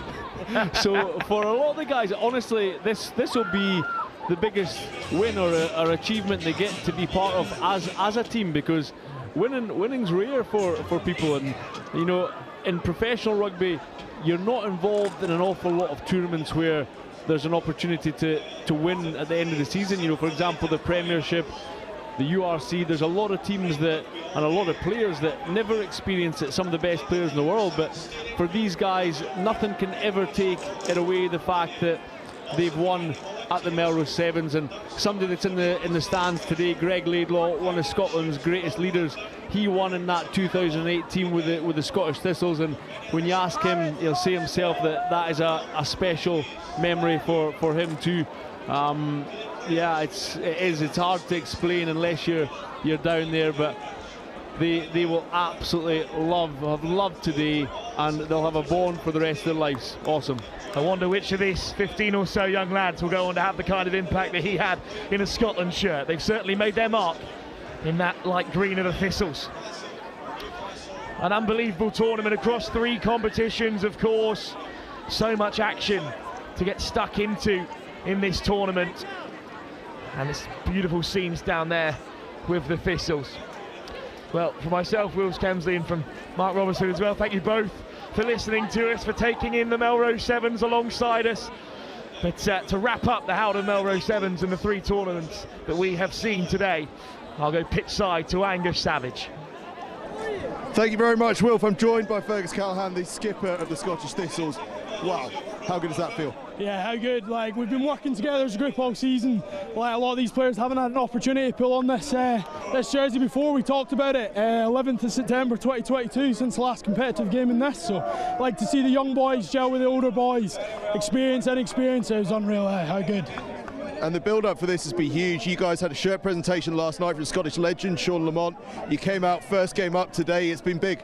Oh mate, how good. Sean's like been around the Sevens programme now for a good number of years. Like he was telling us he started here himself, and like, what a platform, what a crowd, what an occasion, and yeah, it's been brilliant. And you have a flick through the programme of this great tournament, and some of the teams, some of the names that have done so well here. Of course, we remember Scott Hastings today, a Scottish legend, and you guys all follow in his footsteps, and in all those fantastic players and teams' footsteps. It's a stunning achievement. Oh, absolutely. Like, we talked about the last Thistles team that came here and won, I think it was in 2008, and like some of the players in that team have gone on to like, amazing things in their career, and to have been able to go and achieve what they achieved then, like, what does that say to the young fellas in our team about what they can go on to do now? It's what this programme's about. It's what the Sevens programme's about, especially just bringing talent through, giving them opportunities, and like they took them today. And just a quick word on that Edinburgh Accies team, because they had to go some to actually get to this final, and they tested you. Oh yeah, no, they did for sure. Like, we knew that it was going to be a bit of a war of attrition out there, so if we could just control like our energy, control the breakdown, control the way we played, we'd be able to play our game of rugby. And like I thought we got that right most of the time, and that allowed us to kick on. Tell me a little thing about the atmosphere here. It is special, isn't it? Oh, how good! Like, you see every year when everyone runs on the pitch after the final, and that's what it's all about. Like, I'm sure a couple of us will be in the tent later on and soaking it up, so it should be good. Scottish Sevens, it's in a good place. Oh, it is. Right, only way is up now. It's unbelievable. Fergus, thanks so much for your time. Congratulations. Thanks so much. Well, as we were speaking to Fergus Callahan there, Newcastle Red Bulls were actually just lifting the trophy for winning the Jim Telfer Cup just I spied that one. It's thick fast here at the Sevens. The as we behind me and around me, the for Sevens in the remains as strong as it ever has been. It's truly a wonderful thing. I think we might be able to see actually in a couple of moments time, Monaco are about to receive their Bradley Claymore winning the women's competition. How fast Monaco throughout the competition. Indeed, how good was that women's competition? We saw so much going on with the points difference was where we came down to, all sorts going on. But as we can see, they are about to receive their trophy over here. Melrose just going up now to receive their congratulations. Newcastle Red Bull in the meantime, being sprayed with champagne over on the far left-hand side.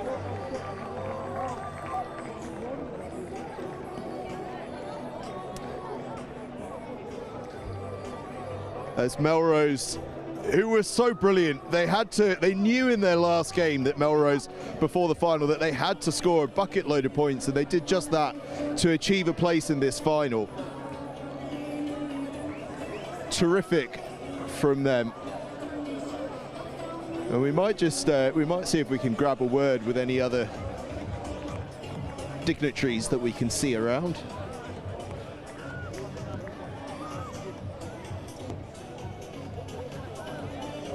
Monaco are waiting, and they are ready to go to grab their title.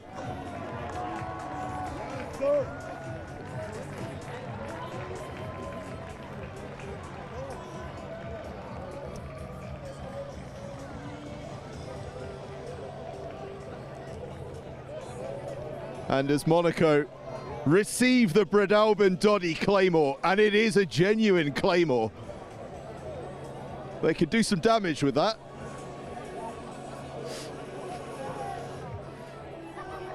Crikey.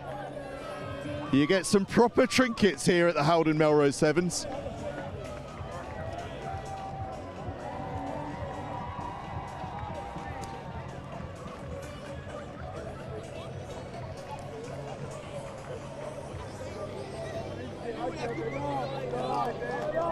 And Monaco receive their Claymore, and shortly we will see the Scottish Thistles go up, who will doubtless receive hearty congratulations for what was an incredibly strong performance from Edinburgh Accies, who, let's not forget, beat the Edinburgh Rugby Pro side to get to the final and then gave the Scottish Thistles a real good go. Scottish Thistles, though, were superb. Goodness me, the Breidalbane Doddy Claymore is coming my way, and I must say it's big. It's very, very big. You wouldn't want to get on the wrong side of anyone that's holding on to that this evening, let me tell you.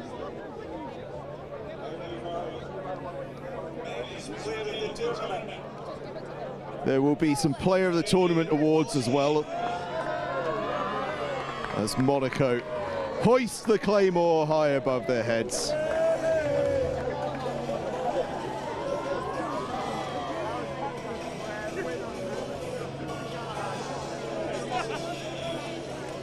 A hearty congratulations to all the referees as well who put in a shift today. It's a fast-paced tournament, game to game. They have to be on it, and they were on it.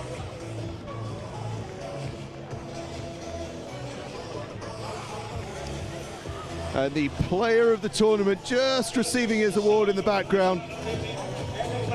And no surprise, it goes to one of the Scottish Thistles.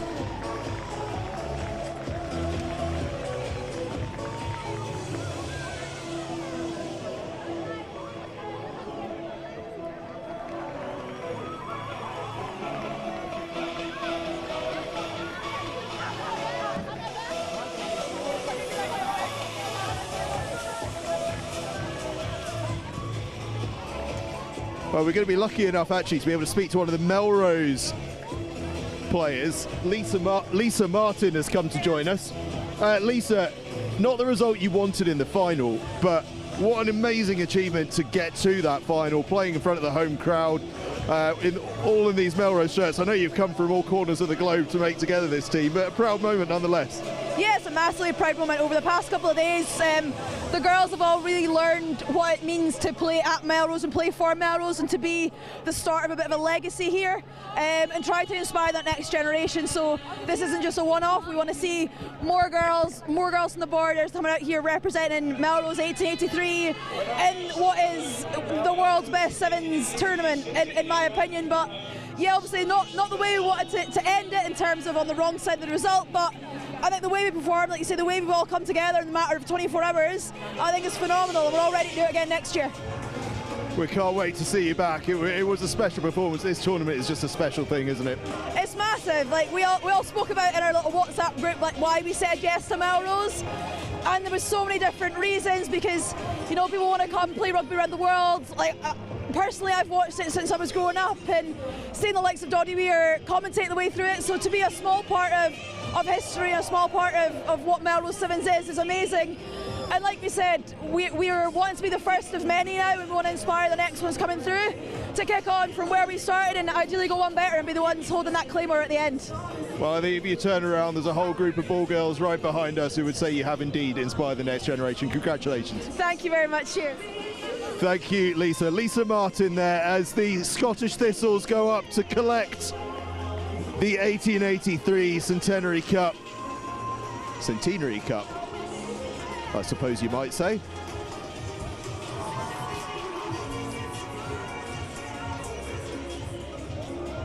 Monaco are lapping up their moment. They're almost in the way, are Monaco, of the Scottish Thistles celebrations, such as their enthusiasm at having lifted that claymore. That is the sort of passion that the Howden Melrose Sevens inspires. And the Scottish Thistles look as though they're going to come down now for their obligatory moment in the sun, celebrating the Howden Melrose Sevens and the 1883 Centenary Cup. You can see Fergus Callaghan in the middle there. I'm right in the middle of everyone's photos as well. I better get out the way. Fergus Callaghan hoists it high above his head.